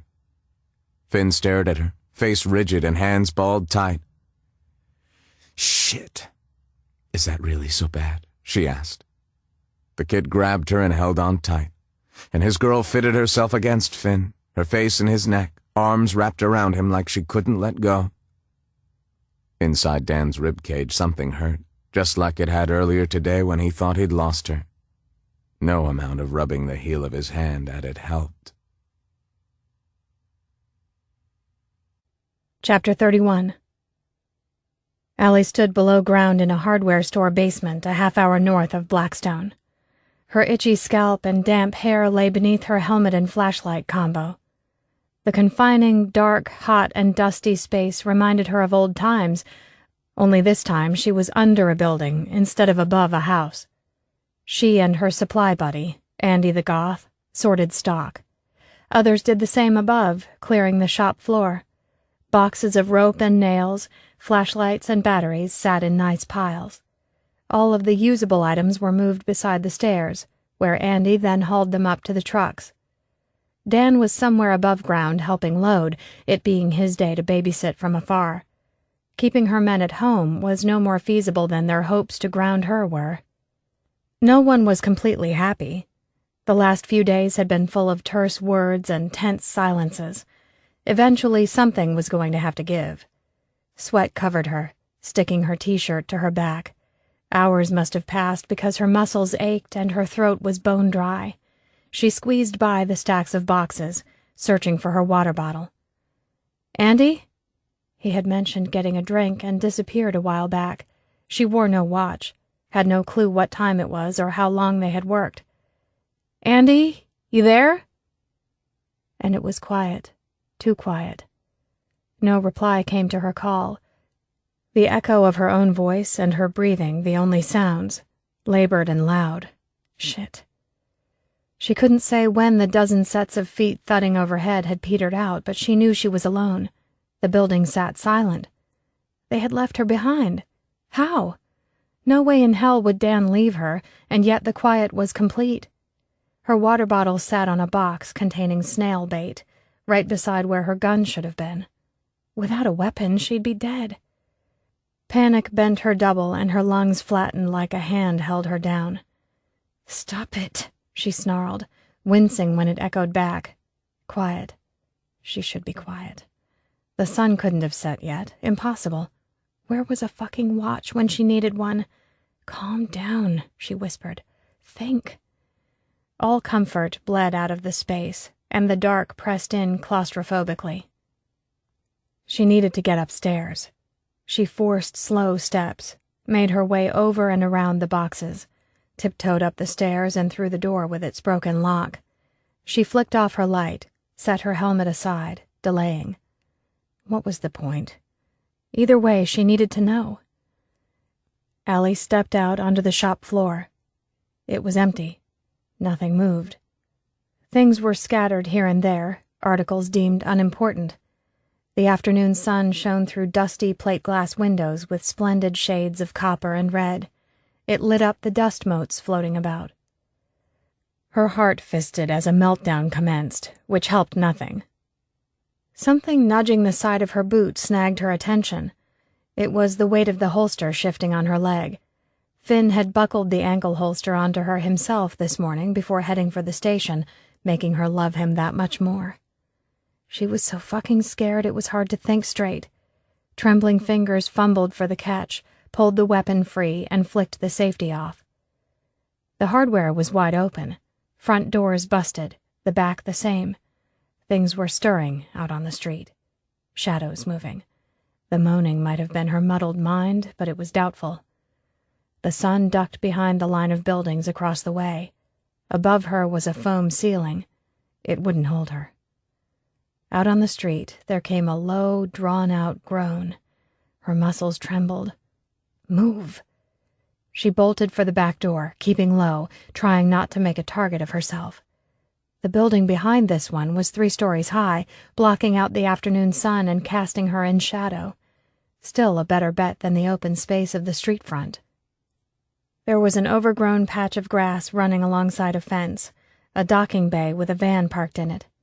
The windows had been blown out, and a long dead body sat in the driver's seat, rotted arm hanging down, skin like leather. A forklift was parked alongside the back of the building, a pallet stacked with bags of potting mix weighing down the front. In lieu of a ladder, it looked good. It was also the only option. More moaning. Go, go, go, go, Allie chanted under her breath, navigating the climb from inside the forklift's cab onto its front load. The gun in her hand slowed her down. Something grabbed her. She almost screamed, the noise stuck in her throat, wanting out. A grasping hand clutched at her boot. She kicked out, dislodging it for a moment. Where the hell had it come from so fast? Over her shoulder she saw decaying features smeared with dirt and dried blood, eyes empty of color, as though the irises had bled to white. The remains of his torn, greasy shirt named him Mike. In less than a minute she could put a bullet smack-bam through Mike's forehead, be done with him, no matter the noise.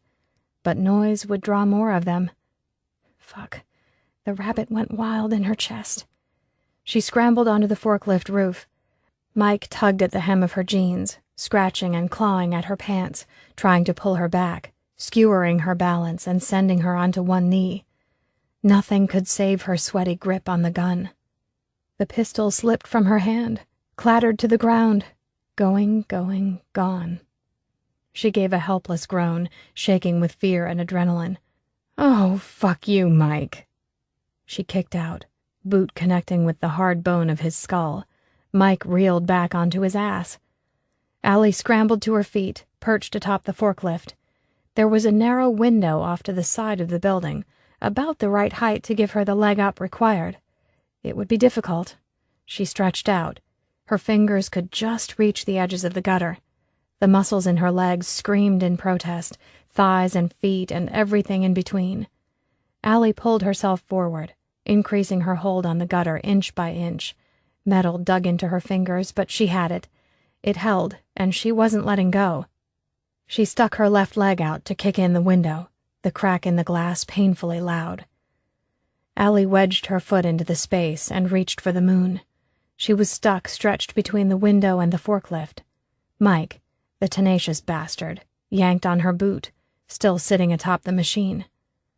Mike moaned, a noise that wound down to a death rattle.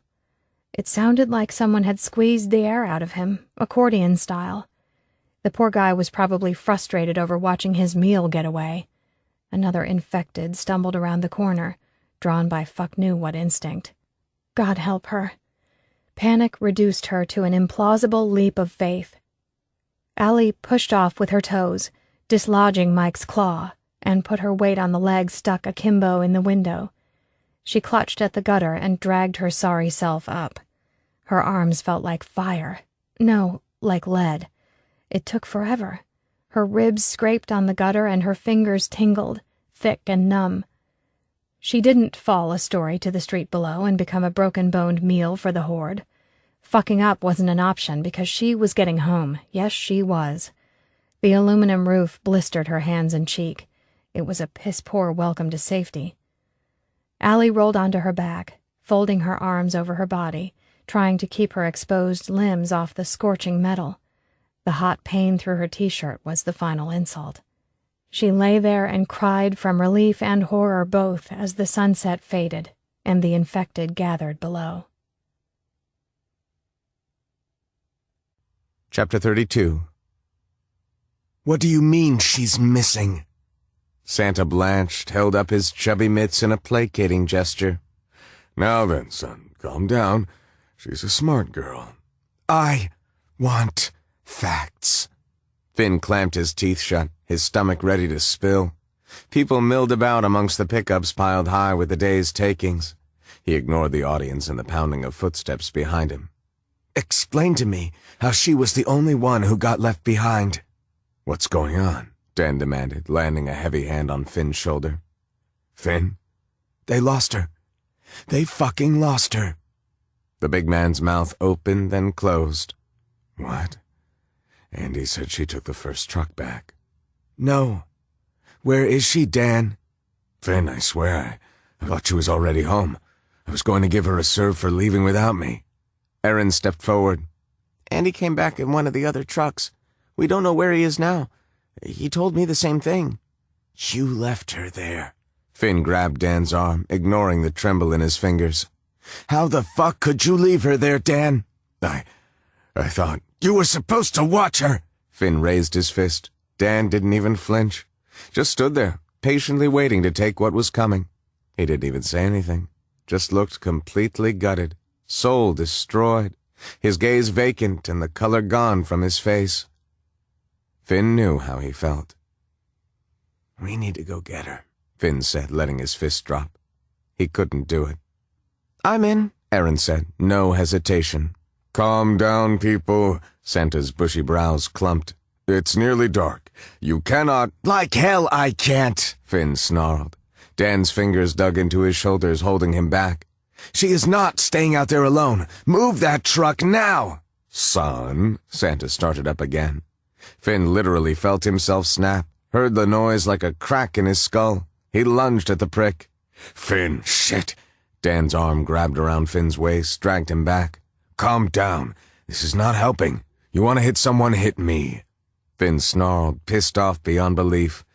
But he let Dan pull him back. It's nearly dark, Dan said. We can't do a damn thing by going back out there now, but get her into more trouble. Explain, Finn demanded, his heart racing. Allie knows how to hide. She's really good at it, said Daniel. We go out there now, we'll put her in danger.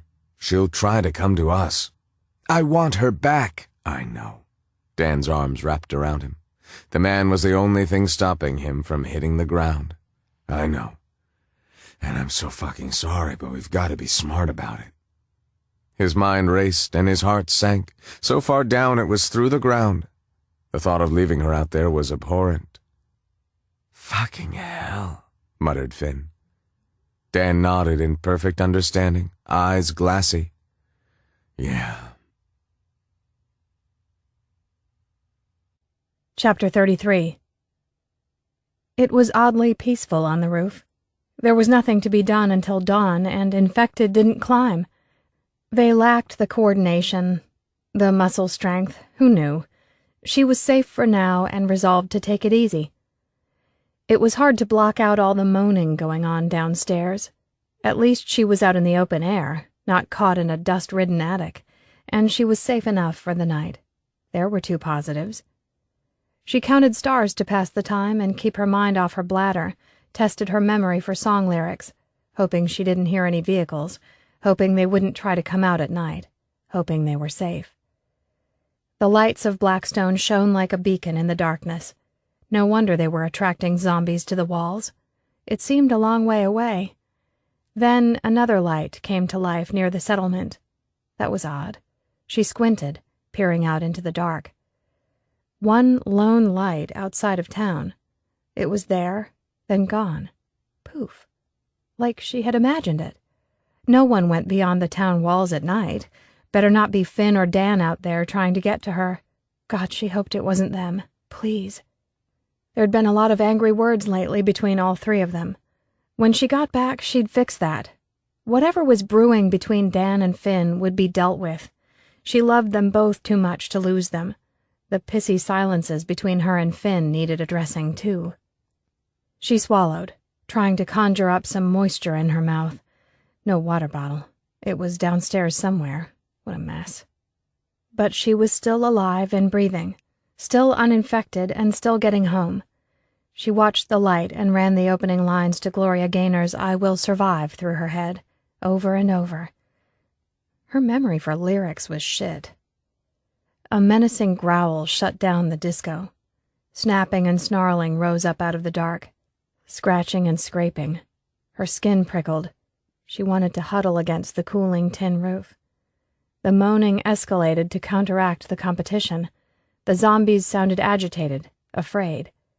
She lay like the dead, staring into the heavens, her focus entirely on what played out below. The noises reached new heights and the battle began. The sound of breaking bones and tearing flesh came to her, noises unique and horrible, indelible. Something was enjoying the infected she had drawn. Safe to say Mike was done. Poor Mike. Poor everyone. There were several somethings sniffing the air, followed by whining and howling. Dogs. What would the infection do to dogs? More importantly, dogs couldn't climb buildings, no matter what their diet entailed. She was safe for now. Ever so quietly, she rolled onto her belly, crawled to the side of the building, and peered over the edge, not daring to breathe. Several sets of gleaming red eyes stared back at her from below. Chapter 34.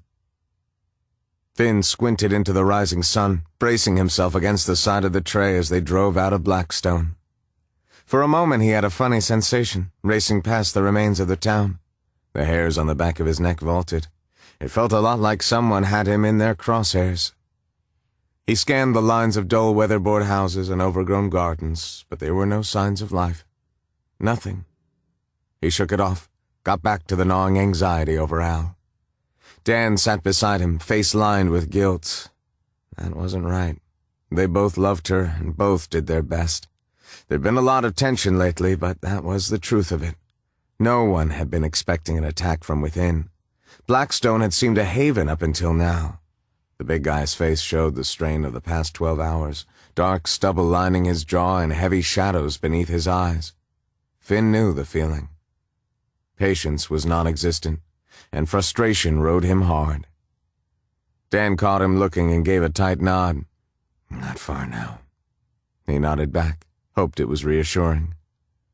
Two of the other men sat further down the bed of the truck with guns in their laps, gazing at anything but him and Dan. No doubt skeptical they would find her in one piece. Idiots. She would be fine. Dan sighed, staring off into the red dust clouds trailing behind them. And he's a dead man. They'd spent the night searching for the little prick. He had been the one who told Dan that Allie had left in the first truck. He had also been the one who came across Lindsay's body. What would have happened if they found him? He didn't know. And there was the line in the sand, the moral quandary Finn could see himself stepping over. But he gave the same answer he had all night. "No, we can't go there." "Sure we can." Muscles jumped in the big guy's jaw. "I have no problem with having his blood on my hands." All too believable. Andy's disappearance left a lot of unanswered questions. Unfortunately, he could hide, even in a small space like Blackstone, especially since they were newcomers and Andy was the hometown boy. If he had crossed the wall, and the chances of locating him were none. The last thing Al needed was Dan going out into the wilderness, guns blazing. They needed to stick together, all three of them. That would be the new rule, if he had to cuff himself to her to make it happen. "She's alive." Finn had to be over the century mark on churning out the statement. Those words were as hollow as they had been each and every time. Another nod from the man. In between searching for Andy and worrying about Al, Finn had done a lot of thinking. Not just about the jealousy between them all lately, but also about Lindsay's death. Turning over everything he had seen since arriving in town. Second-guessing everything because nothing made sense, at least not to him. There were extra marks on Lindsay's neck. Might have been fingerprints, but I'm no expert. I have no proof. Finn rubbed his hand over the stubble on his jaw. Why would someone want to kill her? Dan stared back at him. Why would someone want to set up our girl? I don't know. But quit saying it was your fault. Dan said nothing. Miles and miles of bushland passed them by. Eventually, a neat line of houses surrounded by hip-high grass and weeds announced the beginning of another town. Aaron dropped the speed to negotiate the typical assortment of cars and debris. Everything was still, the town permanently asleep, already neglected. It wouldn't be long till it verged on ruin. She did not end here. She could not be dead. Houses gave way to a line of shops. Lots of busted glass and dark patches on cement walkways. It was the same story everywhere.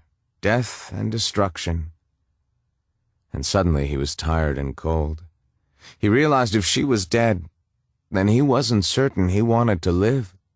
He wouldn't leave Dan on his own, but still, fear of commitment had nothing on this. She had ruined him for anyone else. Her prickles and quirks were as potent as her soft touches and tender ways. She could get all fired up, but he could talk her down, get her under him, get inside her.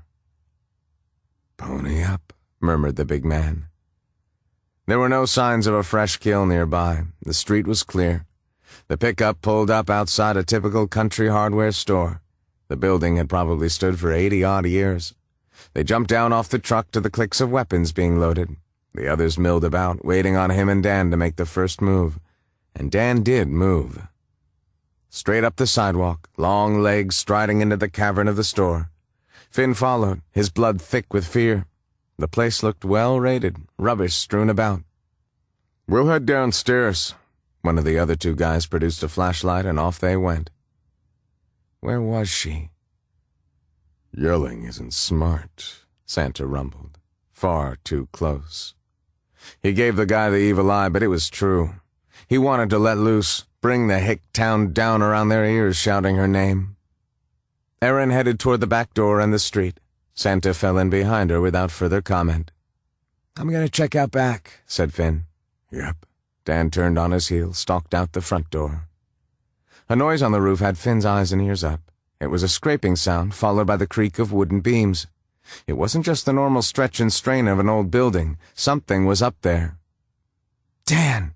Finn bolted for the side exit, throwing the door open so hard it slammed back against the interior wall. Who cared about noise now? Al! He searched the skyline and the gutter framing the building. Al, you there? The door slammed open once more, and Dan joined him on the strip of weeds. Where is she? Heard something on the roof. The roof? The big man grinned like someone had flicked all his best switches at once. She loves roofs and attics. How do we get up there? Dan hoofed it down the side of the building with Finn following tight. He nearly ran into the man's back when he suddenly halted. No, no, no! Blood and gore splattered the rear parking lot. It was far too familiar a scene. Flies lay thick on the ground. The place stank. Finn's words petered out as they both stood and stared. Something nastier replaced the fear and worry that had dogged him through the night. What do we do if she's been bitten? Daniel gave him a glacial look, his face like a stranger's. Then we're too late. She'd have, if she could. Finn nodded, the warmth of the morning sun leaching straight out of him. Because yes, she would have killed herself rather than turn. The building beside him made the same creaking, groaning noise. There she was, climbing down in slow motion. One foot was wedged into a broken window, while the other gamely searched out the platform provided by the forklift below. His lungs swelled in his chest like his ribs couldn't hold them. She was alive. Her fingers were clutching the edge of the roof. If they made a noise, she might startle and fall, but she was not being left to deal on her own. Finn moved before he was even aware of it. He scaled the piece of machinery, climbing onto its roof, hands reaching for her. She squeaked and kicked back, nearly nailing him in the balls with the heel of her boot. One grimy hand slipped and she flailed in midair, twisting and turning, trying to fight him off. Al, stop! Finn fisted his hand in the waist of her jeans, throwing the other arm around her thighs to steady her. She hung suspended by one arm, her feet still a foot or two off the roof of the forklift. Al, it's me! Calm down! Her other hand gave way and she fell the remaining distance. One foot missed the forklift's roof, slipped into the abyss between machine and building, and sent them both off balance. His arm had ridden up to her chest, but his hand was still tight in the back of her jeans, caught nice and snug between them. Al slapped her palms against the side of the building, which stopped them from falling. No way he was letting go now. Not now, and not ever. I've got you, Al. Everything's fine. Finn put his mouth close to her ear and tried to talk her down, because she shook like a leaf and still wouldn't acknowledge him. Pull up your foot for me. I'm right here, Al. She made no move. The back of her dirty t-shirt rose and fell chaotically. Al, please. Listen to me. After a god-awful time she turned, showing him the shiny red mark taking up half her cheek. It sat on the same side of her face as the fading brown and green bruise from her concussion. Her eyes were wide and glassy. Their poor girl. Anger and fear filled him all over again. He waited. Finn, she asked, voice a scratchy whisper. He smiled. Hey, everything okay? She blinked twice before lowering her chin. Yeah. All right, that's good. Lift your foot up onto the roof for me. My foot? Allie gazed down, mystified, but her foot duly lifted. Dan? Here, babe, the man said from behind them. Finn carefully turned her. Dan's face showed nothing at the damage done, from her scalded hands to the burn on her face. His voice was calm and measured. Hey, hon. She tried clearing her throat, coughed. I'm not bitten or anything. Can we go now? Sure. Dan held his arms out and Finn guided her down, not letting go until she was firmly in Dan's grip. She was okay. She was fine. Finn put his hands on his knees, bent double and breathed deep. He kept his eyes on her. Handcuffing himself to her held appeal. Man, the feeling of relief almost dropped him to the ground. Santa clapped his hands lightly, applauding Al's reappearance. Aaron beamed. Whatever. Apart from Daniel, he didn't want anyone near her until they sorted this shit out. The big man obviously felt the same way, keeping an arm tight around Al while he held a water bottle to her lips. Al gave the two a brief nod, gazes stuck on the sticky mess on the street. It was dogs. Dogs? Dan pulled her in closer. A pack. They had red eyes. It was crazy. I bet. The big man rubbed at her arms, like she needed the heat put back into her despite the morning sun that was now beating down. Santa squinted. Dogs? Honey, are you sure? It was. I saw them. Well, I heard them. Santa's mouth contorted into a grimace, vaguely sympathetic but mostly skeptical. Allie, you've had a dreadful experience. We're going to get to the bottom of what the hell went on here yesterday. But don't you think... Stop! Right there! Finn slid down off the forklift, stood beside her. She says it was dogs. It was dogs! Look at this. Look at what they did. You really think it could be anything other than an animal? Dan gestured to the mess of blood and gore with the water bottle. He turned Al away from the scene, herding her toward Finn. Finn put his arms out eagerly, unashamedly. He tried not to let it bother him when she frowned and turned back to face off with Santa. I wasn't imagining anything. I wasn't hallucinating. They were dogs, a pack of them, and they had red eyes. Their girl stared down the old bastard, daring him to argue. I've never seen anything like it. A bunch of infected had gathered down here. I think they heard when I kicked in the window. It was over so fast. There was another light, too, near town. Allie, Santa started. We believe you, Erin said, when her father didn't make the right noises. And Santa might have appeared chastened, but he didn't seem convinced. Right. Well, let's take this discussion somewhere safer, Chapter 35. Standing in the shower, Daniel's girl was a kaleidoscope of colors. Finn washed her down with the utmost of care. There were bruises ranging from black and blue to murky greens and yellows. There were fresh red scratches and the softer pink of older wounds. They needed to take better care of her. But any attempt at discussing it was met with her silence. The kid was down to her knees, rubbing at some imaginary patch of dirt. Their girl was squeaky clean. Finn probably just wanted to keep his hands on her, keep touching her. Who could blame him? Dan watched the slow, delicate process with his arms crossed and his back to the wall.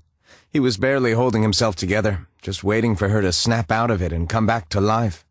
She remained as silent as a living doll. Her gaze, however, kept sliding back to the pistol in his belt. They were back to that, God help them. He really hoped she wasn't going to try to sleep with firearms under the pillow. He still buzzed with adrenaline, wound up with no one on hand to beat the living shit out of. Yet. Thank God she was safe. The kid kept on with the bathing. Finally, when she wavered on her feet, ripe with goose flesh, Finn reached for a towel. Much patting and dabbing of shiny pink skin ensued. Then the kid slathered her in antiseptic cream. He treated her like spun glass, a fairy tale princess receiving her due. Sweet, but enough. His girl was ready to collapse from exhaustion. My turn, he said. Up and out, babe. Time for bed. Wait. She gripped his shoulder, most likely to push him away, but he already had it sorted. Allie was up in his arms and halfway to the bed, piled high with pillows before any coherent argument could be found. Dan, I can walk. No. Finn? Dan lay her down on the mattress. Finn was already pulling off his soaked shirt, towing off shoes and socks. Everyone's getting some sleep. See? Definitely. Finn, naked in a nanosecond, climbed in beside her and lay on his side. He shuffled over till his nose nearly brushed the side of her face. When she made to rise, the kid threw an arm over her waist. Carefully. Stay put. What do you need? Dan can get it. He didn't even need those rosebud lips to impart it. She wants a gun. She's not getting it. You are not reverting to sleeping curled around a firearm, babe. Not happening. Dan yanked his shirt off over his head, not bothering with buttons, then got to work on the lower half. Don't even try it with me. The sudden mutinous glare she shot back bumped up his heart rate. Their girl had come back to life. It did him good to see it. He knew then she'd be okay. Shh, it's fine. The kid touched his lips to her cheek, stroked her arm with his fingertips, trying to instill some peace and calm, for all the good it would do him. His girl was overtired and wired, ripe for a fight. There are 2 handguns and a rifle behind the bed, all within easy reach, Al. You can get to them in no time if you need to. Okay? The bristly babe frowned, thought it over a moment, then nodded. Okay. Good. Finn's eyes drifted closed. Suck up, Dan muttered at the kid, then finished getting undressed and crawled onto the bed. He settled in flush against her, threading her fingers through his, ignoring his ever-hopeful dick. Allie squeezed his fingers lightly, letting him know she wasn't set to castrate him over the gun issue right here and now. Later, when she had her energy back, he might be wise to worry. but for now they were good. Her skin was cool like the sheets, and the smell of the antiseptic cream lingered.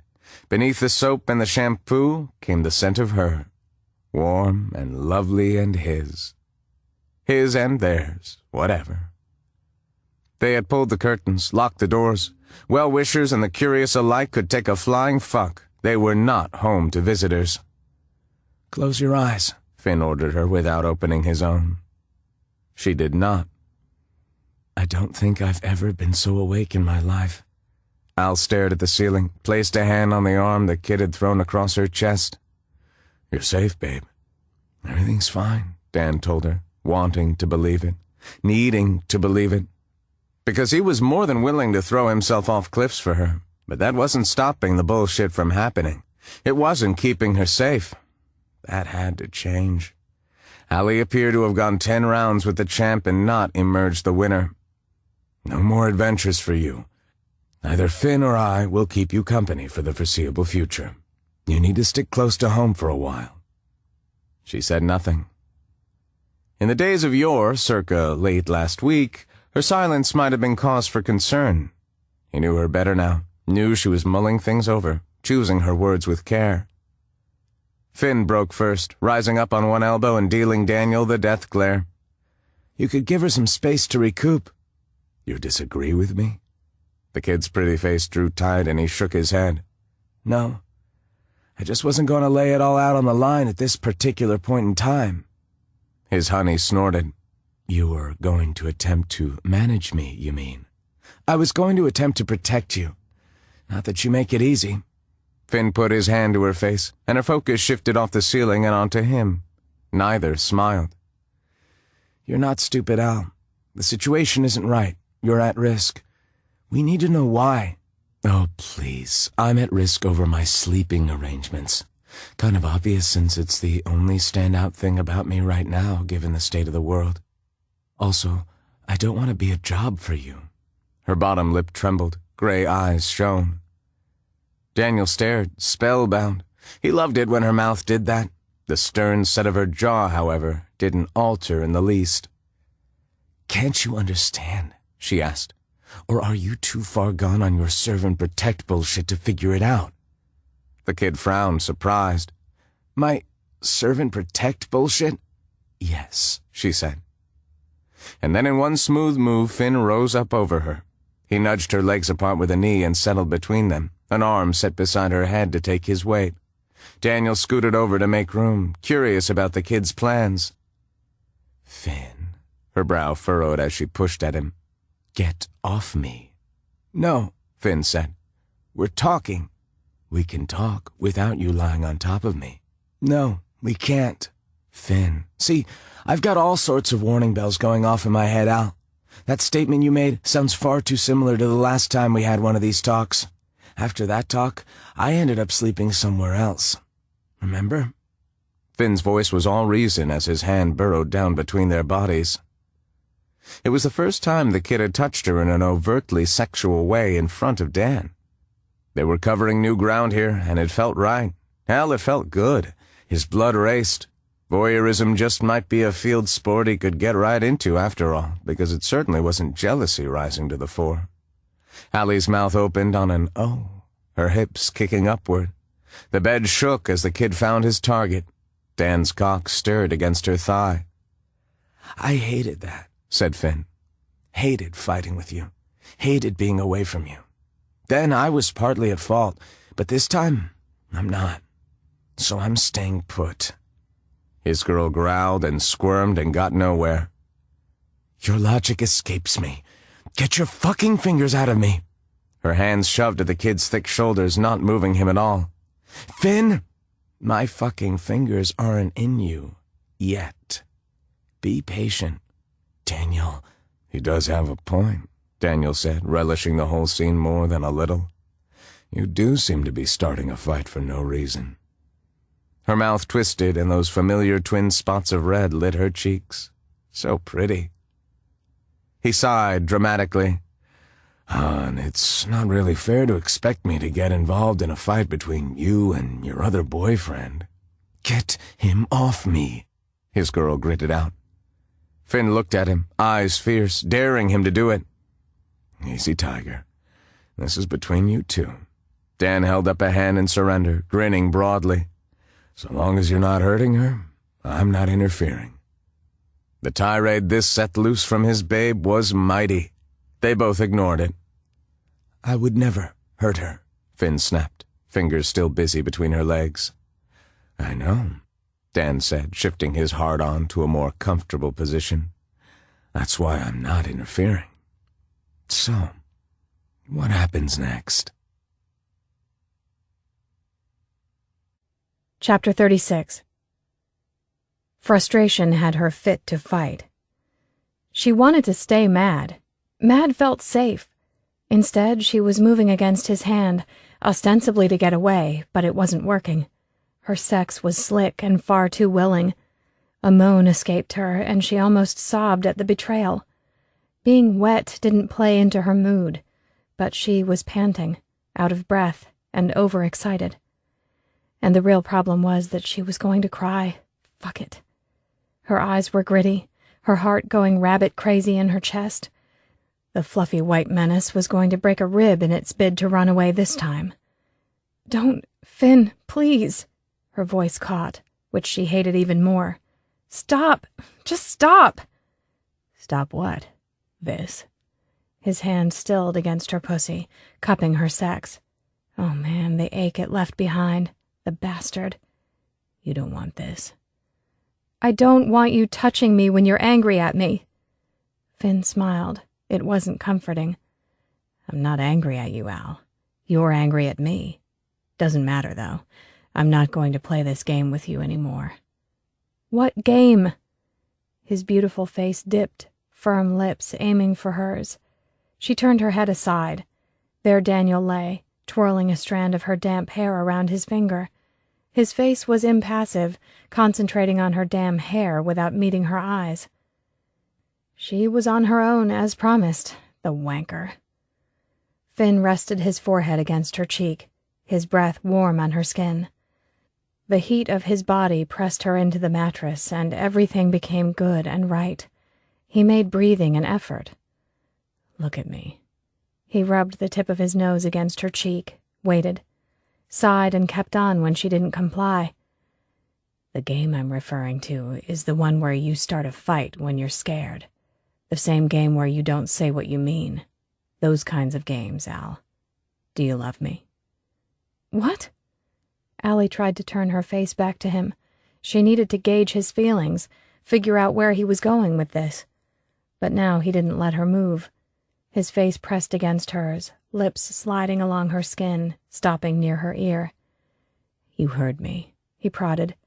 The feel of his mouth moving against her skin sent shudders through her. Resisting him was doomed to failure. She should have learned that by now. Finn! Answer the question, truthfully. Her mind reeled. The rabbit fought harder than ever, rattling the bars of its cage like a lion. You know I do. Finn said nothing, lifted his head. His face eased and he nodded. Nothing more. She swallowed hard, stared back up at him. I mean it. His angel's lips curved into a smile. I believe you. Now tell me what the real problem is. She turned her face to the other side, eyeballing the bulge of his bicep. He was so strong, willing and able. His strength set the perfect example. They both were perfect, and they were far more than she deserved. Not that she would give them back. The rabbit kicked hard, frantic. Letting them down terrified her. It was a nasty little knot inside herself. Being petrified of everything all the damn time made her sick to her stomach. Up on the roof she'd sworn to sort all this out, and she would, right about now. Allie shut her eyes tight and opened her mouth. What if this crap against me involves you two? What if they go after you? If they hurt one of you? I can't be the reason for one of you getting hurt. It was all I could think of last night. What if you tried to come get me while it was dark? You would have died. She couldn't look at them without her eyes going hot with tears. It felt like there was a stone in her throat, but she had to tell them everything. There was no turning back now.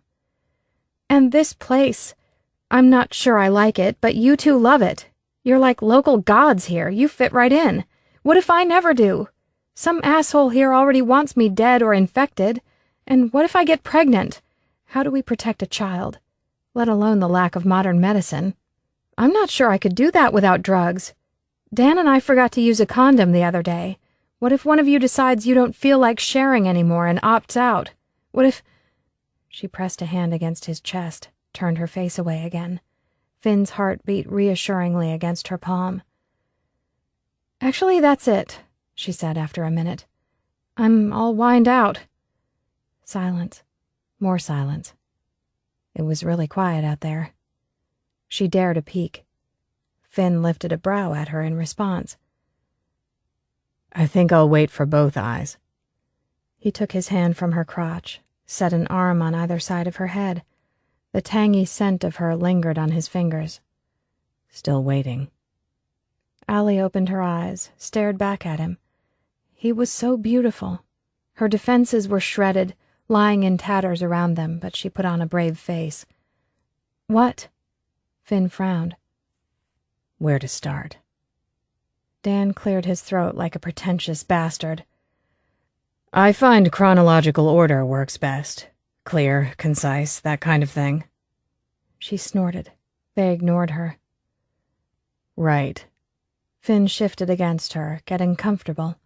The heat of his cock rested against her inner thigh, hard and heavy. He made it near impossible to lie still. Fear and lust made for odd bedfellows, but lust was winning. Point 1, Dan or I getting hurt. We're both capable. We're both on the alert. Point 2, this town. He turned to Dan, questioning. Was it this place? Is that next? Daniel gave one judicious nod and got back to playing with her hair. Right, this town. Hold it! You can't just discount one of you getting hurt, she said, her voice strained. Not that simple. Allie, I can't promise you Dan or I won't get hurt. I can promise you we'll try our best not to, Finn said. His throat worked and his pale green eyes searched her face. We'll be careful. Absolutely. I hate getting hurt, Dan interjected, all sincere. Pain does nothing for me. The hint of a smirk on Finn's lips became a full-blown smile, as beautiful as the rising sun, heaven sent. A dimple flashed and he licked his lips, the gesture doing things to her nether regions, even if it did nothing to soothe her nerves. See? All due diligence. Great. I'm so glad my concerns amuse you both, she bit out, sounding the bitch. And not particularly repentant. Egotistical wankers, the pair of them. Thank God we're done with that. Dan rolled onto his back, fingers still entwined with her hair, tugging just enough to keep her attention. Ouch. Babe, we just spent the night wondering if you were alive, unable to do a damn thing to help you. A little levity won't hurt things. You haven't told her you love her yet, either, moron. Fuck's sake, Finn said. I was getting there. Dan clucked his tongue. You were taking too long. Thought I was handling this. Again, you were taking too long. Dan rose up on one elbow, taking a strand of her hair with him. He stopped when she yelped and gently untangled it from his finger. Oops, sorry. Anyway, Finn loves you, babe. So do I. You already knew that, right? She held out a hand to him, and he took it, holding on tight. Yes, she knew it. Hell, she counted on it. Give me strength.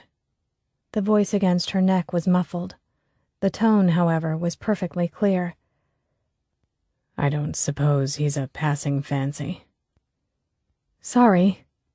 Allie wrapped an arm around Finn, holding him close against her heart. Something she hadn't been sure would happen again when she'd been stuck on the roof. It had been so dark, so lonely. She clutched at him till the muscles in her arm ached, ignored the pain, and hung on some more. A low rumble sounded his approval. She was so wet, pinned to the bed beneath him, her sex throbbing. Finn rubbed his lips over the sensitive skin below her ear. You know you'd miss him if he wasn't here, she said. It earned her a sharp nip to the neck. the sort of sweet sting she associated solely with Finn. If you say so. Daniel squeezed her hand. The three of them together thrilled her all over, inside and out. Already the scent of sex seemed to linger in the room. Her head swam with it. Finn's cock rubbed against her. He swore fervently. The only thing I can think about is being inside you bare, but you're hurt. Not that hurt. Al pressed her short nails into his back in warning. Don't even think of stopping now, or I will definitely go for the guns. Daniel chuckled, sighed, and rolled onto his back beside her. So, children, are we making babies or sleeping? Just wondering. Oh, we're making babies, all right. Finn's hand trailed down the side of her body with a happy hum. Fingers stroked the length of her thigh, then lowered to her knee where he dallied, delivering feather-light touches. She rolled her hips, rubbing herself against him. It felt so good, her heart racing for all the right reasons. Put your legs around me and tell me again. That you'd miss Dan if he was gone, she said, smiling as Finn began to press into her. The slow stretch was perfect, the heat and hardness of him just right. A ragged groan slipped from her lips, utterly shameless. That you love me, and I can be inside you without a condom, he corrected in a voice gravelly low beside her ear. His hand glided up from her knee and cupped a butt cheek, bringing them closer together. Never done that before with anyone. God, I love how wet you get. Love how... Finn groaned against her ear, the sound vibrating through her as his cock did a long, slow slide into her body. Fuck. There. Right there. As deep inside you as I can get. Finn. Allie didn't know what to say while he gave her the full-body tingles. It felt too good. He was all the way inside her, buried to the root, his pelvis flush against her and angled to rub just right. She was still overexcited from his earlier touches and towing the edge already. I love you, Finn. She's blushing, Dan chuckled, still holding her hand like they were on a date while Finn fucked her. The whole setup made her dizzy with want. She's being seen to, Finn replied. A bark of laughter escaped the big man beside her. She certainly is. Allie ignored the both of them. It happened to be a simple enough task, given the sensations engulfing her. Finn rose up above her, pale green eyes hazy and half-lidded, beautiful beyond words. He pulled out of her, pushed back in, owning her heart with the force of his gaze. Being loved like this deserved sonnets, ballads. The most she could manage was a stuttered, "Oh, wow, Finn." Yeah, he rumbled. You see, we fit perfectly. Having long since been converted to a true believer, she could only nod. His cock stroked all sorts of magic places inside of her, places going crazy for the attention. Sweat pooled between her breasts, trickled over her belly. The heat made her insane. Her fingers slipped against the smooth, slick planes of his back. He was just as hot and overexcited as she was. The connection was everything. Hold on, he murmured, moving his hand from her butt, slipping it between their bodies and touching her. Listen to me, Al. Are you listening? Yes. Please, Finn, I need to come. You will. He circled her clit with the tip of his finger, round and round till she couldn't think straight, could only feel. The pressure nearly hurt, building to a pinnacle inside of her she couldn't possibly contain. Overwhelmed, she clung to him. He played her so soft and subtle, but not quite enough. Then his words were there, making everything just right. I would never leave you by choice. I will always want to be wherever you are. I love you. Do you understand that? Finn! Her climax hit her hard, stealing the breath from her, making her body shudder and shake beneath him. The whole world went away. She wasn't the least bit scared, bound to him like this. There we go, Dan murmured. Finn swore profusely and held on tight, hips pressed hard against her. He was still there when her vision cleared. The tendons in his neck strained, pulse visible, still hard and buried deep inside her.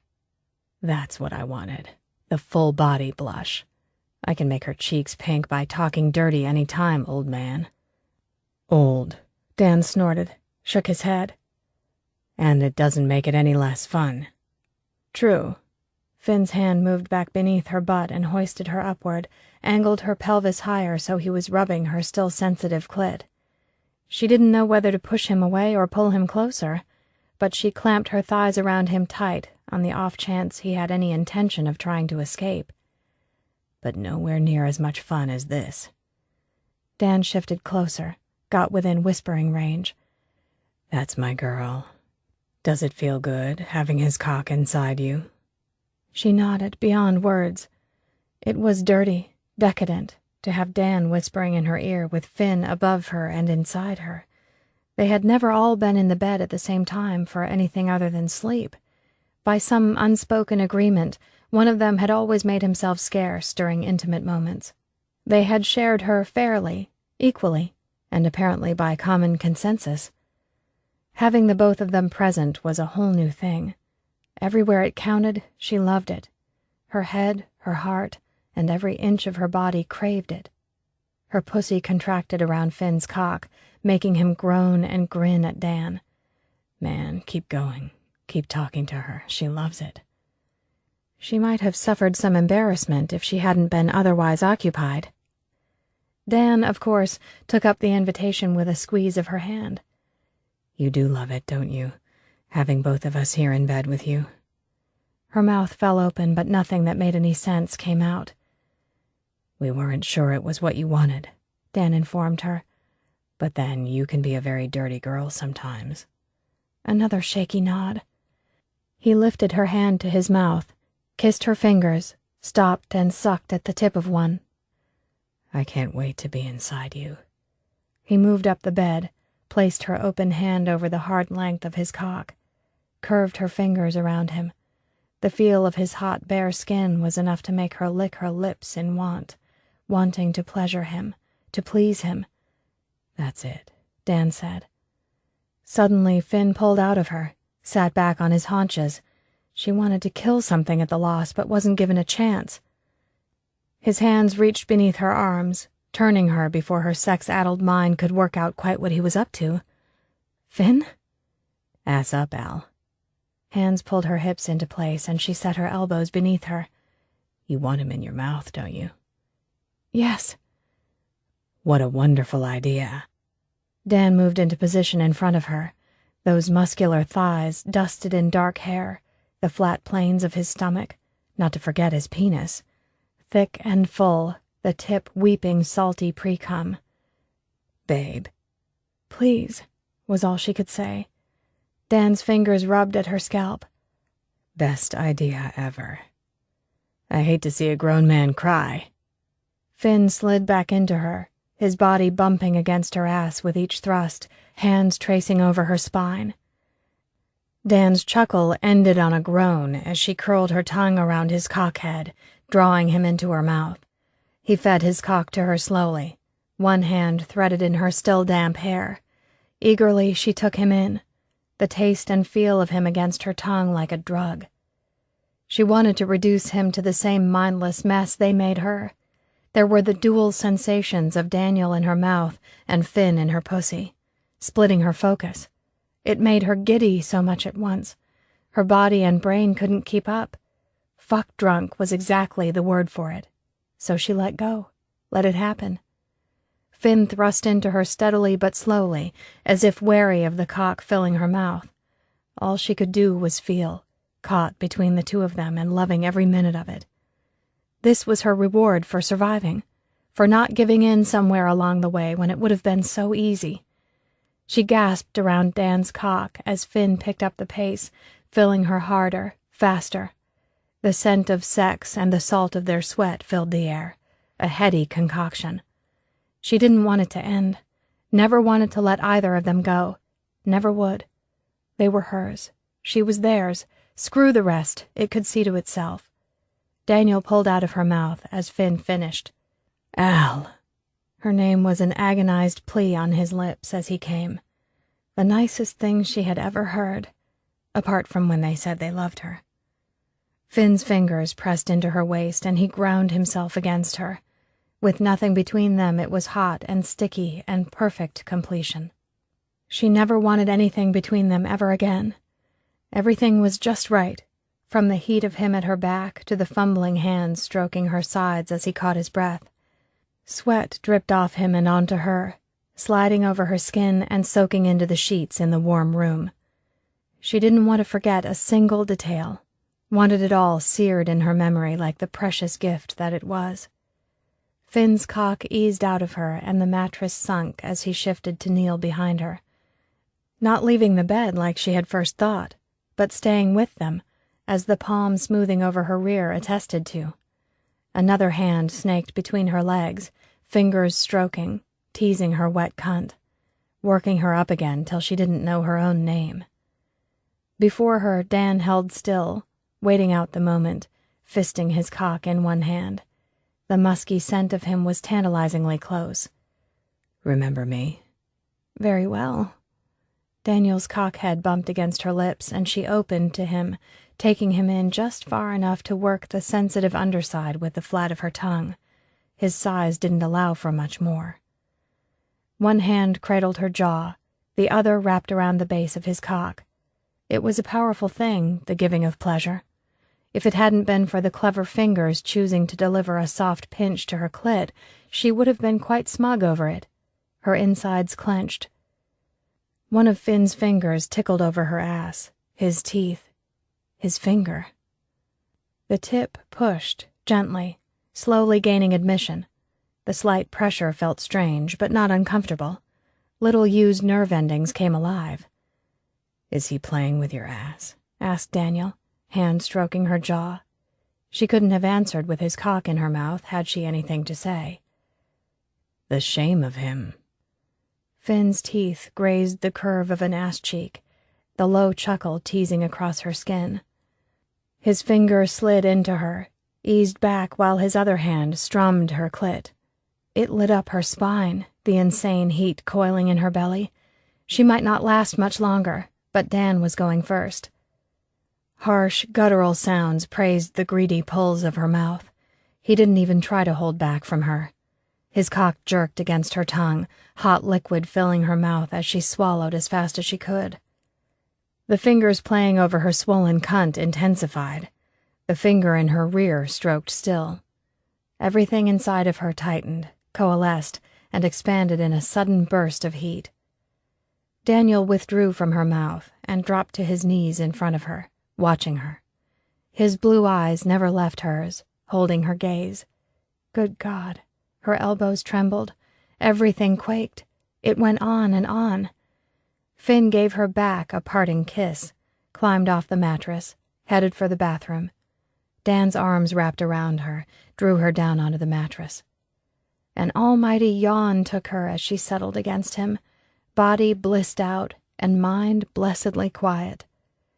"We boring you?" Finn lay down beside her on the mussed sheets. She shook her head, would have expounded on that answer, but sleep had already taken her. Chapter 37. Finn sat at the table, watching Allie sleep. It was evening. He had been up and dressed for hours, but she slept on. The book in his hand kept him occupied. It was interesting, to say the least. It gave him a greater appreciation for her concerns. "Hey," she murmured. Al blinked sleepy eyes at him and then the room, taking in the dark, the lantern beside him on the table. "What time is it?" "Nearly 8. You slept all day." The red stain on her cheek had paled. The dark circles beneath her eyes had lessened. Sleep had done her good, despite the odd disturbance. Several times she had stirred from nightmares, lulled back to sleep by him or Dan or both. One of them kept his eyes on her every second, taking turns watching. Eventually their agreement to haunt her every step would earn a negative reaction, but not yet. He found he liked being needed by her. He liked it a lot. "What are you reading?" Finn held the book cover high for her inspection. "Are you aware contractions are like warm waves caressing you?" She screwed her nose up at him. Sounds like some fantastic bullshit, Finn. Attitude's important, Al. The book said so, Finn chided, dropping the baby manual on the table. They'd avoided those concerns of hers because, truth be told, he hadn't known what to say. Information had been required. He rose from the chair and slunk over to the bed as she watched, all wary-eyed. The frown eased some as he sat beside her on the mattress, leant in to press his lips against hers. Wonder what a baby of ours would look like. Beautiful, I guess. You're both beautiful. Her eyes dropped, hesitating, but then she kissed him back, sweet, soft kisses easing him. Al was safe, secure. He needed the physical proof. They were both warriors in their own way. Would it bother you if this imaginary baby looked like Daniel? It wasn't like it hadn't occurred to him. He kissed her some more before answering, No, you're mine, and I want a part of any baby that's yours. He opened his mouth wider, incited her to do likewise. Her tongue stroked over his in welcome, the touch light, thrilling. Behind his zipper his cock stirred, the electric hum of arousal spreading through him. We're family, Al. The three of us. Finn hooked a finger over the sheet she was holding against her breasts, lowered it. They said some interesting things about the sensitivity of nipples during pregnancy. Did they? Finn traced over the line of her collarbone, tried to ignore the twitching in his pants. Touching her didn't help, but the low rumble of her stomach did. You need to eat before anything else. Is that a euphemism for something? He smiled. No, it's closer to I have some fresh fruit and half-stale cereal for you. You have such a lewd mind. You like it, she said. I love it. Finn breathed in deep. Sex and soap and antiseptic lotion. Plus the special something, solely her. Where's Dan?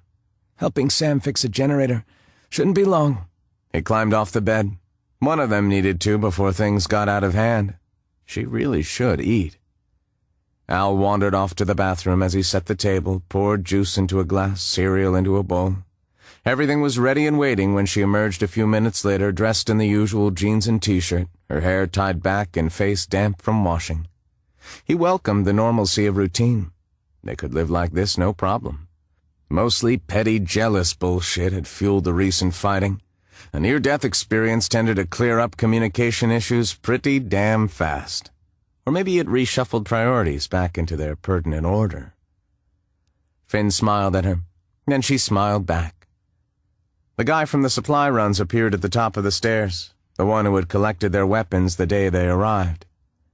Finn hesitated, surprised, certain Dan would have locked the door. Owen, that was his name. And the first thing that came to mind was that something had happened to Dan. This guy was bringing the news. What? Finn stepped forward, and the guy raised his hand. There was a gun in it. Owen's eyes were empty and his mouth set. Owen, not Andy, and the gun had a silencer attached. Owen was working with Andy. They wanted to hurt her. His heart beat frantically. Fuck. Ow! A muffled crack, followed by the impact of the bullet. It sent Finn stumbling back, and a world of pain ensued, a universe of it. Then everything went black. Chapter 38. Allie watched Finn stumble, fall. Her head spun sickeningly. There was so much blood. She scrambled forward as Owen barked something, waved the gun at her. It was all peripheral, unreal. She couldn't make out the words. Her brain wouldn't accommodate them. She had to reach Finn. Had to. His closed eyes and ashen face tore at her. He looked like he'd been tossed aside by an uncaring hand, lying slumped against the brick wall, blood seeping from his chest. The front of his t-shirt slowly soaked it up. He might have only been asleep if it weren't for all the blood. She moved jerkily forward, and Owen's hand closed around her wrist. He gripped tight enough to grind her bones together, to drag her to a halt. He twisted her arm up behind her back. It should have hurt, but she had gone numb. Finn! He pushed the barrel of the gun beneath her ribs. She saw it, but she didn't feel it. It made her wonder if the punch of a bullet would hurt, wake her up. Let's go, Owen said. Cooperate or I go find your other boyfriend and shoot him too. Move. Her jaw flapped, but no sound came out. Owen strong-armed her toward the stairs, down them, the gun shoved beneath her ribs the entire time. He was strong and handled her easily. She had to get back to Finn. Had to stop this before Dan came strolling in and the prick shot him too. Owen needed to die before this nightmare worsened. He would die, whatever it took. Owen pulled her along, keeping her close, keeping up the grip on the gun and her wrist. If he had been behind her on the stairs, it wouldn't have worked. Halfway down the stairs, she threw her half-formed plan into action.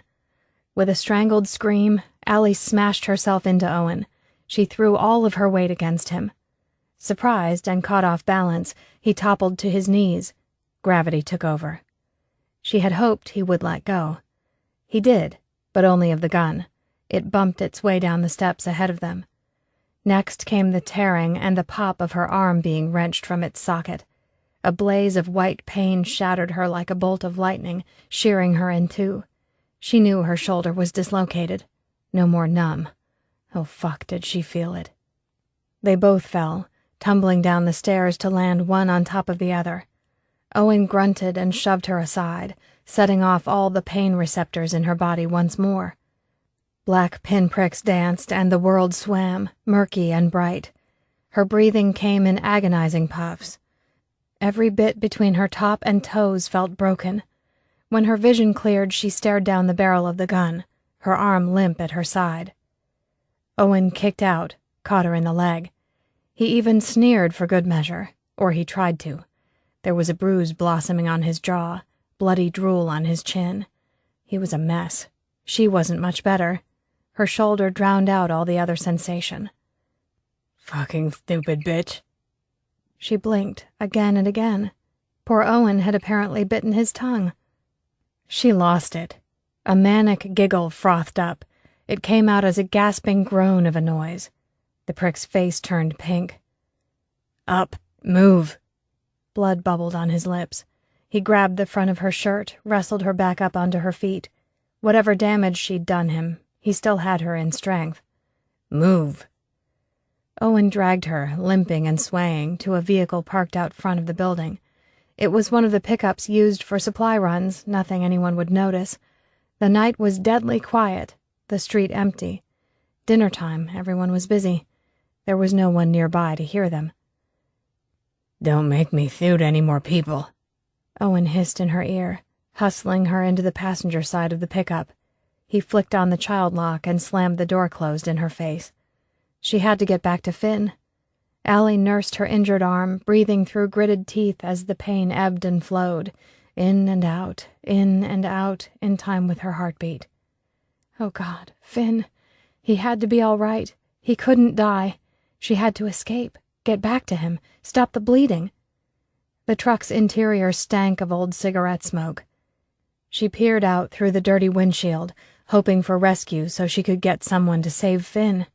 Not many lights out there. A few of the empty steel storage drums dotted up the sidewalk, the tips of flames dancing over the steel rim, smoke winding up into the night air. No one knew to help Finn. He was still up there, bleeding and alone. There had been a silencer on the gun, but still, someone had to have heard something. She didn't want to think of him dying, but there it sat, front and center. No chance she was going to give in and cry in front of the prick, though her eyes watered. Her trembling sent pain lancing through her. Fuck, but it hurt. Her breath stuttered and she held in a groan. Owen climbed into the driver's seat, a gruesome trail of slobber dripping down his chin. It hung, suspended, catching the light from the nearest fire before falling to his lap. The drive was short. Blackstone wasn't big. Neither spoke. Owen drove with the gun still in hand, braced against the steering wheel. He darted looks at her every other second, waiting on her next great escape attempt, no doubt. What the hell could she do? They made slow, steady progress through the streets. No point in making a grab for the wheel. He could easily overpower her. Besides, she only had one hand at her disposal, and it wasn't her right, which was a bitch. Another opportunity would present itself, and she'd grab it when it did. Rage and pain roiled through her. They passed a group of people standing on a street corner.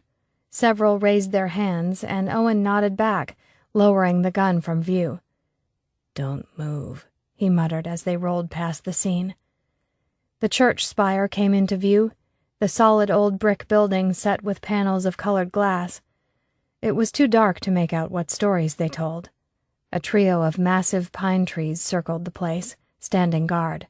They made it even darker. Owen pulled into the churchyard. Her teeth clattered as they covered the uneven ground. She clung onto her wounded wing, doing her best not to pass out. She needed to be coherent to kill the fucker and get back to Finn. Andy stuck his head out the church's side door. There was a flashlight in one hand, pointing down, casting a circle of light around his shoes. He held a gun in his other hand. "What is this about, Owen?" she asked, trying to think her way clear of the pain, trying to find a way out. The prick turned off the engine and wiped his chin with the back of his hand. "Come on, we'll show you." Fresh air rushed in as Andy opened the passenger side door. Owen had kept the windows up. She hadn't realized how cloying the temperature and the stink of old cigarettes had been until relief was granted. Maybe she should just try to make a run for it. Her rabbit heart beat faster at the thought. But getting shot here wasn't going to help Finn. Andy stood there grim-faced, looking far too young. "Told you to be careful with her." "Threw herself down the stairs. She's a fucking nut job." Owen flung open his door and spat onto the grass. "Shit. Come on, she's really agitated tonight," Andy said. "Who is?" Allie levered herself carefully out of the car. The barrel of Andy's gun hovered by the side of her head. "Inside!" The boy waved the gun in the desired direction. They marched her into the cool quiet of the church building.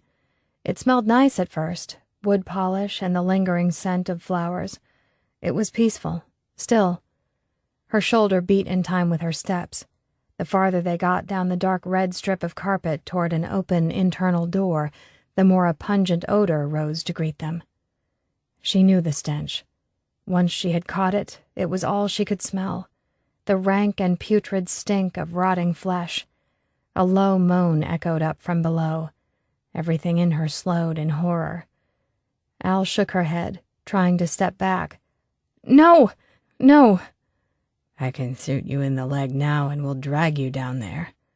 Owen pressed the butt of his gun to her thigh. "Your choice."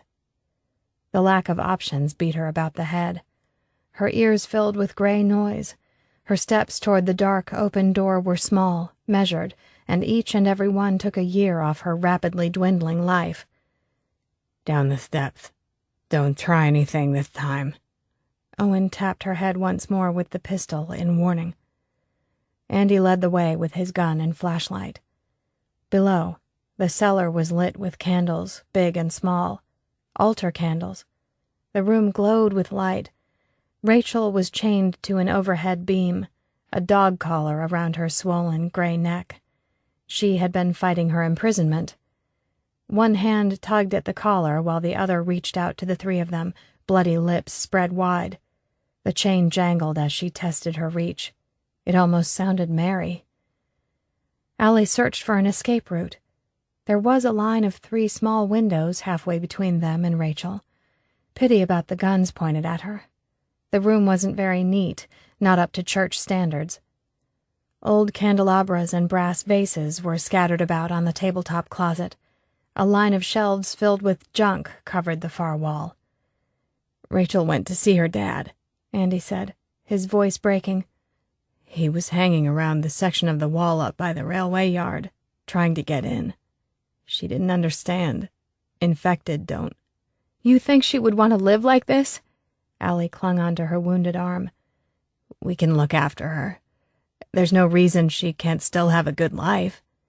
Andy threw back his shoulders, stood tall. "We can do that for her." "We will do that for her," Owen corrected. He spat a wad of bloody saliva onto the ground, and Rachel snarled, yanking on the chain. "People will find out," said Allie. "People need to change their minds about infected. You'll help with that." Andy flicked off his flashlight and set it on a nearby table. His gun trembled in his hand. How? We'll turn you. Your men won't let them hurt you. They'll have to let Rachel stay, too, Owen supplied, a wary eye on the homicidal maniac leashed up in the corner. It'll work. No, it won't. My men will put a bullet in my head and give me a decent burial. The two idiots dealt her dubious looks. Bullshit, Owen growled and spat some more blood on the floor. They would never kill you. You're wrong, she said. They would never let me suffer like you're letting Rachel. I guarantee it. We can't let you go. I guess that makes you dinner. Andy swallowed hard, his Adam's apple leaping in his scrawny neck, despite the tough words. You really think you can kill someone? Allie asked. It's not like you imagine it would be, Andy. It's not fast, no matter how quick they die. It stays with you, plays over and over in your head till you think you're going to lose it. The boy's eyelids went into overdrive, fluttering like a fan. His gun dipped, trembling. She almost felt sorry for the idiot when he teared up. We love her, the boy sobbed. Enough! Owen jabbed the barrel of his gun into her head and pushed her backward toward Rachel. Think you're so fucking smart. How's your tongue? She inquired, her own voice cracking. Back they went. Her hold on her arm slipped and slid, her palms damp with sweat. 'Cause you're still sounding pretty shitty, Owen. Rachel growled and Owen repeated it. Closer and closer. Can I just say, you are one sick fuck of an individual. How did it feel, killing Lindsay? The young man's eyes fired with rage, and his bloody teeth clenched. It was you, wasn't it? Just because she called poor little Rachel names. She deserved it. Right, course she did. You're one sick puppy, Owen. Honest to goodness, deep down where it counts, you really are. You are all fucked up, my friend. She could almost feel Rachel's stale, fetid breath on the back of her neck, hear her snapping and snarling next to her ear.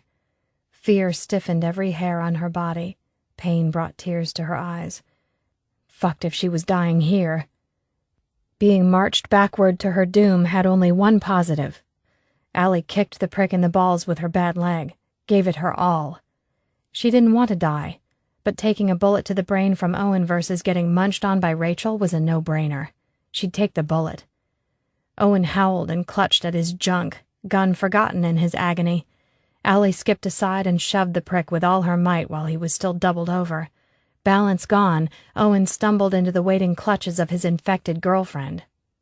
Rachel fell upon him with malevolent glee.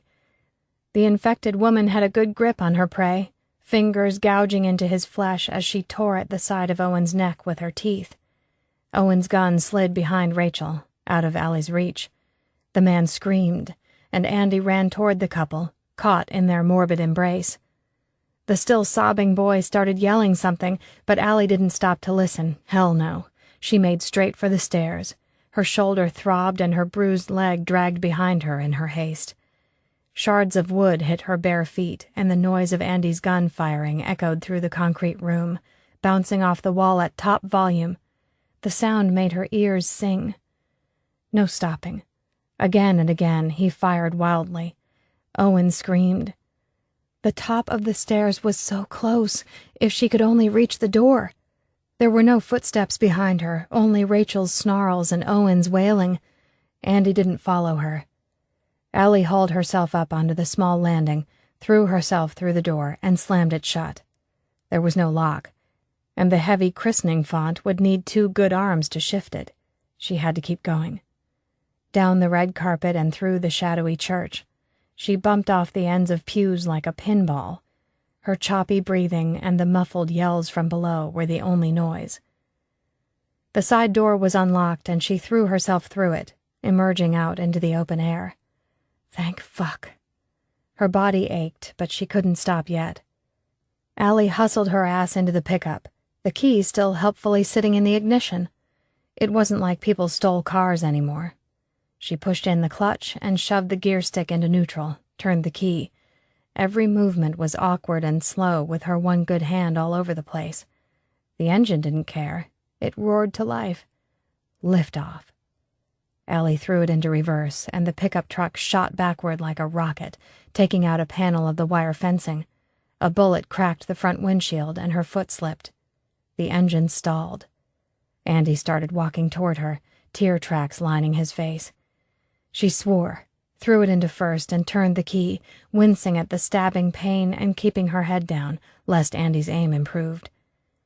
The truck took flight again, and she was off. Bullets slammed into the side door as she careened past the little prick, almost clipping him along with another section of fencing. Her foot nearly slipped again when she jumped the curb, but no way. Allie roared down the quiet street. Things were happening in her rearview mirror. People wandered out onto the footpaths, weapons in hand, alerted by the shooting. Finally. Andy took off at a run, disappearing into the darkness behind her. She wasn't alone. The little prick was not going to get to kill her. Not today. A noise came from low in her throat, relief and anxiety and fear. Fuck. Allie eased up on the pedal, turned toward the corner one-handed in a great arc of a circle, and headed back toward Main Street. The group on the corner had grown. There was help. The pickup slowed to a crawl, seemingly of its own volition. Strength seemed to be seeping straight out of her as the adrenaline eased. It was Santa who threw the truck door open, surprise and concern dragging at his face. His mouth hung open. Allie, what the? Finn's shot. Back at the apartment. What? His bushy brows met. Who? Owen, she said. The big man scrunched his face up at her, and she lost it, yelling at him. Owen shot him and took me to the church. He and Andy have got Rachel there. She's infected. Do something for once, would you?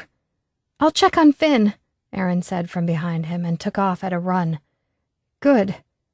Allie rubbed gingerly at her shoulder, tried to catch her breath. That's good.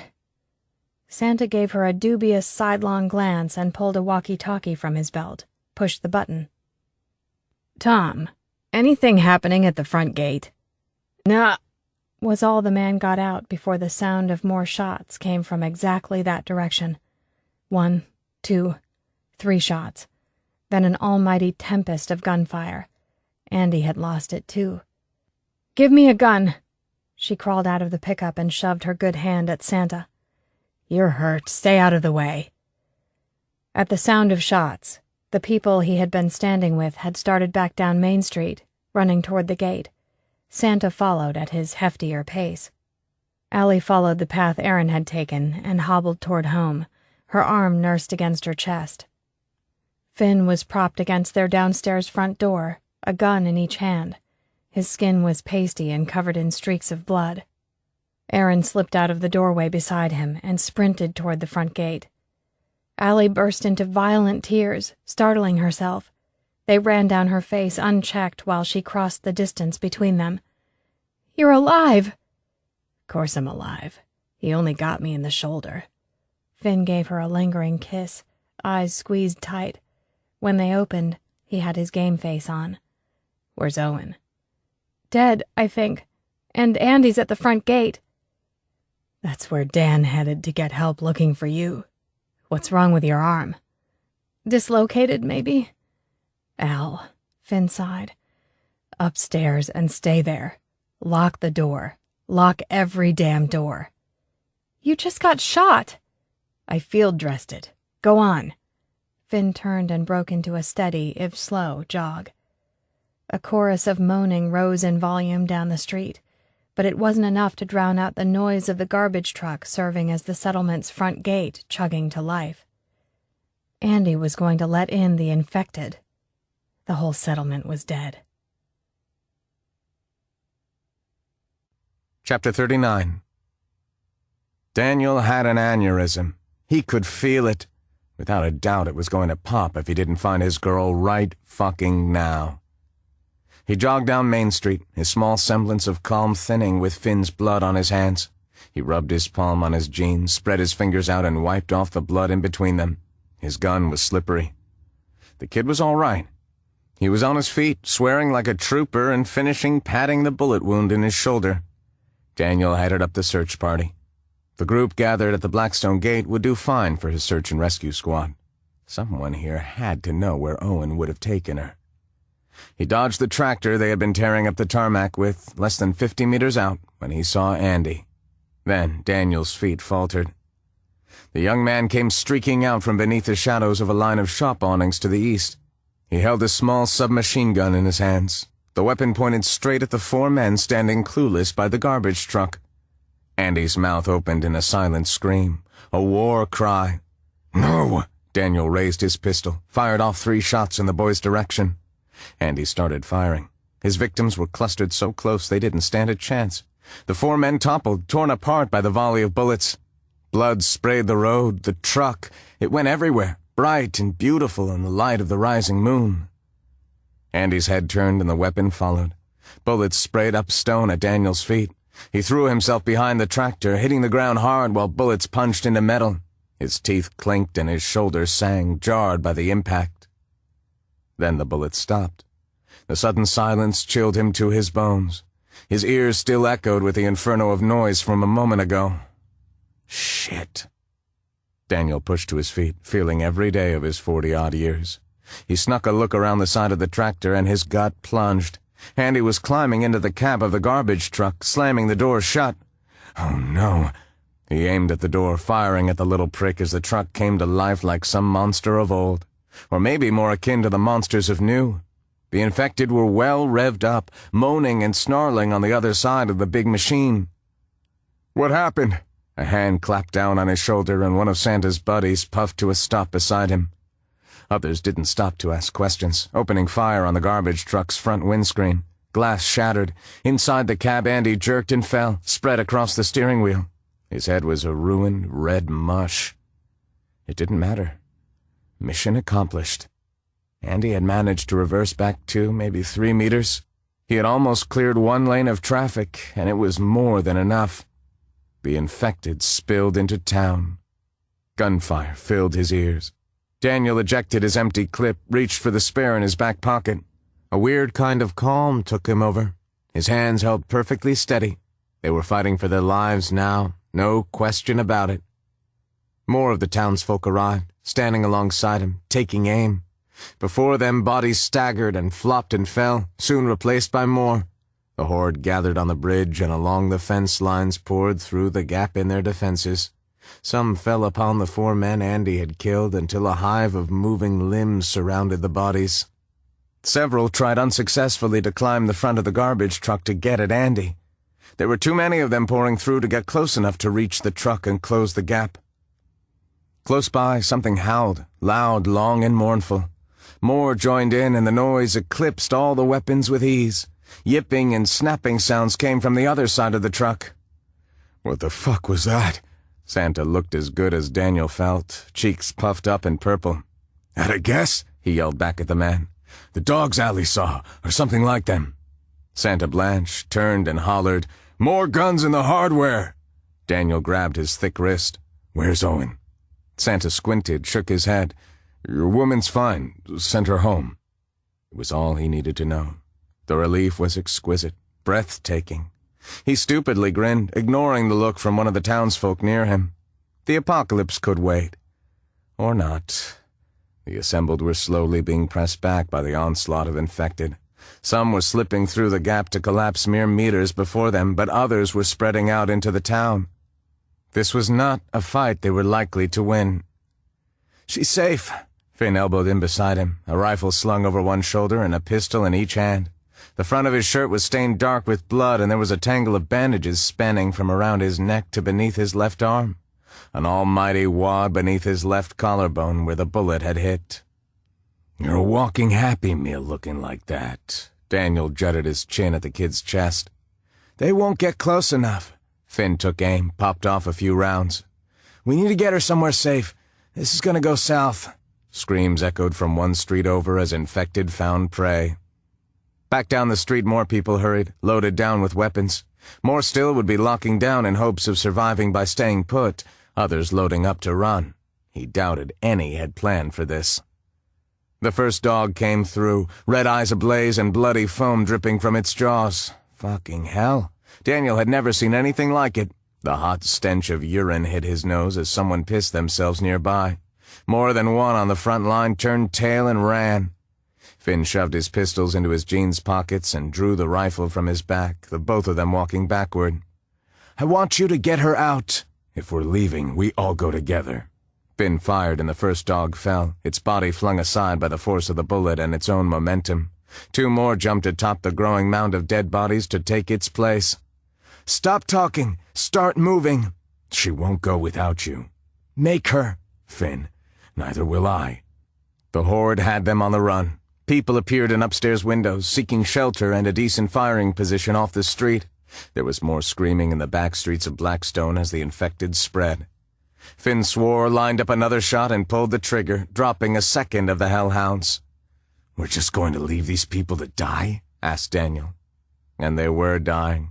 The front line was a jagged, hole-ridden thing, doing little to stop the barrage of infected, let alone the dogs. A truck pulled up behind them, headlights on full, casting shadows across the crowd of infected.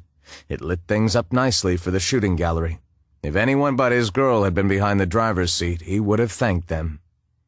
"How are we doing?" Allie yelled from the driver's side window. He and Finn both swore. An infected fell upon someone to their far left who was caught out reloading. A high-pitched squeal filled the air. Finn quickly shifted, lining up his target. The top of the thing's head turned a red mass as its brains exploded. But it was too late.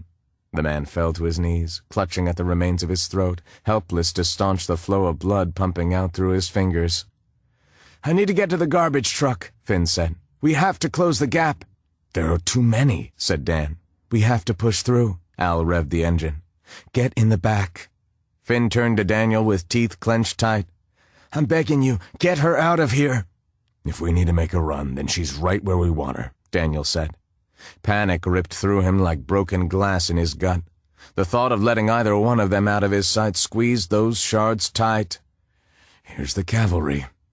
Another pickup truck pulled up alongside them, Santa behind the wheel. Aaron and 3 men were in the open top cage up back. They were armed to the teeth with an assortment of guns and ammunition lying loose around their feet. Aaron handed Dan a couple of pistols, popping off shots at the gate all the while. The woman stayed strong despite the pallor of her face. "Thanks." "We're going for the garbage truck. Cover our backs." Finn seemed to avoid Allie's worried gaze when he passed her by and climbed onto her pickup's tray in one smooth jump. "Wind the window up, Al. Whatever happens, you stay put." Daniel followed the gunslinger, standing up high, hanging onto the metal frame sitting behind the cab. If possible, things looked worse from up there. He blocked out the cries of panic and pain from nearby, muted the moaning, and concentrated on doing his part, gunning down the infected shambling toward them. They were taking her straight into it. His shoulders tightened, and he prayed the gun wouldn't start shaking. If they could just all live through this, all 3 of them get through it in one piece, it was all he asked. And it was a shitload to ask at such a time. Finn knocked once on the cab roof and they were off. A hot, putrid wind rushed toward them as they drove into the oncoming sea of infected. Chapter 40. Finn stood behind the cab on the back of the pickup, concentrating solely on one lone target at a time. He took it nice and easy, though he could feel the sweat dampening his back and the trickle of blood running down his front. Not letting the fact that his girlfriend was driving straight into danger mess with his focus. Shit. He wanted Al away from this, but Dan was right. Keeping her close was best. Shit. More dogs appeared, slinking in, cautious now. They growled and bit at thin air. They fell upon the scene like it was a feast, infected or no. It didn't seem to matter. Finn laid the rifle at his feet and Daniel slapped a semi-automatic Browning into his hand. The 2 trucks moved forward side by side toward the garbage truck, lowering the risk of friendly fire. It was a bumpy ride, since many of the infected had fallen. There was no clean path. It was less than 100 meters, but it felt like miles. Al kept going till the vehicle's front grille bumped against the side of the garbage truck. She had made the vehicle into a walkway, delivering him straight to the driver's side door. A zombie banged against her window and Daniel dealt it one to the head. Finn slipped his pistol into his belt, climbed up and over the cab, and stepped onto the pickup's hood. The engine vibrated beneath his feet. None of the garbage truck windows survived. Andy lay where he fell, slumped against the steering wheel. Finn pulled open the driver's side door. The world lit up from the wrong direction. Lights appeared, dazzling him, shining in from out of the darkness beyond Blackstone. From the outside. Finn shielded his eyes with his hand. An army Hummer rolled toward them, heading for the gap in the wall. Men walked alongside, picking off the infected as they came close. Some carried pistols not unlike his own, but not all.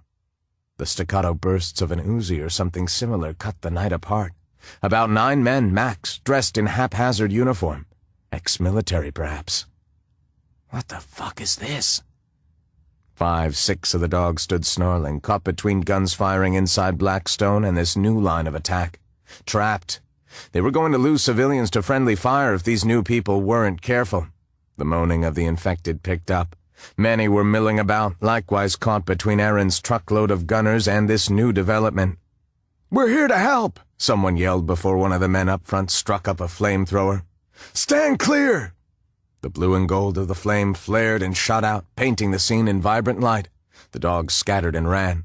The clothing of the infected lit up like dry grass. Burning flesh scented the air along with smoke and gunpowder. But who were these people? Finn pushed Andy's body across the seat, then climbed into the truck, turned the key, and... nothing. Absolutely nothing. Finn shoved the gear stick into neutral, motioned to Daniel. "Need a push!" The man grimaced, nodded, shot another infected wandering close to the vehicle. 2 of the men from the back of Santa's pickup had jumped down and were working through those closest, thinning out the infected. No more came through the gate. If the hole in their defenses could be plugged, then Blackstone might survive after all. There was a strangled cry from one of the men. An infected had managed to come up behind him. It dug its mouth into the male's thigh, tearing through cloth. Blood gushed from the jagged wound. Erin stood on the tray of the second pickup, her face drawn back in horror. She raised her gun and shot twice. The infected fell. Without hesitation, the man who had been bitten put his gun in his mouth and pulled the trigger. Finn forced himself to look away. Nothing he could do. Besides, the job wasn't done. Not yet. On the bridge, the Hummer drew closer and the strangers, rigged out in military gear, started wandering in, picking off any stragglers lumbering nearby. Erin and her friends focused on the newcomers for a moment, but hesitated, shifting back to targeting the infected, the most immediate and pressing threat. Gradually, the infected were being thinned out. "Truck's dead. Help us push it up," Finn called out to the nearest newcomer, a big, boxy-looking man with a take-no-shit face. The guy nodded, signaled to his squad. There was a lot of yelling and movement while the 2 forces combined, the strangers and the townsfolk. People rushed to the back of the truck while others straddled the gap, keeping any remaining infected from entering the town. Slowly, the garbage truck rolled forward. The men standing before it eased back, making certain they were on the right side when the gap closed. Finn tugged on the handbrake. They had done it. Amazing. He pulled out a pistol and swung down from the truck too fast. His vision grayed. He gripped the side of the truck, gun clattering against the metal. Weakness from blood loss crept steadily through him, draining him. The desire to sink down into the bitumen and sit a while wasn't easy to resist.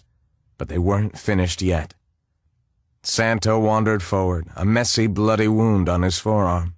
His face was taut and white from pain. He had been bitten. "Who are you boys?" "I'm Emmett, the leader. You been bit?" He nodded at Santa's arm. "It'll be dealt with," Santa said. Everyone stood silent for a moment as realization sunk in. "Dad!" Erin grabbed at the man's shoulder, eyes red and wild. "No!" "Hush." Her father patted her hand. Then he pushed it aside. "Who are you?" "We're the people that just saved your asses." The big, boxing man who had identified himself as Emmett strode forward. A malicious smile bent the man's face, and Finn readied his gun. "I believe some sort of suitable payment can be worked out. Whatever the man had been going to say was lost in a sea of red. His body slumped to the ground. Finn looked around, his finger on the trigger. He was unsure who to aim at. The place sunk into pandemonium. Everyone's guns were in their hands, pointing every which way. It was about to be a fucking disaster. but most people targeted the 8 remaining strangers in their midst. Another man opened his mouth, eyes bulging at the sight of his fallen commander. There was a pop from somewhere, and then he too dropped. "Don't shoot, please," one of the strangers said, open palms rising above his head. "Explain your intentions," Finn yelled. The man's eyes settled on him. He nodded and set down his gun. "What the fuck is going on here?" Santa bellowed. Erin stood beside him, the gun in her hand trembling. "We are all going to put down our weapons now," the unarmed stranger said loudly. The rest of the newcomers slowly put down their guns. Several wild-eyed men took longer than the rest. "I'm Captain Sean Manning," the stranger said. "The 2 men we just executed were planning on kidnapping some of your females. That was the payment Emmett was seeking." Santa swayed on his feet, but his face seemed set in stone. "Is that so?" 3 more of these men were not openly opposed to this plan of taking your women, but we can't speak to their intentions. We would request you send them on their way, unharmed." Captain Manning pursed his lips, his gaze wandering over his companions. "Enough people have died. Emmett killed anyone who defied him. He executed men earlier this week for speaking out against him. These 3 didn't necessarily have a choice." "But you didn't trust them enough to include them in your coup?" Daniel asked, keeping a hand on the truck door so Al couldn't climb out. "No," Captain Manning replied. "The fewer who knew, the safer it was." Santa nodded, lips pressed tight. Blood seeped steadily from his wound. The man had strength and then some. "I take it the other 4 of you wish to remain with us?" "Yes, please." "They have nice manners," Daniel said. "Right now we need to clean up the rest of the town. Make yourselves useful and we'll see." Santa ran his eyes over the men, weighing their worth. "Send your 3 friends off." The soldier nodded, clearly pointed out 3 of the men. "If any of you show your faces here again, you'll be shot on sight." 2 started arguing, denying. Their movements were sharp, aggressive, but there were a lot of guns pointed at them. The 3rd dropped his gaze, frowned hard at the ground, his mouth working noiselessly. Finally, he looked up, nodded. "Can I have a gun?" "There's more in the Hummer outside, Nick," Captain Manning answered, not unsympathetically. Nick nodded just the once. The man was tall, well-built, lethal. Out of the 3, he was easily the most dangerous. Finn kept close. The man's eyes never stopped moving, hands clenching and releasing. But when he spoke, his tone was resigned. "All right." The other 2 men said enough for everyone standing. Insults mixed with denials. Their hot and greedy eyes slid over Erin and Al. It was all Finn could do not to end them there and then. "They can stay the night in the lockup at the police station. We'll release them during the day," Finn said. He turned to the men. "And if I ever see any of you 3 near town again after tomorrow, I will kill you." Chapter 41. Allie wound down the window, curious and frustrated and just a little afraid. Her heart would calm down eventually, probably. "Will you move your hand already?" "What's wrong with your arm?" Daniel snapped back, throwing the door open himself. He leaned down and ducked his head into the cab and kissed her soundly. His hand burrowed through her hair to clasp the back of her head and hold her to him, like she would try to escape. Idiot. They had survived. Her men were alive. Daniel rubbed his lips over hers, nuzzling her face. "Babe, what have you done to yourself now?" "I'm fine." Her shoulder throbbed, the joint swollen and hot. "I love you." "I love you too. That being said, you can't lie for shit. I honestly don't know why you bother." Daniel's hand stroked her bad shoulder and she whined, the pain excruciating. Gray dots hovered at the edge of her field of vision. "Damn." "I think it's dislocated," she panted. "You're going to have to pop it back in for her," Finn said from behind Daniel. "She shouldn't have been running around in the truck. She should have stayed locked in at the apartment." "She can make her own decisions. And you have a bullet in you." Allie shifted around in the driver's seat, a slow and agonizing process. "Children," Daniel chided. "Come on, sweet." His big hands gripped her waist as he ever so carefully helped her from the vehicle. "Thanks." "I'm gonna help them run the rest down," said Finn. One-handed, he checked the remains of his clip. "You get her help." And out came her fretful tone of voice. High-pitched and panicky, she didn't even bother to try and rein it in. "No, you're not, Finn! You're bleeding, aren't you? And we need to figure out how to get the bullet out." "Later." Finn turned his back on her and reached for his rifle in the back of the pickup. Dismissing her, apparently, which didn't work. She knew better now. "Hey!" Allie slipped her good arm around his waist, pressed herself against his back. "Stop. Turn around." With an exaggerated sigh, Finn did so, careful of bumping either of their shoulders.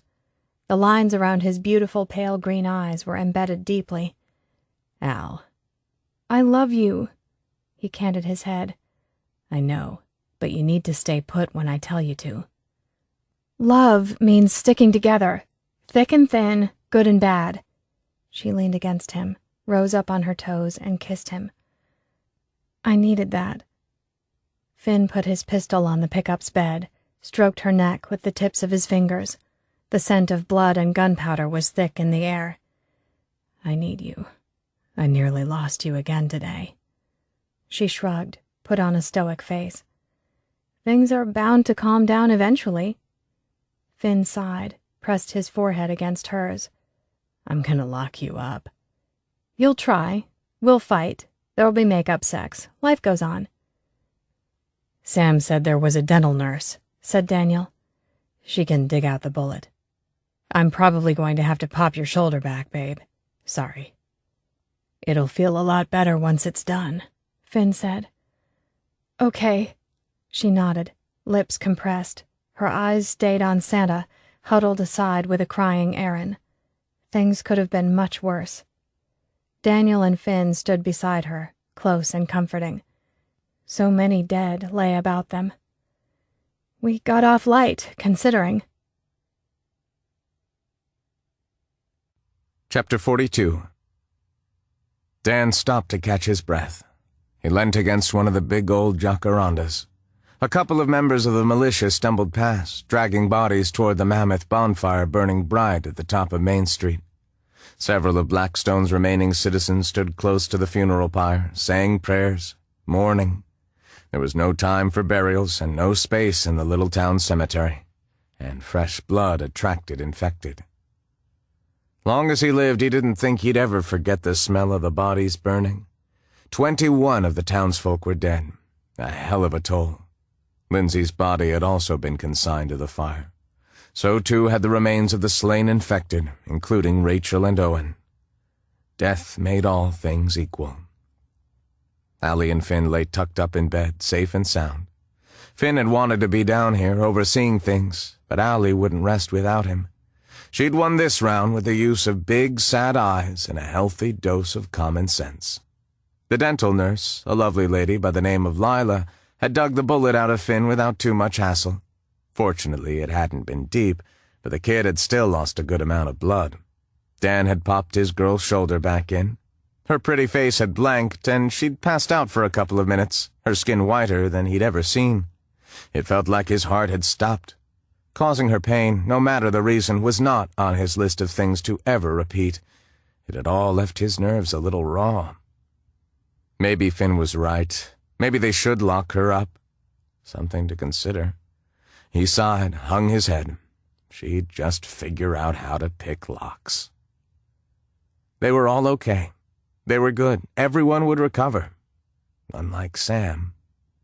Dawn neared, the sky a hazy mix of violet and pink in the east. The renewed buildup of infected on the other side of the wall slowly dispersed, the moaning and groaning gradually calming. They'd attracted more than their fair share of attention tonight with all the noise and commotion. Time was running out for Santa.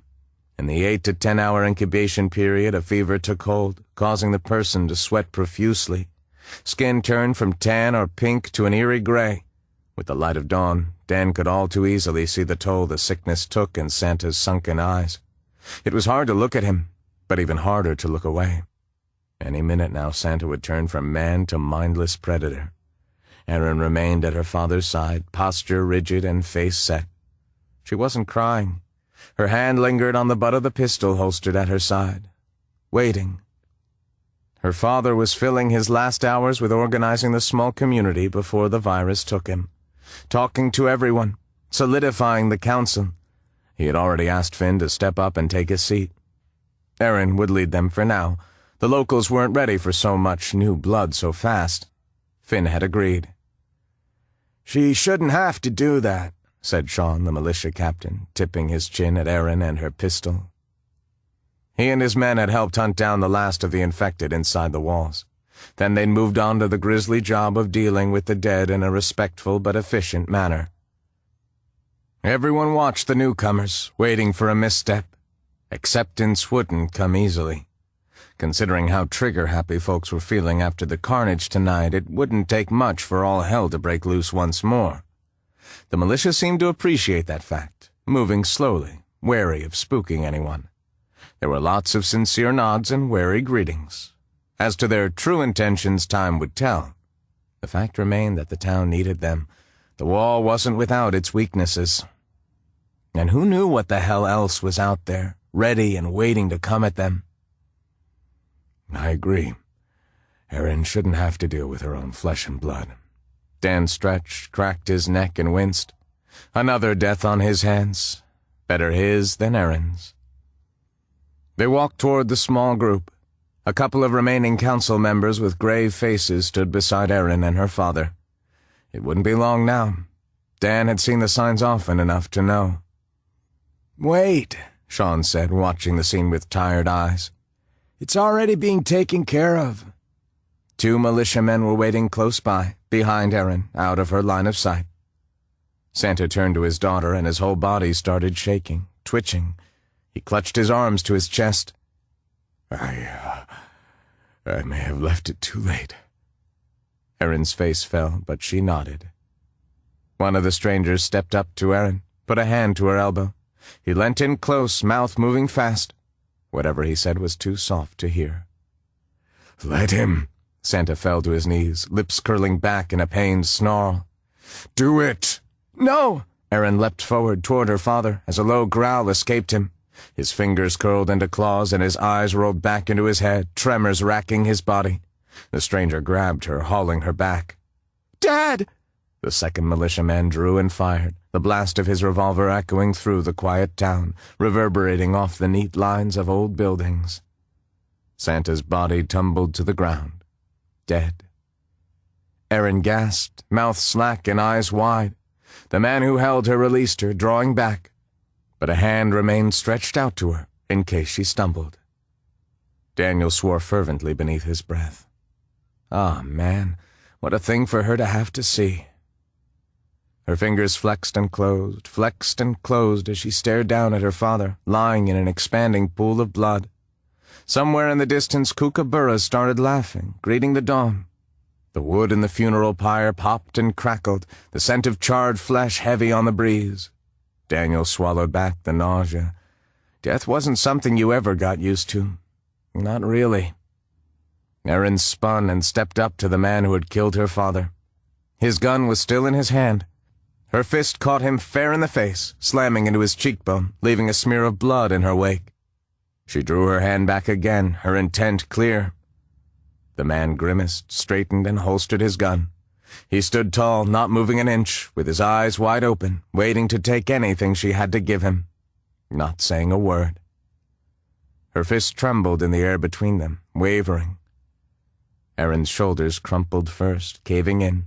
Her hand fell next, spine bowing and knees folding. She made no noise at all as she knelt beside her father's body. Captain Manning nodded at the 2 men standing guard behind the woman. "They'll look after her." Daniel raised a brow. "You'd have her live with killing her father on her conscience?" the captain asked.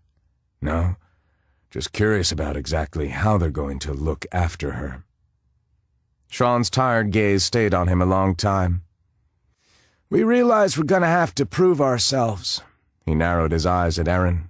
She remained huddled beside Santa's corpse. "It'll be easier for her to hate them than herself, or anyone else here for having to kill him. They'll look after her by dealing with his body if she wants, when she's ready. They'll make sure no one bothers her if she wants to be left alone. That's all." Daniel rolled out his lips. "Yeah, that's what I thought you meant." "You think you're funny, don't you?" asked the captain in a low tone. "No, not particularly. Sure as hell not right now." Dan smothered a yawn, widened his stance. "You'll get your chance to prove yourselves. Be careful, though. People are going to be edgy for a while. It'd be sad if there were any accidents and one of you got shot by mistake." The captain's eyes lit with a wolfish grin. "Wouldn't it be?" "Now then, I'm just saying." Sean grunted, frowned off into the distance. "How did the world get so fucked up?" "Dunno.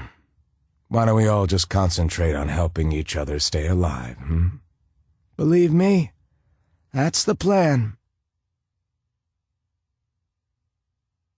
Chapter 43. Unfucking believable. They were arguing again. Finn climbed the steps silently, loath to interrupt because not all arguments were bad, especially not if the room reeked of sex. "Dan," Al's voice was low and urgent. Finn knew that tone of voice. Finn loved that tone of voice. "You have to wait," Dan said. "You're not being fair." "Of course I am." "No, you're not," she moaned. "You're really fucking not." "I would remind you, babe, this was all your idea." Their girl took a sharp breath. "Damn it." "You're doing so well. The secret, my love, is lube. Lots and lots of lube." Finn's imagination had presented many varied scenarios. The one that met him topped them all. Al was naked and on her hands and knees, a personal favorite of his. Watching her tits sway was awesome. Dan knelt behind her, 2 fingers buried in her gorgeous ass. His pants were still on, despite the definite bulge at the front. And there were balloons, strangely enough. Balloons in every color imaginable. A whole room full of them. "You're in trouble," Dan said to Finn. His fingers never ceased their slow, careful thrust and retreat. "Why's that?" Finn asked, his gaze glued to Dan's hand. "It's your birthday, and you didn't tell me." Al's face was flushed pink, her mouth open and jaw tight. Her gray eyes were glazed with passion. "You were supposed to be home 1/4 of an hour ago." "I forgot about my birthday." Finn dropped to his knees beside the mattress and leant over, kissing the life out of her. He couldn't get enough of her. "I'm sorry I'm late." "You wouldn't let me come." She tipped her chin at Dan. "It was polite to wait for the birthday boy," said Dan with a wink. Finn grinned so hard his face hurt, hand stroking her healed shoulder. "Can I guess what my present is?" "Get your dick out. I'm tired of waiting. You need to catch up fast." Al's gray eyes glanced up at him, mouth open and waiting, her beautiful lips moist. "Hurry." He loved her so much it hurt. Along with being so damn turned on it hurt. And she had been more careful the last 6 weeks, conceding to some, if not all, of his demands. Things really had calmed down. "Catching up is not going to be a problem." He was already hard, the surge of blood to his groin dizzying. Finn unbuckled his belt, tore at the button and zipper of his jeans, the minimum required to free his cock and feed it into her waiting mouth. Sweet heat and tension.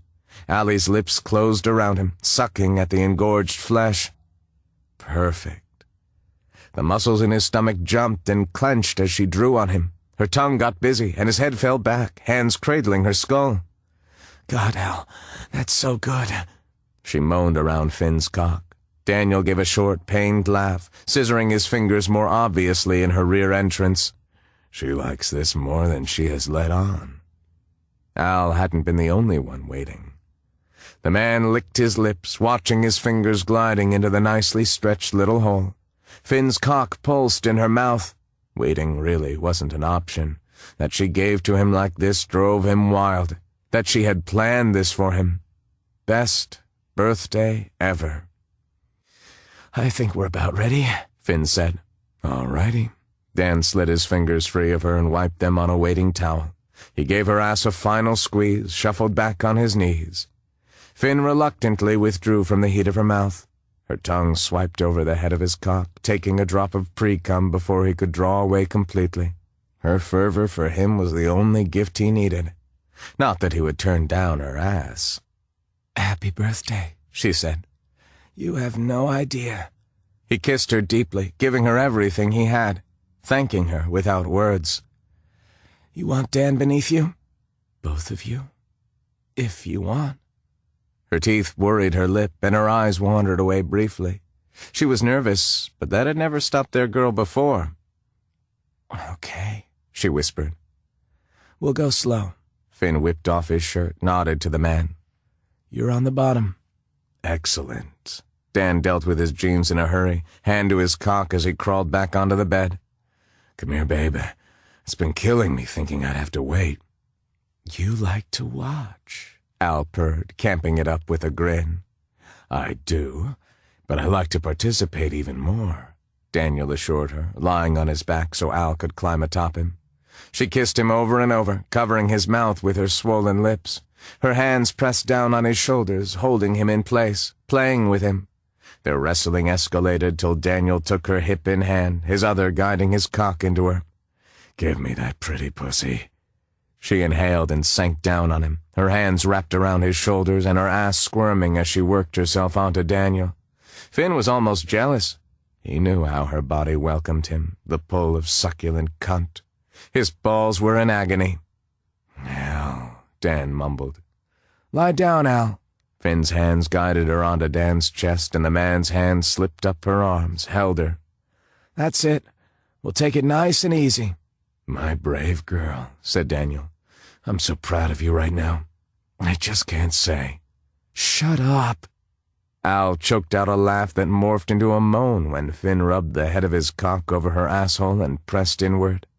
Christ, the way that tight hole parted for him, softening and giving just enough to swallow the crown of cock. He had to take his time, had to make it good for her. Damn, but it hurt to wait. "Ah." "Push back, Al." "Stings," she panted. Daniel stroked her side, soothing her, pressed kisses to the side of her face. "Relax, babe. You're tensing up." "I shouldn't have encouraged the oral," she groaned. "You were big enough without it." Her hold on Finn eased incrementally as he pressed forward.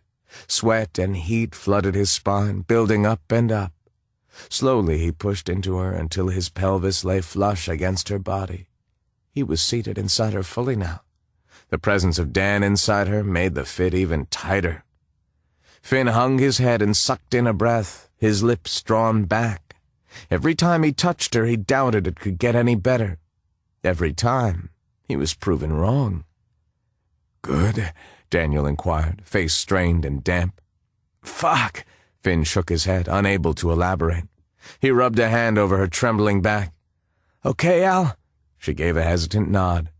"Yeah," which meant not really, but she was committed to persevering for his sake. Insufficient.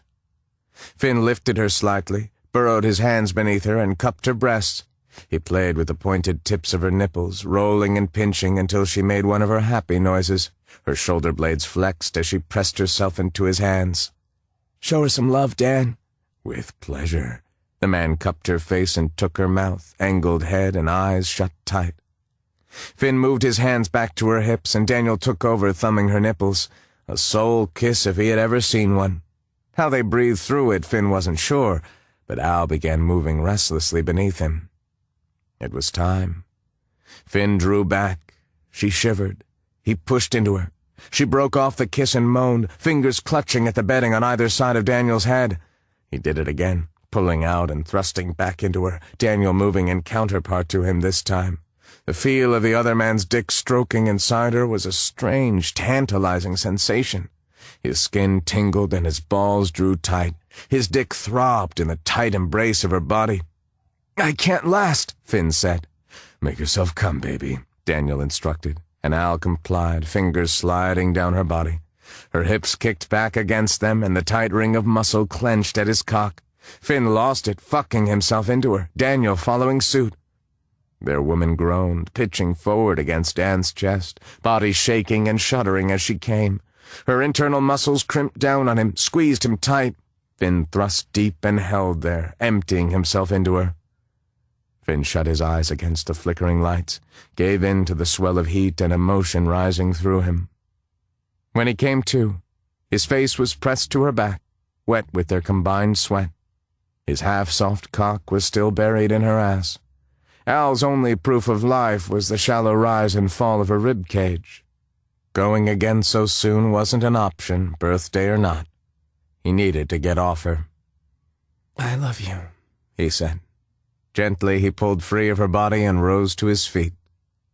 Dan gave him a lazy wink, one finger wrapping itself in a strand of her hair. Finn headed to the bathroom, cleaned himself up, and took a wet face-cloth back for Al.